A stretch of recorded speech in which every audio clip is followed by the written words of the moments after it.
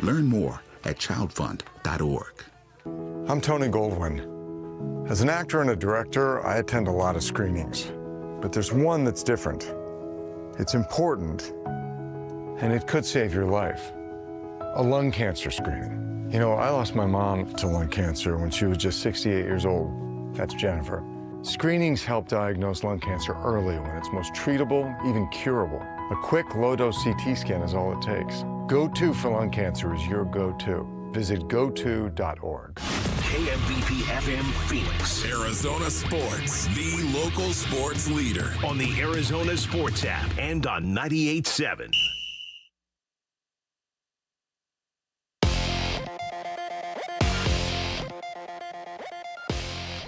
This is what's trending now, presented by presented by Parker & Sons, Heating, Cooling, Plumbing, and Electrical. The Diamondbacks beat the Cubs 3-2 in 11 innings yesterday, salvaging a game in the series in which they lost the first two over the weekend. Josh Naylor had 3 hits, including the go-ahead RBI single and extras, and pitcher Dre Jamieson made his season debut to pick up the save in the bottom of the inning. Starter Merrill Kelly was excellent, giving up just 1 run in 5 2/3 innings and retiring 16 in a row before having to leave in the 6th inning due to cramping. Also over the weekend, the Dbacks reliever A.J. Puck was put on the 15-day IL due to left elbow inflammation. The Diamondbacks are off today before starting the 6-game homestand with the Tampa Bay Rays tomorrow.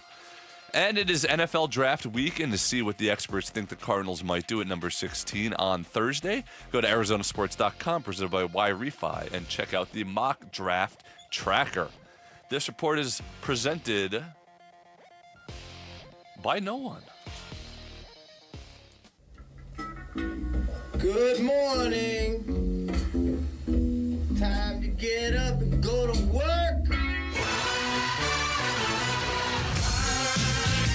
The power-packed morning zoo. Are you kidding me? Fire! It's the greatest radio show ever. Good morning and welcome. Dan Bickley, Oh my God, he's from Chicago. That's amazing. Vince Marotta, Oh, wait, who's better than Ben? and Jerry Carlin. It can only be Jerry. Arizona Sports, the local sports leader. Bickley and Marotta mornings. Time to go to work. Time to go to work. Shout out to Dan Bickley, my boy, him and Vince. Okay.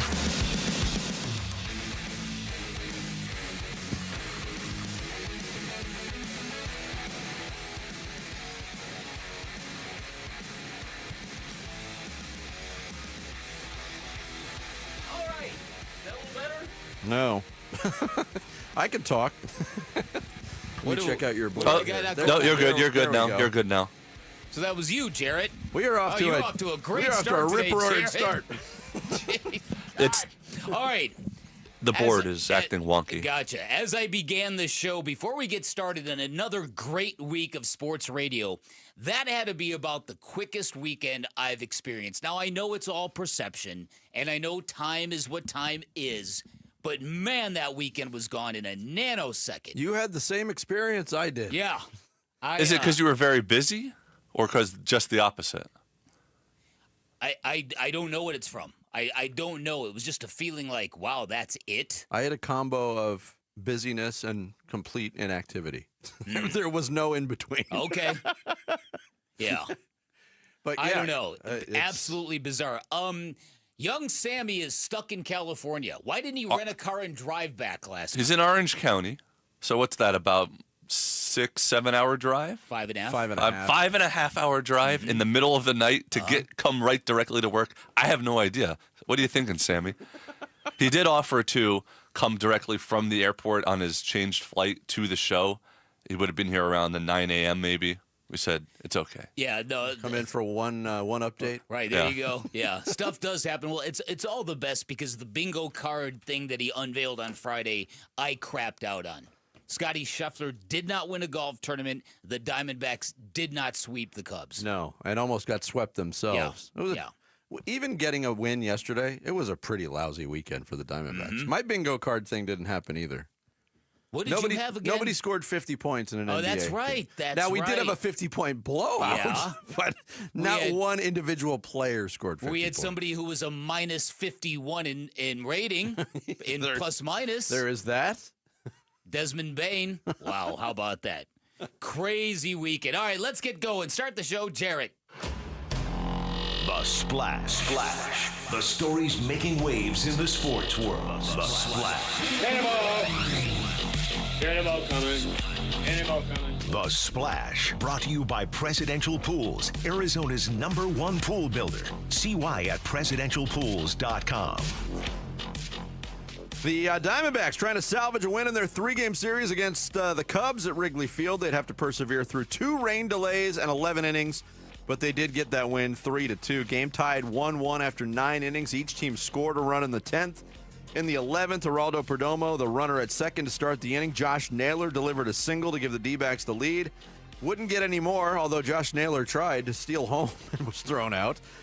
Dre Jamison on the mound for the first time since 2023. And the D-backs posted a 0, a key play turned by Geraldo Perdomo, a double play being key in that inning. D-backs avoid the sweep in Chicago. They finished their road trip at 4-2. Another day off today. They'll start a 6-game homestand against the Tampa Bay Rays at Chase Field tomorrow night. Then it's 3 against the Atlanta Braves Friday, Saturday, and Sunday. Yeah, felt like the Diamondbacks really danced out of big-time danger yesterday. Yes, they did. Merrill Kelly started yesterday's game. Pitched his best game of the season after a 59-minute rain delay. Was in trouble in the first inning. They shut things down in the first. He resumed and then retired 16 straight Cubs hitters after the first inning, but then left the game in the 6th inning with cramping in his right hamstring, an issue which has been a recurring problem for Kelly in recent years. And that kind of, even though he was tremendous, it leads to the weird weekend for that baseball team. Oh, yeah. 4 NBA playoff series got underway on Sunday in the Western Conference. Oklahoma City trounced Memphis 131-80. It's the biggest Game 1 blowout in the history of the NBA playoffs, surpassing 47-point losses by the 95 Celtics to Orlando and the 86 Spurs to the Lakers. Golden State clamped down on the Rockets in Houston 95-85. Steph Curry had 31. Jimmy Butler added 25 in his Warriors playoff debut. Golden State held Houston to 39% shooting and their lowest point total of the season. In the East, Boston, little trouble with Orlando. They win Game 1 103-86. Derek White led the Celtics with 30 points, including 7 three-pointers. Jason Tatum did not shoot well, but finished with 17 points and 14 rebounds. And Cleveland pulled away late to beat the Miami Heat 121-100. Donovan Mitchell had 30 points. Ty Jerome came off the bench for 28 for the Cavs, who outscored Miami 34-21 in the fourth quarter. Ty Jerome. Send it in, Jerome. Tonight on the NBA playoff schedule, only 2 games. First, it's Game 2 in New York. Knicks hosting the Detroit Pistons, who have now lost 15 straight playoff games dating back to the 2008 postseason, after they dropped Game 1 at the Garden 123-112 on Saturday. That game tips off at 4:30 on TNT. Then it's Game 2 in Denver with the Nuggets hosting the Clippers. Denver took a Game 1 on Saturday, 112-110 in overtime, and really the only decent game of the weekend. Tip-off 7 o'clock. That is also on TNT. The NBA also unveiled finalists for the 2024-25 season. Shai Gilgeous-Alexander of Oklahoma City, Denver's Nikola Jokic, and Giannis Antetokounmpo of the Milwaukee Bucks, the 3 finalists for most valuable player. What if Giannis won? He's not going. I know. Just to be funny after all this. Atlanta's Dyson Daniels, Draymond Green of the Warriors, and Cleveland's Evan Mobley up for the Defensive Player of the Year.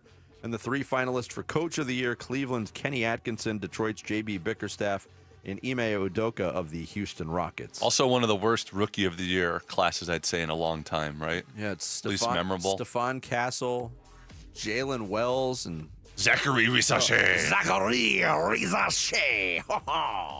He averaged 12 points this year, by the way. Cardinals news over the weekend. The team officially re-signed wide receiver Greg. What a dorch! 1-year tender deal. He'll make $3.3 million this coming season. And maybe this will be the year. Yeah, they maybe. Get him the ball. 37 catches for 342 yards and 3 touchdowns, which was his in 2024, which was his 4th season with the Cardinals. And it is official. We can breathe easy now. The biggest issue in college football has been addressed. Former Tennessee quarterback Nico Iamaleava headed to UCLA after Colin Cowherd was the first one to put the report out last week. Was a little premature on it, but now it's official. The quarterback who led the Volunteers in the college football playoffs last season was the #1 transfer target, according to ESPN rankings. Iamaleava passed for 2,616 yards and 19 touchdowns as Tennessee's starter last year. Isn't that great? You think you're in spring ball at UCLA, you're the big man on campus, you think you're the starting quarterback. Yeah. And then suddenly some dope seeking $5 million a year comes and takes your job. Rolling in and takes your job. It's beautiful. Yeah. Wow. What a sport. College athletics. We dare you to like us. Yeah. Here's the other thing. You had mentioned that New York Knicks stat. It's almost not fair to the Pistons, the current group of Pistons, to have to wear a losing streak that they really have very little to do. Hey, it all falls under the heading of Detroit basketball. There you go. There's your splash for this Monday, April 21st. Coming up, blowouts, physicality, and playoff Jimmy. We saw all of it this weekend. We'll talk NBA playoffs opening weekend next. It's Bickley and Murata Mornings here on Arizona Sports, the local sports leader. Dbacks Cubs. Swung on, that ball blasted towards center. Thomas, though, is there. He makes the catch, and that's your ball game. Diamondbacks win it by a final score of 3-2. Jamison gets the save in his return to the majors, and there will not be a sweep here at Wrigley Field as the D-backs hang on and win it in a thriller. A D-backs day off before starting a homestand against the Rays tomorrow. Listen to the D-backs play ball on Arizona Sports 98.7 and the Arizona Sports app. Southwest Gas supports the lifestyle of Arizonans. Hey, it's Vince Murata, and so much of what Southwest Gas provides improves sports fans' lifestyles, too. Whether it's cooking for friends and family for the big game, outdoor dining, or a backyard barbecue, to just enjoying the game from the warmth of your home or the warmth and comfort provided by a post-game shower, you can thank natural gas. More than 92% of Arizona customers prefer natural gas service in their homes to power appliances, but natural gas is more than an essential home ingredient. It supports economic development and growth in the community as well, and Southwest Gas is at the forefront of all of it. Southwest Gas Holdings has been recognized on Newsweek's list of the world's most trustworthy companies, ranking in the top 2% among publicly listed companies worldwide.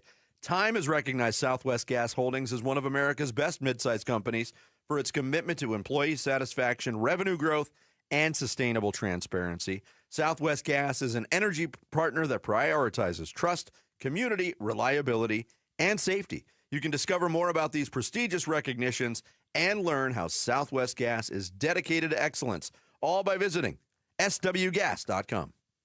If you're 55 and up, T-Mobile has plans built just for you. 2 lines of unlimited for just $30 a line. That's a 45% savings compared to Verizon and AT&T. But don't just take our word for it. It's not just the savings that are great with our T-Mobile plan. There's all this value from all these other things that T-Mobile offers. T-Mobile has been such a savings for us. We love it. Switch today and get 2 free 5G phones like the Motorola Edge with Turbo Power charging that gives you power for the day in just 15 minutes. And customers 55 and up can get 2 lines of talk, text, and data for only $30 a line. Go to T-Mobile.com/55 to learn more. With 24 monthly bill credits and 2 new lines with autopay for well-qualified customers plus taxes, fees, and $35 per line connection charge. Credits end and balance due if you pay off early or cancel. Contact us plus $5 per line without autopay. Debit or bank account required. 45% off 2 lines versus AT&T Starter and Verizon Welcome. Plan benefits vary. See details at T-Mobile.com. Motorola Edge requires 68-watt charger. Charger sold separately. Actual performance will vary based on usage and configuration. Hey basketball fans, Tom Chambers here reminding you that just like in a game, you need a solid defense for your home. And that starts with a reliable roof from Right Way Roofing. Hey Lori, as owner of Right Way Roofing, what sets you apart from the competition? Our team tackles any roofing challenge from shingles to tile to foam roofing. We'll make sure your roof wins against the toughest opponents, rain, wind, and even those scorching summer days. Make Right Way Roofing your MVP. We're Right Way Roofing and we do it right. We'll always keep you watertight. Hey there, it's Mike Broomhead. You know, we're always talking about Sweet James accident attorneys for good reason. Here's a story that proves why you should never face an insurance company alone if you're hurt in an accident. So one of our listeners was seriously injured in a trucking accident. Guess what the insurance company offered him for his injuries? 0. Nothing. Well, he called Sweet James. Not only did they have his medical bills taken care of, but they secured a whopping $10 million win. I mean, that's life-changing money, right? Listen, in the legal system, having the right attorney makes all the difference. difference. That's why you call a firm known for consistently delivering the top results in the state. Call 800-9-MILLION. That's 800-9-MILLION. You won't pay a dime until they win your case. Every case is unique. They can't promise an outcome, but you need to have an experienced team by your side. Don't wait. Call, because waiting may hurt your case. 800-9-MILLION. That's 800-900-0000 or online at sweetjames.com. Proud partner of your Phoenix Suns. Whether you're shaping up a small yard or tackling serious acreage, Steel walk-behind zero-turn and stand-on mowers are built to get the job done. Shop online or at your local Steel dealer. Steel, let's go mow. Available at participating dealers. Come on. I'm burning. Come on. Come on. Arizona Sports. Floor Burns with Bickley and Murata. They're not a typical modern NBA team. And, I think, in terms of spreading you out, playing fast, shooting a million threes, they're kind of old school. In many ways, they're in the image of their coach. Ime was a grinder as a player. He was, tough and physical, and that's what Houston is. And in this series, you can see they know where their advantage lies, and it's playing Adams a lot, sometimes playing him with Şengün, having everybody crash. So it felt like 1997 out there to me. Completely different NBA game than what we're used to, and we've got to be ready for that. This is what this series is going to be. Steve Kerr, head coach of the Golden State Warriors, talking about last night's game one that wrapped up the weekend. 95-85, the Warriors win it. Called it night. He's partying like it's 1997, Bick, because he said we got to be ready for it. I would say they were ready for it because Houston had shown the ability, and we can attest to this here in Phoenix, they'd shown the ability to put up a lot of points in a basketball game. Mm-hmm. 85 points, their lowest point total of the year last night. They're not a good shooting team, and they haven't been a good shooting team all year long. They have the ability to get hot and get on runs, but when they're going up against a good defensive team, and that's the thing about this Golden State group now that they've added Jimmy Butler, and they're sitting basically Jonathan Kuminga for the entire series because they know that they have to have more of a defensive-minded identity because they don't believe Houston can outscore them. And I think game one kind of proved it. And Jimmy Butler, the Warriors are all saying the same things all over again. How calm he makes them, his demeanor in clutch situations, it's elite. So if you're a Suns fan looking for the Rockets to be incentivized to trade for Kevin Durant, game one is definitely for you. Yeah, I was exactly going to go down that road. Keep an eye on this series because Houston is the team that everybody's got a little asterisk next to. Yep. Says, keep an eye on this landing spot for Kevin Durant. And even go back to the last couple of games the Suns played in Houston.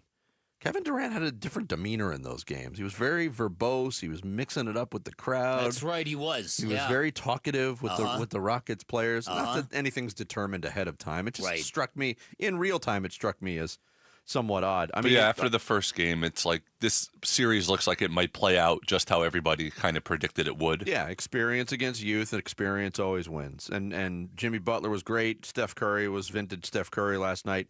31 points. And Jimmy Butler talked to Ali LaForce on TNT last night about the three-pointer. I think they've shown it about 7,000 times this morning on ESPN. There was one three-point shot that Stephen made. He was like floating off in motion, and we panned over to a shot of you, and you're just shaking your head. I mean, the man continues to amaze, doesn't he? He does. Like I always say, Batman comes out of nowhere. You never see him coming, then he just falls from the sky, from a building, behind a door, and does some incredible things, man.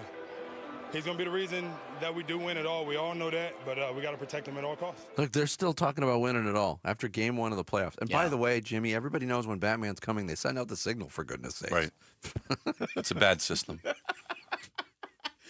So it was that, and you said Houston, not a good shooting team. No. Their backcourt yesterday, Fred VanVleet and Jalen Green combined to go 7 for 34 from the floor and 2 for 17 from three-point range. Yeah, and what they lack is exactly what we have in Phoenix and Kevin Durant, a guy that can get you that bucket when nobody else on the floor seemingly can. Yes. And so again, if you're looking for leverage, if that's what you want out of this postseason, game one of that series couldn't have worked out any better for you. Yeah, the Memphis Grizzlies got slapped hard with the reality of playoff basketball and the reality of how good Oklahoma City is yesterday. Yeah. But the team, I think, that got the second hardest slap about playoff reality was the Los Angeles Lakers on Saturday.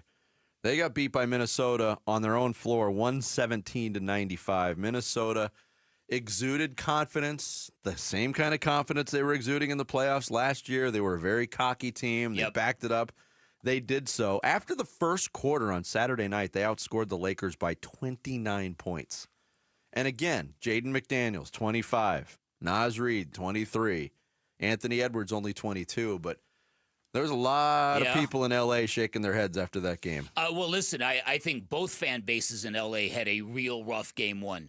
Clippers had a 20-point lead over the Nuggets and ended up losing that game in overtime. The quintessential Russell Westbrook experience, maybe one of the better moments he's had in a long, long time. He'll make up for it in game two. Right. No, listen, and there are two guys in the playoffs over the weekend who popped and starred in game one, and it might be a detriment to their team going forward because it might prompt both of them to do crazy things, and it'd be Russell Westbrook and Cam Payne.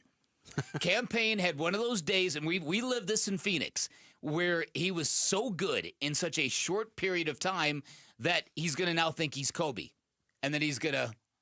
We've seen that in the playoffs from Cam Payne, too. Yes, we have. That Game 7 loss to Dallas, Cam Payne's the only one that showed up. He's the only one that showed up in that loss. Yeah, you're exactly right. It's gotten to the point now. Yeah. I don't know if you are you on Instagram at all? No. I don't produce any content, but there's some fun, creative stuff. There's a lot of garbage on it. Well, Bickley and Murata on Instagram is really the one fantastic. account. Yeah, that's the one of my favorite things on Instagram right now is after every New York Knicks game, there's this guy, and his account handle is Doug Lust. And he's a bass player, but he's a great musician. But he's a diehard Knicks fan. Okay. So win or lose, he does a song parody with all these lyrics. And the song parody after game one was, "It's time to play Cam Payne." I'm like, be careful what you wish for. No, right. He might go 1 for 18 in the next game. Yeah, and that's the Cam Payne experience. So, but let's go back for a minute to the Lakers game. Yeah, the idea that the Timberwolves went in there and kind of pushed the Lakers around. Even Magic Johnson was complaining about J.J. Redick and his performance, and it was... Yeah, that was quite something. The Lakers admitting they weren't ready for the physicality that the Timberwolves brought to them. Yeah, Luka talked about it after the game. Play like we played in the first quarter. I think when we played our first quarter when we were at the best. So just limit their threes, limit transition, limit second chance points, and play our game. Yeah, and LeBron James also talked about what needs to improve in game two. Took home court from us tonight, as far as the series, but, we have an opportunity to even the series out on Tuesday, and we have to play a much better game than we did today. Like I said, we have to control the controllables, and if we do that, we're going to give ourselves a much better chance to win than we did tonight. Might just be completely the wrong matchup for the Lakers. Might be. Playing a young, athletic, long team with, 300-year-old LeBron and 300-pound Luka. And even though Minnesota did, they finished the season strong. They had their ups and downs, and they were working in some new rotation players. Maybe they're a team that just kind of, gives half effort in the regular season and waits for the postseason and turns it on, because they looked like.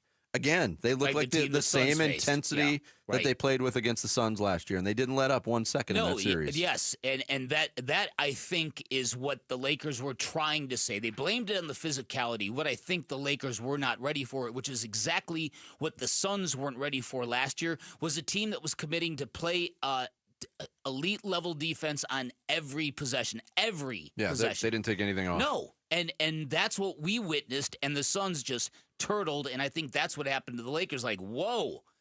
Yeah, that's I was kind of impressed with that. You know better than anybody. Game one of NBA playoff series, it can be overreaction central. Oh, yeah. But there were some things that happened. Like, for instance, that Clippers-Nuggets game.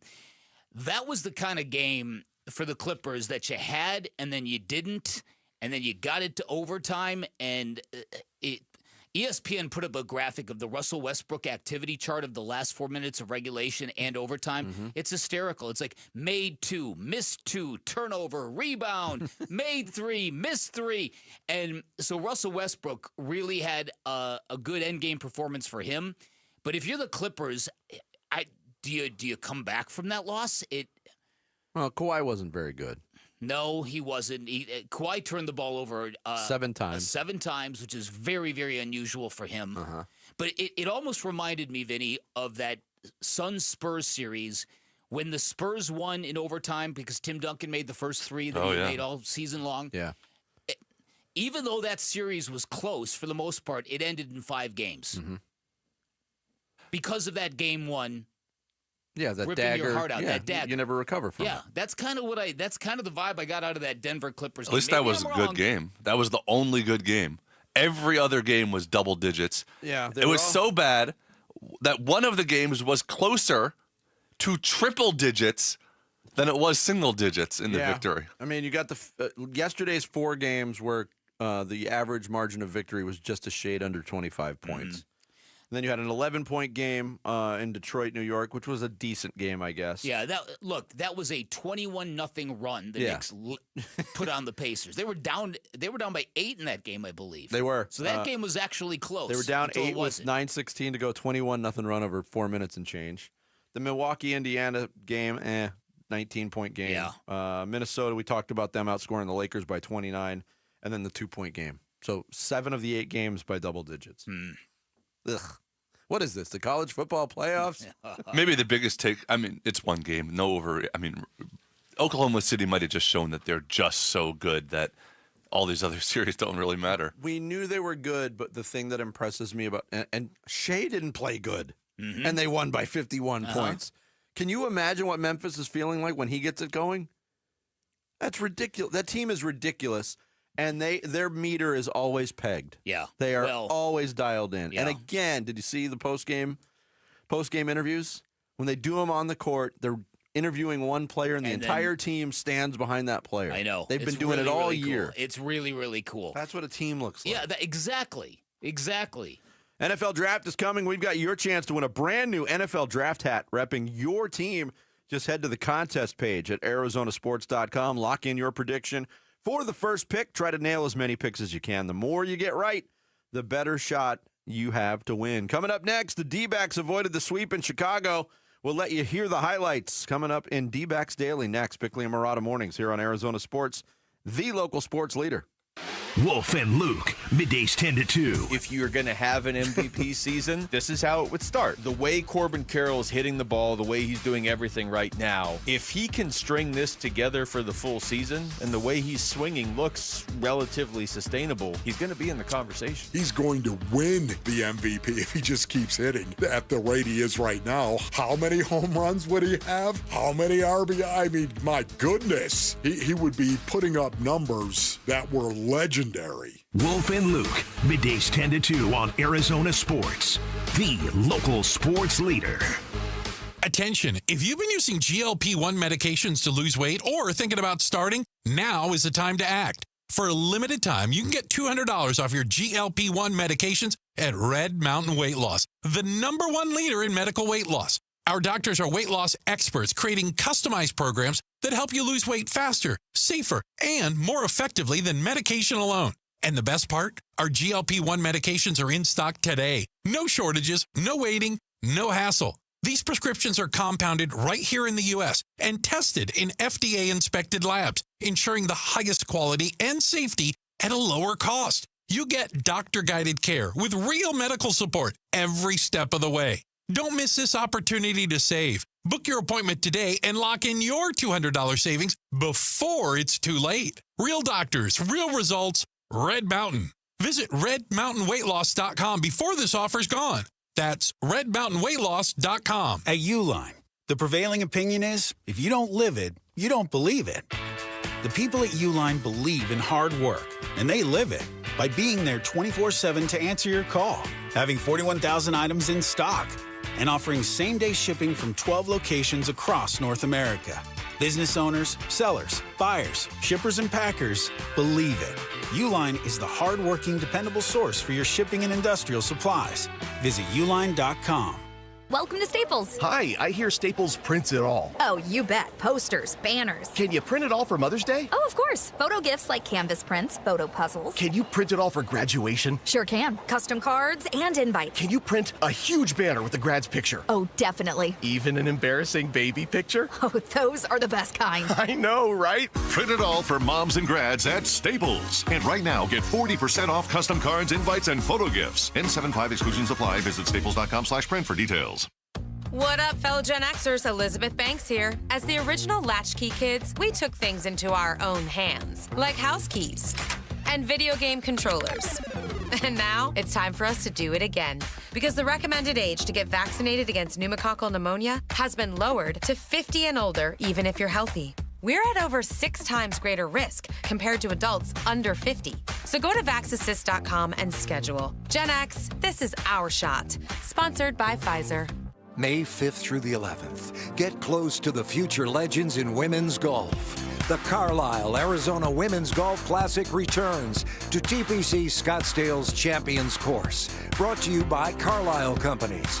The biggest purse on the Epson Tour means the best in women's golf will be here. May 5th through the 11th at TPC Scottsdale's Champions Course. Go to CarlisleLPGA.com for tickets. Be there for the best. Every business has a purpose to inspire, a purpose to innovate, a purpose to serve. At SRP, our purpose is to power yours. From rebates for energy-efficient upgrades to money-saving programs, we help businesses of all sizes find reliable, affordable, and sustainable energy solutions. Discover the possibilities at SaveWithSRPBiz.com. Hey, as homeowners, our closer is America Roofing. Yep, out of the bullpen, save 12% while it lasts with tax and tariff relief courtesy of Arizona's #1 roofing company, America Roofing. You know what? We had a leak in the garage. I'm like, it's all good. And then the monsoon hit, not good. Big leak in a bedroom. I should have gotten the free inspection right away, especially right now when you can save 12%. It's tax and tariff relief at AmericaRoofingCo.com. ROC 186-438-CR42. This is what's trending now, presented by Parker & Sons, Heating, Cooling, Plumbing, and Electrical. The Diamondbacks beat the Cubs 3-2 in 11 innings yesterday, salvaging a game in the series in which they lost the first 2 over the weekend. Josh Naylor had 3 hits, including the go-ahead RBI single and extras, and pitcher Dre Jameson made his season debut to pick up the save in the bottom of the inning. Starter Merrill Kelly was excellent, giving up just 1 run in 5 2/3 innings and retiring 16 in a row before having to leave in the 6th inning due to cramping. Also over the weekend, Dbacks reliever A.J. Puck was put on the 15-day IL due to left elbow inflammation. The Diamondbacks are off today before starting a 6-game homestand with the Tampa Bay Rays tomorrow. And it is NFL Draft Week, and to see what the experts think the Cardinals might do at number 16 on Thursday, go to ArizonaSports.com, presented by YRefi, and check out the mock draft tracker. This report is brought to you by YRefi. Don't let private student loan debt ruin your life. Go to YRefi.com. That's YREFY.com. That baby is gone! Arizona Sports, the home of Arizona Diamondbacks baseball. Dbacks Daily. Brought to you by America Roofing. Save 10% on any repair or replacement with Arizona's largest roofer. Online at AmericaRoofingCo.com. After sweeping a 3-gamer in Miami, the D-backs were riding high heading into Chicago for a weekend set with the Cubs. By Sunday, they were just trying to salvage a win after a wild 13-11 loss on Friday and a quiet 6-2 defeat at the hands of the hosts on Saturday.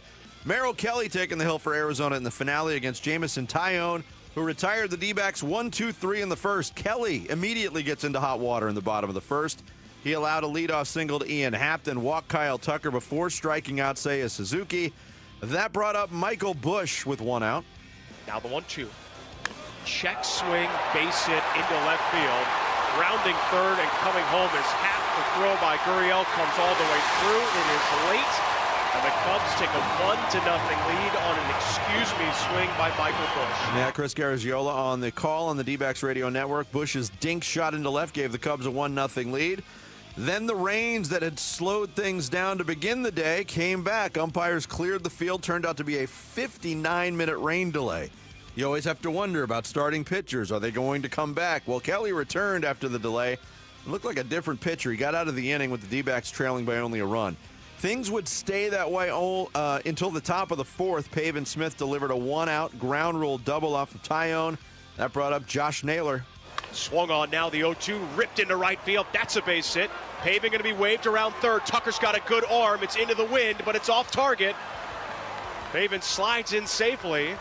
And Naylor's game-tying RBI single knots us up at 1. Yeah, 1-1 at that point. Lourdes Gurriel Jr. followed with a double, sending Naylor to third. Alec Thomas followed with a ground ball to second. Naylor thrown out at home. And Tim Tawa lined out to left to end the inning. Still tied at 1-1. Meanwhile, Kelly absolutely cruising. A string of 16 straight Cubs hitters retired. A new career high for the right-hander. Turns out there's only one thing that could stop him, and it's a years-long issue that popped up again. Well, Herrera going to go out for a mound visit. And what do we have here? Herrera's waving the trainer. He noticed something right away. Merrill with his glove up to his face. Obviously something of a concern here. And he's trying to shake something out. It looks like in his leg. His right leg in particular. And it looks like Kelly's coming out of the game. Yep, 2 outs in the sixth. He leaves. Ryan Thompson would have to come in and finish the inning, which he did by getting Suzuki to ground out to first. Not a lot in terms of scoring chances for either team until extra innings. Tim Tawa started the inning as the runner on second. D-backs wanted to play small ball with Jose Herrera hitting. First pitch, Herrera bunts it back to the pitcher, and Wicks calmly gloves, steps. Oh, it's under the glove of Horner, and it rolls into the Diamondback dugout. Unbelievable mistake by Chicago. Horner just did not get his glove down on the ground. It stuck underneath it, and that's going to allow Tawa to score. Oh, my goodness. 2-1 at that point. Suarez then reached on an infield single, sending Herrera to third, but the D-backs could not get the insurance run in as Corbin Carroll popped out to short. Perdomo lined out to second, and Randall Grichuk in a pinch hitting opportunity struck out. Cubs started the 10th with Dansby Swanson, the runner on second. Nico Horner facing Shelby Miller, who was in his second inning of work. He works to Nico Horner. First pitch, ground ball up the middle. Diving is Tawa. It's off his glove. Ricochets towards center field. Rounding third and scoring is Swanson. And just like that, we're tied at 2. Yeah, 2-2. To the 11th we go. Perdomo running at second. Josh Naylor, the hitter. As this one swung on, grounded fair inside the first base line. That's going to be extra bases. The ball hit off the tarp, and it ricocheted back to Tucker. Perdomo comes around to score, and the D-backs now take a 3-2 lead. Yeah, Naylor delivers again. Naylor would eventually get moved over to third with 2 outs, and he really wanted that insurance run. He took it upon himself to try to provide it. Now Naylor breaks for home. He's going to try and steal. He is out at the plate. D-backs immediately challenge. Why not? He just busted home, and it looked like with a headfirst dive, the hand got to the plate before the tag got down, and now we'll have to go to New York to find out. Yeah, they did go to New York. The call stood. Naylor out, inning over. 1-run lead. Torey Lovello turns to Dre Jamison to try to close the door in his first Major League appearance since 2023. John Birdie, the runner at second. Ian Happ, the hitter. Swung on, line drive. Oh, it's caught by Perdomo. Birdie went to third. It's a double play. Yeah, huge double play to clear the bases. Now Jamison 1 out away from securing things, and the dangerous Kyle Tucker, the hitter. Swung on, that ball blasted towards center. Thomas, though, is there. He makes the catch, and that's your ball game. Diamondbacks win it by a final score of 3-2. Yeah, that was the final 3-2. They finally get the win. It was a long day at the ballpark for everybody involved. Yeah, gross day. Yeah. A couple of rain delays, and you hate when that happens. You hate when you endure a rain delay and they think it's good to go, and then you punch go, and then before the end of the first inning, you got another. They're putting the tarp back on the field. Did you see the look on Merrill Kelly's face when they cleared the field? Yeah. He's like, "What the hell are we doing right. here?" That's exactly. Then he came out with a vengeance. Yeah. Yeah, no, you're exactly right. Now, Merrill Kelly was actually sharper after that delay than he was prior, and I thought Merrill Kelly was really good for most of that game. But 16 in a row, really good. Yeah, what a weird series. So let's back up to Friday, because that was the game that everybody gravitated to. Friday, this is before I knew Justin Martinez is dealing with something in his arm, fatigue, and was not available this entire weekend. I was so mad at Torey Lovello Friday night because here's a little background for you.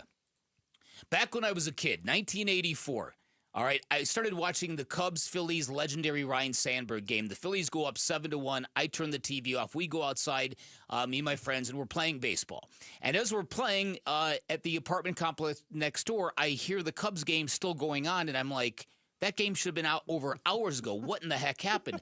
I ran home, and I caught the end of it. So, and that was the day that Ryne Sandberg hit homers in the 9th and 10th inning off Bruce Sutter, and they rallied to win a game 12-11. Yeah. So, Friday night, the Diamondbacks, improbable, historic, unbelievable 10-run inning to turn a 7-1 deficit to 11-7 lead. And I said to people in my company right then, I said, you better go to the A bullpen right now, because this is one of those days at Wrigley. They happen every 7 to 8 years where the wind is blowing out so ferociously that you just get the ball elevated. It's leaving the park. Yes. And they didn't go to the A bullpen. And I was so angry because it played out exactly as I feared, as somebody who has seen those games up close and personal. Well, the Diamondbacks scored 10 runs in the 8th inning and lost the game. How about it? I can't ever remember that. I went back to 50 years on StatHead, and there's only been 3 occasions that has actually happened. Friday at Wrigley, the 2006 Kansas City Royals scored 10 runs in an inning and lost to Cleveland, and the 1989 Pittsburgh Pirates lost to the Phillies. And in that game, Jim Rooker, the former pitcher, was doing a radio broadcast. Yeah. And said, if we lose this game, I'm walking home from Philadelphia. And they lost the game. Did he walk home? And he walked home. I mean, they made it a big to-do. Uh-huh. How do you do that? And look, this is the frustration with the bullpen. He didn't go to the A bullpen on Friday, and the explanation was, oh, these guys are unavailable. We used them. I sold out for the win on Thursday in Miami. They just weren't available. Right. So Saturday happens. Friday happens. The wild game. The Cubs win. Saturday happens. You're not going to your A bullpen because the Diamondbacks couldn't do anything offensively. Mm-hmm. I mean, Corbin Carroll's the only guy that can get a hit. And Zach Gallen was dreadful to start this game. He was dreadful. And then you feel like the A bullpen, like, why is Dre Jameson in the game? Why are you going to Shelby Miller? Because you didn't know Justin Martinez wasn't available. Yeah. And then Torey said this after the game about Justin Martinez. He was not available. Was just a little bit fatigued, a heavy workload for the first couple weeks of the season. So coming out of this day with the built-in off day tomorrow, we feel like he's going to be 100% ready for the rest of the season. So, once again, I cannot pitch J Mart, Puck, Beeks, Shelby every game. I would love to. We have to be responsible here, and this is just a situation where he needs a little bit of rest, and he'll get back on the bump on Tuesday. Look, all right, this is a constant conversation with Torey Lovello and the way he handles players. Justin Martinez has pitched 7 innings this season. 7. It's got me worried, I got to be honest with you. And I know he said he'll be fine, and I know he's going to be back pitching starting in the Rays series, but J Mart also said, I feel something in my arm. And that's when my spidey sense goes off. Yeah, and this is after they put A.J. Puck on the 10-day injured list. With elbow soreness, that's never good. No. That's never a good. Elbow, ooh, that's a bad word. Elbow and forearm. Yes, forearm is probably worse. Forearm tightness and elbow soreness. Yeah, that's what it is. So even though they got, I thought it was a pretty lousy weekend for the Diamondbacks, honestly. And I got to be honest with you, too. It's when you have a good baseball team, as we have had the last couple of years, you really begin to realize the amount of blown ligaments and throwing arm injuries in baseball. It's treacherous. If you've got a good team, this stuff is going to happen to you. Yes. Ask the Cubs. They've already lost Justin Steele for the year. Yeah. Calling all Minecraft-loving families. Head to the contest page now at ArizonaSports.com for your chance to win 4 tickets to the Dbacks Braves game on Minecraft night. Plus, you'll score 4 tickets to see the brand new Minecraft movie. It's Minecraft Mania. Coming up next, the Phoenix Suns are done with their season, but they are not done getting ripped by the national media. We'll tell you more about that next on the Monday edition of Bickley and Murata Mornings here on Arizona Sports, the local sports leader. You've been listening to Dbacks Daily, brought to you by America Roofing. Save 10% on any repair or replacement with Arizona's largest roofer. Online at americaroofingco.com. Arizona Sports, the home of Arizona Diamondbacks baseball. You can't use the old excuse about not having enough storage because we know you've got the cloud. Download the Arizona Sports app and keep it on your home screen for breaking sports news, all the Arizona sports shows and podcasts, plus listen to the Suns, Dbacks, ASU Athletics, and more on your phone. The Arizona Sports app is presented by Ready Services Plumbing and Air Conditioning. Hey everybody, Dan Bickley here for Waltz, where you will find more than big screen televisions. They've got appliances, computers, refrigerators, washing machines, dryers, security cameras for your home, and all kinds of audio components from speakers to headphones. But if you're looking for a big screen television, Waltz can take your fandom to the very next level. You will get the best selection. You'll get great prices. You will get red carpet service. They'll price match any price you bring to them, give you 30 days of protection after that to prove that point. They will get your electronics delivered and installed correctly. Remember, Waltz has been serving the Valley since 1957, and their expertise is unparalleled. And that expertise is important when you go shopping for electronics. You will get no expertise when you shop at the big box stores. One of many reasons you shop at Waltz TV and Appliance. Go get game ready by visiting Waltz off the I-10 in Warner, right behind the IKEA, or you can reach them by calling 480-968-4999. Shop local, shop Waltz. This is a story of the one. As a maintenance specialist for university housing, he knows college students can major in wear and tear. Plus, housing so many students doesn't leave a lot of room to house all the supplies he needs. That's where Grainger comes in. With over 1 million industrial-grade products and fast, dependable delivery, Grainger carries the quality products he needs so he doesn't have to. From a new door hinge to a whole new faucet. Call, click Grainger.com, or just stop by. Grainger, for the ones who get it done. What up, fellow Gen Xers? Elizabeth Banks here. As the original Latchkey kids, we took things into our own hands, like house keys and video game controllers.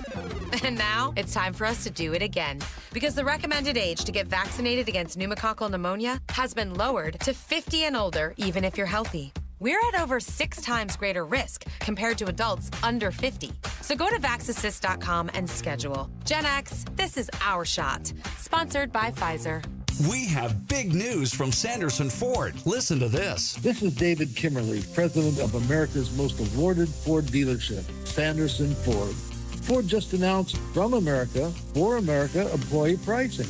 Now you pay what I pay on the full lineup on new Fords with no hassle, no pressure, no nonsense, and no added markups. Employee pricing levels the playing field for Ford dealers as everyone gets the same set price. However, other dealers will still add addendums and add-ons. Sanderson Ford will not. Choose Sanderson because they have the inventory and a 70-year reputation of treating you right. Ford is undeniably the most America-first automaker in the world. 80% of the vehicles Ford sells are assembled in factories located in America, and they will be less affected by the tariffs. Now is the best time to buy a new Ford with From America, For America employee pricing from Sanderson Ford. Excludes 2025 Expedition, Super Duty, Raptor, Mustang, and Bronco specialty vehicles. As America's leading business lender, Bank of America is on your corner and in your corner, right here in Phoenix. With $215 billion in business loans and over 3,700 business specialists across the nation, we help businesses thrive so communities prosper. What would you like the power to do? Learn more at bankofamerica.com/local business. Bank of America, official bank of FIFA Club World Cup 2025. Copyright 2025 Bank of America Corporation, all rights reserved. Hey, it's Luke. Which change needs to be next for the Phoenix Suns? We'll talk about it at 10 a.m. It's Wolf and Luke on Arizona Sports. Like I said today, people give me a lot more credit than I deserve or blame me a lot more, whichever way you want to look at it. I don't watch film. I don't know the players well enough to say this guy's going to fit with us or we should draft this guy. That's not what an owner does. My job as an owner is to put the right people in place to make those decisions and set the tone. And I failed at setting the tone. and that identity. That will change. So we will do that, and then we will have the right people executing on that plan. And whether it ties to any players we have, free agents, draft picks, players we have, trades, all that stuff will get flushed out in the next 60 to 90 days. Let's call it that. It's Matt Ishbia, the owner of the Phoenix Suns, on with Burns and Gambo on Friday. Was that Friday? Thursday. See my days. That short weekend really threw me off. Yeah, me too. Talking about, and this came up a lot because there was a lot of questions both in the press conference and with Burns and Gambo during the interview about what is your role? Can you clarify how the basketball operations things work? And he said it several times. Look, I don't watch film. I don't know the players. I'm not out there shooting the ball. But if this is a, hey, I want that guy on my team, basketball people go make it happen situation. Yeah. That's something that needs to change as well. That's it, and I'm really glad you framed this segment the way you did, because over the weekend I found myself thinking about Matt Ishbia and the Suns, and that element of the press conference still really bothers me. It bothers me that in response to questions about, clarify for us, Matt, exactly how this works. He got into a level of detail that was so granular, it wasn't what anybody at all was asking about. Nobody in their right minds believes Matt Ishbia is teaching people how to box out in the hallways, or is watching film, or is looking over salary cap charts. No one would ever think he would be doing those kind of things. But stepping into a job and immediately saying, no, we are trading Mikal Bridges along with Cam Johnson and along with all those draft picks. We're doing it right now. And somebody did the same thing with Bradley Beal. So I really felt like, oh, no, there really isn't a recognition that this might be part of the issue. To the contrary, Matt Ishbia was also promising things. Undeniable. The changes will be undeniable. You will know the difference in what I'm about to do. Well, what is that? Well, we don't know, but you're going to know the difference, because next year's team, you're going to love the effort.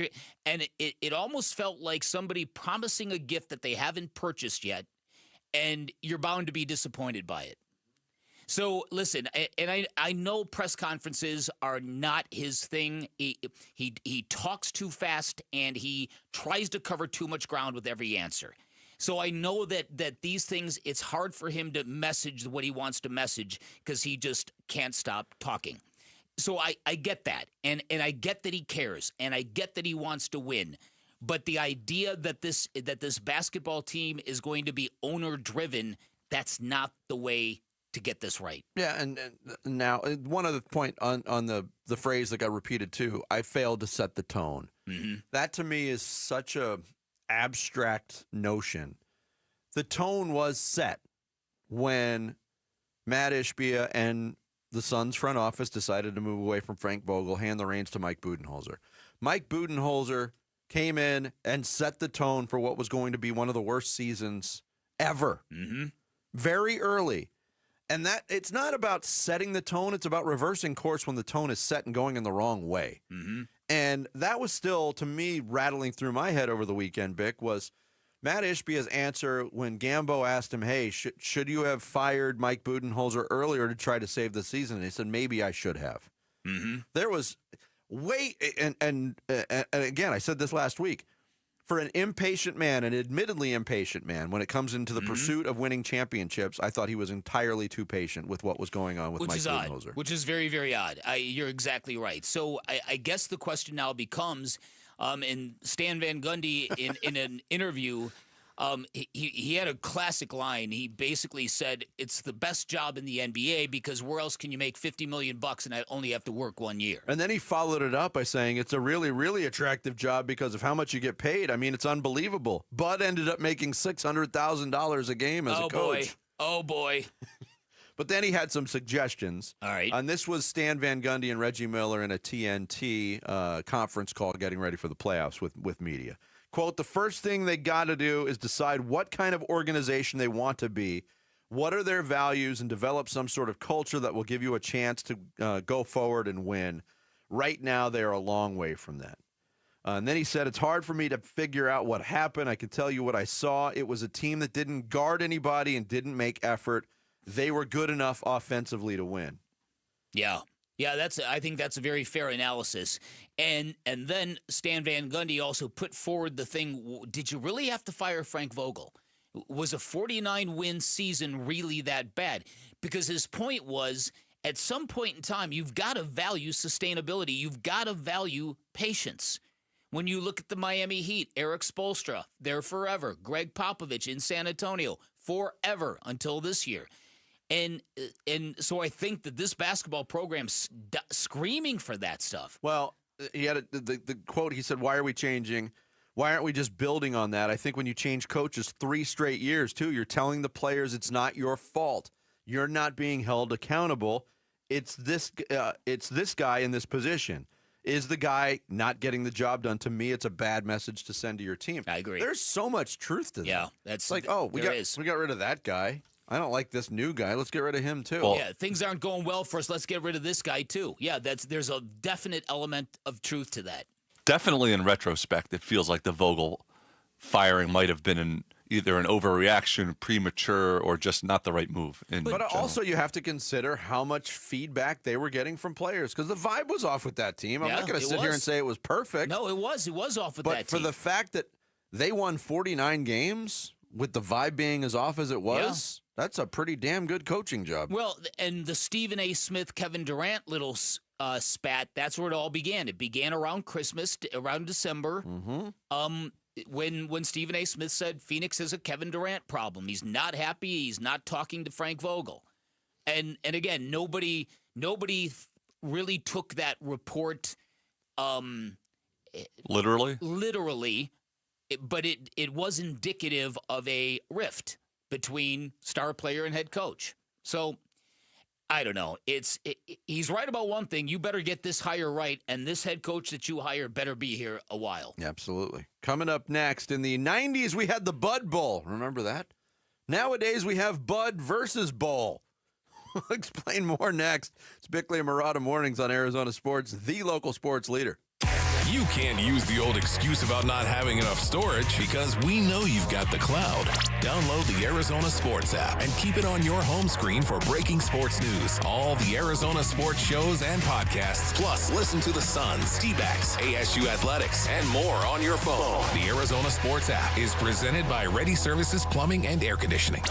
Hey, it's Gambo. Did you know the average roof in Arizona only lasts about 15 years? Most homeowners don't know how old their roof is and often wait until it's too late to replace their roof because they can't visibly see the damage that the sun, wind, rain, and elements cause. What could have been a repair for a few $100 turns into thousands of dollars in damage to insulation, floors, drywall, baseboards, and more, which is why I want you to know about my friends at JLC Roofing, a third-generation family of roofers right here in Arizona. Right now, JLC is offering our listeners $1,500 off a full replacement if you need a new roof. A $1,500 discount just for mentioning my name. JLC Roofing also offers free estimates, and they service the entire valley. A roofer-owned roofing company. They specialize in tile, shingles, foam, and rolled roofing. So if you need a repair or a new roof, go with the roofing company that's roofer-owned for generations. JLC Roofing. Call 602-ROOFING for free estimates on your roof and give your roof some TLC with JLC. Call 602-ROOFING or jlcroof.com. Hey, Green Gobbler here. So you've got a clogged drain in your bathroom. Water in the sink's overstaying its welcome. You're spitting today's toothpaste on top of yesterday's toothpaste. You hope that it go away. Yeah, clogs don't just go away. I make them go away. I'm Green Gobbler, the only clog dissolver you need. I'm bleach-free, safe for your pipes, and I work. Guaranteed or your money back. Because I never met a clog that was gonna unclog itself. Green Gobbler. Let the gobbler get it. You know what's better than a limited time deal? An unlimited time deal. That's why the Wendy's $5 Biggie Bag with a Junior Bacon Cheeseburger, 4-piece nugs, Junior Hot and Crispy Fries, and small soft drink is available all the time. Because the best time for fresh, never frozen beef and Applewood smoked bacon is all the time. Duh. I feel like I'm repeating myself a lot. For the best deal of all time, gotta be Wendy's. Unlimited time does not mean forever. U.S. price and participation may vary. Prices may be higher in Alaska, Hawaii, and California and via third-party delivery. Fresh beef available in the contiguous U.S., Alaska, and Canada. Looking to upgrade your home? The Window Depot is your go-to spot for Milgard windows and patio doors. Select from a variety of styles, including aluminum, vinyl, or fiberglass, to start your journey to a brighter, more beautiful home. The Window Depot has Milgard windows in stock, ready to go home today, or their team can help you with a special order. Whether you're looking for energy efficiency, aesthetic appeal, or custom solutions, they've got you covered. Build the home you deserve with Milgard windows and doors from the Window Depot. Visit thewindowdepot.com to find a location near you. Desert Diamond West Valley brings you the Legends Tribute Series. See an incredible outdoor concert for free every Thursday. This April, see Voyager, Sweet Home Alabama, the Country Artist Tribute, and tribute to Tom Petty and Stevie Nicks, Draggin' My Heart. Go online for the full schedule. It's time to live the diamond life. Desert Diamond Casino West Valley. An enterprise of the Donna Automation. Hey, Green Gobbler here. So you've got a clogged drain in your bathroom. Water in the sink's overstaying its welcome. You're spitting today's toothpaste on top of yesterday's toothpaste. You hoped it'd go away. Yeah, clogs don't just go away. I make them go away. I'm Green Gobbler, the only clog dissolver you need. I'm bleach-free, safe for your pipes, and I work. Guaranteed or your money back. Because I never met a clog that was gonna unclog itself. Green Gobbler. Let the gobbler get it. Did you know your skin is the largest organ of your body? Huh? That's why you should shower with Old Spice Super Hydration Body Wash instead of plain old bar soap. Love your skin by super hydrating it with vitamin B3 and glorious notes of vanilla and shea. Did you know that my super hydrated skin is the second largest organ of my body? The first is my heart. Old Spice. Men have skin too. Old Spice Super Hydration Body Wash. 24/7 renewing moisture. With daily use. Hey, it's Wolf from Presidential Pools, a long-term partner of ours over a decade, and they built my pool. They're also now an official partner of the Arizona Diamondbacks. Starting this season, Presidential Pools, Arizona's largest pool builder by volume, is teaming up with the Diamondbacks to bring you even more excitement on and off the field. Go with my pool builder and the Diamondbacks' new partner and see how they can help you at presidentialpools.com. KMVP FM Phoenix. Arizona Sports, the local sports leader. On the Arizona Sports app and on 98.7. This is what's trending now, presented by Parker & Sons Heating, Cooling, Plumbing, and Electrical. The Diamondbacks beat the Cubs 3-2 in 11 innings yesterday, salvaging a game in the series in which they lost the first two over the weekend. Josh Naylor had 3 hits, including the go-ahead RBI single and extras, and pitcher Dre Jamieson made his season debut to pick up the save in the bottom of the inning. Starter Merrill Kelly was excellent, giving up just 1 run in 5 2/3 innings and retiring 16 in a row before having to leave in the 6th inning due to cramping. Also over the weekend, Dbacks reliever A.J. Puck was put on the 15-day IL due to left elbow inflammation. The Diamondbacks are off today before starting a 6-game homestand with the Tampa Bay Rays tomorrow. And it is NFL Draft Week, and to see what the experts think the Cardinals might do at number 16 on Thursday, go to ArizonaSports.com, presented by Y-Refi, and check out the mock draft tracker. This report is brought to you by Waste Connections of Arizona. Spring is in the air, and that means home improvement projects. Need a roll-off to haul that trash and debris away? WasteConnections.com/Phoenix.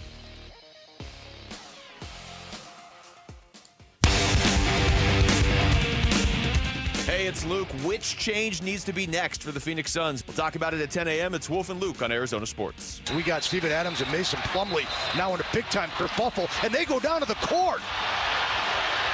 No punches thrown, but those big fellows were going at it. They wouldn't unlock arms, and eventually both seven-footers fell to the court, Tim. Steven Adams would not unlock arms, so finally Mason Plumlee pushed him to get him off of him. And they're still locked up. That was Tim Ring and Tim Kempton. Tim and Tim show on March 12th in Houston, a game lost by the Phoenix Suns.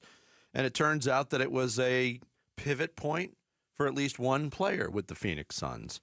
What we didn't realize in real time, I mean, some people may have seen it, but if you can go back and watch the replay of that little kerfuffle, as Tim Ring called it. Yeah. And you will see Bol, who was on the floor at that time as part of the Suns' rotation, wasn't near the mass of humanity.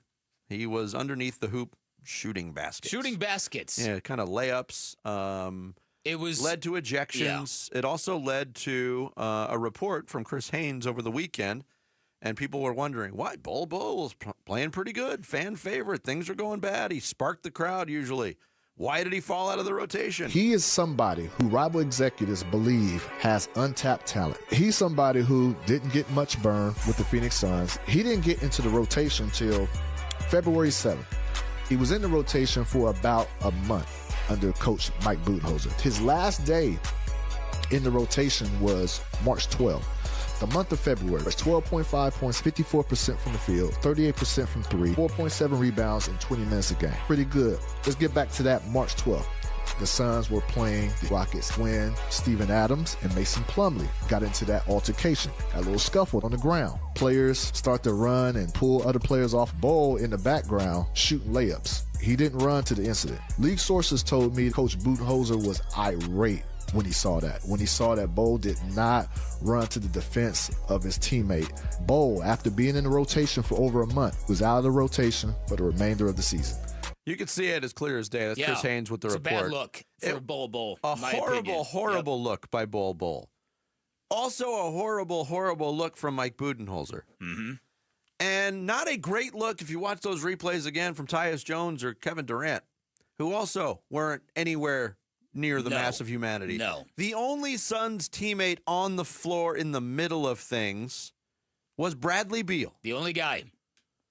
I know. So Bol was made an example of, and look, there's been talk about Bol's work ethic for quite some time. In fact, there's many people around the league that believe that's what kept him from being a rotation player and has kept him as an end-of-the-bench guy that everybody cheers for in garbage time. Mm-hmm. But I can't deny, I can't not pin blame. That was, even if you're not going to get involved, you can't have your back to the action while you're working on layups. Yes. You can't be that disinterested in the fate of your teammates. So, but isn't it the point, the duty of a head coach? All right, you want to make an example of me now, maybe for the next game? Yeah. But for him to fall completely out of the rotation, I'm not saying this saves the season or anything stupid like that, but he had obviously worked hard enough to get a spot in the rotation. After that, he played a total of 28 minutes and 26 seconds in 5 games. Got 10 DNPs. 4 of those games were 20-point blowouts either way. And did not play 1 second in the Suns' final home game on Fan Appreciation Night when he made his way to the scorer's table up big early in the fourth quarter, and the Spurs, they closed it to 22, so Budenholzer pulled him back to the bench. Bad look by Bol, terrible coaching job by Mike Budenholzer. Yeah, but again, you've made it very, very clear how much you do not like the job Mike Budenholzer did last year. He did a terrible job. Yeah, he did. But and so again, if it's that terrible, I'm just stunned that nobody stood up and said this guy sucks. Get him out of here. Because again, if you can't sit here and say that firing coaches year after year after year prevents players from feeling accountability, then blame the head coach when he's trying to instill some accountability. And I agree with you that it's not the way you'd handle it. You should get your point across to Bol, but then you let him work himself back into good graces.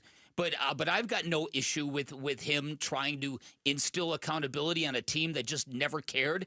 You talk about this is why I don't want the focus to drift this far from the players, because they are the ones ultimately accountable for this. And you take a look at Kevin Durant, for instance. How many times did we watch Anthony Edwards troll and clown the Phoenix Suns? Kevin Durant would laugh on court at the stuff Anthony Edwards was doing. Yeah. Why? You don't want to know why? Because Kevin Durant knew that Anthony Edwards respected him. Yeah. So what he felt about the rest of the team doesn't matter because he respects me. That whole vibe is what is off with the Phoenix Suns. There was no team to be found. It is interesting. Every one of these stories about Bud, where it's like, he talks to Bradley Beal and wants him to play like Drew Holiday, or he, doesn't want how dare he Devin Booker to, he wants his voice to be the leadership voice, not Devin Booker's. It all, like, big picture sounds like a guy who's trying to instill some toughness and coach these players and sort of like show who the authority is. It's just the way he's been doing it, apparently, and the communication style and the following up on it that seems to have been terrible. Well, and it's also to me, it sort of reeks of a team. You can't tell me that. Don't you know my cred? Don't you know what I've done? And again, listen, from what I've heard, I am not suggesting Mike Budenholzer should have kept his job. Anything but. But there's a real danger here in everybody just piling on him as the reason this thing went south. But and it may sound like I'm piling on him now, but in real time, when the season was still going on, how many times did I say you need 100 fingers to point for everything that went wrong? And you've been very consistent in your criticism of Mike Budenholzer. As the season went on, there was a lot of things you didn't like and I didn't like, from rotations to burying rookies on the bench. But again, I think at some point in time, he probably threw his hands up and said, I can't reach these guys. Plus, we're only hearing reports on everything.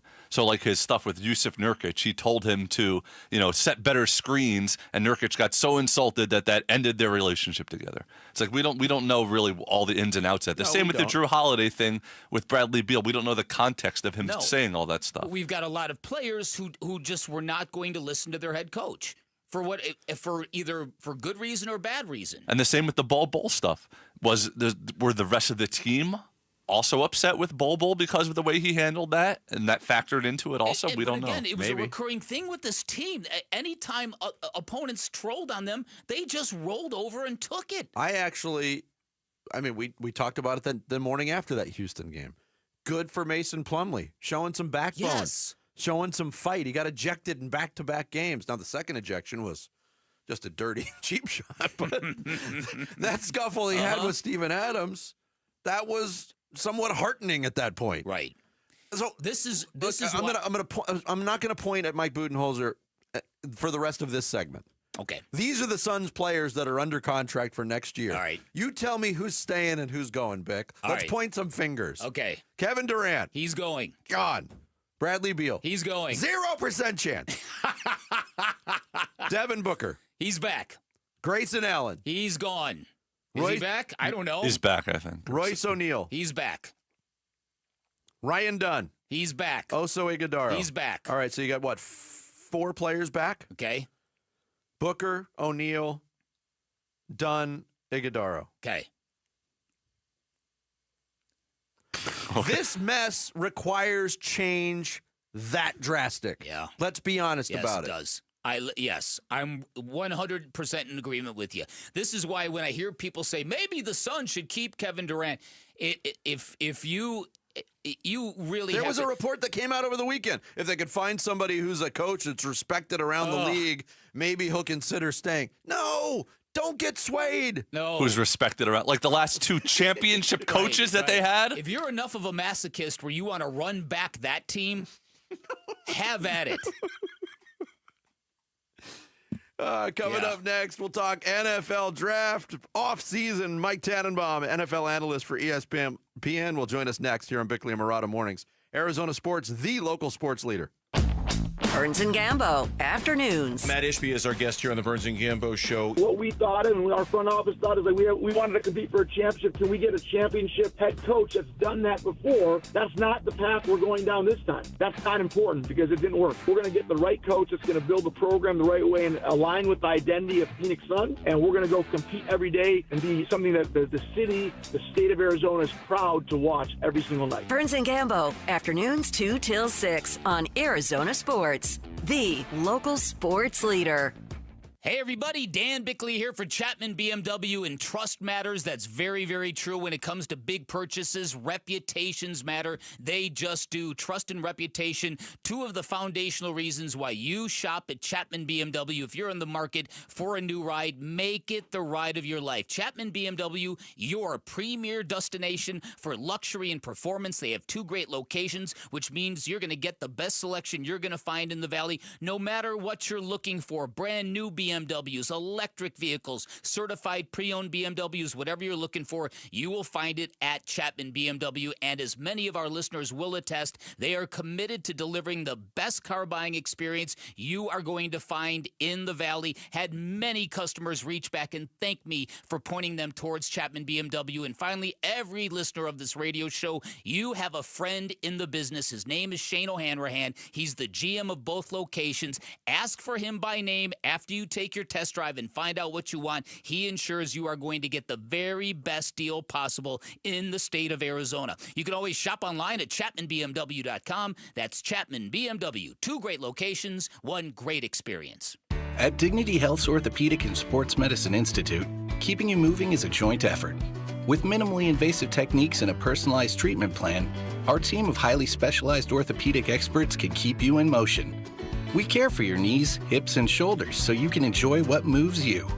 Don't let joint pain put your life on pause. Keep moving forward and find your path back to what you love. Learn more at dignityhealth.org/azortho. Hello, human kindness. Oh, wow, honey, I love it. It's so beautiful and so sparkly. Just like you, Mom. Happy Mother's Day. I'll wear it every day. It goes with everything. This Mother's Day, wow Mom with spirit-lifting, outfit-making, express your love jewelry. Shop jtv.com/mom for wow-worthy and budget-friendly styles. I'm never taking it off. Another wow factor? Sign up for JTV Text and get $30 off. If she loves jewelry, she'll love JTV. Still getting around to that fix on your car?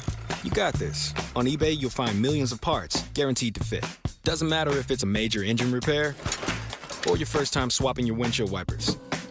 eBay has that part you need, ready to click perfectly into place for changes big and small. Loud or quiet, find all the parts you need at prices you'll love. Guaranteed to fit every time. But you already know that. eBay. Things, people, love. Eligible items only. Exclusions apply. Confidence is knowing you're ready to handle whatever comes your way. That's what it feels like to take on your workday with Cintas. They make sure your AEDs are up to date, your fire extinguishers are tested and inspected, your floor mats are cleaned and delivered, and your workwear looks good, feels good, and is freshly laundered with the Cintas Apparel Plus program. So are you ready to take on today? Visit Cintas.com. Oh, I'm ready! And get ready for the workday. Spring cleaning isn't just for clutter. Let Benjamin Franklin Plumbing take care of your appliances. From water heater replacement or repair to advanced water filtration installation, Benjamin Franklin Plumbing is here to provide a worry-free summer for you and your family. Visit BenjaminFranklinPlumbing.com to schedule. You can count on the punctual plumbers, where your comfort and safety come first. Book now. Visit BenjaminFranklinPlumbing.com. I'm giving you some outside-the-box, unexpected, non-talked-about scenarios. Bickley and Murata talk NFL draft now. Draft week is here. It gets underway Thursday night in Green Bay, Wisconsin. The Arizona Cardinals, owners of the 16th pick in the first round, here to talk NFL draft with us. Longtime NFL executive, now an insider at ESPN, Mike Tannenbaum, our guest on the Arizona Sports Line. Mike, thanks for joining the show today. We appreciate it. Morning, guys. How are you? Good. Look, we know 16 is nearly impossible to project what's going to happen at 16 for the Cardinals, if they even stay there. But what kind of players make sense right now in this process to you for the Arizona Cardinals? Yeah, I would love a front seven pressure player for them. Obviously, they struggled a little bit on third down last year. But I think they have a good nucleus. I think they're heading in the right direction. Every team has holes this time of year, and I think Arizona will be able to help themselves on Thursday night. Tyler Booker's a guy that a lot of people have pointed that might be available and might fit a nice need for the Cardinals. Slot him in at guard. What do you think of him as a player? Yeah, plug and play. Really smart, tough, durable. Don't see a lot of downside. I mean, if you want to quibble, you could say, is there better value to get a comparable player, 25 picks later on, possibly. But you draft him, you never look back. And obviously with someone like Kyler Murray, you try and keep the pocket firm. You could do that with Booker.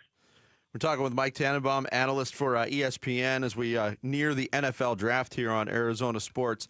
Obviously, there's so much talk about the quarterback position every year. It looks like Cam Ward's going to go number 1 to Tennessee. There's still some mystery on Shedeur Sanders and the Giants at 3. But after that, I don't think Shedeur Sanders falls past 9 to the Saints. Are we going to see another quarterback drafted in the first round, Mike? Oh, I think so. I think when you get into, we'll see what happens with Shedeur, like you said, and then I like Jackson Dart of Ole Miss. I think he gets selected some point in the first round. I think Tyler Shugg from Louisville certainly has a chance. And keep in mind, when you get to the bottom of the first round, guys, you do have the 5th-year option, which is fully guaranteed. But when you look at veteran quarterbacks getting upwards of $60 million, to get that extra year on the contract makes a lot of sense for clubs. When you take a look at cornerbacks, this might be a position of relative need for the Cardinals as well. What do you think of the overall class in the first round? Who might be available to the Cardinals at 16? Yeah, I like it. I like Will Johnson. You know, he didn't run, but he's long, he's physical. Obviously, we're not even talking about Travis Hunter. Jahdae Barron, I think, is a really productive player. He certainly has versatility.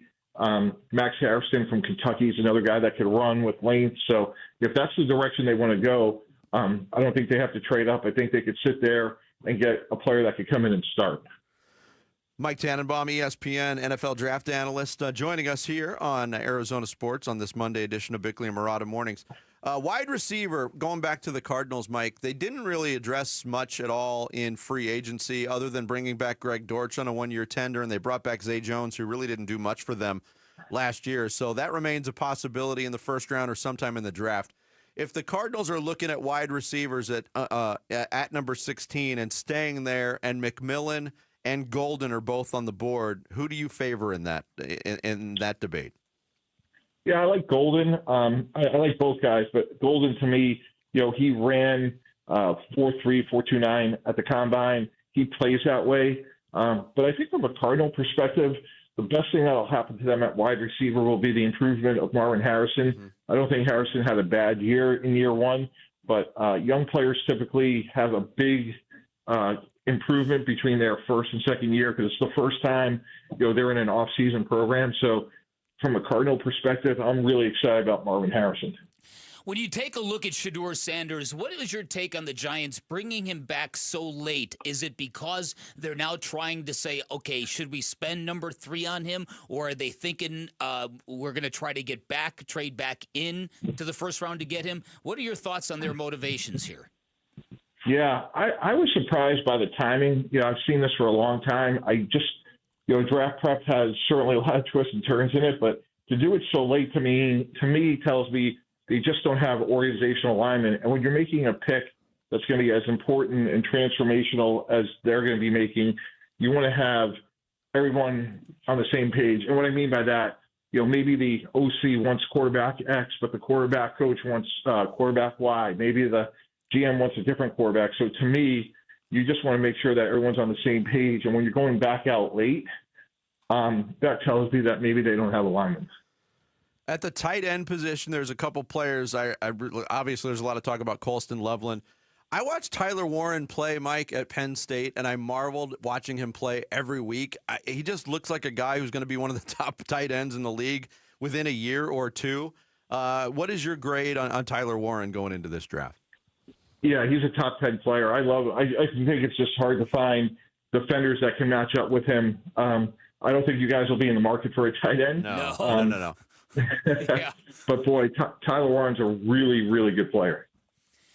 All right, when you take a look now at Travis Hunter and his ability and his desire to want to play both sides of the ball, you with your experience in the NFL, you know how difficult that would be for an NFL player to do it at the highest level.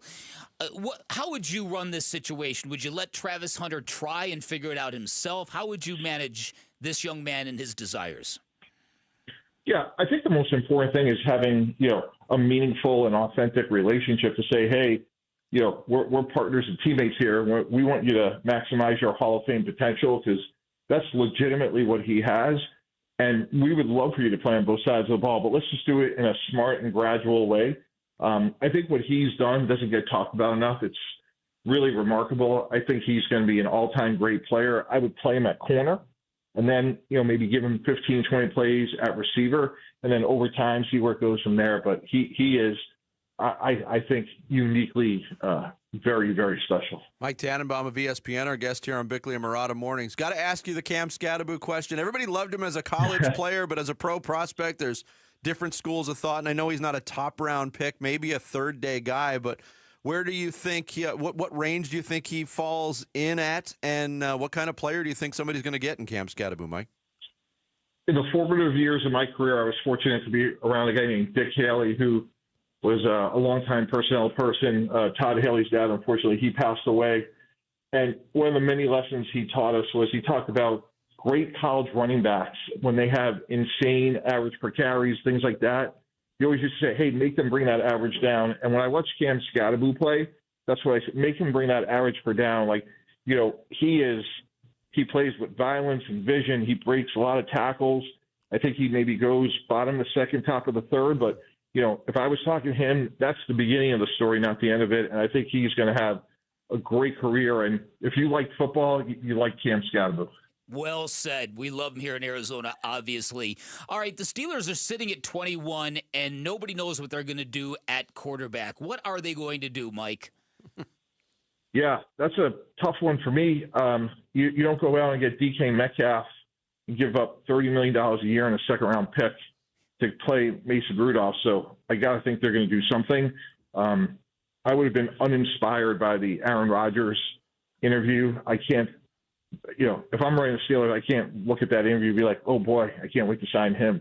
So I think they're going to be doing something in the draft. Yeah, I mean, I was going to go there too. After hearing that interview and a lot of the things that he said, it certainly seemed like he's leaning towards retirement because I don't think he's received the attention that he's got. Do you think Aaron Rodgers is actually done? I mean, look, if we were running a football team and we wanted to get a quarterback who had to withstand the rigors mentally and physically of being a 17-game NFL starter at quarterback, we wouldn't be signing Aaron Rodgers in 2025. Like, look, he has other things going on in his life, and I respect that. And he's earned the right to make choices based on his incredible career, but my gosh, that just didn't sound like somebody that was interested in playing football. No, not at all. Mike, great stuff. Thanks so much. Mike. You covered a lot of ground. We appreciate you joining the show today. All right, thanks so much, guys. Thank you. Mike Tannenbaum, ESPN NFL analyst. He joined us on the Arizona Sports Line. Coming up next, the big stories on this Monday morning, presented in the reboot by Rick. Jesse Morrison. Next, it's Bickley and Murata mornings here on Arizona Sports, the local sports leader. Dbacks Cubs. Swung on, that ball blasted towards center. Thomas, though, is there. He makes the catch, and that's your ball game. Diamondbacks win it by a final score of 3-2. Jamison gets the save in his return to the majors, and there will not be a sweep here at Wrigley Field as the D-backs hang on and win it in a thriller. A D-backs day off before starting a homestand against the Rays tomorrow. Listen to the D-backs play ball on Arizona Sports 98.7 and the Arizona Sports app.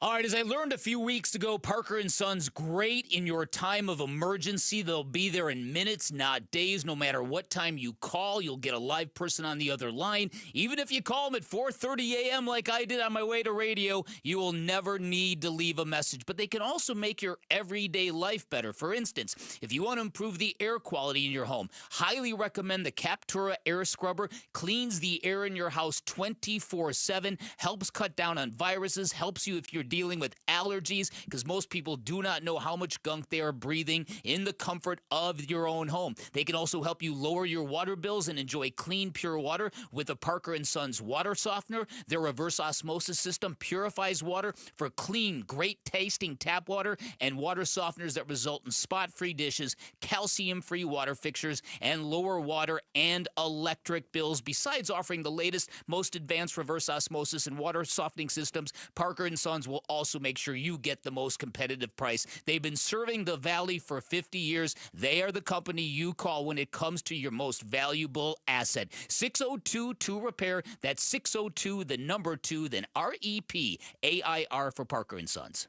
There has never been a better time to join Global Credit Union than right now. Dave Burns here, proud member, and at Global Credit Union, they're all about eliminating fees, no-fee checking and savings accounts, or for accidentally going over your account balance. It's easy to join with 10 branches across the valley, and you can always reach a live person 24 hours a day, 7 days a week. Explore the benefits of becoming a member at globalcu.org, your world of financial possibilities. Free checking and no monthly maintenance fee. Only apply to core checking accounts. Direct deposit required for early payday. Other fees may apply. Diamond Dave Cantor here. Do you do anything the same way you did in 1989? In 1989, you went to the library. Now you Google it. In 1989, you went to a payphone or the kitchen to make a call. Now it's in your pocket. In 1989, you wrote and mailed a letter. Now you email or text. And in 1989, you went to the mall or an old-timey jewelry store and paid full retail. Oh, wait, some of you are still doing this? In 1989, my dad sold his 22-store chain to the big guys, so I decided to use our worldwide connections and production capacity to serve clients. But in person, one-on-one, later adding online, later adding text, and later adding Instagram. Importing and working in professional offices, I turned the industry upside down and cut out 5 layers between you and the diamonds. So you can stop by Orange Julius and the arcade on your way to pay 3 to 10 times what you should at the mall or a traditional store, or you can come see me and our diamond experts and buy the right way, the new way, the Desert Wholesale Diamond way. Call 480-397-2450 or follow Dave on Instagram at Diamond Dave, Kantor. Hey, it's Vince Marotta with some exciting news from Earnhardt Ford in Chandler, the Ford Motor Company from America for America employee pricing event. And this is a big deal, folks. This means you pay what they pay across a full lineup of trucks and SUVs with few exceptions. And if you're considering a new vehicle, you got to give Earnhardt Ford a chance to prove why they've been a trusted name in the Valley for over 73 years. They're a family-owned dealership that offers a no-bull way of doing business. That's why generation after generation of Arizonans return to Earnhardt. Stop in now at Earnhardt Ford and take advantage of employee pricing, or check out their fully digital shopping experience with No Bull Express at earnhardtford.com. Offers require approved credit and end June 2nd, 2025. That's earnhardtford.com. Most new vehicles include the No Bull protection package as an added benefit. $699 for cars and SUVs, $1598 for trucks. For well-qualified customers through Ford Credit, U.S. residents only. Available on select new 2024-2025 Ford vehicles only. Exclusions apply. Prior purchases. Traditional AXCD plan ineligible. Plus tax, title, license, and $5.99 doc fee. See dealer for details. Message and data rates may apply. Hey, this is Dave Burns. And John Gambadoro. And every year we hear far too many heartbreaking stories involving children in water. Please take 2 seconds out of your day to help prevent these tragedies. Learn life-saving water safety tips and enter to win swim lessons from the YMCA and a pool alarm from Life Buoy. Go to Fulton2seconds.com or text SWIM to 620-620. And never forget that 2 seconds is too long to take your eyes off kids near water. This is Doug Fulton of Fulton Homes, proud to partner with KTAR to keep your kids safe around water. This is what's trending now, presented by Parker & Sons Heating, Cooling, Plumbing, and Electrical. The Diamondbacks beat the Cubs 3-2 in 11 innings yesterday, salvaging a game in the series in which they lost the first 2 over the weekend. Josh Schnell had 3 hits, including the go-ahead RBI single and extras, and pitcher Dre Jameson made his season debut to pick up the save in the bottom of the inning. Starter Merrill Kelly was excellent, giving up just 1 run in 5 2/3 innings and retiring 16 in a row before having to leave in the 6th inning due to cramping. Also over the weekend, Dbacks reliever A.J. Puck was put on the 15-day IL due to left elbow inflammation. The Dbacks are off today before starting a 6-game homestand with the Tampa Bay Rays tomorrow. And it is NFL Draft Week, and to see what the experts think the Cardinals might do at number 16 on Thursday, go to ArizonaSports.com, presented by Y-Refi, and check out the mock draft tracker. This report is brought to you by Y-Refi. Don't let private student loan debt ruin your life. Go to YREFI.com. That's YREFY.com. Arizona Sports, the local sports leader. Billy and Marotta Mornings. Rush Hour Reboot. Rush Hour Reboot. Getting you up to speed on everything happening in sports this morning. Brought to you by Brooklyn Bedding. For the best sleep ever, get the best mattress ever at Brooklyn Bedding. Sammy's out today. Jesse Morrison from the Wolf and Luke Show. Pinch hitting for Sammy to take us through the reboot. Pinch hitting. Yes. That's a great way for me to start and transition because D-backs is first. I wanted to say great job by your Orioles yesterday. Oh, wow. Well done. They almost, I think their performance was worse than the Diamondbacks on Friday. That game was tied after the first inning, okay? Let's not get crazy. Then things got a little... 24-2! That's what you're giving me! almost like 30-3, which happened to us as well. All right. The Arizona Diamondbacks beat the Chicago Cubs 3-2 yesterday to avoid a sweep, but overall it was not the best series for the Snakes.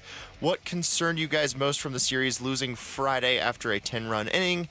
Zach Gallen continuing to struggle, AJ Puck landing on the injured list with left elbow inflammation, or Merrill Kelly dealing with cramps again. I've said many years, I love watching Zach Gallen pitch because you never know what his mood or his temperament's going to be.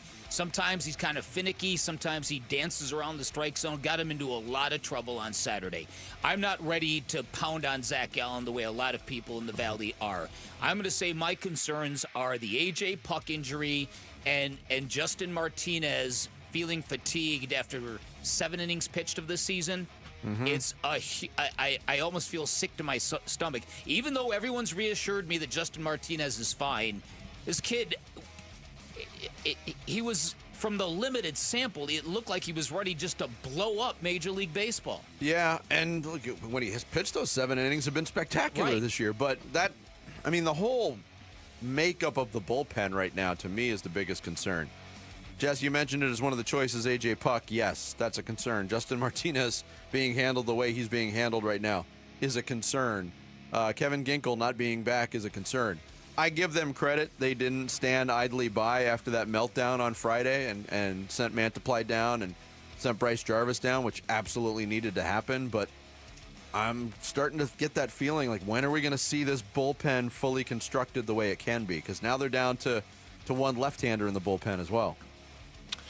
It has now been a week since Mike Budenholzer was fired as Phoenix Suns head coach. Here's Paul Pierce from Fox Sports 1 speak last week. I hate to say it, and not in a negative way, but he really is. Glad you started with Paul. No, seriously though. But that's what comes with guys like KD, because when you have a guy of KD's caliber like him and LeBron, expectations come with them. Mm-hmm. So as a coach, if you don't fulfill those expectations, you're always on the hot seat.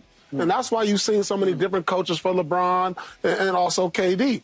But there's only a few guys that you could put in that category. And those two are the guys. But he's definitely a coach. You look up, he has, in 17 years, 8-9 coaches. It's just expectations come, and rightfully so, because of who KD is, to where if they don't perform at a certain level, then they bring in somebody else in. It just is what it is. What do you guys make of Paul Pierce calling Kevin Durant a coach killer? I don't think it's necessarily accurate, but I do think that Kevin Durant, as many people have said, can be a drain on an organization. I think Kevin Durant is very inquisitive. He's very argumentative. He likes things done a certain way, and it's not always good for building a buy-in kind of culture. Yeah, and I think Paul Pierce actually made a really salient point there. There's so much in terms of expectations when you have Kevin Durant on your team. If it doesn't go well off the bat, it has a chance of going downhill fast, and that's what we saw this year. Not pinning it all on Kevin Durant, but in some ways, yes, by no fault of his own, he's a coach killer if they don't get off to a good start. The NFL, well, we know this for sure. Whoever the coach is next year won't be saddled with the same level of expectations that the last two were. That's for certain. The NFL draft begins Thursday. Happy draft week. The Arizona Cardinals have the 16th pick in the first round. Pro Football Focus's Mason Cameron says Texas A&M edge Shamar Stewart would be the best first-round fit for the Arizona Cardinals. Shamar Stewart, edge, Texas A&M. It's the curious case of Shamar Stewart this NFL draft cycle. His 4.5 sacks across 3 seasons don't jump off the page by any means, but when you're putting up combine numbers similar to future Hall of Famer Myles Garrett, who cares? And let's not forget about the 39 pressures he logged in his final college season. Stewart has done nothing but improve his draft stock this offseason and should have plenty of teams lining up for his services. NFL comp, Denver Broncos John Franklin Myers. Oh, yeah, that's the player that comes to mind for me, too. I was just about that. If he didn't say it, I was going to. Spit an image. I don't know who that is. No, neither do any of us. JFM? Come on. I have no idea who that is. Anyway, how would you guys feel about the Cardinals going with Shamar Stewart at 16? No, not me. Listen, I'm always very, very wary of the guys whose combine numbers are so spectacular that they dwarf the production. The production is what matters, right? Yeah, he had 4.5 sacks in 3 years at Texas A&M. That's but right. those 39 pressures, and Tyler said, "Who cares?" And well, listen, I understand care. that. I care. The pressures aren't bad, but again, I don't know. I think there's better options than that if you're the Cardinals. I'm with Bick. I like the idea. I really like the idea. It take the best player between a offensive lineman and a cornerback that's available. That's a very simplistic way to look at it, but hey, I'm a simpleton. So you're not even putting wide receiver in that mix? I suppose I could. Yeah, maybe I will. See how malleable I am? You are so simple, I just changed your mind. You just changed my mind. And you might do it again 10 seconds from now. The wide receiver one is one of those ones like, well, if the player that's there is so good that you can't resist it, you know what I mean? Yeah. You don't want to pick like the fourth best wide receiver there, but... No, and it comes down, as Vinny said, it's Matthew Golden or it's Teteroa McMillan. But even Matthew Golden, he's a guy that's got great speed. Which is what they need. Which is what they need, but... That rhymed. T-Mac has got great height, size. Which is speed is what they need, but T-Mac has got back. What? What? What? All right, the NBA playoffs began over the weekend. In the marquee matchups, the Nuggets squeaked by the Clippers 112-110 in overtime. Timberwolves smacked the Lakers 117-95. Thunder walloped the Grizzlies 131-80, and the Warriors took care of the Rockets 95-85. What were your biggest takeaways from the start of the playoffs? Lousy games, mostly, outside of the Clippers-Nuggets game. 7 of the 8 decided by 10 or more points. 4 games by average of 25 points yesterday. It's not going to hold out. The games will get better, but it didn't get off to a very good start in terms of viewability. Is that a word? Yeah, no, that is it. That's a good word. I think for me, it sort of this realization that while you don't want to overreact to a Game 1 blowout, Oklahoma City, I think, clearly has been hearing the people and the skeptics and the doubters. They're too young to do this. They're not that good. All they do is foul hunt. You beat a team by 50 plus. Oof. The playoffs are too long. And how about Mikal Bridges, a minus 16, only member of the Knicks starting lineup to be negative.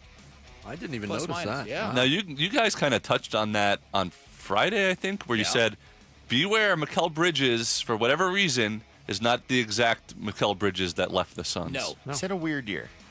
Yes, he has. All right, last one for you guys. You guys tried the Masters Pimento cheese on Friday. It's still out there, Jesse, if you want some. I'm not going to have that. So what is your favorite food you have ever had, either at a sporting event or from a sporting event? I'll tell you what, the first time I had a Sonoran dog at a Dbacks game, I'm not going to say it changed my life. But it changed your life. It changed my day. I do love a Sonoran dog. I think, as Vinny would attest, the copious amounts of yogurt I consumed in the Dodgers press box. What flavor? It wasn't just yogurt.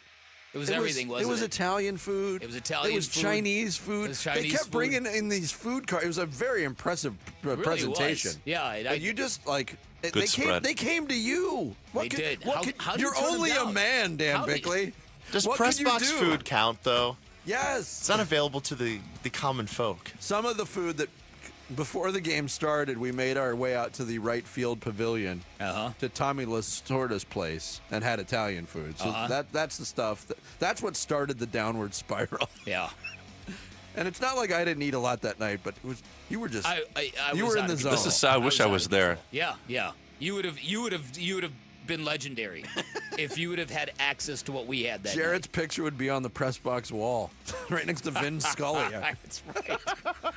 Most Italian food eaten at a single baseball stadium ever. The Jarrett Carlin Memorial Cafeteria. Oh, no, I died after this? Well, maybe. All right, we're all rebooted. Thanks, Jesse. Rush Hour Reboot every morning at 7:30. Coming up next, while the rest of the rotation is starting to get into a groove, the D-backs ace continues to struggle. How worried are people about Zach Gallen, and should they be? We'll get into it next. Bickley and Murata mornings on Arizona Sports, the local sports leader.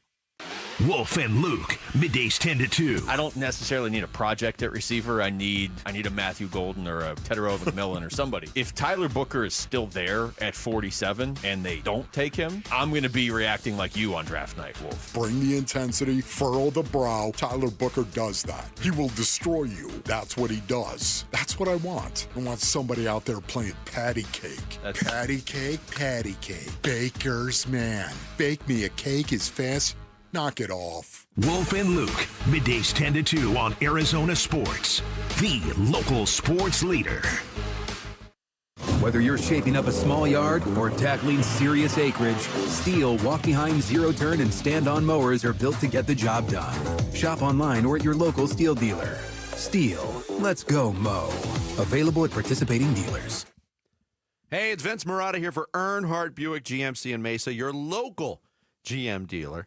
With great deals all April long, there has never been a better time to get in a new GMC truck or SUV. You can take advantage of low 0.9% APR financing on a 2025 GMC Sierra 1500 TurboMax full-size truck, or electrify your savings with an even lower 0% APR for 60 months on 2024 Hummer SUVs or Sierra EV Denali's. All offers require approved credit. See dealer for full details. These offers do end April 30th, 2025. So hurry in to Earnhardt Buick GMC. Meet the team. Check inventory. They are conveniently located right off the 60 at Superstition Springs Boulevard in Mesa, or find it all online at EarnhardtBuickGMC.com. Earnhardt Buick GMC, we are professional grade, and that ain't no bull. If you're 55 and up, T-Mobile has plans built just for you. 2 lines of unlimited for just $30 a line. That's a 45% savings compared to Verizon and AT&T. But don't just take our word for it. It's not just the savings that are great with our T-Mobile plan. There's all this value from all these other things that T-Mobile offers. T-Mobile has been such a savings for us. We love it. Switch today and get 2 free 5G phones like the Motorola Edge with Turbo Power charging that gives you power for the day in just 15 minutes. And customers 55 and up can get 2 lines of talk, text, and data for only $30 a line. Go to T-Mobile.com/55 to learn more. With 24 monthly bill credits and 2 new lines with autopay for well-qualified customers, plus taxes, fees, and $35 per line connection charge. Credits end and balance due if you pay off early or cancel. Contact us, plus $5 per line without autopay. Debit or bank account required. 45% off 2 lines versus AT&T Starter and Verizon Welcome. Plan benefits vary. See details at T-Mobile.com. Motorola Edge requires 68-watt charger. Charger sold separately. Actual performance will vary based on usage and configuration. May 5th through the 11th. Get close to the future legends in women's golf. The Carlisle, Arizona Women's Golf Classic returns to TPC Scottsdale's Champions Course. Brought to you by Carlisle Companies. The biggest purse on the Epson Tour means the best in women's golf will be here.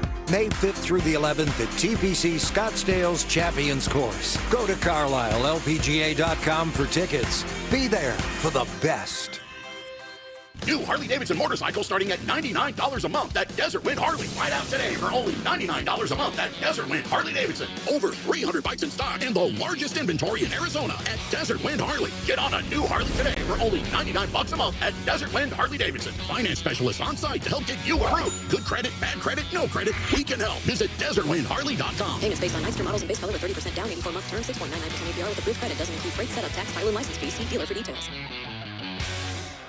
All right, Basinonians, Ron Wolfley here. Don't wait another year wishing you had custom shades. Do what I did and call All Pro Shade Concepts. They're celebrating 20 years in 2025 with free estimates, complimentary installation, and they will cover your sales tax. I use roll-down shades to keep the cold air out and turn my patio into another room. And when summer comes, their retractable awnings block the sun and add backyard shade. Visit allproshadeconcepts.com and tell them Wolf sent you. On Saturday, April 26th, arrive early to the Dbacks versus Braves matchup and get a Diamondbacks replica jersey courtesy of Casino Arizona and Talking Stick Resort. Secure your tickets now at dbacks.com.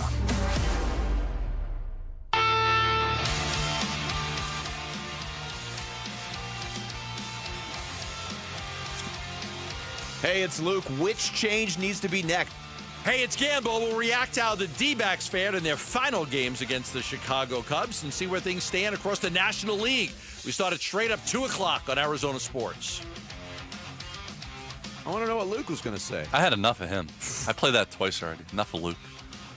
I hit the wrong button there. Sorry. Oh, shocking.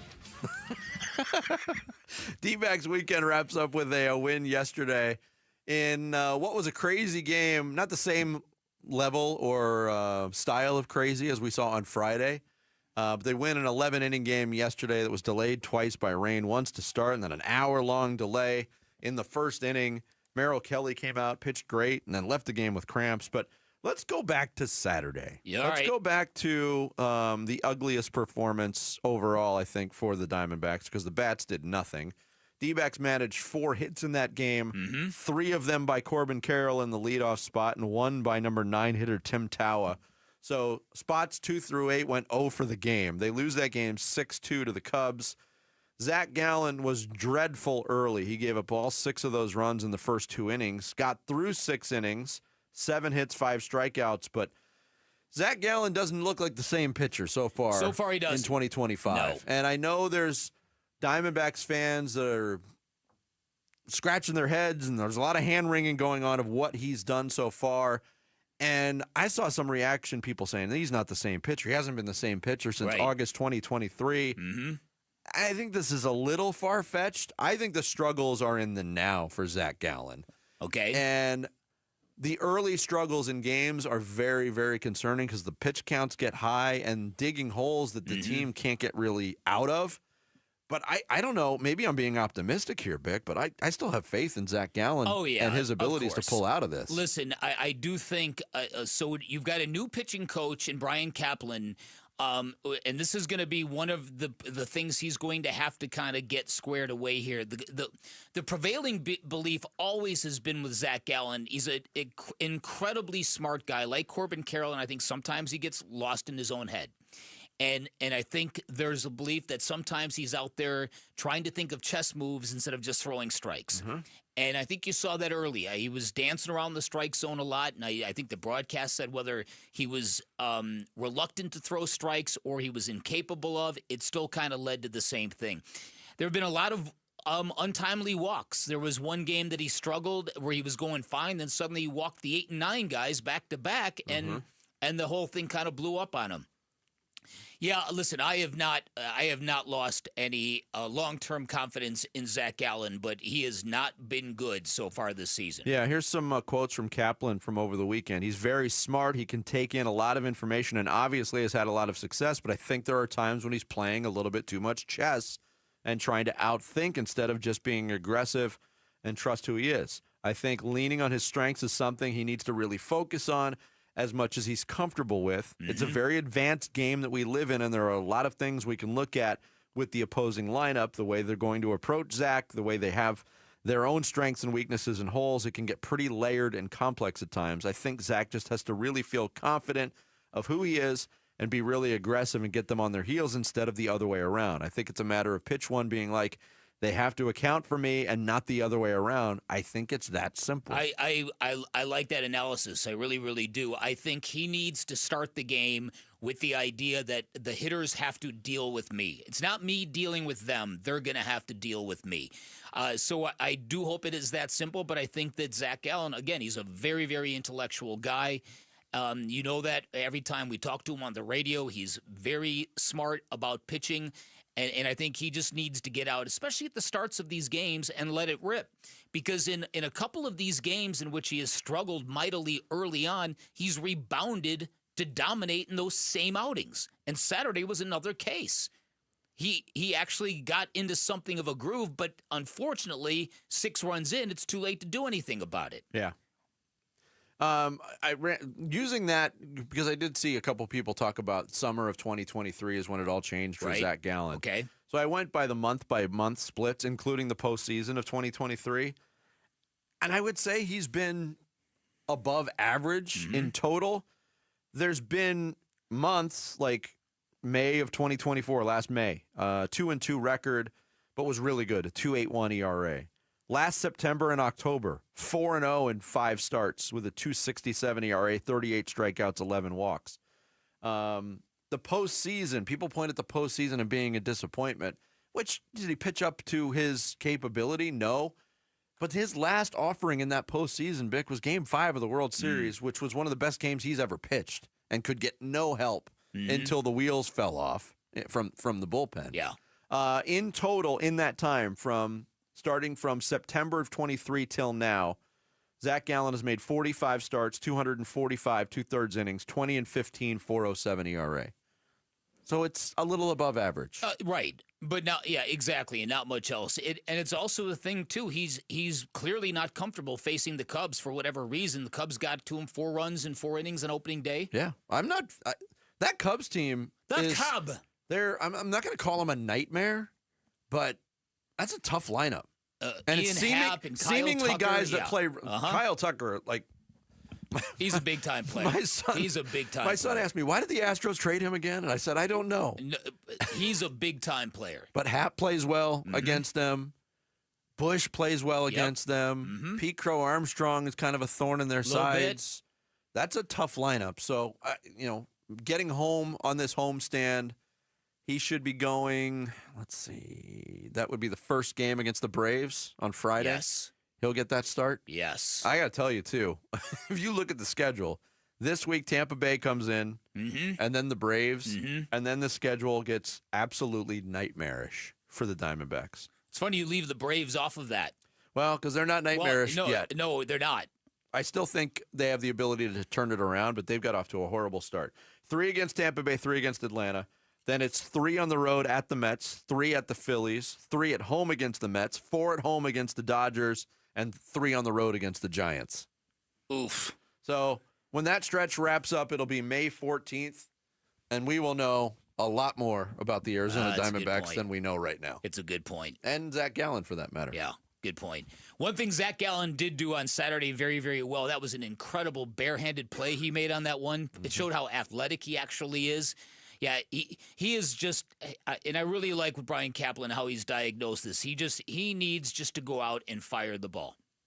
Yeah, but unplug all. You know what I mean? Maybe trust the catcher. Maybe just whatever Gabby wants him to throw, just throw it early on. I don't know. Look, you can't.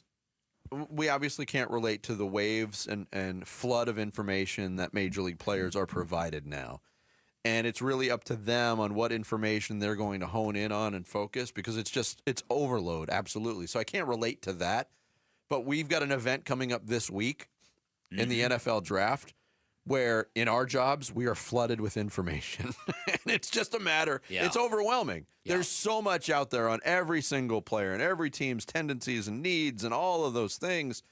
It can get overwhelming on what you're going to pick and choose to your advantage.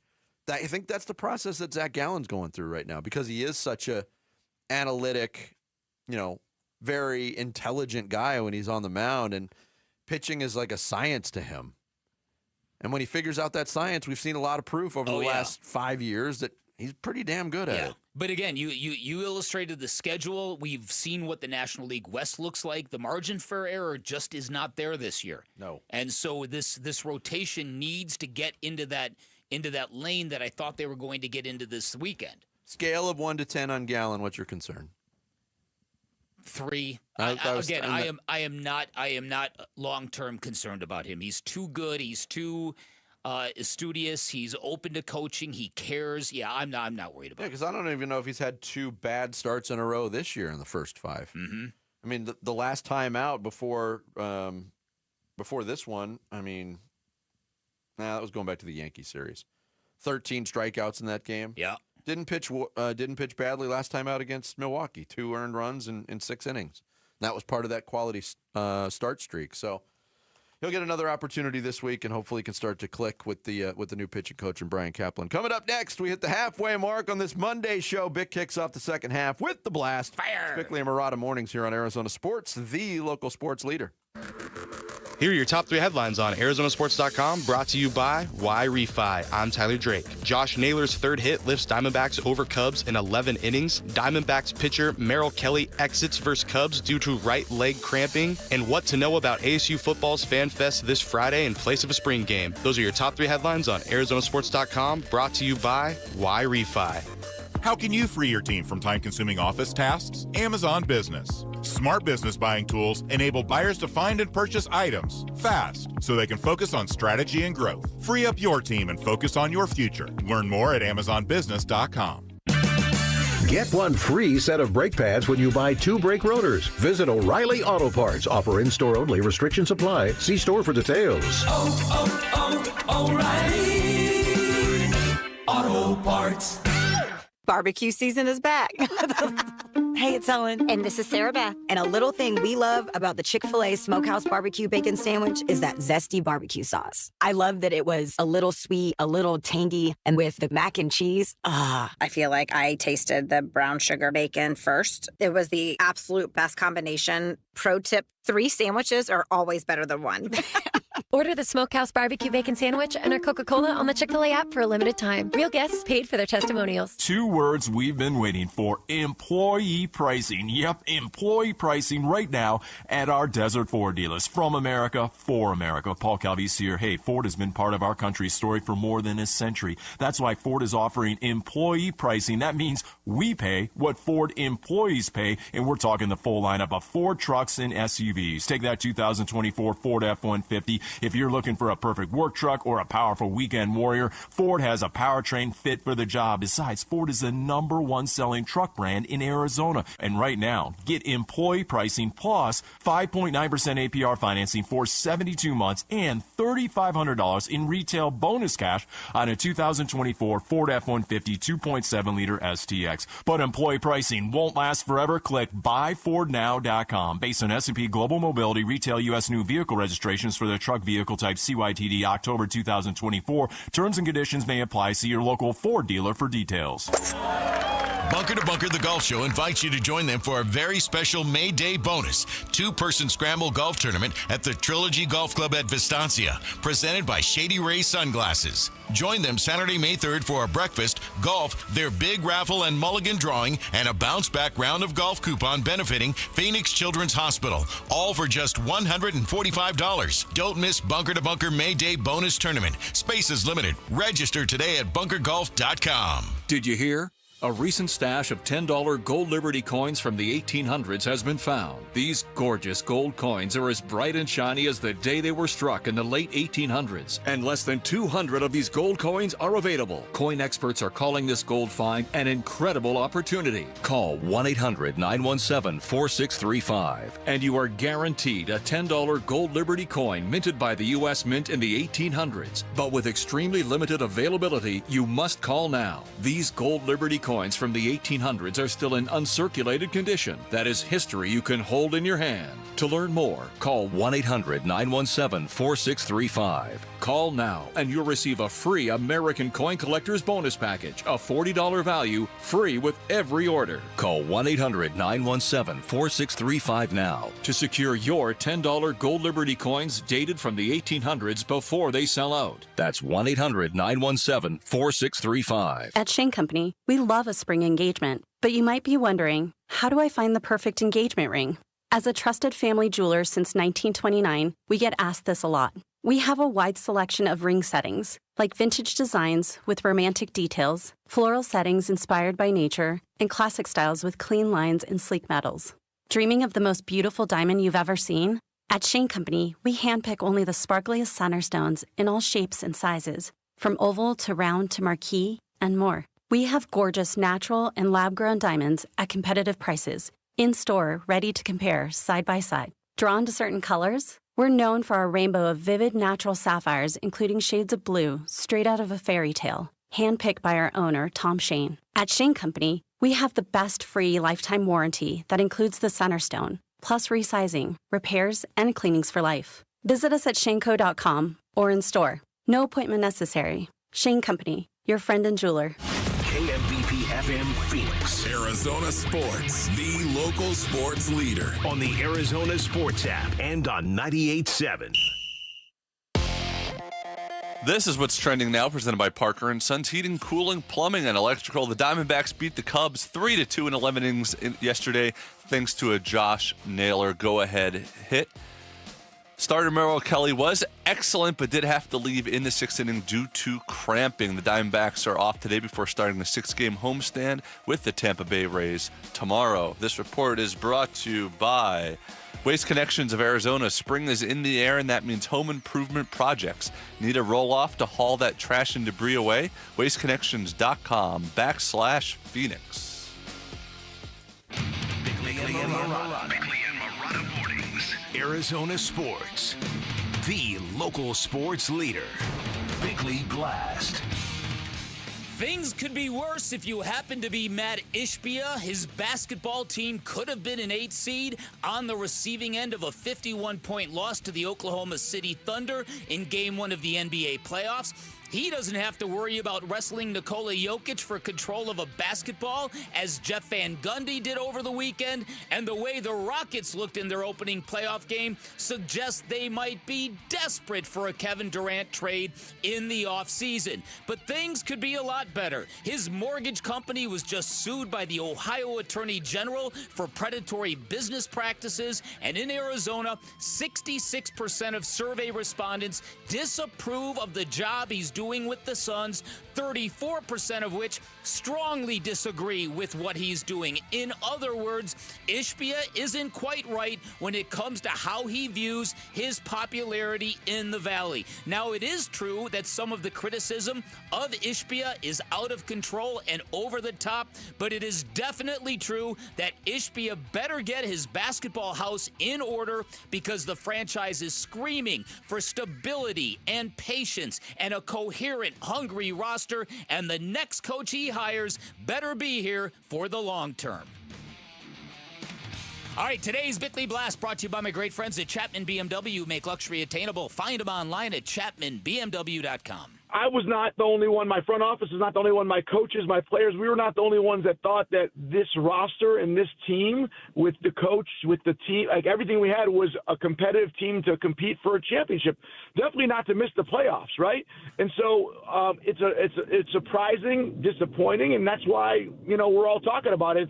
It's not like we just barely missed expectations. We missed it by a long shot, and so that delta is tough to handle. That is Matt Ishbia, the owner of the Suns, on Burns and Gambo last Thursday here on Arizona Sports on the general subject of expectations not being met. And he's not running from it.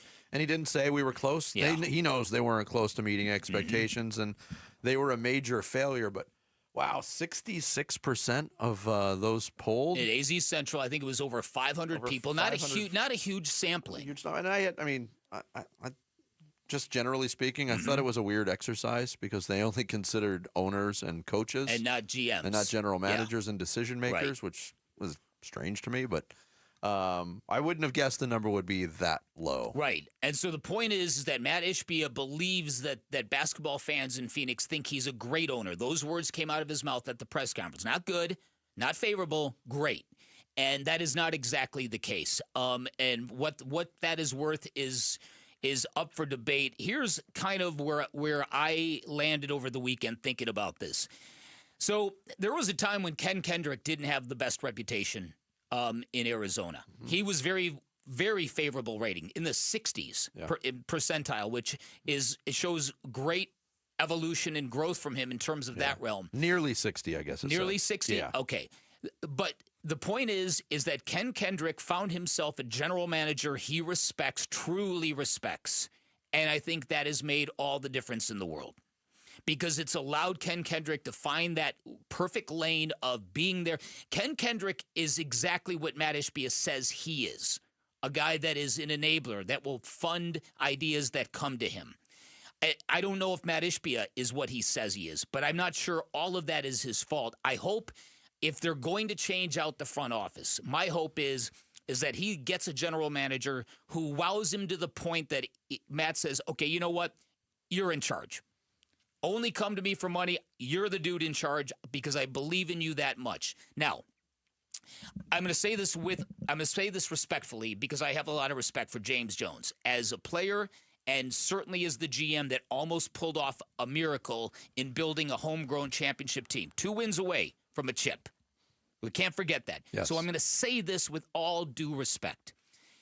If Matt Ishbia comes in and he finds a general manager who believed in A but doesn't fight for it, or who didn't want to trade for Kevin Durant because of the costs involved, but didn't put his foot down or didn't express strongly enough. Being compliant enough to make Matt Ishbia feel good about the decisions he wants and the players he wants. That might be an element working against James Jones. Because while it helps in terms of your interpersonal relationship with the new owner, and maybe it helps your job security by being amenable to what the owner wants, it's not the ticket to respect. Do you see what I'm saying? Absolutely. Okay. So that to me could be the game changer. If he gets on the market, I don't even know if he's looking for a GM or anything like it. But if he gets on the market and he finds a guy that this dude knows what he's talking about, I'm listening to this guy. And if this dude comes in and speaks hard truths to Matt Ishbia, maybe that is going to transpire. I mean it when I say it's interesting because after the Matt Ishbia press conference, there's a lot of people who've lashed out at Matt. Then there's been people who've come back and said, all right, look, criticize him for what he's done here, but don't forget what he's trying to do here. Don't forget what's the word James Jones used? His care factor. So somewhere in there is a needle that has to be thread. And so that, to me, would be the best hope for the Phoenix Suns. Yeah. To find an executive that has a real clarity to team building and is really good at it and then gets the best of Matt Ishbia without the impatience and without the, I can do this. I can make this decision. I want this player. I don't care what you think. I want this player. Yeah.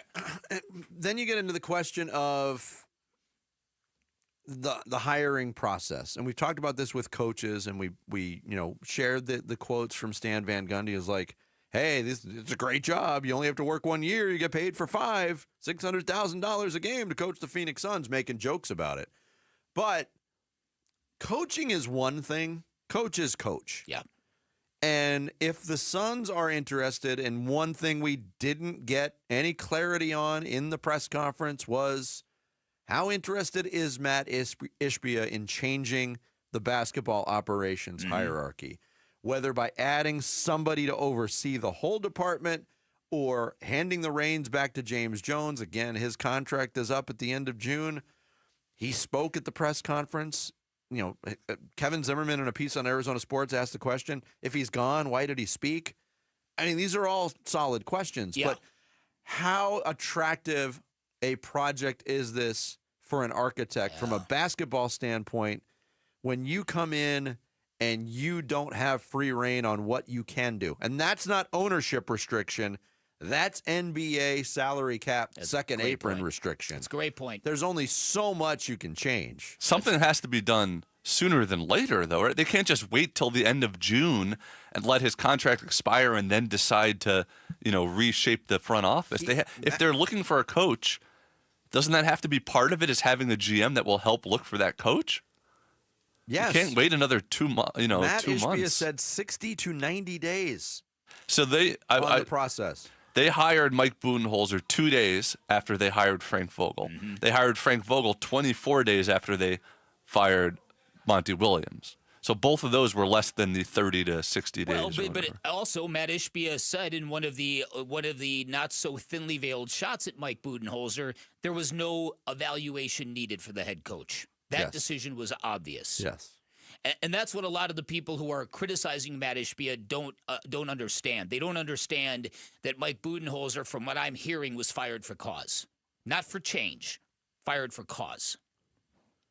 And the people who are ripping Matt Ishbia for being impatient aren't considering that. Aren't considering that there might have been stuff and elements of this head coach that no, that ain't it. That the line where he was like saying, there's more to it, but I'm not going to get into that right now. There's a lot of reasons why he's not here. Exactly. Burns and Gambo asked Matt Ishbia, too, what he plans on learning from the last 2 head coaching hires to get it right this time. Well, 2 things. One, we got to set the tone at the organization level.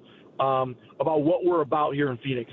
We're not going to just hire any coach that just comes in, fits in, and get any player that's talented and put him in there and see how. Like, we're going to say this is what we're about and this is how we're going to play. And I think I referenced at the press conference, like Pittsburgh Steelers, and I don't know if you guys like. I'm not a Pittsburgh Steelers fan, by the way, but it's just their football program or organization. It's very clear what they're about there. Michigan State basketball, where I came from, it's very clear. Like, we're going to block out. We're going to hit you across the chest. Like, we're tough. There's certain stuff that you just know about Tom Izzo, Michigan State basketball teams. Phoenix Suns have to have an identity, and we have had no identity, and we have to have an identity. Then we have to pick a coach that's aligned with that identity. But that's all well and good, Bick. But if that's going to be your major talking point in a press conference and a radio interview, don't you reveal what you want that identity to be? Yeah. As opposed to, are we still workshopping what the identity is going to be? Yeah. It's confusing to me, the idea of, okay, then is this a new thought? The power of identity? And yeah, it's a little bit odd to me. We're workshopping it. We don't know what it is yet, but you're going to love it. It's going to be undeniable. It kind of sounds like the words that Kevin Spacey used as John Doe in Seven. Oh, when I'm done here, you'll know exactly what has happened. That's and it's going to be amazing. What's in the box? He was just killing people. That's right. The NFL Draft is coming. We've got your chance to win a brand new NFL Draft hat repping your team. Just head to the contest page at ArizonaSports.com. Lock in your prediction for the first pick and try to nail as many picks as you can. The more you get right, the better your shot to win. Coming up next, we're getting closer and closer to the NFL Draft. Are we any closer to knowing what the Cardinals will do at 16? Probably not, but we'll get into some possibilities next. Bickley and Murata Mornings here on Arizona Sports, the local sports leader. Dbacks decision makers from the team's front office join Wolf and Luke Wednesday mornings at 11:45 for Dbacks Front Office Focus. Brought to you by Canvas Annuity. The home of Arizona Diamondbacks baseball is Arizona Sports 98.7 and the Arizona Sports app. Hey, it's Gambo. Back to tell you about the Schwartz Laser Eye Center. Dr. Jay Schwartz did the LASIK surgery on my eyes over 15 years ago, and to this day, my vision has never been better. I see great at night, in the day, up close, far away, no glasses, no readers, and this is 15 years later. Dr. Schwartz offers the best in advanced LASIK technology, as well as other surgical laser procedures, such as the clear lens exchange and the EVO ICL. Whether it's nearsightedness, farsightedness, and astigmatism, or any other eye care issues, the Schwartz Laser Eye Center can help improve your vision and change your life as he did mine. There is a reason he is the official eye doctor for the Phoenix Suns and Arizona Diamondbacks. The Schwartz Laser Eye Center has 3 valley-wide locations, one in Glendale, one in Scottsdale, and one in Mesa. Schedule your free LASIK evaluation by calling 480-483-EYES. That's 480-483-EYES, or going online at teamidoc.com. Life can be stressful, but selling your home doesn't have to be. I'm Carol Rice with Your Home Sold Guaranteed Realty, and I make home selling easy by properly pricing your home and getting it in front of thousands of my exclusive qualified buyers. Do what Jackie and Mark did, selling in just 5 days for full market value. Call me, Carol Royce, and ask about my 100% of market value or I'll pay the difference guarantee. Or visit carolhasthebuyers.com. Carol and seller must agree on price and possession. Hey, it's Wolf from Presidential Pools, a long-term partner of ours over a decade, and they built my pool. They're also now an official partner of the Arizona Diamondbacks. Starting this season, Presidential Pools, Arizona's largest pool builder by volume, is teaming up with the Diamondbacks to bring you even more excitement on and off the field. Go with my pool builder and the Diamondbacks' new partner and see how they can help you at presidentialpools.com. Wesley Financial Group is not a law firm. Do you find yourself stuck in a timeshare? Get the real facts about the timeshare industry and your options for cancellation. Chuck McDowell, founder of Wesley Financial Group, has put together a free information guide that reveals the secrets the timeshare industry doesn't want you to know, including the 5 ways to get rid of your timeshare. Call now and get this timeshare cancellation guide absolutely free. Call 800-838-6161. That's 800-838-6161. 800-838-6161. This is a story of the one. As a maintenance specialist for university housing, he knows college students can major in wear and tear. Plus, housing so many students doesn't leave a lot of room to house all the supplies he needs. That's where Grainger comes in. With over 1 million industrial-grade products and fast, dependable delivery, Grainger carries the quality products he needs so he doesn't have to. From a new door hinge to a whole new faucet. Call, click Grainger.com, or just stop by. Grainger, for the ones who get it done.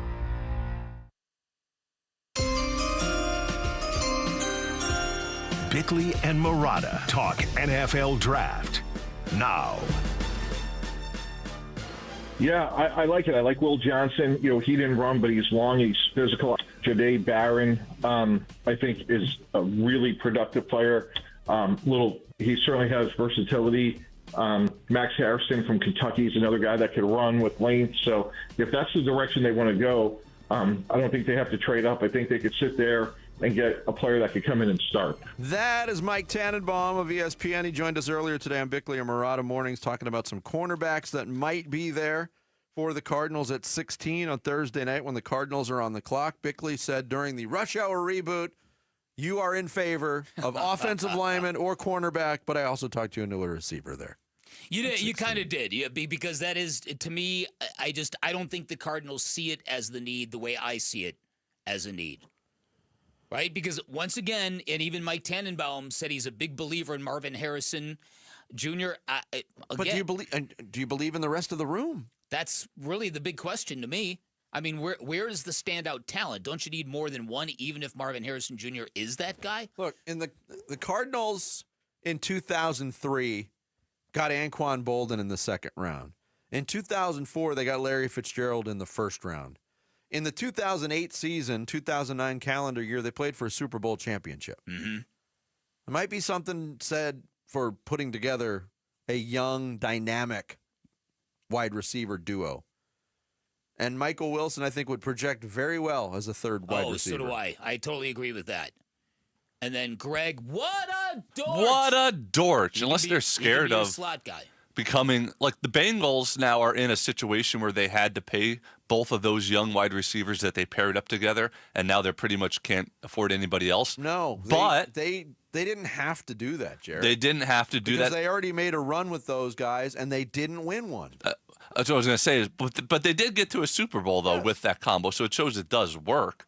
But, yes, they put themselves in the bind, so maybe that's what they're scared of. You know, if they don't draft a wide receiver and they don't get a veteran, like we're thinking they still might do, I guess, in free agency or a trade, they're going to say Marvin Harrison Jr. is ready to take that next step. Michael Wilson's ready to take that next step. We have Trey McBride, which is like having the number one wide receiver on the team. You know what I mean? They're going to try to sell the weapons they have.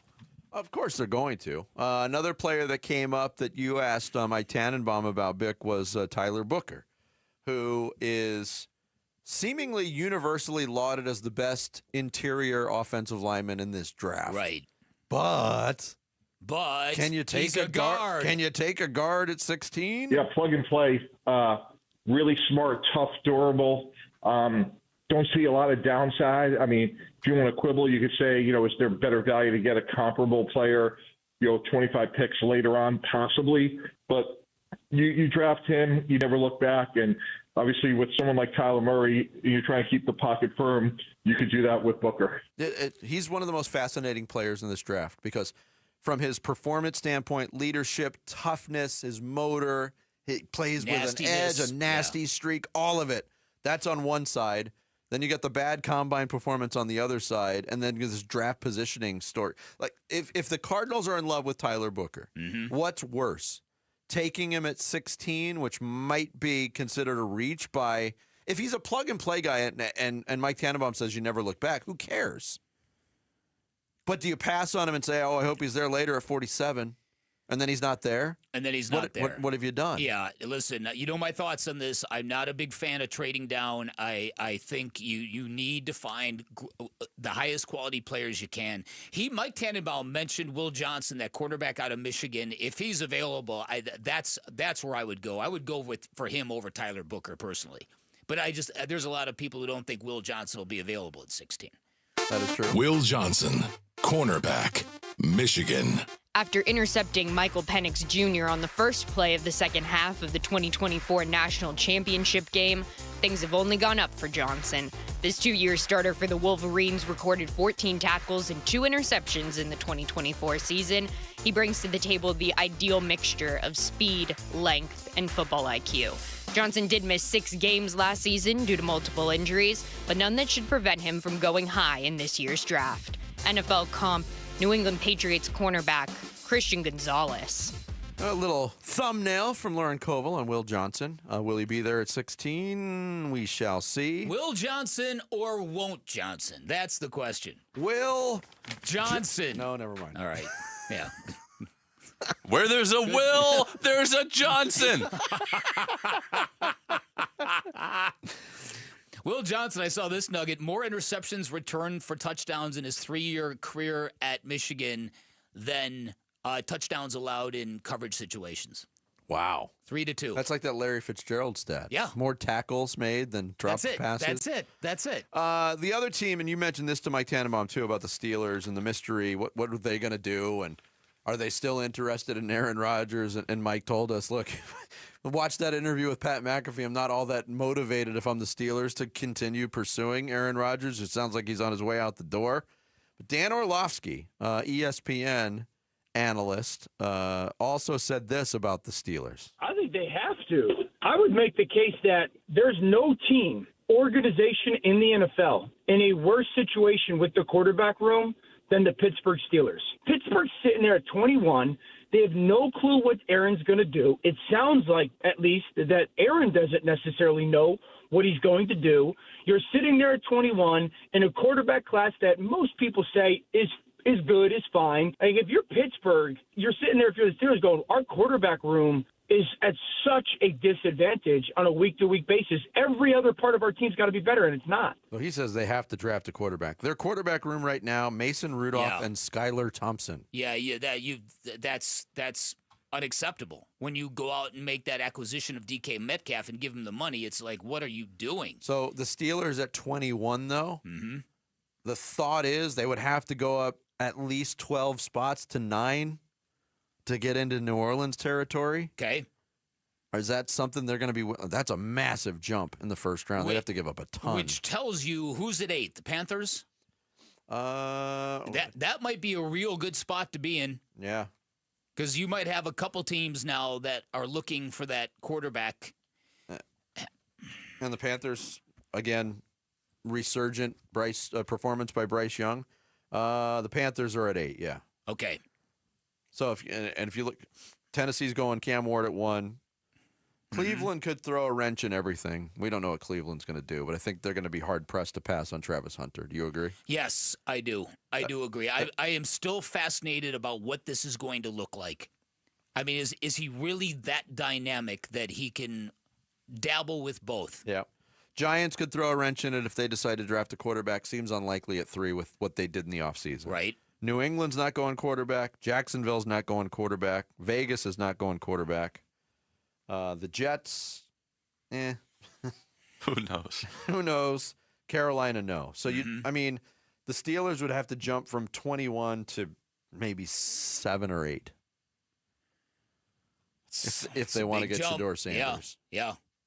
But do they, is Jackson Dart, is the case going to be made for him with a lot of these teams that, well, he's just as good, and he's going to go much higher than anyone thinks? It doesn't seem like the Steelers are a team with that identity that has been so talked about this morning. Right. That they're going to jump that high for a splashy non-can't miss quarterback. They'll probably go into the veteran market after OTAs start. Kirk Cousins, maybe. Kirk Cousins maybe fits there. Somebody else. That seems more likely than a Shedeur Sanders, doesn't it? Very much so. To move up and give up all that capital? Yeah, very much so. Yeah. Look, they said, we talked about they don't want the Aaron Rodgers circus. Shedeur Sanders will bring his own type of circus as well. Yeah. And how long would it take the Steelers to retire his number? Coming up next, the Dbacks had an up and down weekend on the field and in the training room. We'll get into the latest on that next. It's Bickley and Murata Mornings on Arizona Sports, the local sports leader. Friday afternoons at 2:30 on Arizona Sports. Burns and Gambo talk Diamondbacks baseball with Dbacks manager Torey Lovello. Brought to you by Estrella Jalisco. Don't miss Burns and Gambo with the skipper. 2:30 Friday afternoon. Listen on the Arizona Sports app and 98.7. Hey everybody, Dan Bickley here. Spring has arrived, means it's a great time to build out that backyard of your dreams before it gets too hot outside to do it. And my friends at Turf Monsters can make that happen. They are a leading installer of artificial turf in the valley, which means they can give you that beautiful green, sparkling lawn without the mess, without the hassle, without the water bills. If you're looking for a traditional landscaper, they can handle that. They can give you new plants, new trees. They can build you a customized backyard, whatever you're looking for. If it's a patio, if it's a shading structure like pergolas, they're fantastic at creating state-of-the-art putting greens. If you're a golfer, highly recommend you go check out some samples of their work. They are outstanding, and what could be better than practicing your short game in the comfort of your own home? Whatever you are looking for, Turf Monsters outstanding at it. Go check them out online at turfmonstersaz.com. Make sure you check out the near 1,000 5-star reviews. You get the idea that this company truly cares about the happiness of their customers. What a concept, huh? Or just give them a call, tell them I sent you. 623-263-7388 for Turf Monsters. 1877 Cars for Kids. KARS Cars for Kids. 1877 Cars for Kids. Donate your car today. Donate today at carsforkids.org. That's cars with a K. Your car can be picked up as soon as the next day. Receive a tax deduction and vacation voucher. 1877 Cars for Kids. Donate your car today. Now accepting donations of land, homes, buildings, or any kind of real estate. We have big news from Sanderson Ford. Listen to this. This is David Kimmerly, president of America's most awarded Ford dealership, Sanderson Ford. Ford just announced From America, For America employee pricing.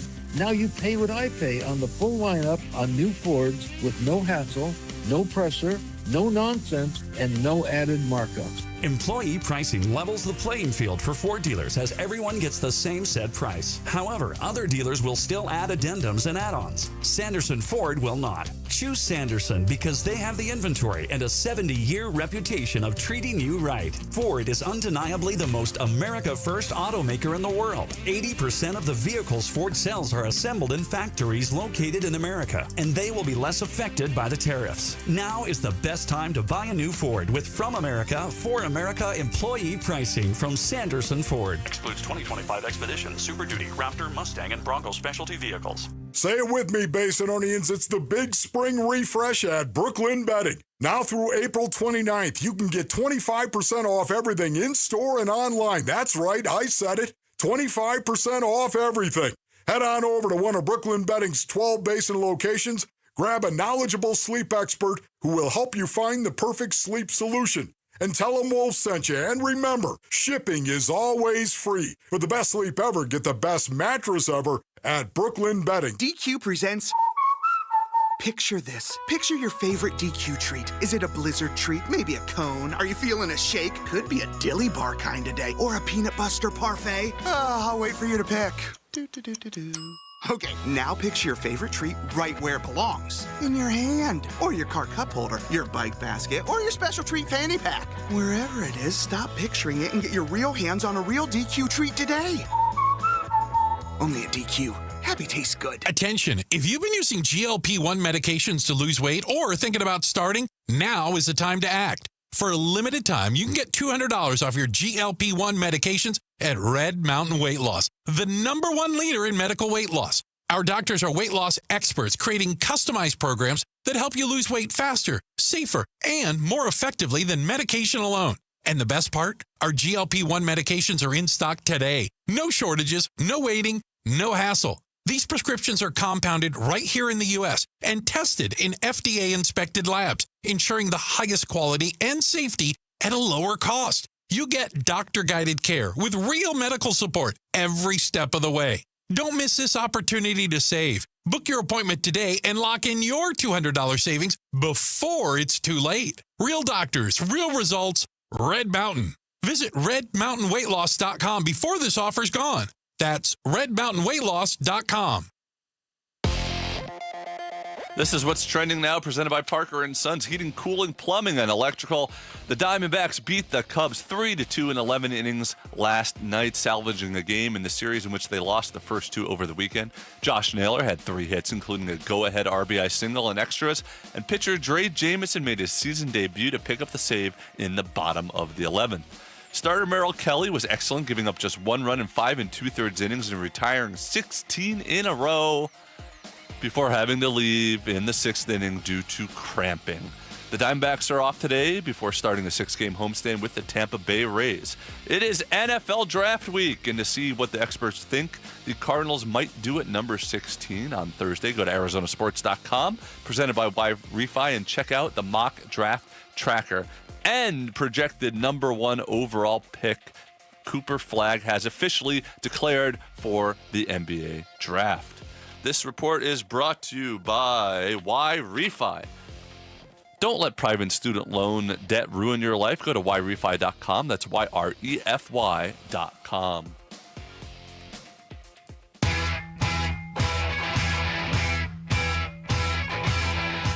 Hey, it's Gamble. We'll react to how the Dbacks fared in their final games against the Chicago Cubs and see where things stand across the National League. We start at straight up 2 o'clock on Arizona Sports. Overall fatigue, and once the trainer comes in and talks to me about that, I have to really pay attention to it. And when he says he needs another day off, he needs another day off. So, and out of respect to the athlete and what's going on around us right now with AJ, we're not going to risk anything. That's Torey Lovullo, manager of the Arizona Diamondbacks, when asked why the team is erring on the side of caution when it comes to the use of reliever Justin Martinez, who did not pitch at all in the Cubs series. Yeah. In the 3 games, had an opportunity under normal circumstances. I think we would have seen him on Friday in that crazy game.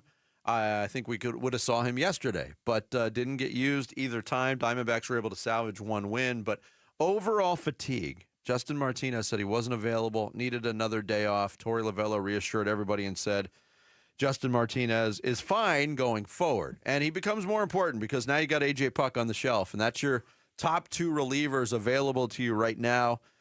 Kevin Ginkel kind of in that 3-headed monster mix. He hasn't pitched at all yet this year, so you're down to 1 right now. That's right. And you can't feel great about things if Justin Martinez is fatigued after pitching 7 innings. No, and I said this earlier. That Friday night game was, to me, it was a very, very mammoth kind of event. I heard from so many Diamondbacks fans afterwards. I'm sure you did as well.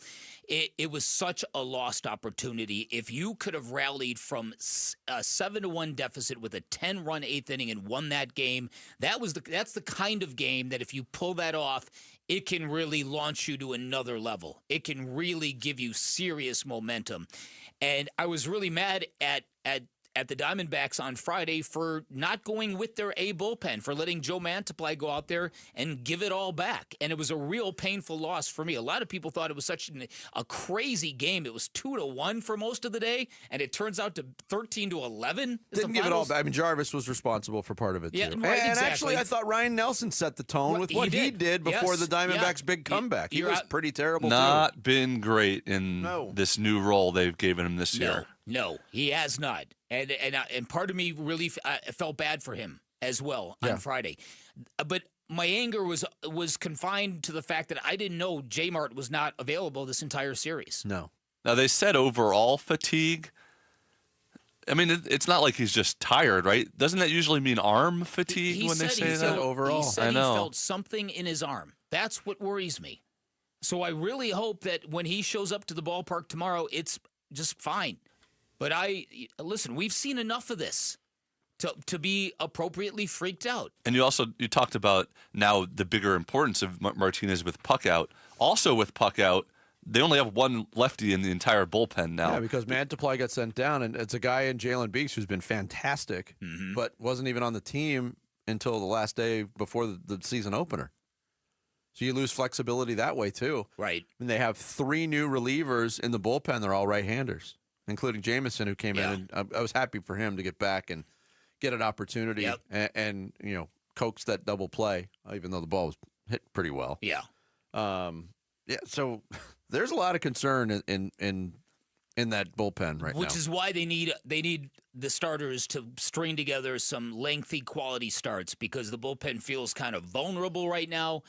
And you know, one of the benefits, there's not many, but one of the benefits to not having a lot of great teams over the years here in the Valley is when you have a really good team, the fear of, particularly in the NFL and in Major League Baseball, you begin to fear these injuries that are so common. In baseball, it's pitchers and arm trouble, and in football, it could be any number of things.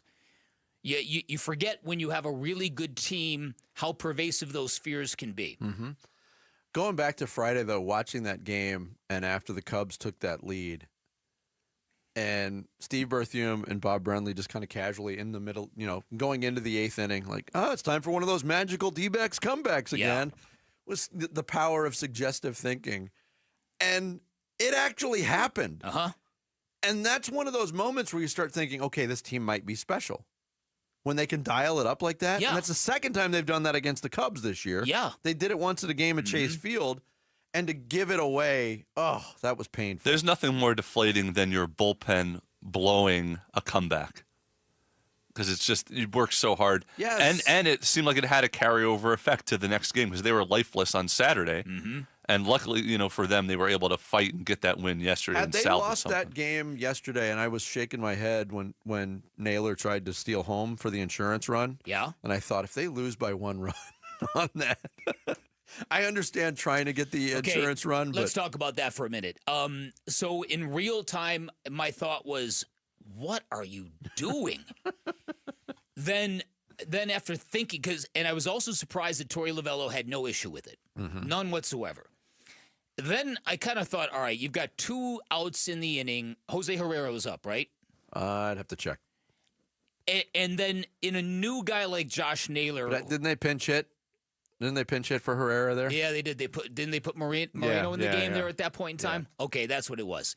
I started to not hate it as much because I thought to myself, look, if Josh Naylor is going to become a big part of this team for his compete level and his fire, if that works, it kind of takes that to another level.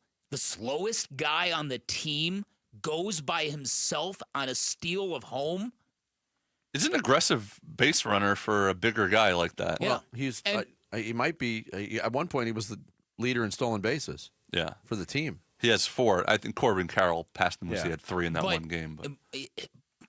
That being said, it was a close play, and it wasn't something that just popped into his head. Yeah. On the previous pitches, he noticed that the pitcher was taking a long time, and he kind of timed him out, and it was a calculated risk. Yeah. Is what it was. It was. And maybe he's got the green light to do that. He is he's still. We've seen the intensity so far, and he's been great. He's been as good as Christian Walker has been bad in Houston. No doubt. He's been kind of the emotional leader of this team already. Mm-hmm. It's worked out very well. But, the concern about the pitching continues. We talked about the Zach Gallen thing. We're both pretty sure that it's not time to panic. It was good to see Dre Jameson make his debut. In fact, Torey Lovullo gave him kudos. I'm just proud of the way he went out there and executed, and he's fearless. And that's one of the things that we love so much about Dre. And it's his first outing of the year, especially coming back after Tommy John surgery. So it was a hard landing, and he accepted the responsibility, and he did it very, very well. I am glad that the Diamondbacks are done with the Cubs. The Cubs are done with the Padres, Dodgers, and Diamondbacks already. Wow. Yeah. So they have 12 games left against the National League West, all against the Rockies and Giants. Yeah. It's been a weird early season schedule, hasn't it? Sure has been. Sure has been. And it's about to get really tough in about a week for the D-backs. And it's been pretty tough. They had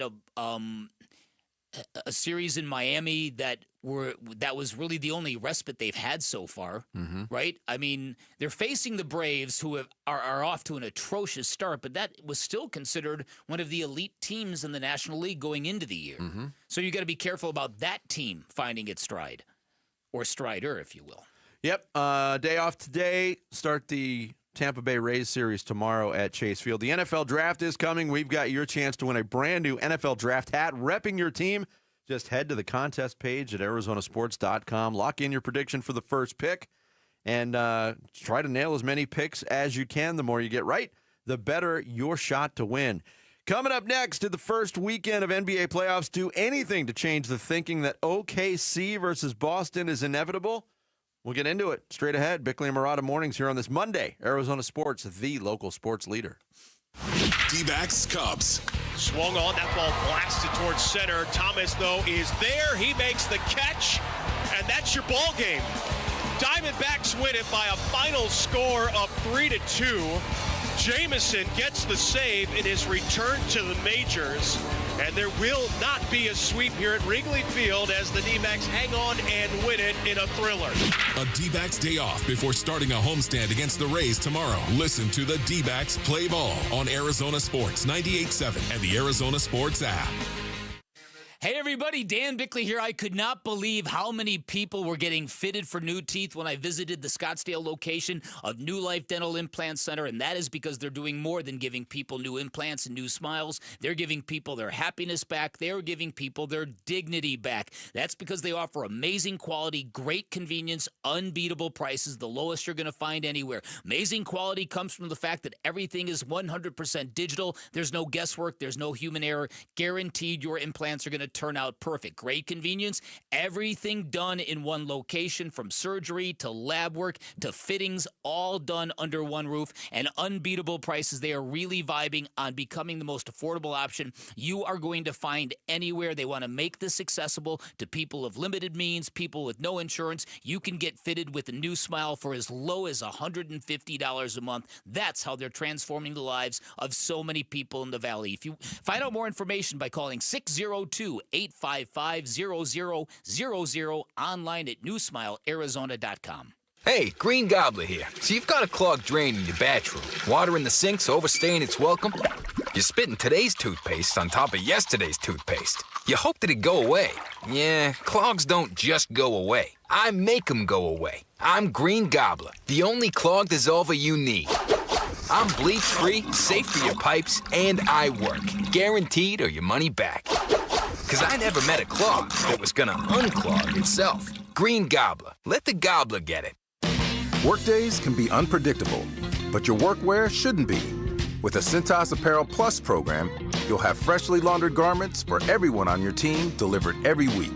Cintas has workwear for just about any job imaginable, with high-performance fabrics and an uncompromising fit that stretches and moves with you. Don't leave looking and feeling good to chance. Visit Cintas.com. Oh, I'm ready! And get ready for the workday. Hey, it's Gambo. Did you know the average roof in Arizona only lasts about 15 years? Most homeowners don't know how old their roof is and often wait until it's too late to replace their roof because they can't visibly see the damage that the sun, wind, rain, and elements cause. What could have been a repair for a few $100 turns into thousands of dollars in damage to insulation, floors, drywall, baseboards, and more, which is why I want you to know about my friends at JLC Roofing, a third-generation family of roofers right here in Arizona. Right now, JLC is offering our listeners $1,500 off a full replacement if you need a new roof. A $1,500 discount just for mentioning my name. JLC Roofing also offers free estimates, and they service the entire valley. A roofer-owned roofing company. They specialize in tile, shingles, foam, and rolled roofing. So if you need a repair or a new roof, go with the roofing company that's roofer-owned for generations. JLC Roofing. Call 602-ROOFING for free estimates on your roof and give your roof some TLC with JLC. Call 602-ROOFING or jlcroof.com. Luke Lipinski back to tell you about Chime. The little expenses add up, don't they? Maybe you have to pick up lunch real quick on the way back to work, or you meet a couple friends at a baseball game last second. That's life, and it's great, but you have to stay on top of it financially, too. And that's why your checking account should be helping you, not working against you by charging you fees. Well, that's where Chime comes in. A Chime checking account is going to help you manage your money better by offering no maintenance fees and fee-free overdraft up to $200 until your next deposit. That's big. They've spotted members over $32 billion today. So just go to Chime.com to learn more. Move toward a better financial future with Chime. Open a Chime checking account in 2 minutes. Get started today at Chime.com. Chime. Feels like progress. Banking services and debit card provided by the Bancorp Bank N.A. or Stride Bank N.A. Members FDIC. MyPay line of credit provided by the Bancorp Bank N.A. or Stride Bank N.A. Spot Me eligibility requirements and overdraft limits apply. MyPay eligibility requirements apply. Not available in all states. Credit limits range from $20 to $500. $2 fee applies to get funds instantly. Out-of-network ATM withdrawal and OTC advance fees may apply. Fees apply at out-of-network ATMs. Bank ranking and number of ATMs according to U.S. News & World Report 2023.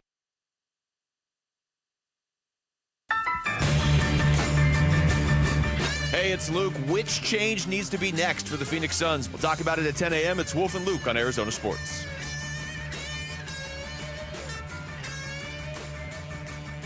What message would you have to fans that are kind of seeing everyone picking the Lakers now and everything like that? No message, man. They still got the Lakers. The Lakers supposed to win. That's just how it's supposed to go. We're not supposed to be here, so we're just going to compete to the best of our ability. That's Anthony Edwards. People picked the Lakers. Oh, no. Well, the Minnesota Timberwolves dominated game one of that series.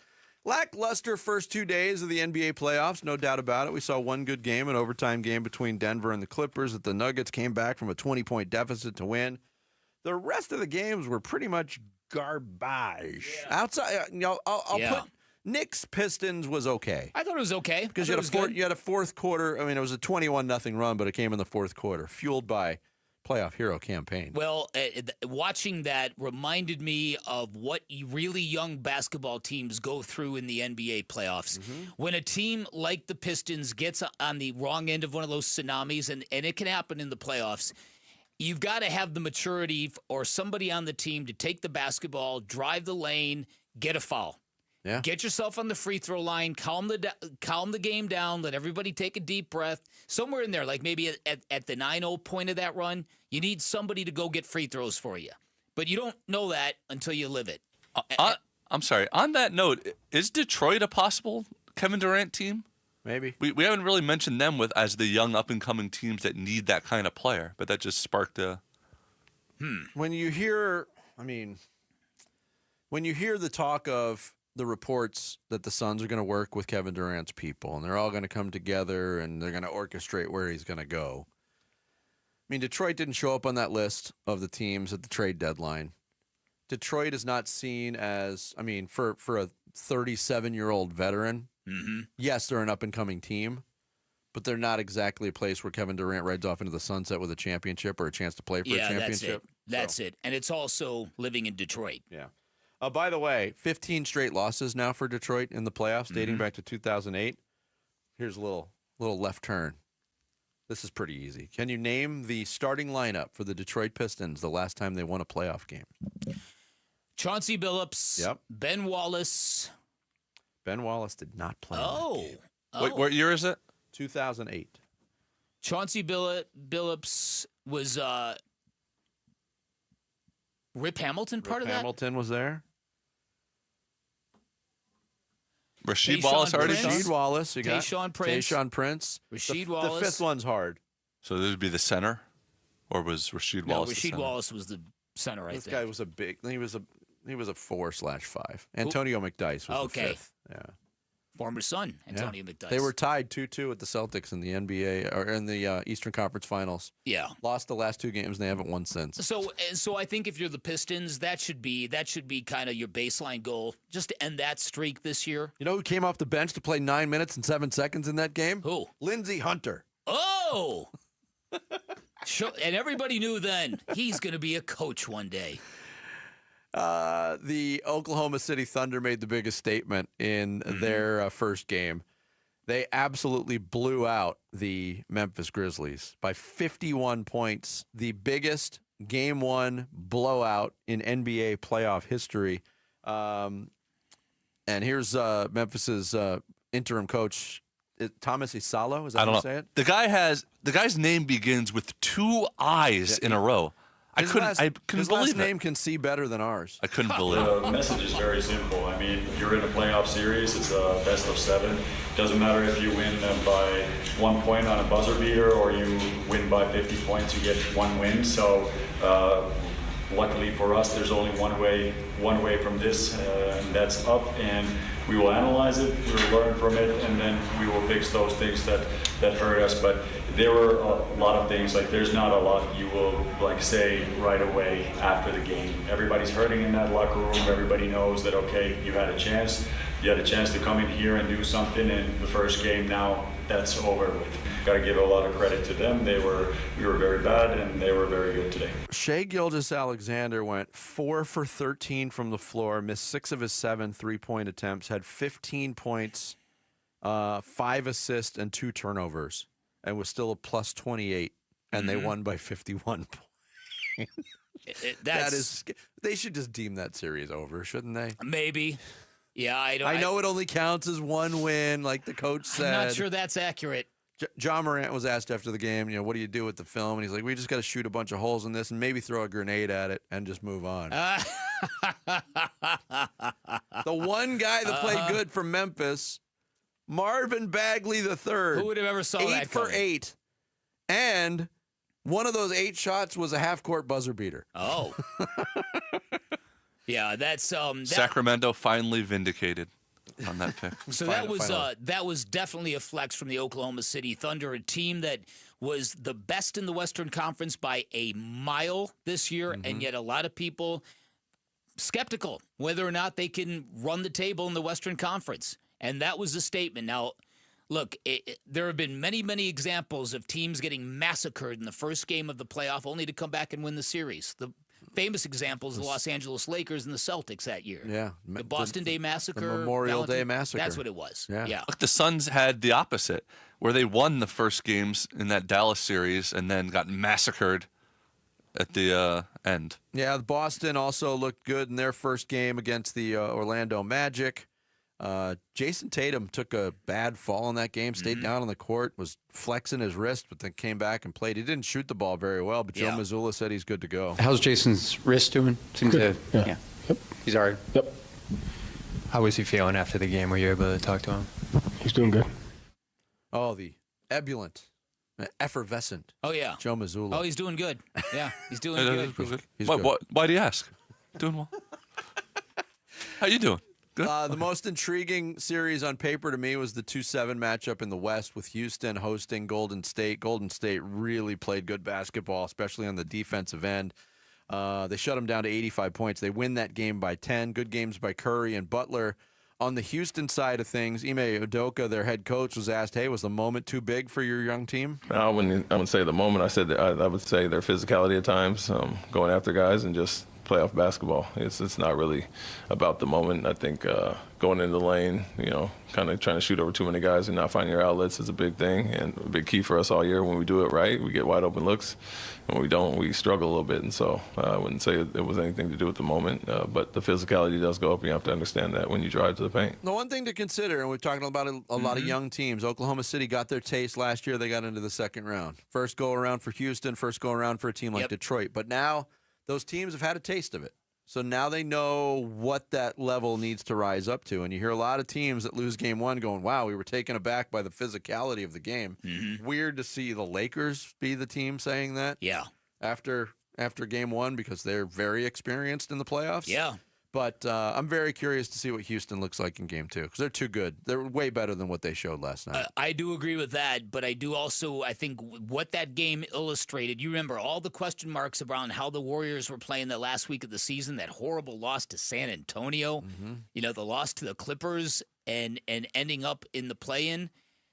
The fact that they were able to draw the Houston Rockets, I think you saw how advantageous that is for them over the weekend. I do agree with you. I think Houston will be heard from in this series, but I do think Golden State's equipped to handle them. Coming up next, we go into the 9 o'clock hour. Jared's going to take us through some social studies here on Bickley and Murata Mornings. Arizona Sports, the local sports leader. Wolf and Luke, middays 10 to 2. Grits. Does that sound like a toughness issue? It does to me, and I think that's what he was alluding to. On the defensive end of the floor, so much of the time, Baysonians, it does. That's where it shows up. Especially when you're talking about the NBA. It's where it shows up, on the defensive end of the floor. If you don't have defense, you notice it. And the Suns noticed it in a big way this season. I mean, I do credit Matt Ishbia for the accountability he took all throughout the press conference. Wolf and Luke, middays 10 to 2 on Arizona Sports, the local sports leader. Hey, this is Ron Wolfley for Aria Dental Implant Center. I'm here right now with Cynthia and Leo, who have both had the all-on-4 dental implant treatment. Cynthia, you did an awful lot of research on Aria Dental Implant Center, did you not? I looked at a lot of different places, and I just found Aria Dental was the best. The care that I was getting, the finances that were available to me, and the quality. Yes, you both have had the all-on-4 dental implant implant treatment, have you not, Leo? Yes, I have. Once I met the staff and the way they treated me and set me down and walked me through the procedure, I felt real comfortable. Joe came in, talked about what my needs were and how I felt about myself. 3 days later, I have a set of teeth in my face. I feel back in my young days again. You can't quit smiling. Don't listen to me. Listen to Leo and Cynthia. Go to AriaDentalImplantCenter.com. That's ARIA DentalImplantCenter.com. Welcome to Staples. Hi, I hear Staples prints it all. Oh, you bet. Posters, banners. Can you print it all for Mother's Day? Oh, of course. Photo gifts like canvas prints, photo puzzles. Can you print it all for graduation? Sure can. Custom cards and invites. Can you print a huge banner with the grad's picture? Oh, definitely. Even an embarrassing baby picture? Oh, those are the best kind. I know, right? Print it all for moms and grads at Staples. And right now, get 40% off custom cards, invites, and photo gifts. N75 exclusions apply. Visit staples.com/print for details. Workdays can be unpredictable, but your workwear shouldn't be. With the Cintas Apparel Plus program, you'll have freshly laundered garments for everyone on your team delivered every week. Cintas has workwear for just about any job imaginable, with high-performance fabrics and an uncompromising fit that stretches and moves with you. Don't leave looking and feeling good to chance. Visit Cintas.com. Oh, I'm ready! And get ready for the workday. How can you free your team from time-consuming office tasks? Amazon Business. Smart business buying tools enable buyers to find and purchase items fast so they can focus on strategy and growth. Free up your team and focus on your future. Learn more at AmazonBusiness.com. Whether you're shaping up a small yard or tackling serious acreage, Steel walk-behind, zero-turn, and stand-on mowers are built to get the job done. Shop online or at your local Steel dealer. Steel, let's go mow. Available at participating dealers. Ooh, ma. What was that? That is business phone bliss with the Ooma Cloud Phone System. It handles all our voice, video, and messaging needs. You sound very... Calm? I am. Ooma has everything I need to run my business more efficiently, like virtual receptionist, call routing, and video conferencing. And it starts at just $19.95 per month per user, plus taxes and fees. Ooma. Nice. Find your business calm at ooma.com/radio. At Shane Company, we know getting engaged is a big decision. But once you know, you know. That's the way our customers feel when they choose a Shane Company engagement ring. They walk into a warm welcome and walk out with their dream ring, knowing they got it right. For almost 100 years, we've been offering personalized shopping experiences. And we're in it way past the honeymoon, with a free lifetime warranty that includes the center stone, cleanings, repairs, and resizing for life. Shop with us at shaneco.com or at your neighborhood store. Shane Company, your friend and jeweler. Oh, wow, honey, I love it. It's so beautiful and so sparkly. Just like you, Mom. Happy Mother's Day. I'll wear it every day. It goes with everything. This Mother's Day, wow Mom with spirit-lifting, outfit-making, express your love jewelry. Shop jtv.com/mom for wow-worthy and budget-friendly styles. I'm never taking it off. Another wow factor? Sign up for JTV Text and get $30 off. If she loves jewelry, she'll love JTV. Still getting around to that fix on your car? You got this. On eBay, you'll find millions of parts guaranteed to fit. Doesn't matter if it's a major engine repair or your first time swapping your windshield wipers. eBay has that part you need, ready to click perfectly into place for changes big and small. Loud or quiet, find all the parts you need at prices you'll love. Guaranteed to fit every time. But you already know that. eBay. Things, people, love. Eligible items only. Exclusions apply. KMVP FM Phoenix. Arizona Sports, the local sports leader. On the Arizona Sports app and on 98.7. This is what's trending now, presented by Parker & Sons Heating, Cooling, Plumbing, and Electrical. It is NFL Draft Week. And to see what the experts think that Cardinals might do at number 16 and to hear Mike Tannenbaum from our show earlier, go to ArizonaSports.com, presented by Y-Refi, and check out the mock draft tracker and all our coverage there. The Diamondbacks beat the Cubs 3-2 in 11 innings yesterday, salvaging a game in the series in which they lost the first two over the weekend. Josh Naylor had 3 hits, including the go-ahead RBI single in extras, and pitcher Dre Jameson made his season debut to pick up the save in the bottom of the inning. Starter Merrill Kelly was excellent, giving up just 1 run in 5 2/3 innings and retiring 16 in a row before having to leave in the 6th inning due to cramping. The Diamondbacks are off today before starting a 6-game homestand with the Tampa Bay Rays. And Duke Superstar National Player of the Year and projected #1 overall pick in the upcoming NBA draft has officially declared for that draft. This report is brought to you by Waste Connections of Arizona. Spring is in the air, and that means home improvement projects. Need a roll-off to haul that trash and debris away? WasteConnections.com/Phoenix. Arizona Sports, the local sports leader. Bickley and Murata Mornings. Social Studies. Brought to you by HigherPrice.com. Carol Royce, your home sold guaranteed realty. 9 o'clock hour is upon us. Time for some social studies. Jarrett's here to take us through it. What do you got, Jarrett? Okay, it is time for social studies. And we here at Bickley and Murata Mornings are all across social media, wherever you want to be. Follow us on Twitter/X, Bickley_Murata. Follow us on Instagram, Facebook, and Blue Sky, Bickley and Murata. You can see poll questions, videos from the show, and interact with us and be a part of this social studies segment. We will start off with the Diamondbacks. We kind of touched on this during the reboot, but I will present it again to you as a poll and see what our audience has to say. Diamondbacks fans, what was the biggest story from the weekend? They lost 2 of 3 from the Cubs, of course, and why? Is it Zach Gallen struggling again? Is it A.J. Puck hurt and Justin Martinez being fatigued? Is it Merrill Kelly cramping again? Or is it the team not playing that well and barely avoiding a sweep to the Cubs? I think my answer, I'm voting for B. AJ Puck hurt / J Mart fatigue. But that's me too. But the Merrill Kelly cramping thing has really got me flummoxed. It was what?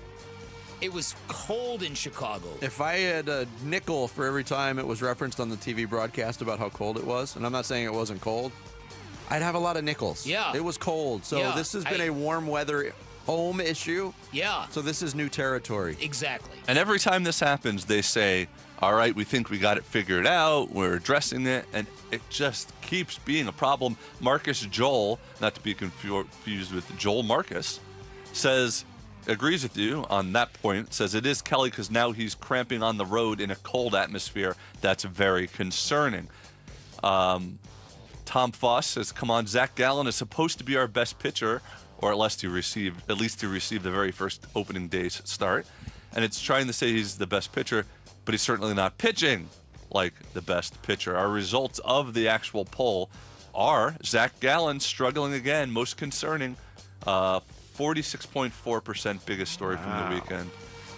22.7% agrees with you. A.J. Puck hurt, Justin Martinez fatigued. 20.7% said the team barely avoids a sweep. Only 10.2% I think the biggest story was Merrill Kelly cramping again. Maybe because it happened. Accepted it. Either they've accepted it or maybe it's because it didn't. Like, these very rarely happen in like the first inning where it throws off in the whole game and stuff. This did happen in the middle of a great stretch where he retired 6 in a row. But it's something that needs to be figured out. Let me ask this question. This is my completely non-athletic self asking this question because we've all had cramps before. Oh, yeah. Hamstring cramps, whatever, foot cramp, whatever. Is it not possible to play through it? They go away. How many times do you see a football player getting treated for cramps on the field and his back 2 plays later? The problem is, though, if you're a starting pitcher and it happens in the middle of the inning, you can't just pause the inning for, a batter, go get work done and come back out.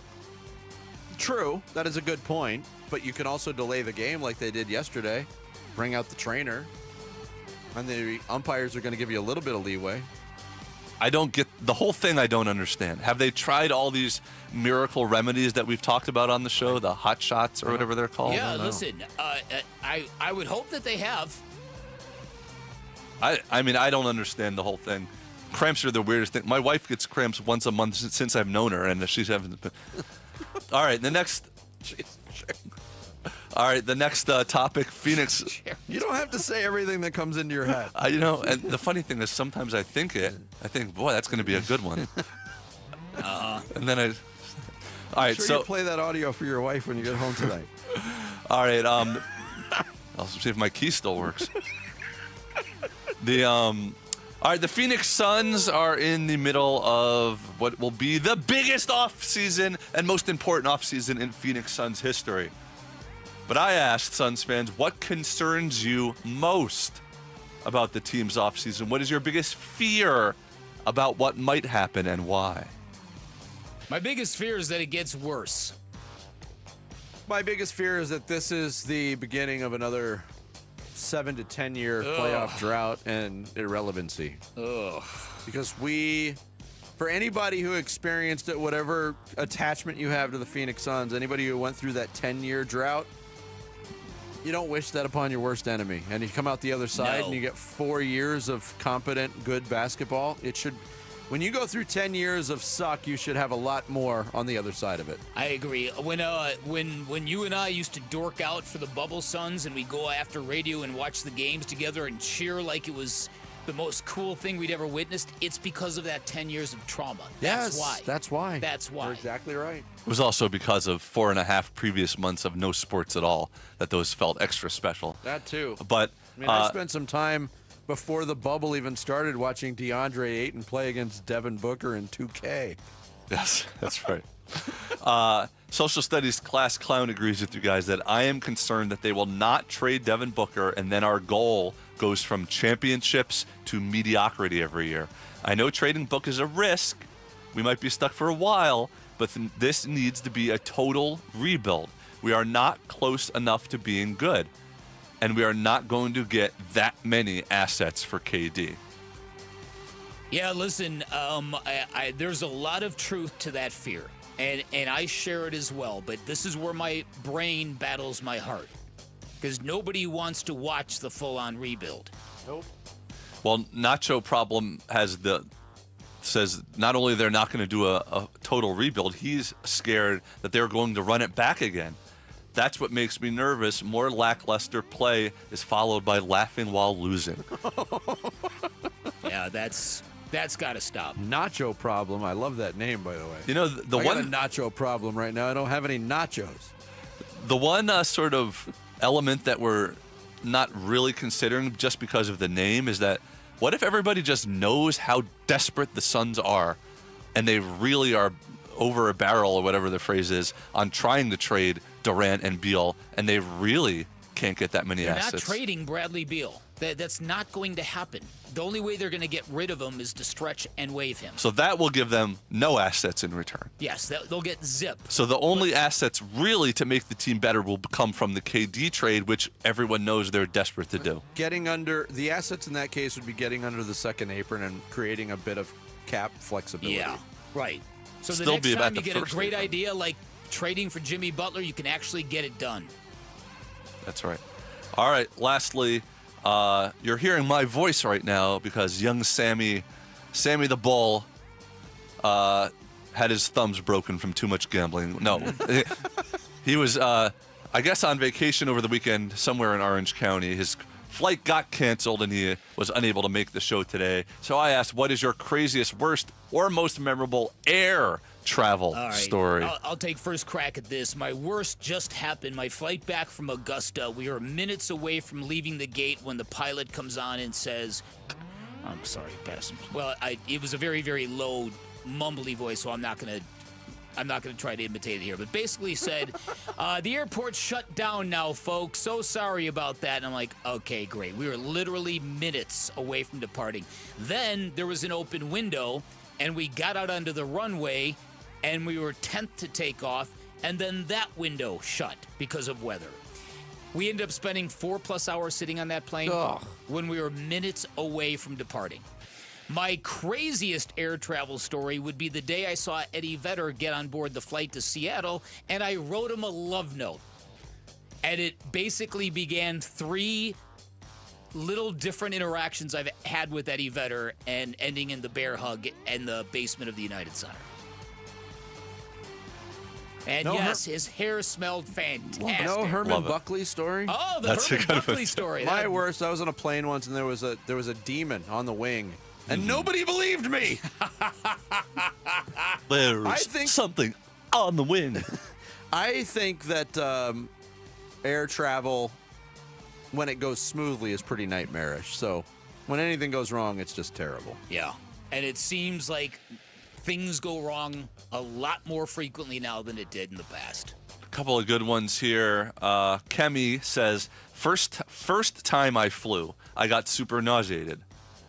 Took 3 Dramamine and passed out. The plane lands. The flight attendant wakes me up after everyone else on the plane had departed. I stand up, take a step in the aisle, and then pass out again face first on the plane floor. Oh, jeez. Dramamine is a hell of a drug. Wow. JW Covert says, just months after 9/11, coming back from Vancouver, an orange liquid starts dripping on a guy next to me right before takeoff. We both had that panicked look, but it turns out to be a kid's orange drink that had spilled. Daylight Films was sitting on the aisle of an international flight when the vial of what I'm guessing was cocaine went tumbling by. It slightly popped. I caught it, and no one noticed. Waited for somebody to come looking for it. They never did. But who does coke on a plane? Is that a true story? Or was that from a movie? I can never tell with some of these. Don't know. Anyway, lots of good answers here, but unfortunately we're out of time. All right. Thank you, Like this Jared. one I know was may or may not be true, but we crashed on an island and we were lost for years. Still not sure what happened. Me neither. That season 2 started up and I got real confused. That's Social Studies at Bickley_Murata on X/Twitter at Bickley and Murata, Blue Sky, Instagram, and Facebook. Coming up next, approval ratings of the movers and shakers in Valley Sports. AZ Central did a study on it. The results are rather interesting. We'll share more on it next. Bickley and Murata mornings on Arizona Sports, the local sports leader. Burns and Gambo, afternoons. You have Kevin Durant and Devin Booker. I don't care if they had me, you, and Mitch playing alongside of them. You feel like you should win more than 36 games. Mitch, what do you think about that? I'll try to run point better than Tyus. How's that? You know the point. You've got one player who's considered one of the greatest players that's ever played the game, still playing at the highest level. And you've got a guy who until this year had been a perennial all-star, an Olympian, and on his way to the Hall of Fame. Yeah. And you would think that you could surround those guys with Mo, Larry, and Curly and win more than 36 basketball games. Burns and Gambo, afternoons 2 till 6 on Arizona Sports, the local sports leader. Hey everybody, Dan Bickley here. Buyer beware is great advice when purchasing a new vehicle, as in beware the high price of mediocrity. You will find that everywhere in the automotive world. You will not find anything mediocre at Chapman BMW, your premier destination for luxury and performance. First of all, they've got 2 great locations, which means you are going to get the best selection of BMW models, certified pre-owned BMWs, electric vehicles, high-quality used cars, the best selection you are going to find in the Valley. And as many of our listeners will attest, they are committed to delivering an exceptional car buying experience. And once you purchase it from the Chapman family, you are just that part of the family. Their state-of-the-art service center, staffed by BMW-certified technicians, ensures your vehicle will receive expert care. Finally, everybody in this listening audience, you have a friend in the business. So go take a test drive, find out what you like, then ask for my guy, Shane O'Hanrahan, GM of both locations. He ensures you are going to get the best price you are going to find in the Valley. You can always shop online at ChapmanBMW.com. That's Chapman BMW. 2 great locations, 1 great experience.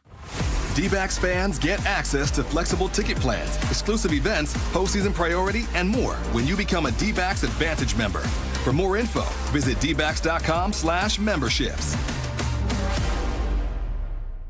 May 5th through the 11th, get close to the future legends in women's golf. The Carlisle Arizona Women's Golf Classic returns to TPC Scottsdale's Champions Course. Brought to you by Carlisle Companies. The biggest purse on the Epson Tour means the best in women's golf will be here. May 5th through the 11th at TPC Scottsdale's Champions Course. Go to CarlisleLPGA.com for tickets. Be there for the best.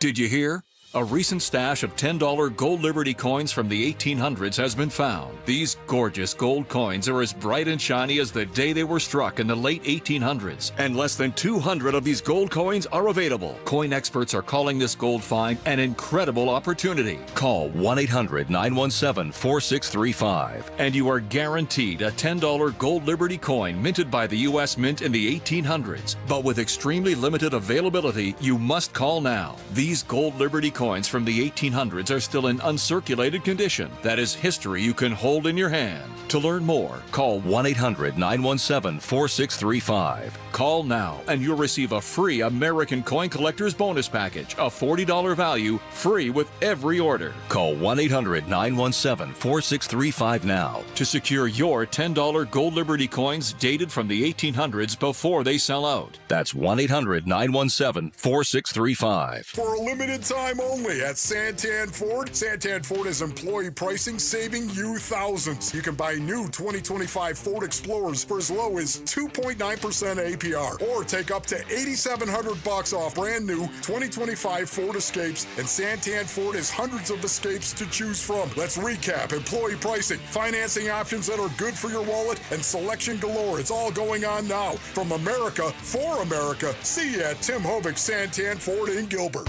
Twin Peaks is the best in the game. Here, it's bigger game days and bolder fight nights. I mean, where else can you find a scratch kitchen that always comes in clutch every day from lunch to late night? Only at Twin Peaks, the #1 sports bar.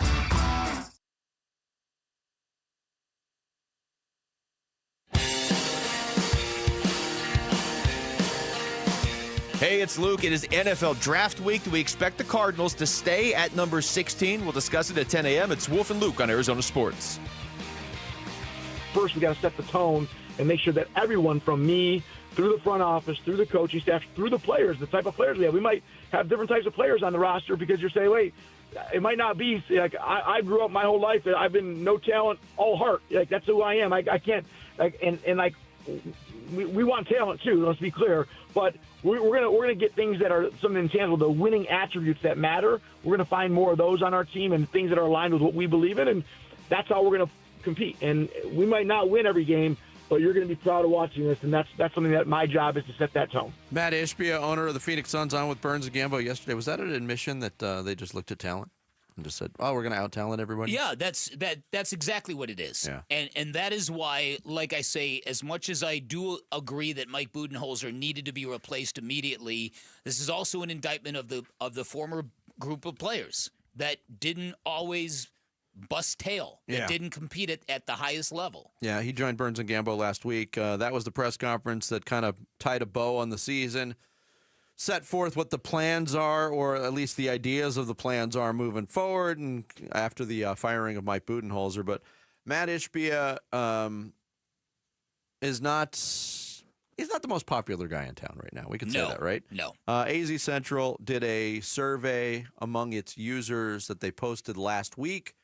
Over 500 people responded. It was basically approval ratings. So you had for all the coaches in town and all of the owners and one athletic director. There's no GMs involved in this.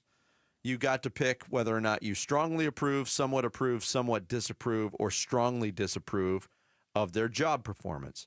Matt Ishbia got 6.9% strongly approve, 26.51% somewhat approve, 32.1% somewhat disapprove, and 34.48% strongly disapprove, which was the highest percentage in that category of any of the people listed as choices. Wow. I will say this. The timing of it was not very fair to Matt Ishbia. Yeah, there's that. Right after the end of one of the most disappointing seasons in Suns history, where there was a lot of promise and expectation, you kind of know how that's going to go. That's a good call. Recency bias certainly did not favor Matt Ishbia in that survey. I do wonder, what is it specifically that all these fans disapprove of that he is doing? Is it they just think he's way too meddlesome? I think and hands-on? That would probably be the theme throughout those 34.48% that voted that way. He's too involved. He's making these trades. He ruined the core of a championship team by trading for Kevin Durant and Bradley Beal. He wants culture when he's the guy that came in and traded away culture. That's what they say. Now, again, he's putting together a fantasy basketball team rather than a real basketball team. But again, you know what's happening in hindsight? The revisionist history of all this is making that previous iteration of Suns look a lot better in hindsight than they actually were at the end of their run. Well, the 2021 team that lost in the finals, completely overachieved. Yep. Followed that up with a 64-win team the next year that flamed out in the flamed out and underachieved. Yeah. So we really had one season of overachievement. Yeah. By the Phoenix Suns. Yeah. But the question was, you said by the end of their run. Was the end of their run? Should that really have been the end of their run, or could that have been? You can debate that. You can debate that. There was a lot of dysfunction swirling through that organization at that point in time. We all know that. Yeah. With stability and continuity comes people getting annoyed. Yeah. People get bothered by each other. Especially the Chris Paul experience, as we have discussed many, many times. He will have an incredible impact on your basketball team and your organization and your culture until people have had enough. Sandpaper grinds on people. So, yeah, the other interesting thing in that survey is the results as they pertain to the Arizona Cardinals, where once again you find an incredible juxtaposition between the popularity and faith in head coach Jonathan Gannon and the lack thereof in Michael Bidwill. That was evident in the players' survey, the NFLPA survey. Yep. And it's also clear in that one. Yeah. Jonathan Gannon got a 40.66 strongly approve of job performance rating. Michael Bidwill 5.46, which was actually lower than Matt Ishbia's. Right. And which tells you Michael Bidwill's got a long way to go to get up and over some of the recent things, primarily the waiting to get this team good. You know what else I thought was interesting in this, Bick? What's that? Reading these numbers. What's that? Not surprisingly, Kenny Dillingham had the strongest, 89.6 strongly approve of the job he's doing. Graham Rossini, also very high as the ASU athletic director, 46.85. In the middle of those two, look, we are Torey Lovello fans. I constantly hear from people who are bothered and sick of Torey Lovello. Yep. Yet he got a 53.98 strongly approve and a 37.83 somewhat approve. Is that just luck of the draw?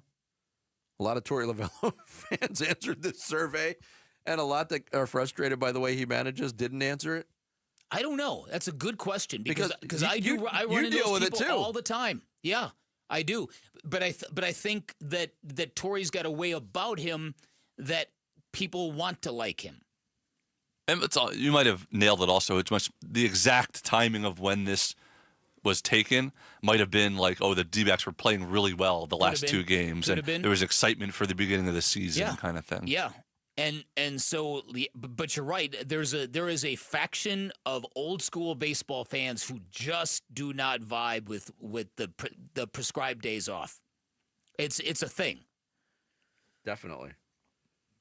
But like I say all the time when it comes to Torey, at least you have to respect the fact he knows that people aren't down with that. He knows that people don't like the constantly changing batting orders.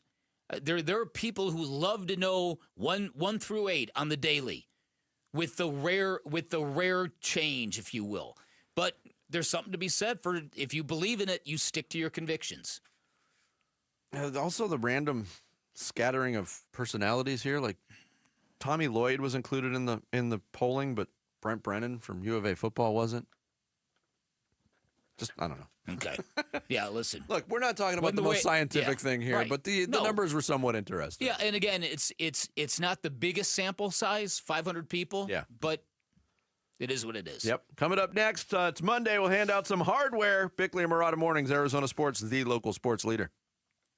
Wolf and Luke, middays 10 to 2. If you're going to have an MVP season, this is how it would start. The way Corbin Carroll is hitting the ball, the way he's doing everything right now, if he can string this together for the full season and the way he's swinging looks relatively sustainable, he's going to be in the conversation. He's going to win the MVP if he just keeps hitting at the rate he is right now. How many home runs would he have? How many RBI? I mean, my goodness. He would be putting up numbers that were legendary.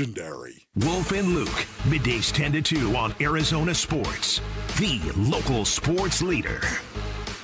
everybody. Dan Bickley here for Sweet James. Here's your weekly reminder. People are idiots. You see it every day on the roadways in Arizona. Getting anywhere seems so treacherous most of the time, and if you're ever injured in an accident, do not make the mistake of calling the wrong attorney or attempting to go it alone. Stakes are way too high, especially when you are the victim. The attorneys at Sweet James have one mission: to help you recover mentally, physically, and financially. Personal injury is all they do. It's all they've been doing for 2 decades. They'll get you the medical treatment you need so you can heal. They'll get your car fixed so you can get back on the road. They're going to get you the money and the justice you deserve, and they are going to treat you with compassion every step of the way. Their attorneys have extensive trial experience, and part of their secret sauce is they've got great leverage when negotiating with and dealing with insurance companies that don't want to pay you a nickel for your injuries. They know they can't play games or nickel and dime Sweet James, not when their attorneys are skillful in a court of law and willing to tell your story in such. This is why they not only win, they win big. They win 98% of the time. They recover more in a year than most firms do in a lifetime, and you pay nothing until they win your case. 1-800-9-MILLION. That's 1-800-9-MILLION online at sweetjames.com. At Dignity Health's Orthopedic and Sports Medicine Institute, keeping you moving is a joint effort. With minimally invasive techniques and a personalized treatment plan, our team of highly specialized orthopedic experts can keep you in motion. We care for your knees, hips, and shoulders so you can enjoy what moves you. Don't let joint pain put your life on pause. Keep moving forward and find your path back to what you love. Learn more at dignityhealth.org/azortho. Hello, human kindness. Hi, this is Stuart Willis, President of Asset Preservation Wealth and Tax. A personal relationship with your financial advisor really matters. It's super important that you have the ability to talk about anything you need to with your advisor. So if you have been pushed off to a call center and you don't have a one-on-one relationship with your financial advisor, then reach out to us at assetpreservationwealth.com. That's assetpreservationwealth.com. Investment advisory services offered through Foundations Investment Advisors, LLC, an SEC registered investment advisor. May 5th through the 11th. Get close to the future legends in women's golf. The Carlisle, Arizona Women's Golf Classic returns to TPC Scottsdale's Champions Course. Brought to you by Carlisle Companies. The biggest purse on the Epson Tour means the best in women's golf will be here. May 5th through the 11th at TPC Scottsdale's Champions Course. Go to CarlisleLPGA.com for tickets. Be there for the best.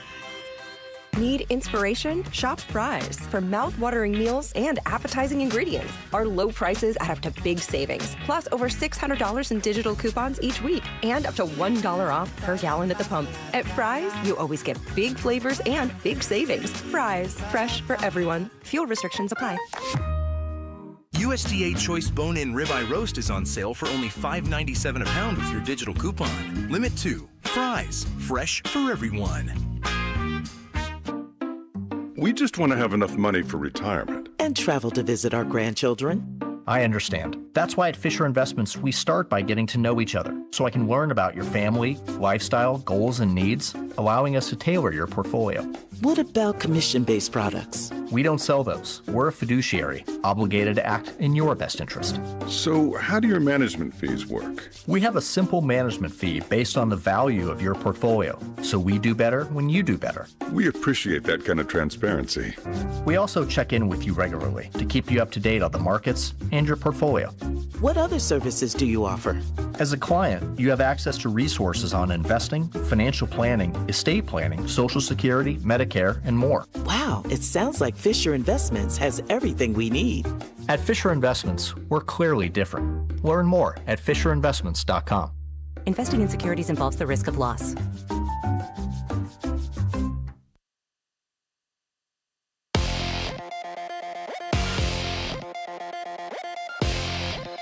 This is what's trending now, presented by Parker & Sons Heating, Cooling, Plumbing, and Electrical.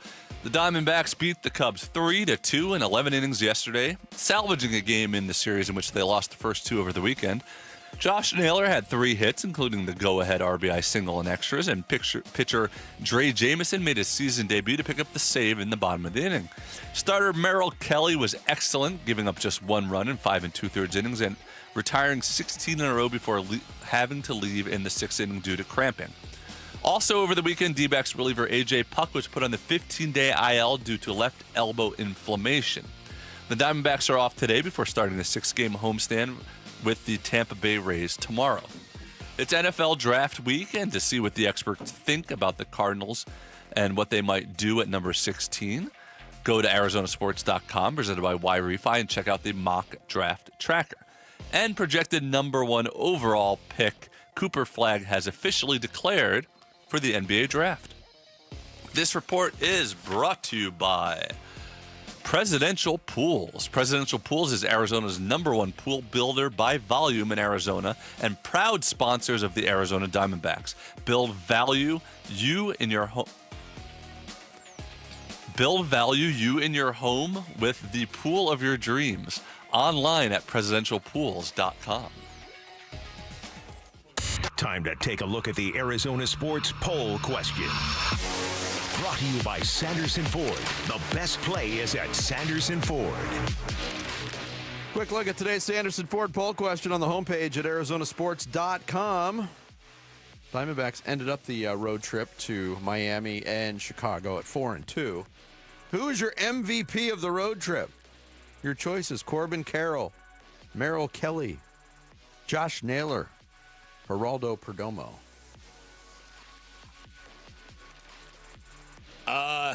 Give away a MVP for a 6-game stretch. Corbin Carroll. Let's give it. I'll vote for Corbin Carroll. I was going to vote for Naylor. Okay, you can vote for Josh. Corbin Carroll is leading, 58% of the vote, 31% for Naylor, 7% for Perdomo, and 4% for Merrill Kelly. That is today's Sanderson Ford poll question. You can vote on it now on the homepage at arizonasports.com. Arizona Sports, the local sports leader. Bickley and Marotta mornings, handing out the hardware. Hardware, it's how we do the award show. We do it on Monday mornings based on what we took in over the weekend. We've each got 3, I think, to give away today because Sammy's not here. So start us off, Bick. What's your first award? All right, Vinny, my first award is the Is Nothing Sacred Anymore award, and I'm giving it to Phil Jackson, the former Bulls Lakers head coach. I think he went to the Knicks for a while, too, as team president. With the Knicks. He was with the Knicks. He tweeted for the second time since 2018, quote, "Again, the NBA tests faith by playing multiple games on Christmas and Easter, sacred days," end quote. Now, while there's something to be said for his sentiment, he can always do what Kendrick Lamar says in his great song, "Turn the TV off." Look at you dropping Kendrick Lamar lyrics. I've become a big... I never listened to a word of his catalog until the Super Bowl, and now there's a few songs I absolutely adore. It's really the funniest thing. My kids think it's the lamest thing they've ever seen. Are we going to get Whiskey's Quicker's version? No. But here's the thing about Phil Jackson, and as somebody who was raised a Christian, he's not mentioning any other religion. He's not objecting to NBA playing games on Jewish holidays, right? What about all those players? Well, no, it's... He's not talking about for the players. He's talking about the audience, right? Yes. Yeah. Then why are their businesses open on That's what I'm holidays? saying. That's what I'm saying. Yeah. If you believe in your religion and you believe there are sacred days, then adhere that way. Treat them as sacred. Then treat them as sacred. You don't have to watch. Right.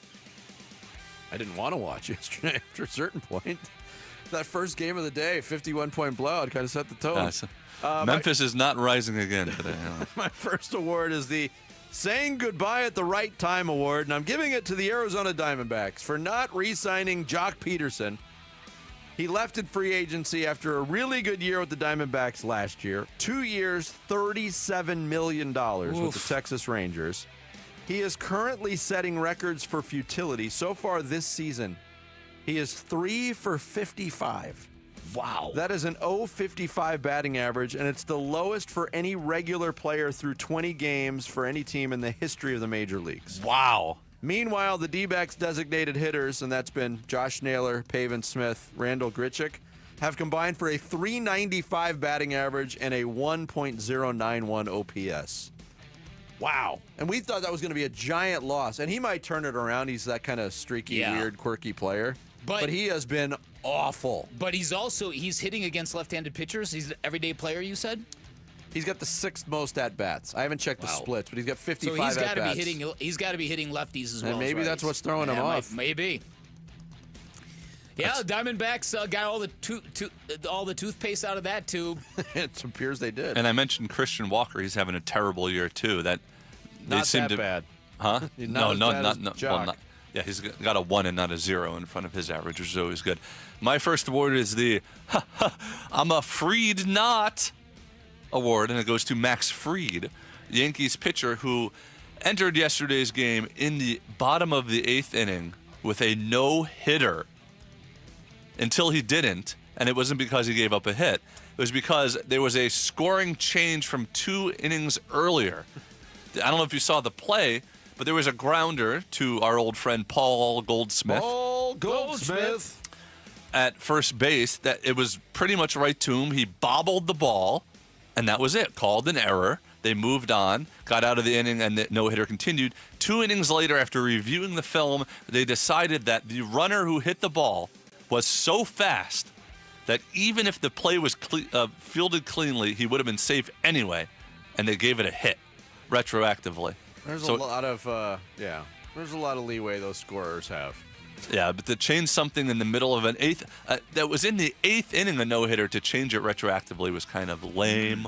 He did give up another hit. And then he did give up another hit that inning. So that kind of softened the blow a little bit. But yeah, that was pretty lame. All right, my next award is the Poor Guy Award, and I'm giving it to the always likable Joel Damon.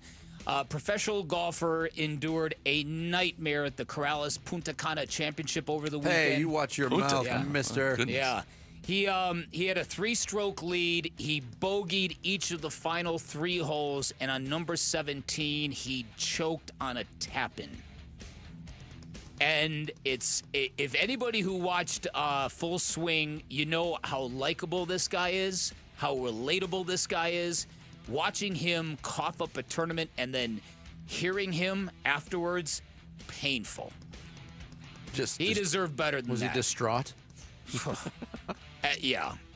By the way, I looked up Jock Peterson's splits. He's had 3 plate appearances against lefties. That's it? He's walked twice and hit into a double play. Wow. So he's 3 for 54 against right-handed pitching. Isn't that ridiculous? Wow. He killed right-handed pitching last year. My next award is the That's the Way You're Supposed to Produce at the bottom of the order award, and I'm giving it to Noelvi Marte and Austin Wynns of the Cincinnati Reds. They beat the Orioles yesterday 24-2. Those two in the 8 and 9 holes combined to go 11 for 14 with 5 runs scored, 3 home runs, and 13 runs batted in. Wow. Austin Wynns, in particular, now the 9-hitter, the catcher, went into the game with 4 hits. He had 6 hits yesterday. Just one of those crazy games where nobody for Baltimore could get anybody out. Right. In fact, everybody that pitched for Baltimore, Charlie Morton, Cody Poteet, CNL Perez, Jorge Mateo, and then they ended up with Whiskey's quicker drummer, Gary Sanchez. Everybody gave up at least 3 earned runs. And this came after the Diamondbacks Cubs game, which came after Jeff Passan on this radio show saying nobody can hit. He spurred some offense. It was an explosive. The ERAs on the season of the 5 pitchers used by the Orioles: 10.89, 16.88, 11.32, 45, and 36. Wow. Those are not ERAs. No. Yeah, they missed Corbin Burns, I guess. My next award is the Bill O'Reilly Documentary Award. And it goes to me. Because I played golf yesterday. You did? For the first time in about a year. And all my shots were like a Bill O'Reilly documentary. Very long. And very wrong. Very long and far to the right. Oh, I see. I see where you're going there.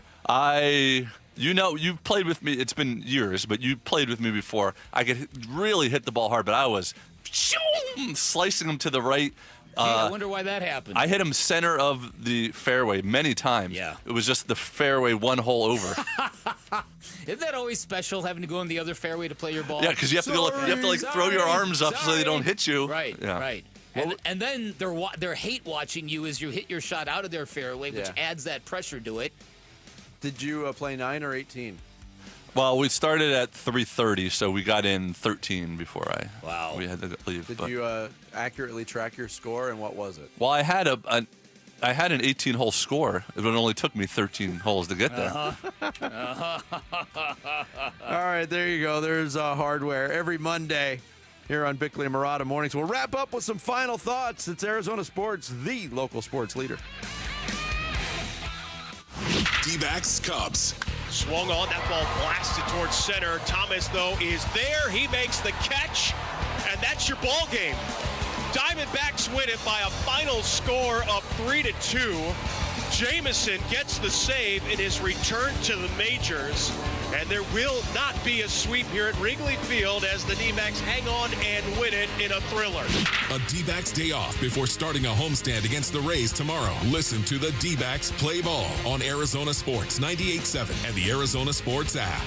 Hey, everybody. Dan Bickley here for Life Changer Loan. And in times of financial uncertainty, you can't afford to not be in control of your finances. So are you in control of your finances, or is the bank? If you think you're in control, take a look at your monthly mortgage statement, see how much goes to principal, see how much you're paying in interest, then tell me again, who is in control? The good news is you can take control back with Life Changer Loan, an innovative approach that combines your banking with your mortgage. You do your banking inside of your mortgage. You pay all principal first. You're going to wake up down the road and that mortgage, that house payment is going to be gone. 5 years, the average length of time it takes a Life Changer Loan client to pay off their home. That gives you decades to build personal wealth. That is how you get ahead. You also get 24/7 access to your equity, which gives you the power to pay down, pay off, borrow back whenever you want. It instantly gives you great liquidity. You can literally borrow money from yourself to pay off things you need to get done. Great stuff that comes with a Life Changer Loan, but it's not for everybody. You've got to have the right set of financials. You've got to be a good fit. But I guarantee you this, if you qualify and you're a good fit, you're going to love the results. 480-504-0844, online at lifechangerloan.com. If you're ready to build your dream home, let the Window Depot help. Our expertise spans more than 20 years helping contractors provide custom windows built to last. Our in-house design team works closely with you and your contractor to create the perfect windows. From design to delivery, your contractor will have exactly what they need when they need it. And with the largest inventory and unbeatable prices, your dream windows are just a step away. Visit us in store to get started or find a location near you at thewindowdepot.com. The Window Depot. Best prices, biggest inventory. Homeowners, upsizing, downsizing, and relocating all have one thing in common. You need to sell your home. If that's you, call Carol Royce with Your Home Sold Guaranteed Realty. Tom and Lindy needed a fast sale, and Carol was able to get them 100% of market value in 6 days with her guaranteed multiple cash offer program.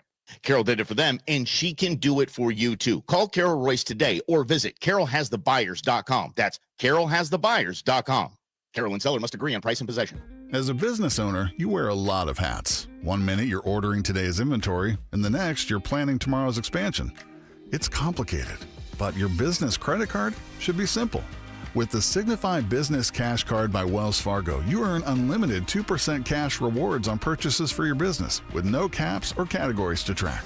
Signify Business Cash, the deliberately simple business credit card. Learn more at wellsfargo.com/signify. Terms apply.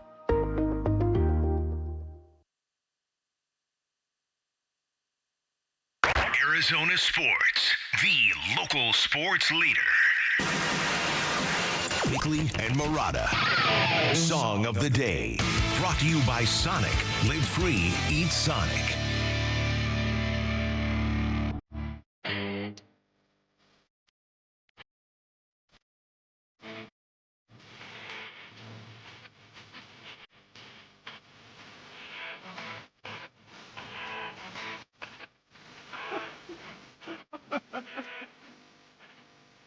Oh, my goodness.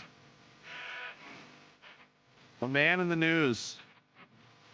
Billy Ray Cyrus. Did you hear the news about Billy Ray Cyrus? I didn't. Tell me. He's involved in a new celebrity romance. He's hooked up with Elizabeth Hurley. They made their romance public over the weekend. Wow. And I had an achy, breaky heart when I got the news. She's still got it.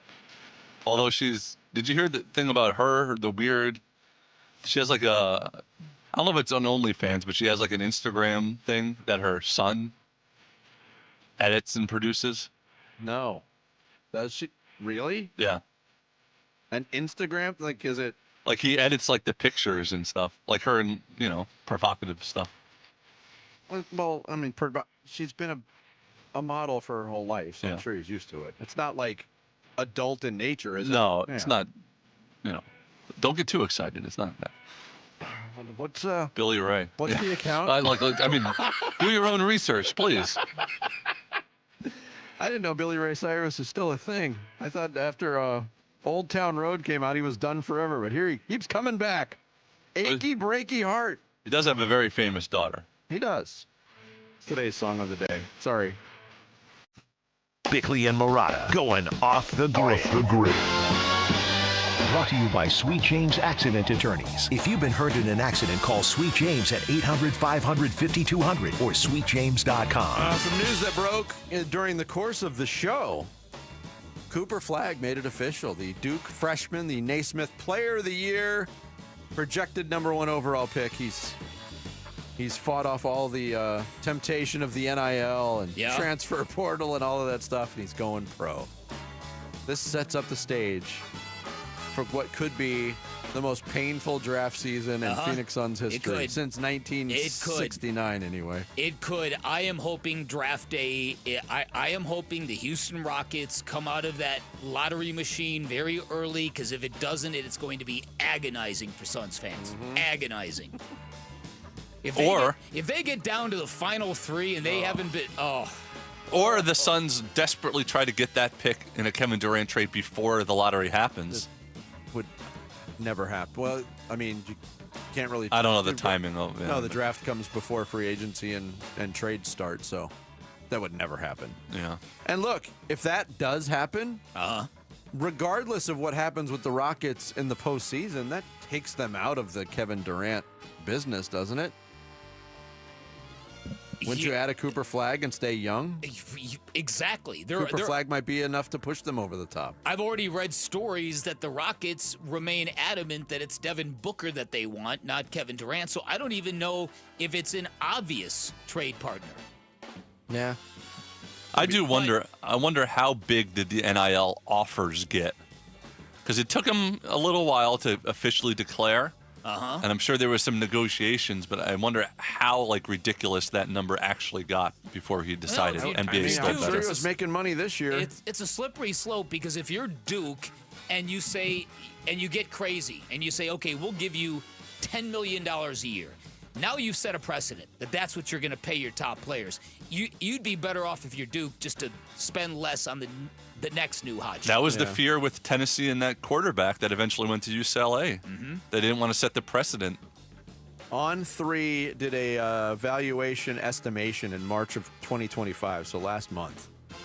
They estimated Flagg's NIL at $4.8 million. Highest earning college basketball player and 6th overall among NCAA athletes. So you're probably right. It probably got maybe a $10 million offer to come back another year. But where's the return for the school? Even if they won it all, $10 million for 1 year. They really need some regulation in the worst way. Yep. It's just totally out of control. Yeah. Yeah, no, it really, really is. It's making college sports borderline unwatchable.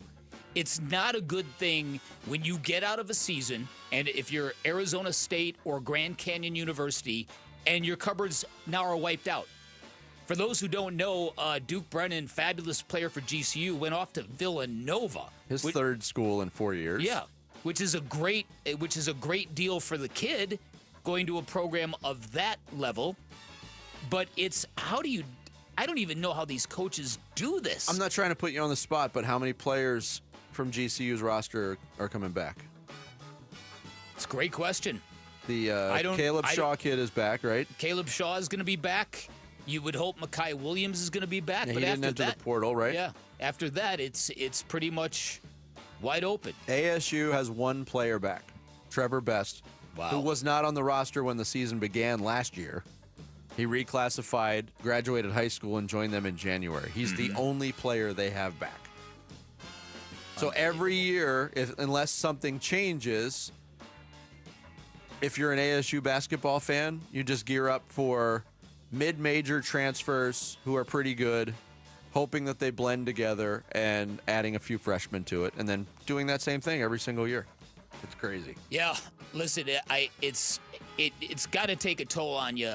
Even if you're a fan of a blue blood, the change has got to be disorienting. Yeah. Yeah, you're going from good team to good team, but the faces are just the amount of overhaul and turnaround. It's not healthy. Arizona is the closest thing we have to a blue blood in this state, and they're dealing with it. Not to the same degree that GCU and ASU are for different reasons, but they lost a bunch of key players too. Ugh, it's so frustrating and exhausting. Yeah, no, listen, and in a school like GCU where you've got Brian Mueller as president, who's a former basketball coach, and you've got Jerry Colangelo and all his contacts, you can find ways to get players. But there's a lot of schools that it's a struggle. Like, take a look at what Bobby Hurley. How is he going to pull this off again? Scott Van Pelt last week had a commentary on his edition of SportsCenter. It was focusing on NIL, but mostly on it was pivoting off the Nico Iamaleava story, and he did end up at UCLA. But he said it's so crazy that you can essentially, as a college athlete, be a free agent twice in one calendar year. And he highlighted, and I forget the kid's name, it was a tight end at Ball State who had a really good year, entered the transfer portal after the season, committed to Nebraska, and then got hit with NIL offers from other schools. So he entered the portal again without ever even playing at Nebraska. Unbelievable. It is an absolute mess. A couple things going on right now. The Red Sox in the 7th inning already. It's Boston Marathon Day. Oh, yeah, that's right. So they play that really, really early game that probably starts at, 9 o'clock a.m. Boston time. They're leading the White Sox 4-1. And we got 2 more games in the NBA playoffs tonight, one in the East, one in the West, 4:30. It's the Pistons and the Knicks. That series 1-0 New York. And that game is going to get chippy tonight. I'm telling you right now, there's going to be some stuff in that game. Oh yeah. And those are the two. Clippers Nuggets is the nightcap, 7 o'clock. Both of those games are on TNT. Those were the 2 most competitive games. Yep. In the first go around in all the game ones. And look, you mentioned earlier in the show the Russell Westbrook experience. Part of that experience is the next game. What happens? Mm-hmm. Yeah, Russell indeed. Westbrook is at the center of a major coaching decision at the end of the year for a team that has recent championship experience. So when is the ugly Russell Westbrook going to show up? Listen, because you were watching the game, but in the fourth quarters, that game ticked down.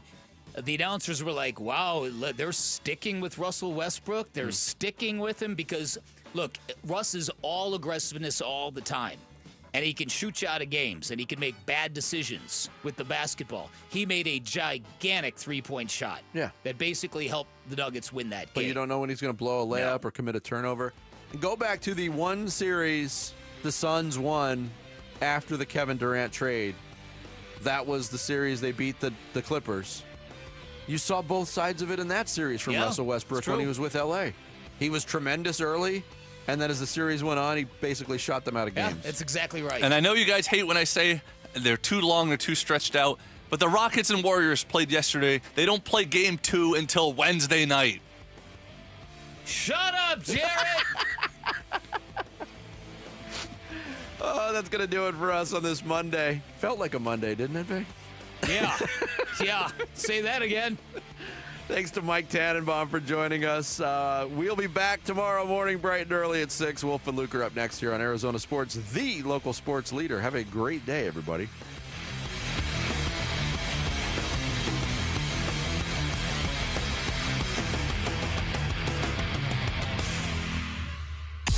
listen to Arizona Sports 98.7 all over Arizona, even when you're out of range of our mighty transmitter that sits atop South Mountain. If you've got Wi-Fi or any cell signal, you can hear Arizona Sports live on the Arizona Sports app. Download the Arizona Sports app, presented by Ready Services Plumbing and Air Conditioning.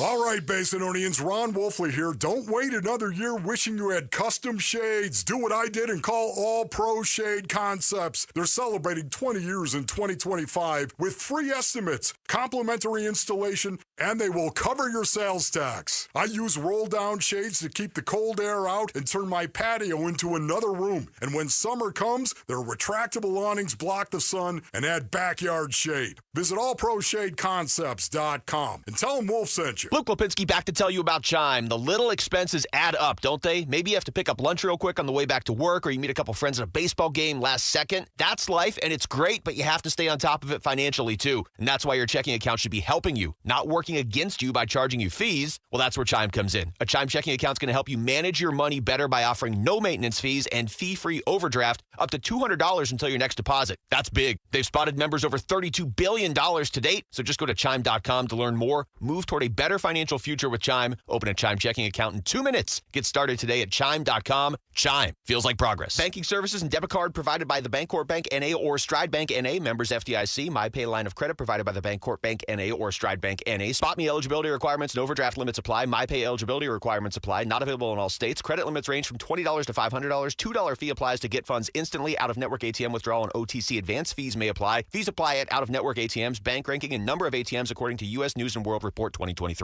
This is the story of the one. As a maintenance specialist for university housing, he knows college students can major in wear and tear. Plus, housing so many students doesn't leave a lot of room to house all the supplies he needs. That's where Grainger comes in. With over 1 million industrial-grade products and fast, dependable delivery, Grainger carries the quality products he needs so he doesn't have to. From a new door hinge to a whole new faucet. Call, click Grainger.com, or just stop by. Grainger, for the ones who get it done.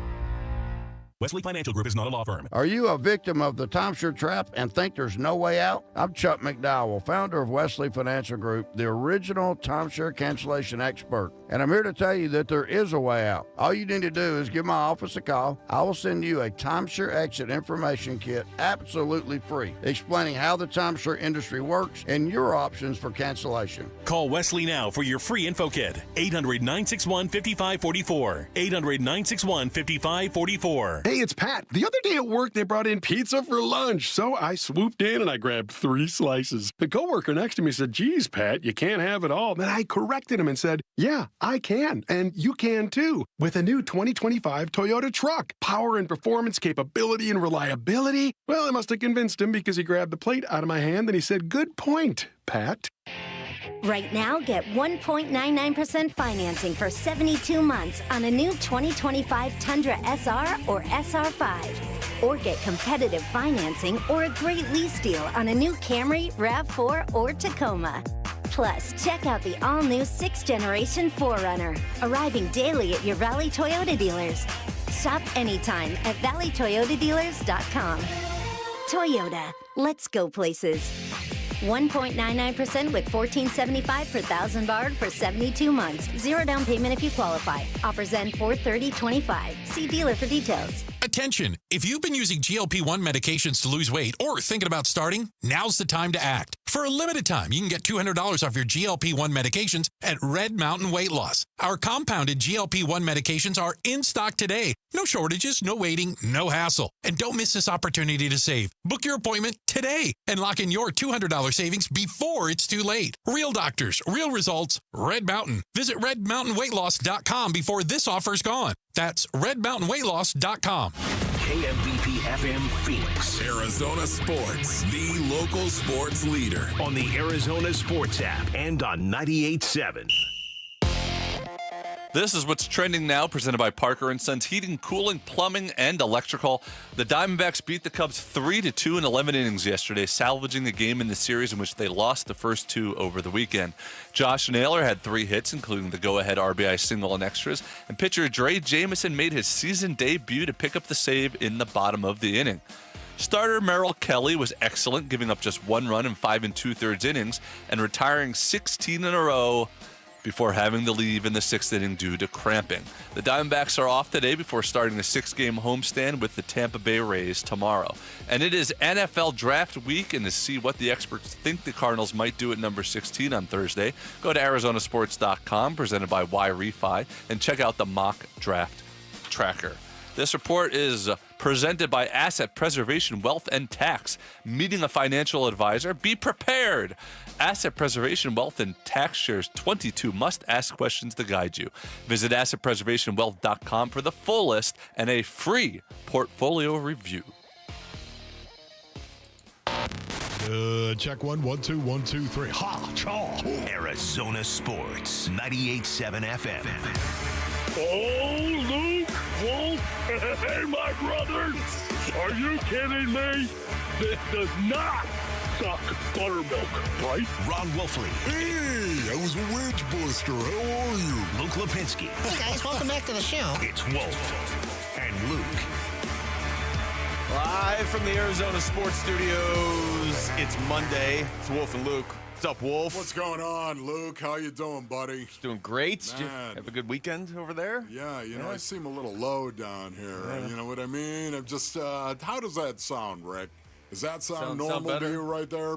Okay, Ron Wolfley broadcasting with Luke Lipinski. Sounds like you ran down the hall to do that. It's right there. I know. I have no idea why it sounds so weird in my own headset right now, but it does, based on earnings. I shall endeavor. Yeah, it's a weird time. Maybe that's why. Wolf, this is the week of the NFL draft. Did you know about that? Oh, yes, I did, of course. Good.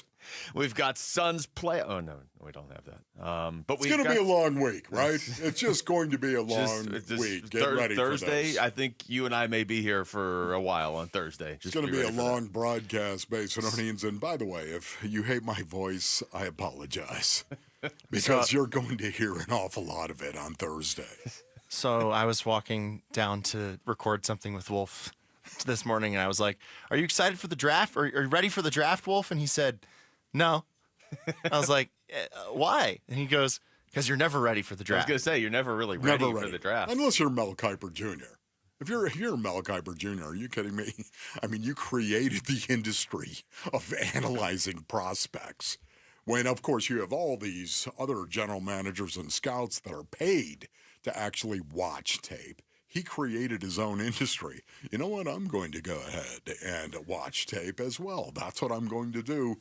Now, all of a sudden, all the draft analysts that are out there right now, they owe a little something to Mel Kiper Jr. Oh, yeah. He's probably ready for the 2026 draft and the 2027 draft. He's probably already got his quarterback rankings up for 26. Incredible. You know what, though, Wolf? We're going to start with baseball. And the Arizona Diamondbacks, they do lose a series, but they do salvage it yesterday with a game that seemed like it took 9 hours because of weather delays. They end up winning a wild one in 11 innings, 3-2 over the Cubs. But they lost 2 of 3 to the Cubs. Corbin Burns looked decent. The strikeouts aren't there. Zach Gallen really struggled. And Merrill Kelly looked fantastic, but he had to leave with cramps. Boy, this really sucked buttermilk, did it not? Across the board, honestly. It just did. It did. Yeah, they pulled it out of the fire on Sunday, of course, winning that game in extra innings. They did that, but my goodness, man. Friday night just hangs in the air. And then Saturday sucked buttermilk because of Zach Gallen going out there and getting blowed up. That was difficult to actually watch as well. Now, listen, I know he gave up 6 runs in the first 2 innings. And for the most part, that's how you're going to get to Zach Gallen. Yeah. Right? We've seen that before. If you're going to get to Zach Gallen, you're going to jump him early. Yep. That's what's going to happen. And sure enough, this is something we have seen now, and it's repeated itself a little early on some of these outings, I think, for Zach Gallen. And he's not alone.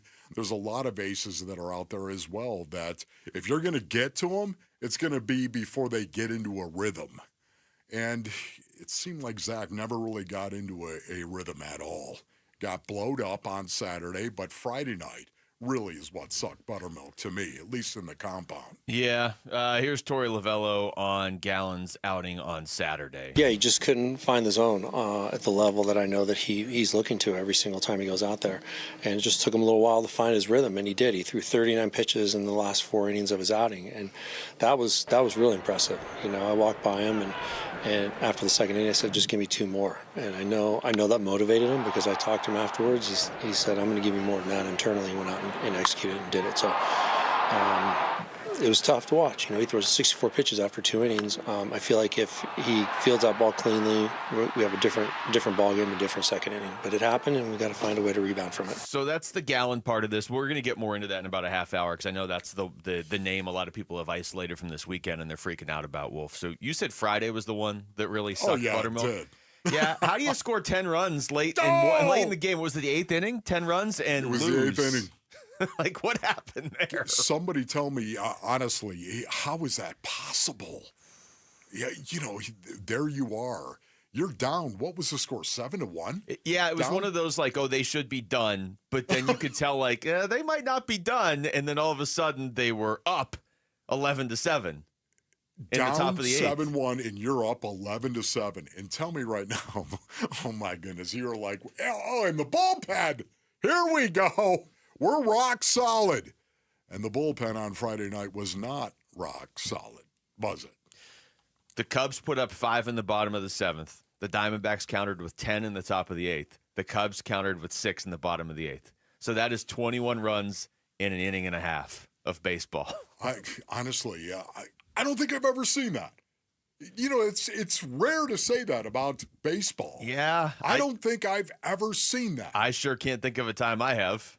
I mean, it doesn't mean I haven't, but 21 runs in an inning and a half. 21 runs in an inning and a half. You've got to be kidding me. And yet I love the fact the Diamondbacks showed a little, a little oomph coming back in that game and saying, you know what, we're not done. This is just, it's further proof of the resiliency that does exist inside that clubhouse right now. And I'm talking about the day-to-day guys, the everyday guys for the most part. I'm talking about the guys, the lineup going out. I'm talking about the guys that are going out and fielding their position. I'm talking about the guys that are competing on a daily basis for the most part right now. There is a little something inside this team, I think, and it's developing even, and we saw a little bit of it yesterday. Winning that game tight. Winning a tight game. It matters. I think that, again, is going to help the collective. Maybe not an individual, but the collective, it will help. It's hard for me to freak out the way some people are freaking out because they're 13-9, and there's a lot of things going right with this team, but there's also a lot of obstacles they're facing, and they're still winning games, and they've played some really good teams. Now, you're speaking individually now. You're speaking of an individual. Is that what you're saying, Luke? Well, no, I mean, there's people. There's a lot of people all over Zach Gallen. But there's people all over Torey Lovello. There's people all over this team where they are in this division, which I don't think is fair because A, it's early, and B, this is by far the toughest division, probably in sports, certainly in baseball right now. Let's see where this goes. Now, like I said, we'll have the Gallen discussion because I don't think that's nothing. But I think that it would look a lot better if Corbin Burnes was just your number one starter and pitching like that. So Burnes was good though on Friday. I don't want that to get lost in the shuffle. I was going to say I thought he was good. Yeah. Maybe not great, maybe not spectacular, but good nonetheless. Did give up a home run, and his ERA now is down to 4.64. Okay. You know what's crazy? When I say this out loud, think about this, Basinonians. Zach Gallen's ERA is 5.60, and Merrill Kelly is 4.73. But I really feel like all three of those guys, you just don't feel like their ERAs should be in the 4s or 5s. Yeah. Do you? No, I don't. But Merrill's is really deceptive because in 4 of his starts, he's given up all. Okay. Here's his runs allowed per start, okay? 1, 9, 2, 1, 1. So 4 of his 5 starts have been really good. Yeah, which one here is not like the other? So he just had a bad start in Yankee Stadium. Says a terrible Luke start. Lipinski. Yes. On a Monday. So I'm not as concerned with Merrill, except, hey, that's the other part of this weekend. He left with cramps. And Justin Martinez didn't seem like he was totally available to pitch in that series. And A.J. Puck's on the injured list. Other than that, great weekend. Yeah, I just want to talk about Merrill Kelly and the Cramps for a minute right now, Base Earnings. Sounds like a band. They're Merrill Kelly and the Cramps.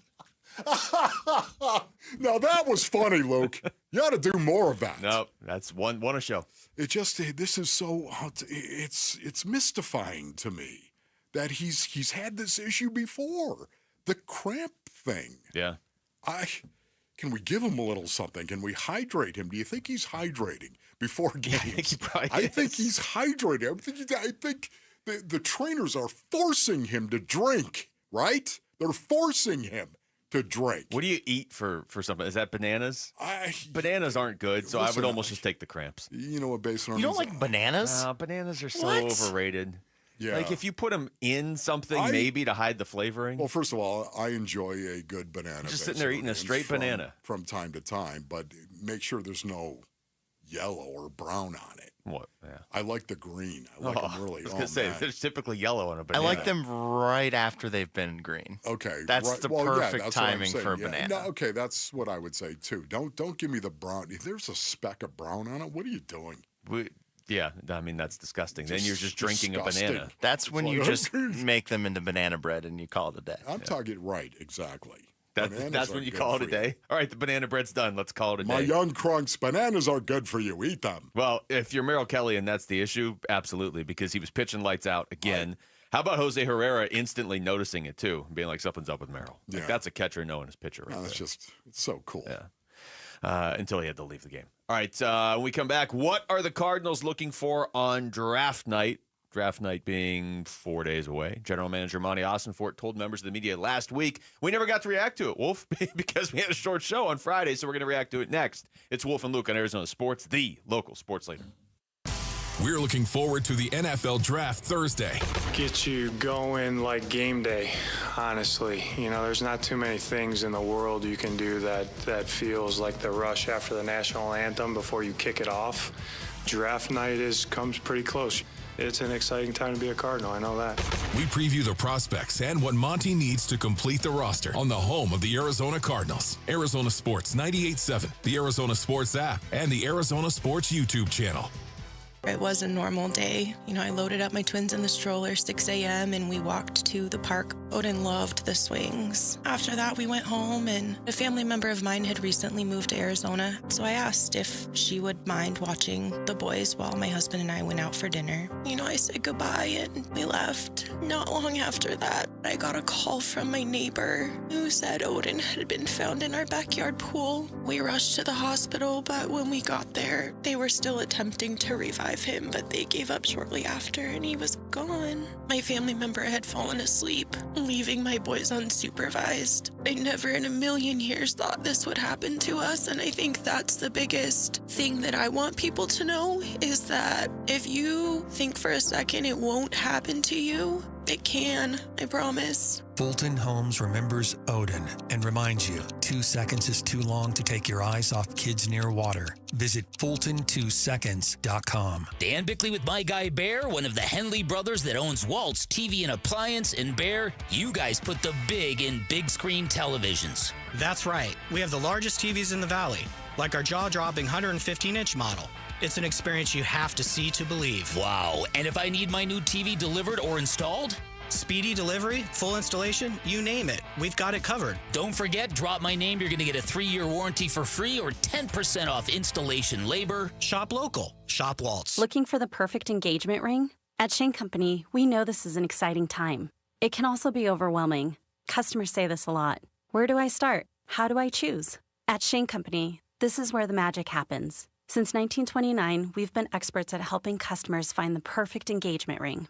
We invite you into the design process, help you pick out the perfect diamond or colorful gemstone, and choose a style that speaks to you. Come see us in store and at shaneco.com. Shane Company. your friend and jeweler. 2 words we've been waiting for: employee pricing. Yep, employee pricing right now at our Desert Ford dealers. From America, for America. Paul Calvise here. Hey, Ford has been part of our country's story for more than a century. That's why Ford is offering employee pricing. That means we pay what Ford employees pay, and we're talking the full lineup of Ford trucks and SUVs. Take that 2024 Ford F-150. If you're looking for a perfect work truck or a powerful weekend warrior, Ford has a powertrain fit for the job. Besides, Ford is the #1 selling truck brand in Arizona. And right now, get employee pricing plus 5.9% APR financing for 72 months and $3,500 in retail bonus cash on a 2024 Ford F-150 2.7-liter STX. But employee pricing won't last forever. Click buyfordnow.com. Based on S&P Global Mobility retail U.S. new vehicle registrations for the truck vehicle type CYTD October 2024. Terms and conditions may apply. See your local Ford dealer for details. Is your financial advisor offering you up to a 30% upfront bonus? Are they promising you up to 10% growth per year guaranteed for your retirement income? If not, you need a new financial advisor. I'm Jeff Jr., founder of Trajan Wealth. If you plan to retire within the next 10 years, don't wait only to find out it's too late. I've seen hard-working folks like you retire only to be required to go back to work, all because their advisor told them guarantees like these were too good to be true. They're not. That's up to $30,000 up front or up to $10,000 per year on $100,000, all guaranteed for retirement income. Don't work when you're supposed to be retired. And if any financial advisor tells you it's too good to be true, they simply don't have the options we do. Call Trajan today at 480-990-3300. Annuity guarantees are based on the claims paying ability of the issuing insurance company. I'm giving you some outside-the-box, unexpected, non-talked-about scenarios. Wolf and Luke talk NFL draft now. Oh, it is finally almost here. I would say, Wolf, the draft last year did not sneak up on me at all. I'm guessing it didn't sneak up on most people around here because it was a lot of, are they going to take Marvin Harrison Jr. or not? That's basically what the conversation became. This year, I feel like it kind of snuck up on me a little bit just because there's been so many different, I shouldn't say snuck up, but it's just like, I feel like it could still be like 2 weeks away because there's so many different ways to go with it at pick 16. And with what the Cardinals did, having a much more active free agency, it does. I feel like we still have a lot more to say. Yeah. One of the big trends that I think are impacting this year's NFL draft, based on earnings, it's the quarterback position.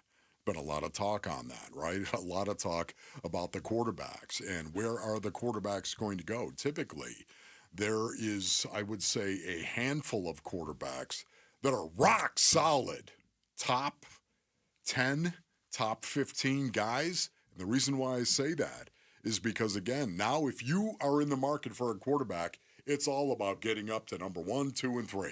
1, 2, and 3, over and over and over again. 1, 2, and 3, so you can get the best quarterback you possibly can.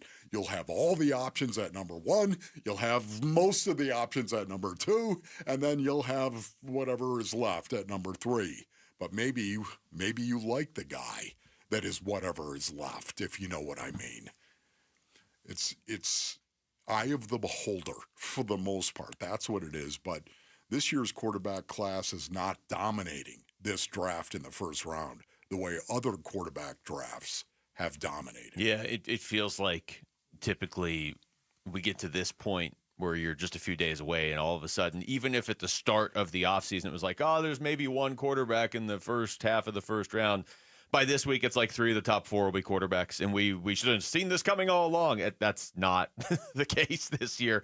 Here's Monty Austin-Fort from late last week talking about the challenges of picking at 16 as opposed to higher in the draft where you kind of at least have an idea of the landscape before your pick. Yeah, it is different. It certainly is different. I think now it's more we sit and wait, and I don't think it's hard to predict. It's hard to predict we try. We'll do a few exercises next week where we try to take a look at what we think is going to happen, but in all reality, there's 32 teams and their boards look 32 different ways. So, challenges, yeah, I think, but really it's just staying flexible and being ready to have options for whatever comes our way. And, we'll be ready to do that at 16. I mean, you'd much rather be picking 16 than 4. I understand on draft night, it's a lot easier to pick 4th, but this is something Monty said last year of like, okay, we gotta make number 4 count because we don't want to be picking this high again anytime soon. And they shouldn't be. You know, I mean, you never know in the NFL with injuries or whatever, but they really probably 16 should be the highest they're picking anytime soon. Yeah, this is really interesting. Like, how do they do that? I talk about this every year. Every time they start doing these mock drafts that'd be so themselves. great. Can you imagine that? Yeah. The exercise in there. Wouldn't you love to be sitting in that room? Like, how do they do that? Monty, what do? You got like 5 scouts, and you say, okay, you're the GM of A, B, and C. Yeah. And then, okay, that'd be fun. You're like the GM this, of I feel like A, I could B, step and C, in and right? do. Yeah, I mean, that's what it's got to be. I don't want anything to do with the Cardinals pick, but if you need me to step in and be Tennessee, I could be like, Cam Ward. Good job, Luke. Next. The first pick in the 2025 NFL Draft, the Titans select Cam Ward. Yeah, no, I could see that. But to me, I show me the process. You know this. I love this stuff. I want to see that. What is the process, and how do you do it, Monty? We got to ask him that the next time we talk to him. Wolf, if you had the first pick in the draft, you'd draft Tyler Brooker. No, I wouldn't. I couldn't do that. I couldn't. There are a lot of other guys that I think are really, really good. Travis Hunter? We're going to have a conversation about Travis Hunter in a little bit. Is a guy that he's fascinating to me. Yeah. He is, because he honestly, Babes and Onions, he could be the first two-way guy we have seen in 50 years. Yeah. First true two-way guy who's going to get reps on both sides of the ball. I think he's a better corner than he is a wide receiver. I do, yet he's a dangerous wide receiver. But to me, he's a even more dangerous corner. And corner, the premium. Oh, yeah, man. so much more valuable. Corner. Yes.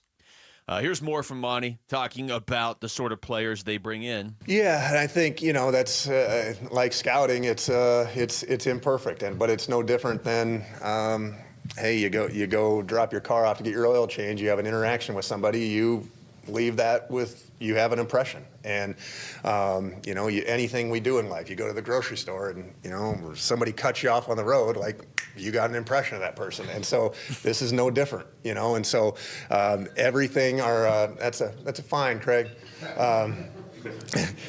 So that's it's a huge part of what our scouts do, and that process starts like immediately, and any touch point we get with a player, our scouts get with a player, any information that we gather when we go to the All-Star games, when we go to the Combine, when we bring guys in for 30 visits, like every interaction goes to paint a picture of a player.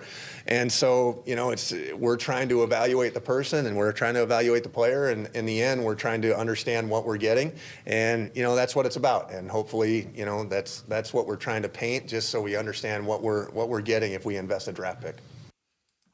Yeah, what are we getting if we invest in a draft pick? Let's hope we're getting somebody who's going to knock the dog out of somebody else. That's what I want more than anything else.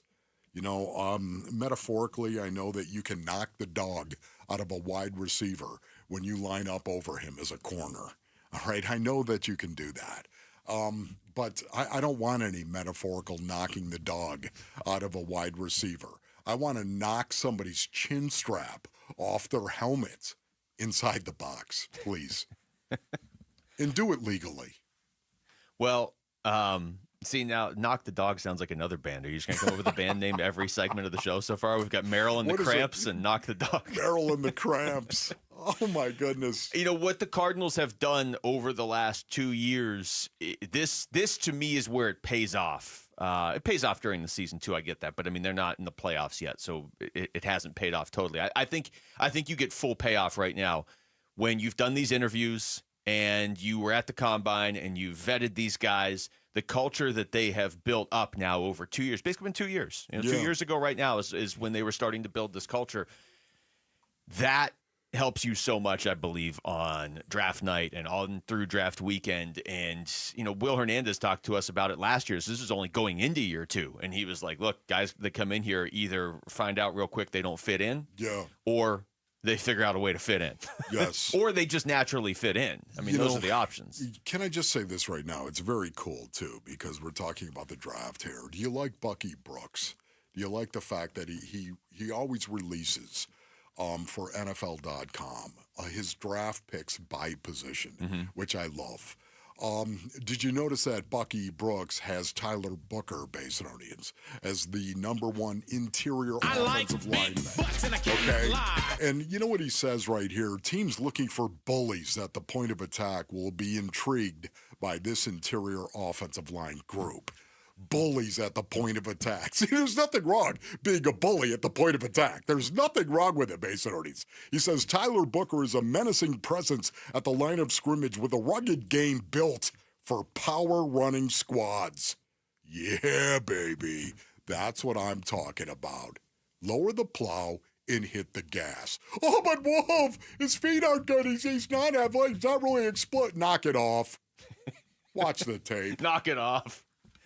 Well, we're going to get some clarity on Tyler Booker by the end of this week, too. When we come back, will James Jones be the one making the big decisions for the Suns by the end of this summer? We're going to get into that next because it really determines a lot of this summer. It's Wolf and Luke on Arizona Sports, the local sports leader. Dbacks Cubs. Swung on, that ball blasted towards center. Thomas, though, is there. He makes the catch, and that's your ball game. Diamondbacks win it by a final score of 3-2. Jamison gets the save in his return to the majors, and there will not be a sweep here at Wrigley Field as the D-backs hang on and win it in a thriller. A D-backs day off before starting a homestand against the Rays tomorrow. Listen to the D-backs play ball on Arizona Sports 98.7 and the Arizona Sports app. Luke Lipinski back to tell you about Chime. You know it would be great would be a checking account without a bunch of stressful fees, and Chime has the answer. No maintenance fees and fee-free overdraft up to $200 until your next deposit. Learn more at Chime.com. When I first got into radio, I was going to grad school. I was living paycheck to paycheck. I was trying to do a lot at once. Then an overdraft fee would randomly hit. It's a big deal at the very wrong time. You're doing the best you can. You don't need your own bank working against you, but fortunately, Chime will take care of you. They've spotted members over $32 billion to date. Fee-free cash withdrawals at over 50,000 ATMs. Just go to Chime.com to learn more. Move toward a better financial future with Chime. Open a Chime checking account in 2 minutes. Get started today at Chime.com. Chime feels like progress. Banking services and debit card provided by the Bancorp Bank N.A. or Stride Bank N.A. Members FDIC. MyPay line of credit provided by the Bancorp Bank N.A. or Stride Bank N.A. Spot me eligibility requirements and overdraft limits apply. MyPay eligibility requirements apply. Not available in all states. Credit limits range from $20 to $500. $2 fee applies to get funds instantly. Out-of-network ATM withdrawal and OTC advance fees may apply. Fees apply at out-of-network ATMs. Bank ranking and number of ATMs according to U.S. News & World Report 2023. What up, fellow Gen Xers? Elizabeth Banks here. As the original Latchkey kids, we took things into our own hands, like house keys and video game controllers. And now it's time for us to do it again, because the recommended age to get vaccinated against pneumococcal pneumonia has been lowered to 50 and older, even if you're healthy. We're at over 6 times greater risk compared to adults under 50. So go to vaxassist.com and schedule. Gen X, this is our shot. Sponsored by Pfizer. Wesley Financial Group is not a law firm. Are you a victim of the timeshare trap and think there's no way out? I'm Chuck McDowell, founder of Wesley Financial Group, the original timeshare cancellation expert. And I'm here to tell you that there is a way out. All you need to do is give my office a call. I will send you a timeshare exit information kit absolutely free, explaining how the timeshare industry works and your options for cancellation. Call Wesley now for your free info kit. 800-371-0505. 800-371-0505. Dan Bickley here with my guy Shane O'Hanrahan. And Shane, with all the confusion over tariffs, what does it mean to the automobile industry? Right now, all that is in limbo. But what I can tell you is every vehicle on Chapman BMW's lot is tariff-free. With financing as low as 1.99%, the time to buy is right now. So get in and get your best selection of your brand new BMW. That's really good news for people who want to drive off in the ultimate driving machine. Yes, it is. And Chapman BMW is here to help. That's Chapman BMW. 2 great locations. 1 great experience. New Harley-Davidson motorcycle starting at $99 a month at Desert Wind Harley. Right out today for only $99 a month at Desert Wind Harley-Davidson. Over 300 bikes in stock and the largest inventory in Arizona at Desert Wind Harley. Get on a new Harley today for only $99 a month at Desert Wind Harley-Davidson. Finance specialists on site to help get you approved. Good credit, bad credit, no credit. We can help. Visit DesertWindHarley.com. Payments based on Nightster models and base color with 30% down, 84-month term, 6.99% APR with approved credit. Doesn't include freight, setup, tax, title, and license fees. See dealer for details.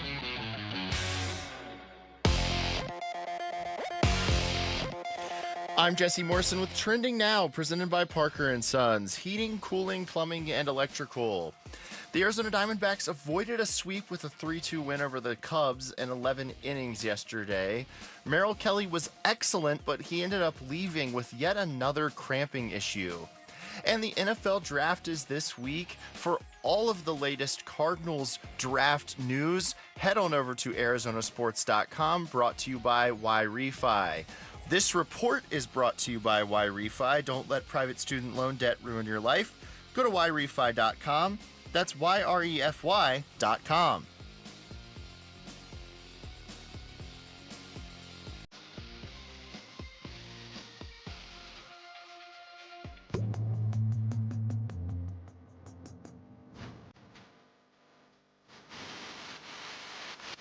Hey, it's Vince Morano. Join us Tuesday morning. We'll give you the latest heading into the NFL draft and recap Monday's action in the NBA playoffs, all starting at 6 here on Arizona Sports. Hi, welcome back. It's Wolf and Luke on a Monday morning. Wolf, we would agree this is probably the most important Suns offseason in, I don't know, ever. Oh, man. I don't know about ever. Feels like I ever. seriously don't. It does feel like that. Ever but might be extreme. Yeah, there's no doubt about it. Pivotal. This is a pivot point for the Suns organization right now. A absolute flushing of an old way of thinking, an old philosophy with a brand new way of thinking. Yeah. Culture is what we're going to see going forward. You know, it's hard to not draw the comparison between where the Suns are now and where the Cardinals were 2 years ago going into that offseason. And it's different sport, it's different roster construction, it's all these different things, different salary cap, I get all that, right? Different just environment. But, I mean, it looked like it was going to be really tough for the Cardinals to fix their culture that quickly. And, I feel like they have. I feel like their culture changed for the significantly better very quickly. The difference with basketball, one of the differences, is there are so many constraints to what you can even do. It's not like the Suns can just go out there and be like, all right, we're just going to let's get everybody out here except Devin Booker and Ryan Dunn and let's go. Like, easier said than done. Yeah. Like, if you can't move Beal, you can move Durant, but that doesn't really solve your problem if you can't move Beal. Oh. And even if you do move these guys, everything you get back better be just right. Yeah, once again, the Suns are in a very, very difficult position right now. Do we all believe that they need to start over? Yeah, I think we all would agree with that. And Matt Ishbia would agree with that as well. The plan is not working. We need to start over. Does that plan include Kevin Durant? Or are we just going to go out, we're going to look at this and we're going to say to ourselves, man, if we rebuild, if we do it through the draft right now, you realize what's going to happen here, right? For the next 3 years, it's going to be tight. It's going to be bad. It's going to be hard. It's going to hurt. There's going to be a lot of growing pains But maybe if we just went ahead and we kept the three guys that are pretty talented and we went and we just got dogs around them. Nothing but dogs. And these guys are going to play defense first. That's all they're going to do. They're going to be dogs. And, I wonder if they're thinking that or if we are going to indeed see an absolute rebuild. Now, not a total rebuild because Book, I don't think is going anywhere. No, and Booker's, even if you want to tear it down and rebuild with toughness and that mentality around a star player, Booker's the right guy to build around in that sense. I think you have to start there, though. When you have this conversation, do you think it's a guarantee that they're going to blow this up? I don't think it's a guarantee. If they can't move Bradley Beal, think about it. Why?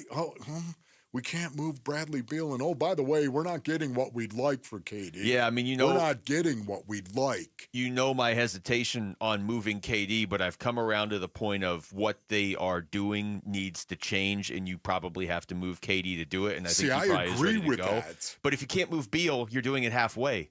So then there is no point. I mean, I don't think there's really much. Then you're just moving Kevin Durant. You're not going to win any games. It depends what you're going to get, too. I mean, it's I don't know. I really don't know what they're going to be able to get. It's 1 year older for KD. How much internally do they feel like it was a coaching issue last year. I mean, if they internally feel like, hey, man, like, look, we know we were a massive disappointment. Matt Ishbia said that multiple times. But if they feel deep down, 80% of that was probably coaching. But see, you know where you're going on this, Luke. The point you're making feeds into the argument I'm building. Yes. Oh, my goodness. It was the coach. And I don't know that they're saying that, but that's the way it kind of felt at the press conference. It did kind of feel that way. And you know what? The firing, the dismissal, in a very prompt kind of way, would actually, especially when you didn't mention his name in your statement, we want to thank Coach Bud for. No, there was none of that. So, Luke, to your point, could there be this little shadow of doubt in James Jones and Matt Ishbia's brain where they're saying, it's going to be super hard to move Bradley Beal, like impossible to move Bradley Beal. And if we don't, Bradley Beal, and maybe we ought to just keep it together, surround him with dogs, and try a new coach. I mean, you could build an argument for that. You could, but I think they're going to find a way to move Beal, whatever that looks like, even if they just end up letting him go and eating a lot of money. That's going to be ugly. But the other part of this, I mean... And I don't mean from a PR perspective. I mean from a business perspective. But, I mean, Matt Ishbia's got money, obviously, and he wants to turn this into a winner. And is it uglier to buy out Bradley Beal than it is to potentially pay Mike Budenholzer $50 million for one terrible year of coaching and 4 years of not coaching? But the other part of this... It's good to be king, is it not, Matty? It's probably frustrating, though, right now. The other part of this, though, is, okay, James Jones' contract has not been renewed yet. He is still the GM. Talking about a guy that was executive of the year not that long ago. It's up in June, correct? Yeah, at the end of June. So is he going to be the guy making these decisions? Because you got to be decisive and definitive in these moves coming up. So this is James Jones, what he said last week. He was asked if he's comfortable in his role. Man, I just say, you can't win a championship or win multiple championships or be a high-functioning team or organization if you don't have balance and true partnership and collaboration. And so as things change, you use your specialty and your expertise to complement your teammate and make decisions and take a step forward and lead in certain areas when it's best for the team. And so me and Josh, we have a great working relationship. He's a leader whose charge is to make sure that Matt's vision for the franchise, not just the Suns, but the Mercury and the business altogether, that it's aligned and it's tied together. And my job is to make sure the how is done and executed flawlessly. And so that comes with me taking some of the initiative, but it's also being smart enough and aware enough to enlist the help of people whose true passion and true incentive is to make sure that this basketball thing runs right. And so we do it together. We'll always do it together. When it comes to basketball, that's me. That's my area of focus. I own that. I stand by that. And my job is to make sure we continue to improve. We change in the right ways. And if that means changing roles, if that means changing responsibilities, from year to year, those things change from moment to moment. But ultimately, whatever is best for the team is what we do. Wow. What did you make of that right there when you heard that? That left a lot. I feel like that intentionally left a lot open for interpretation. I mean, that was like median on top of median on top of speaking median. I was like, obfuscation. Yeah. And I know it's not James Jones' decision. I love James Jones. I do. I love James Jones, and I think he's really good at what he does. But that right there was median beyond belief, just how good. He actually said everything and said nothing for the most part, except the one thing that stood out to me at least was the how. When he said I'm the how guy for the most part. Now he didn't say that specifically. He's saying I'm the how we're going to do that. And typically, Basonians, a general manager is the what guy. This is what we're going to do. Mm-hmm. We're going to sit around. We're going to talk about this. Yeah, okay, the owner's going to be in there. There's no doubt about it. The owner's going to be in there. Of course he's going to be in there. Josh is going to be in there as well. We're going to have some suits sitting around this big rectangle. Of course. We're going to have the head coach in there. Maybe. If he doesn't get fired, we'll have the head coach in there. But maybe it's just going to be those three guys. talking about the what they're going to do. And typically your general manager is going to say, this is what I think we need to do. So I think Matt Ishbia is a guy that's big on the what part you're going to do. He's big on the strategic part of what you're going to do. This is my vision, figure out how to execute. This is my, yes. And what I love about this, it appears as though Matty Ish has had an epiphany, Basinonians, where this team needs culture more than anything else. And how often do I talk about this? How often do we talk about this? Culture and the importance of culture. And everyone's like, well, you're always talking about culture. It's just about the players and who's good and who's not. It's so critical. If you don't have a vision, a belief as to this is how it should be played, you're just kind of willy-nilly grabbing parts and putting it together because this guy's so talented. Yeah, but maybe this really talented guy doesn't fit with this other talented guy. You get my point. You have to, culture brings it all together. A belief, an identity. This is who we are, and this is what we do. That's the first thing the Phoenix Suns have to find and have to fix before they can go anywhere. I don't have a problem if that's the way they're going to do this. If that's the hierarchy where Matt Ishbia says, this is my vision for this team, this is how I want the culture to be, I'm spending all this money, and then he goes to James Jones, Josh Bartlestein, whoever, and is like, you guys figure out how to do it. You're the basketball people, but this is what I want. People don't have a problem with that, right? People, the problem, and I don't fully understand it because, again, you have an owner that's willing to spend money and try to win. But the problem that people have with Matt Ishbia, I believe, is just that they haven't been winning. So they're assuming he's making all the basketball decisions. I don't know that is or isn't true, but I don't think he's making the basketball decisions. I just think he's been kind of learning on the job. It's such a unique position to be in, owning an NBA team. And if the hierarchy is going to be Matt Ishbia says, hey, this is what I want, you guys do it, I think that's a fairly healthy hierarchy. You just got to stick to it now. Yeah, owning the team and having a bit of knowledge of the game as well. Very different. Join Kyler Murray and friends for the first annual Kyler Murray Foundation Celebrity Softball Game happening May 17th at Salt River Fields. If you want to be there, register now for your chance to win a family 4-pack of tickets. Just head to the contest page at arizonasports.com for all the details and your shot at winning. Wolf, when we come back, I know this is a hot-button topic with sports fans in this city right now. How concerned are you about Zach Gallen after another bumpy start? We'll get into that next. It's Wolf and Luke on Arizona Sports, the local sports leader. Burns and Gambo, afternoons. You've had 2 bites at the apple, and you've got it wrong both times. Right. You need to figure out why you're evaluating these guys wrong, why you're picking the wrong guy. Whoever it is who's doing the picking, whoever it is who's in charge of these things, whether it's Matt, whether it's Josh, whether it's James, whether it's the cumulative effect of all of them together in the same room.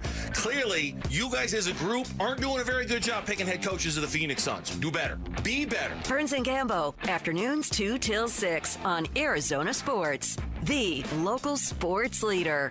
All right, Basinonians, Ron Wolfley here for my brothers over at Aria Dental Implant Center. Go to ariadentalimplantcenter.com. Listen, at Aria Dental Implant Center, they believe everyone deserves a smile they're proud of. Led by Dr. Joe. You've heard me talk about Dr. Joe. Super cool dude. With over 20 years of dental implant expertise, their locally owned center specializes in transforming smiles with the all-on-4 dental implant treatment. With transparent pricing and no hidden fees, they make it simple and cost-effective as well, my brothers. In most cases, patients can receive their final custom zirconia smile 5 days after surgery. 5 days, think about it. That's bada bing, bada boom. Aria Dental Implant Center, where you don't just get implants, you gain the smile you deserve and the care that you can trust. Tell them that Wolf sent you, and you're going to get a free consultation. Go to ariadentalimplantcenter.com. That's ARIA dentalimplantcenter.com. Every business has a purpose to inspire, a purpose to innovate, a purpose to serve. At SRP, our purpose is to power yours. From rebates for energy-efficient upgrades to money-saving programs, we help businesses of all sizes find reliable, affordable, and sustainable energy solutions. Discover the possibilities at savewithsrpbiz.com. There has never been a better time to join Global Credit Union than right now. Dave Burns here, proud member, and at Global Credit Union, they're all about eliminating fees. No fee checking and savings accounts, or for accidentally going over your account balance. It's easy to join with 10 branches across the valley, and you can always reach a live person 24 hours a day, 7 days a week. Explore the benefits of becoming a member at globalcu.org, your world of financial possibilities. Free checking and no monthly maintenance fee. Only apply to core checking accounts. Direct deposit required for early payday. Other fees may apply. Hey, it's Gambo, back to tell you about the Schwartz Laser Eye Center. Dr. Jay Schwartz did the LASIK surgery on my eyes over 15 years ago, and to this day, my vision has never been better. I see great at night, in the day, up close, far away, no glasses, no readers, and this is 15 years later. Dr. Schwartz offers the best in advanced LASIK technology, as well as other surgical laser procedures, such as the clear lens exchange and the EVO ICL. Whether it's nearsightedness, farsightedness, and astigmatism, or any other eye care issues, the Schwartz Laser Eye Center can help improve your vision and change your life as he did mine. There is a reason he is the official eye doctor for the Phoenix Suns and Arizona Diamondbacks. The Schwartz Laser Eye Center has 3 valley-wide locations, one in Glendale, one in Scottsdale, and one in Mesa. Schedule your free LASIK evaluation by calling 480-483-EYES. That's 480-483-EYES, or going online at teamidoc.com. Hit a home run with bold flavors at Dog House downtown Phoenix, serving gourmet dogs, sausages, chicken, burgers, and more 24/7. Hosting a watch party, Dog House Catering delivers with breakfast burritos, sliders, wings, tenders, and their legendary build-your-own dog bar.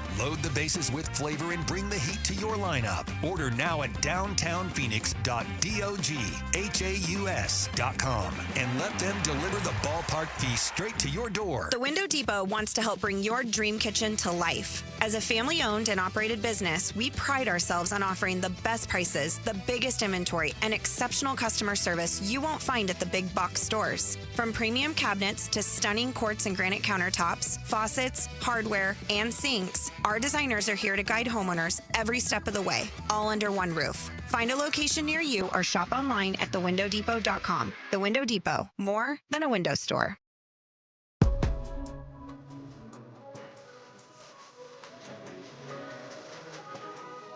Hey, it's Campbell. We'll react how the Dbacks fared in their final games against the Chicago Cubs and see where things stand across the National League.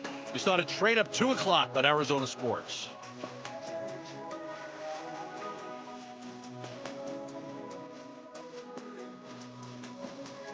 All right, it's Wolf and Luke.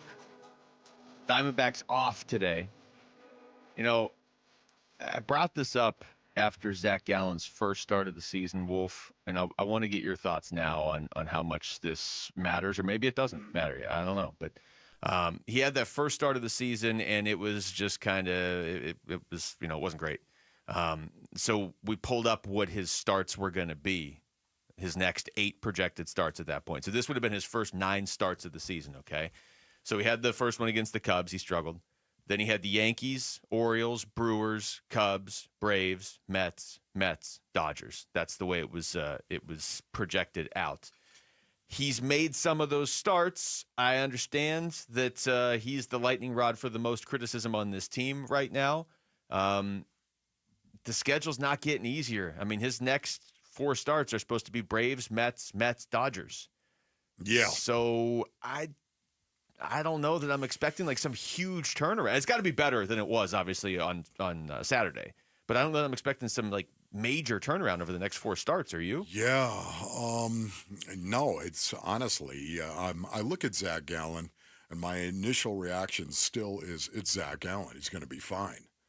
But based on what we have seen so far, and based on his next rotation and the next after that, to your point, he's got some tough outings, at least on paper, in front of him right now.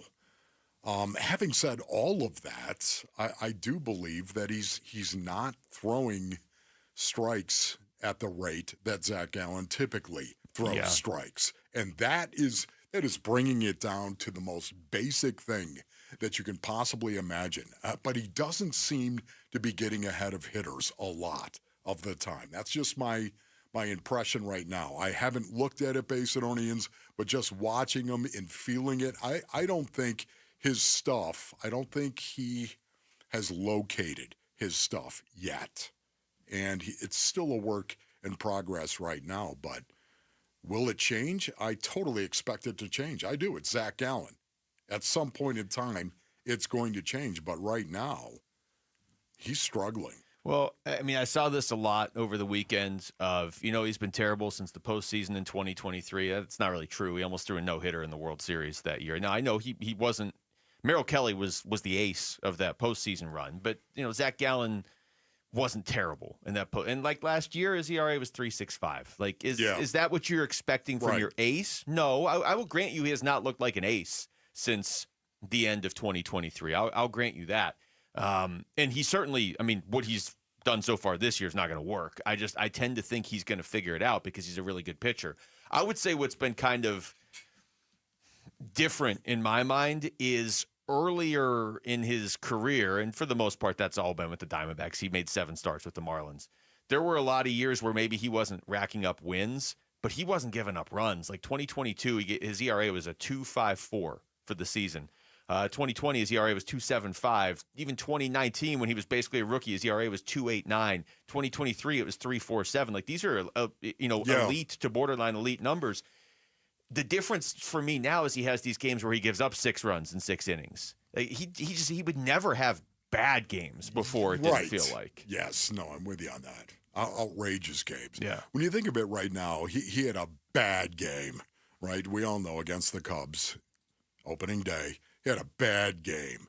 And then after that, he had a great game. Yeah, maybe his second start one of the best starts I've seen in baseball this year. Just absolute lockdown at Yankee Stadium right there. And then the third start, he had a bad game. And then he had a good game. And then a bad. Do you see a rhythm is there right now? You can actually see there's a bit of a rhythm. For me, I do wonder about this. Do you think that Zach Gallen do you think he's in his own head right now? Because this is a really, really smart guy.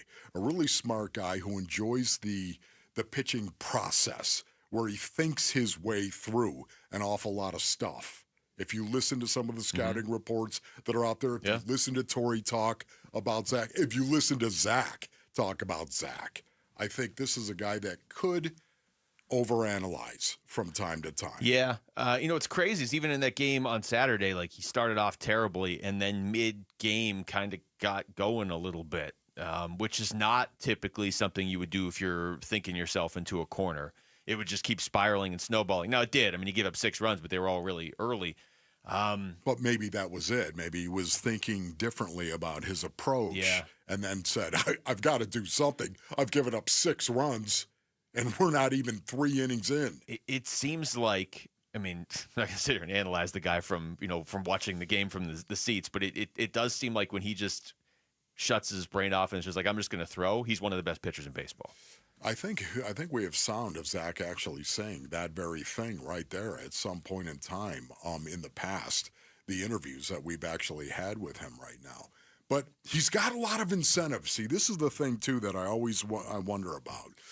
Here he is, the competition that exists on the rotation with Corbin Burns, of course, with the other guys, Merrill Kelly and the other guys. The staff is looked at as one of the best rotations you could have in baseball, of course, and we know it's underachieved. It has, and it still has to this point right now. I just wonder how much they think about that, the competition that exists on this rotation right now. And maybe they're just not doing their job. Maybe they're thinking so much about what it is that they're doing. There's a path where I'm not as worried about Gallen as a lot of people are. Now, again, I'm not going to pretend he's looked good. He's made 5 starts this year. 1 was great, 1 was good, 3 have been bad. Like you just said, Wolf, 1 great, 1 good, 3 bad. That's not a number 1 starter. Yeah. I think if you can get Corbin Burns to the point where he's pitching like a true ace and Zach Gallen is your number 2 starter and Gallen's not facing the Dodgers and Cubs and Yankees constantly, then I think that by the end of the season, Zach Gallen you'd be really comfortable with Zach Gallen as your number 2. But you got to get Corbin Burnes to be your number 1, and you got to get Gallen. Unfortunately, right now he's pitching like you're hoping he becomes a 2, because right now he's pitching like a 4 or a 5. I mean, there's just no way around that. Right, just be a 2.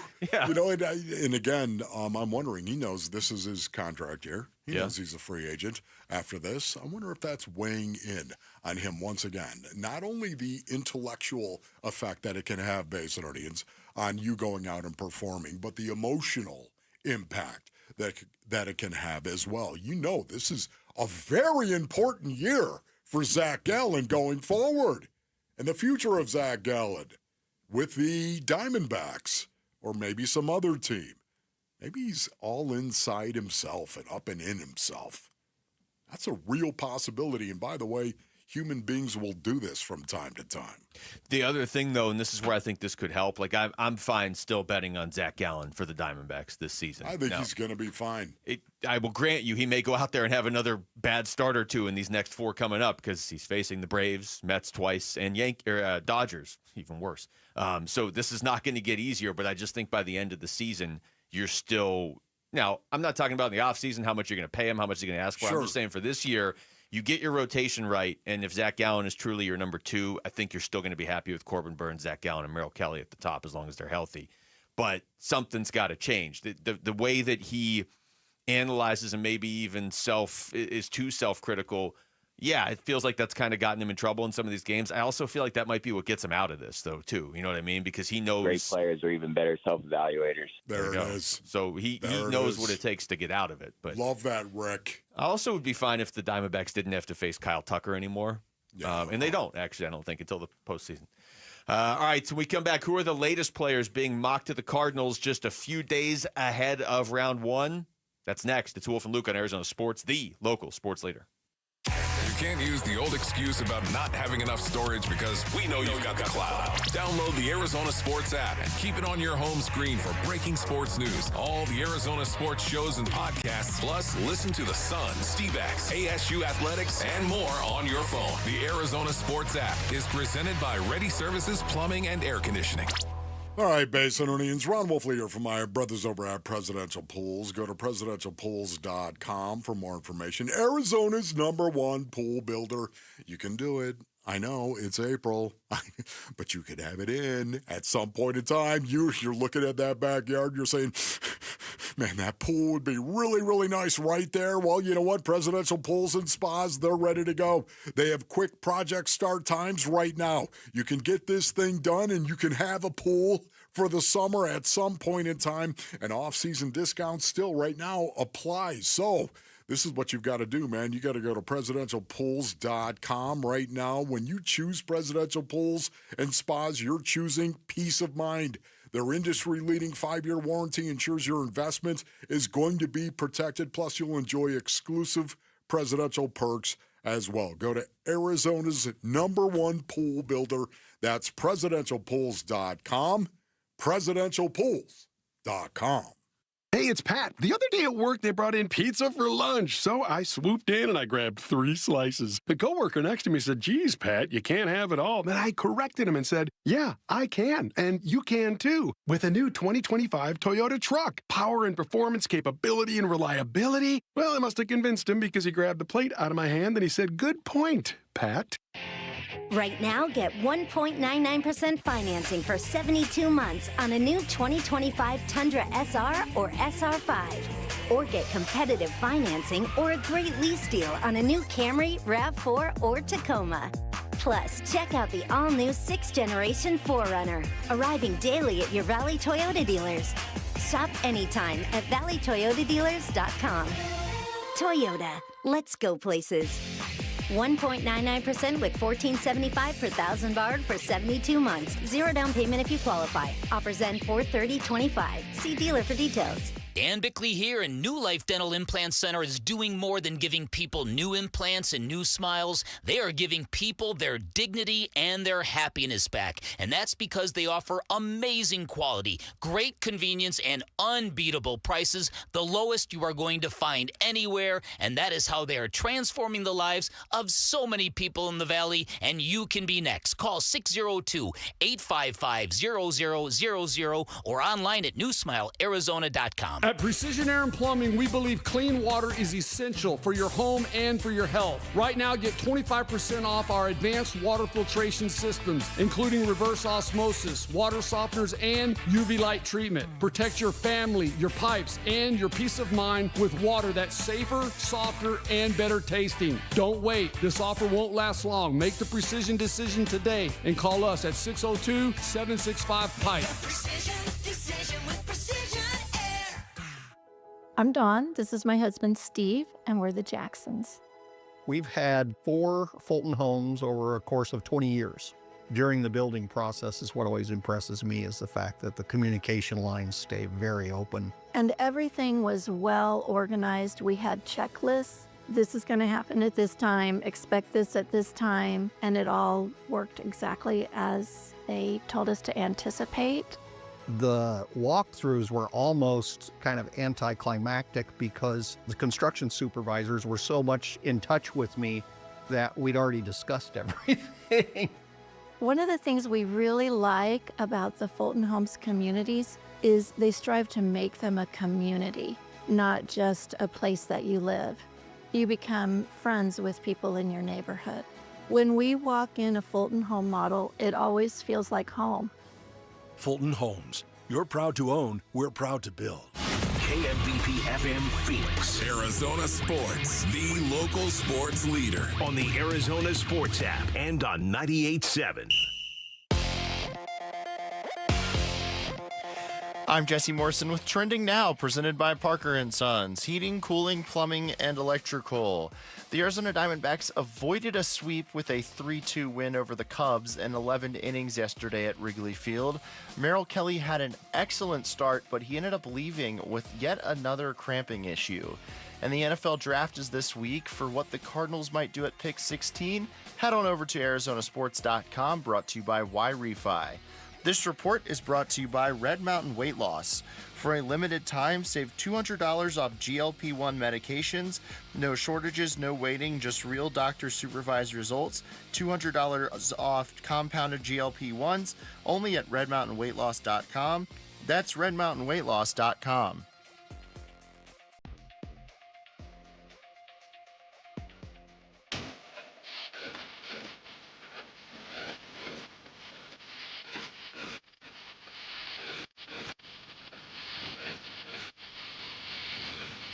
Hey everybody, it's Bernsey, and it is NFL Draft Week. So who are the favorites right now for the Cardinals to take at number 16 overall? The Burns and Gambo Show, 2 to 6 on Arizona Sports.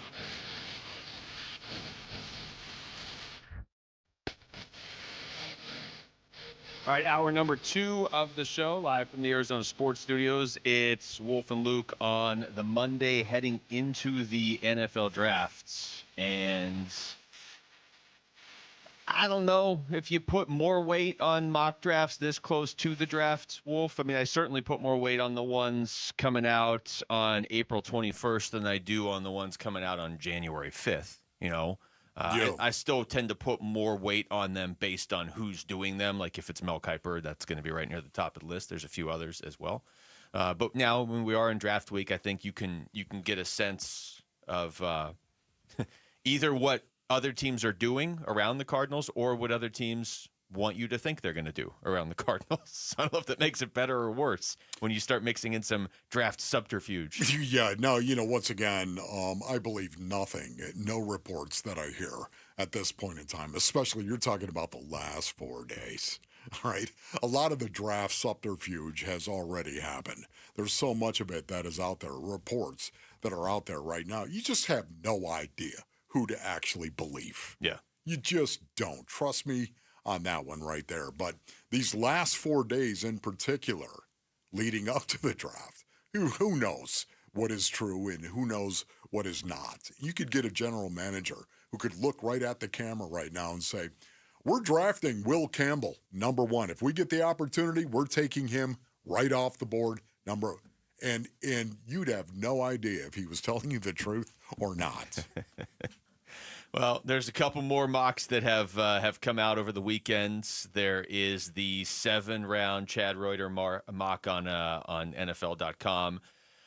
He has the Cardinals in the first round going with Kelvin Banks Jr. That's been a popular pick whenever he's been available to the Cardinals at 16 in these mocks.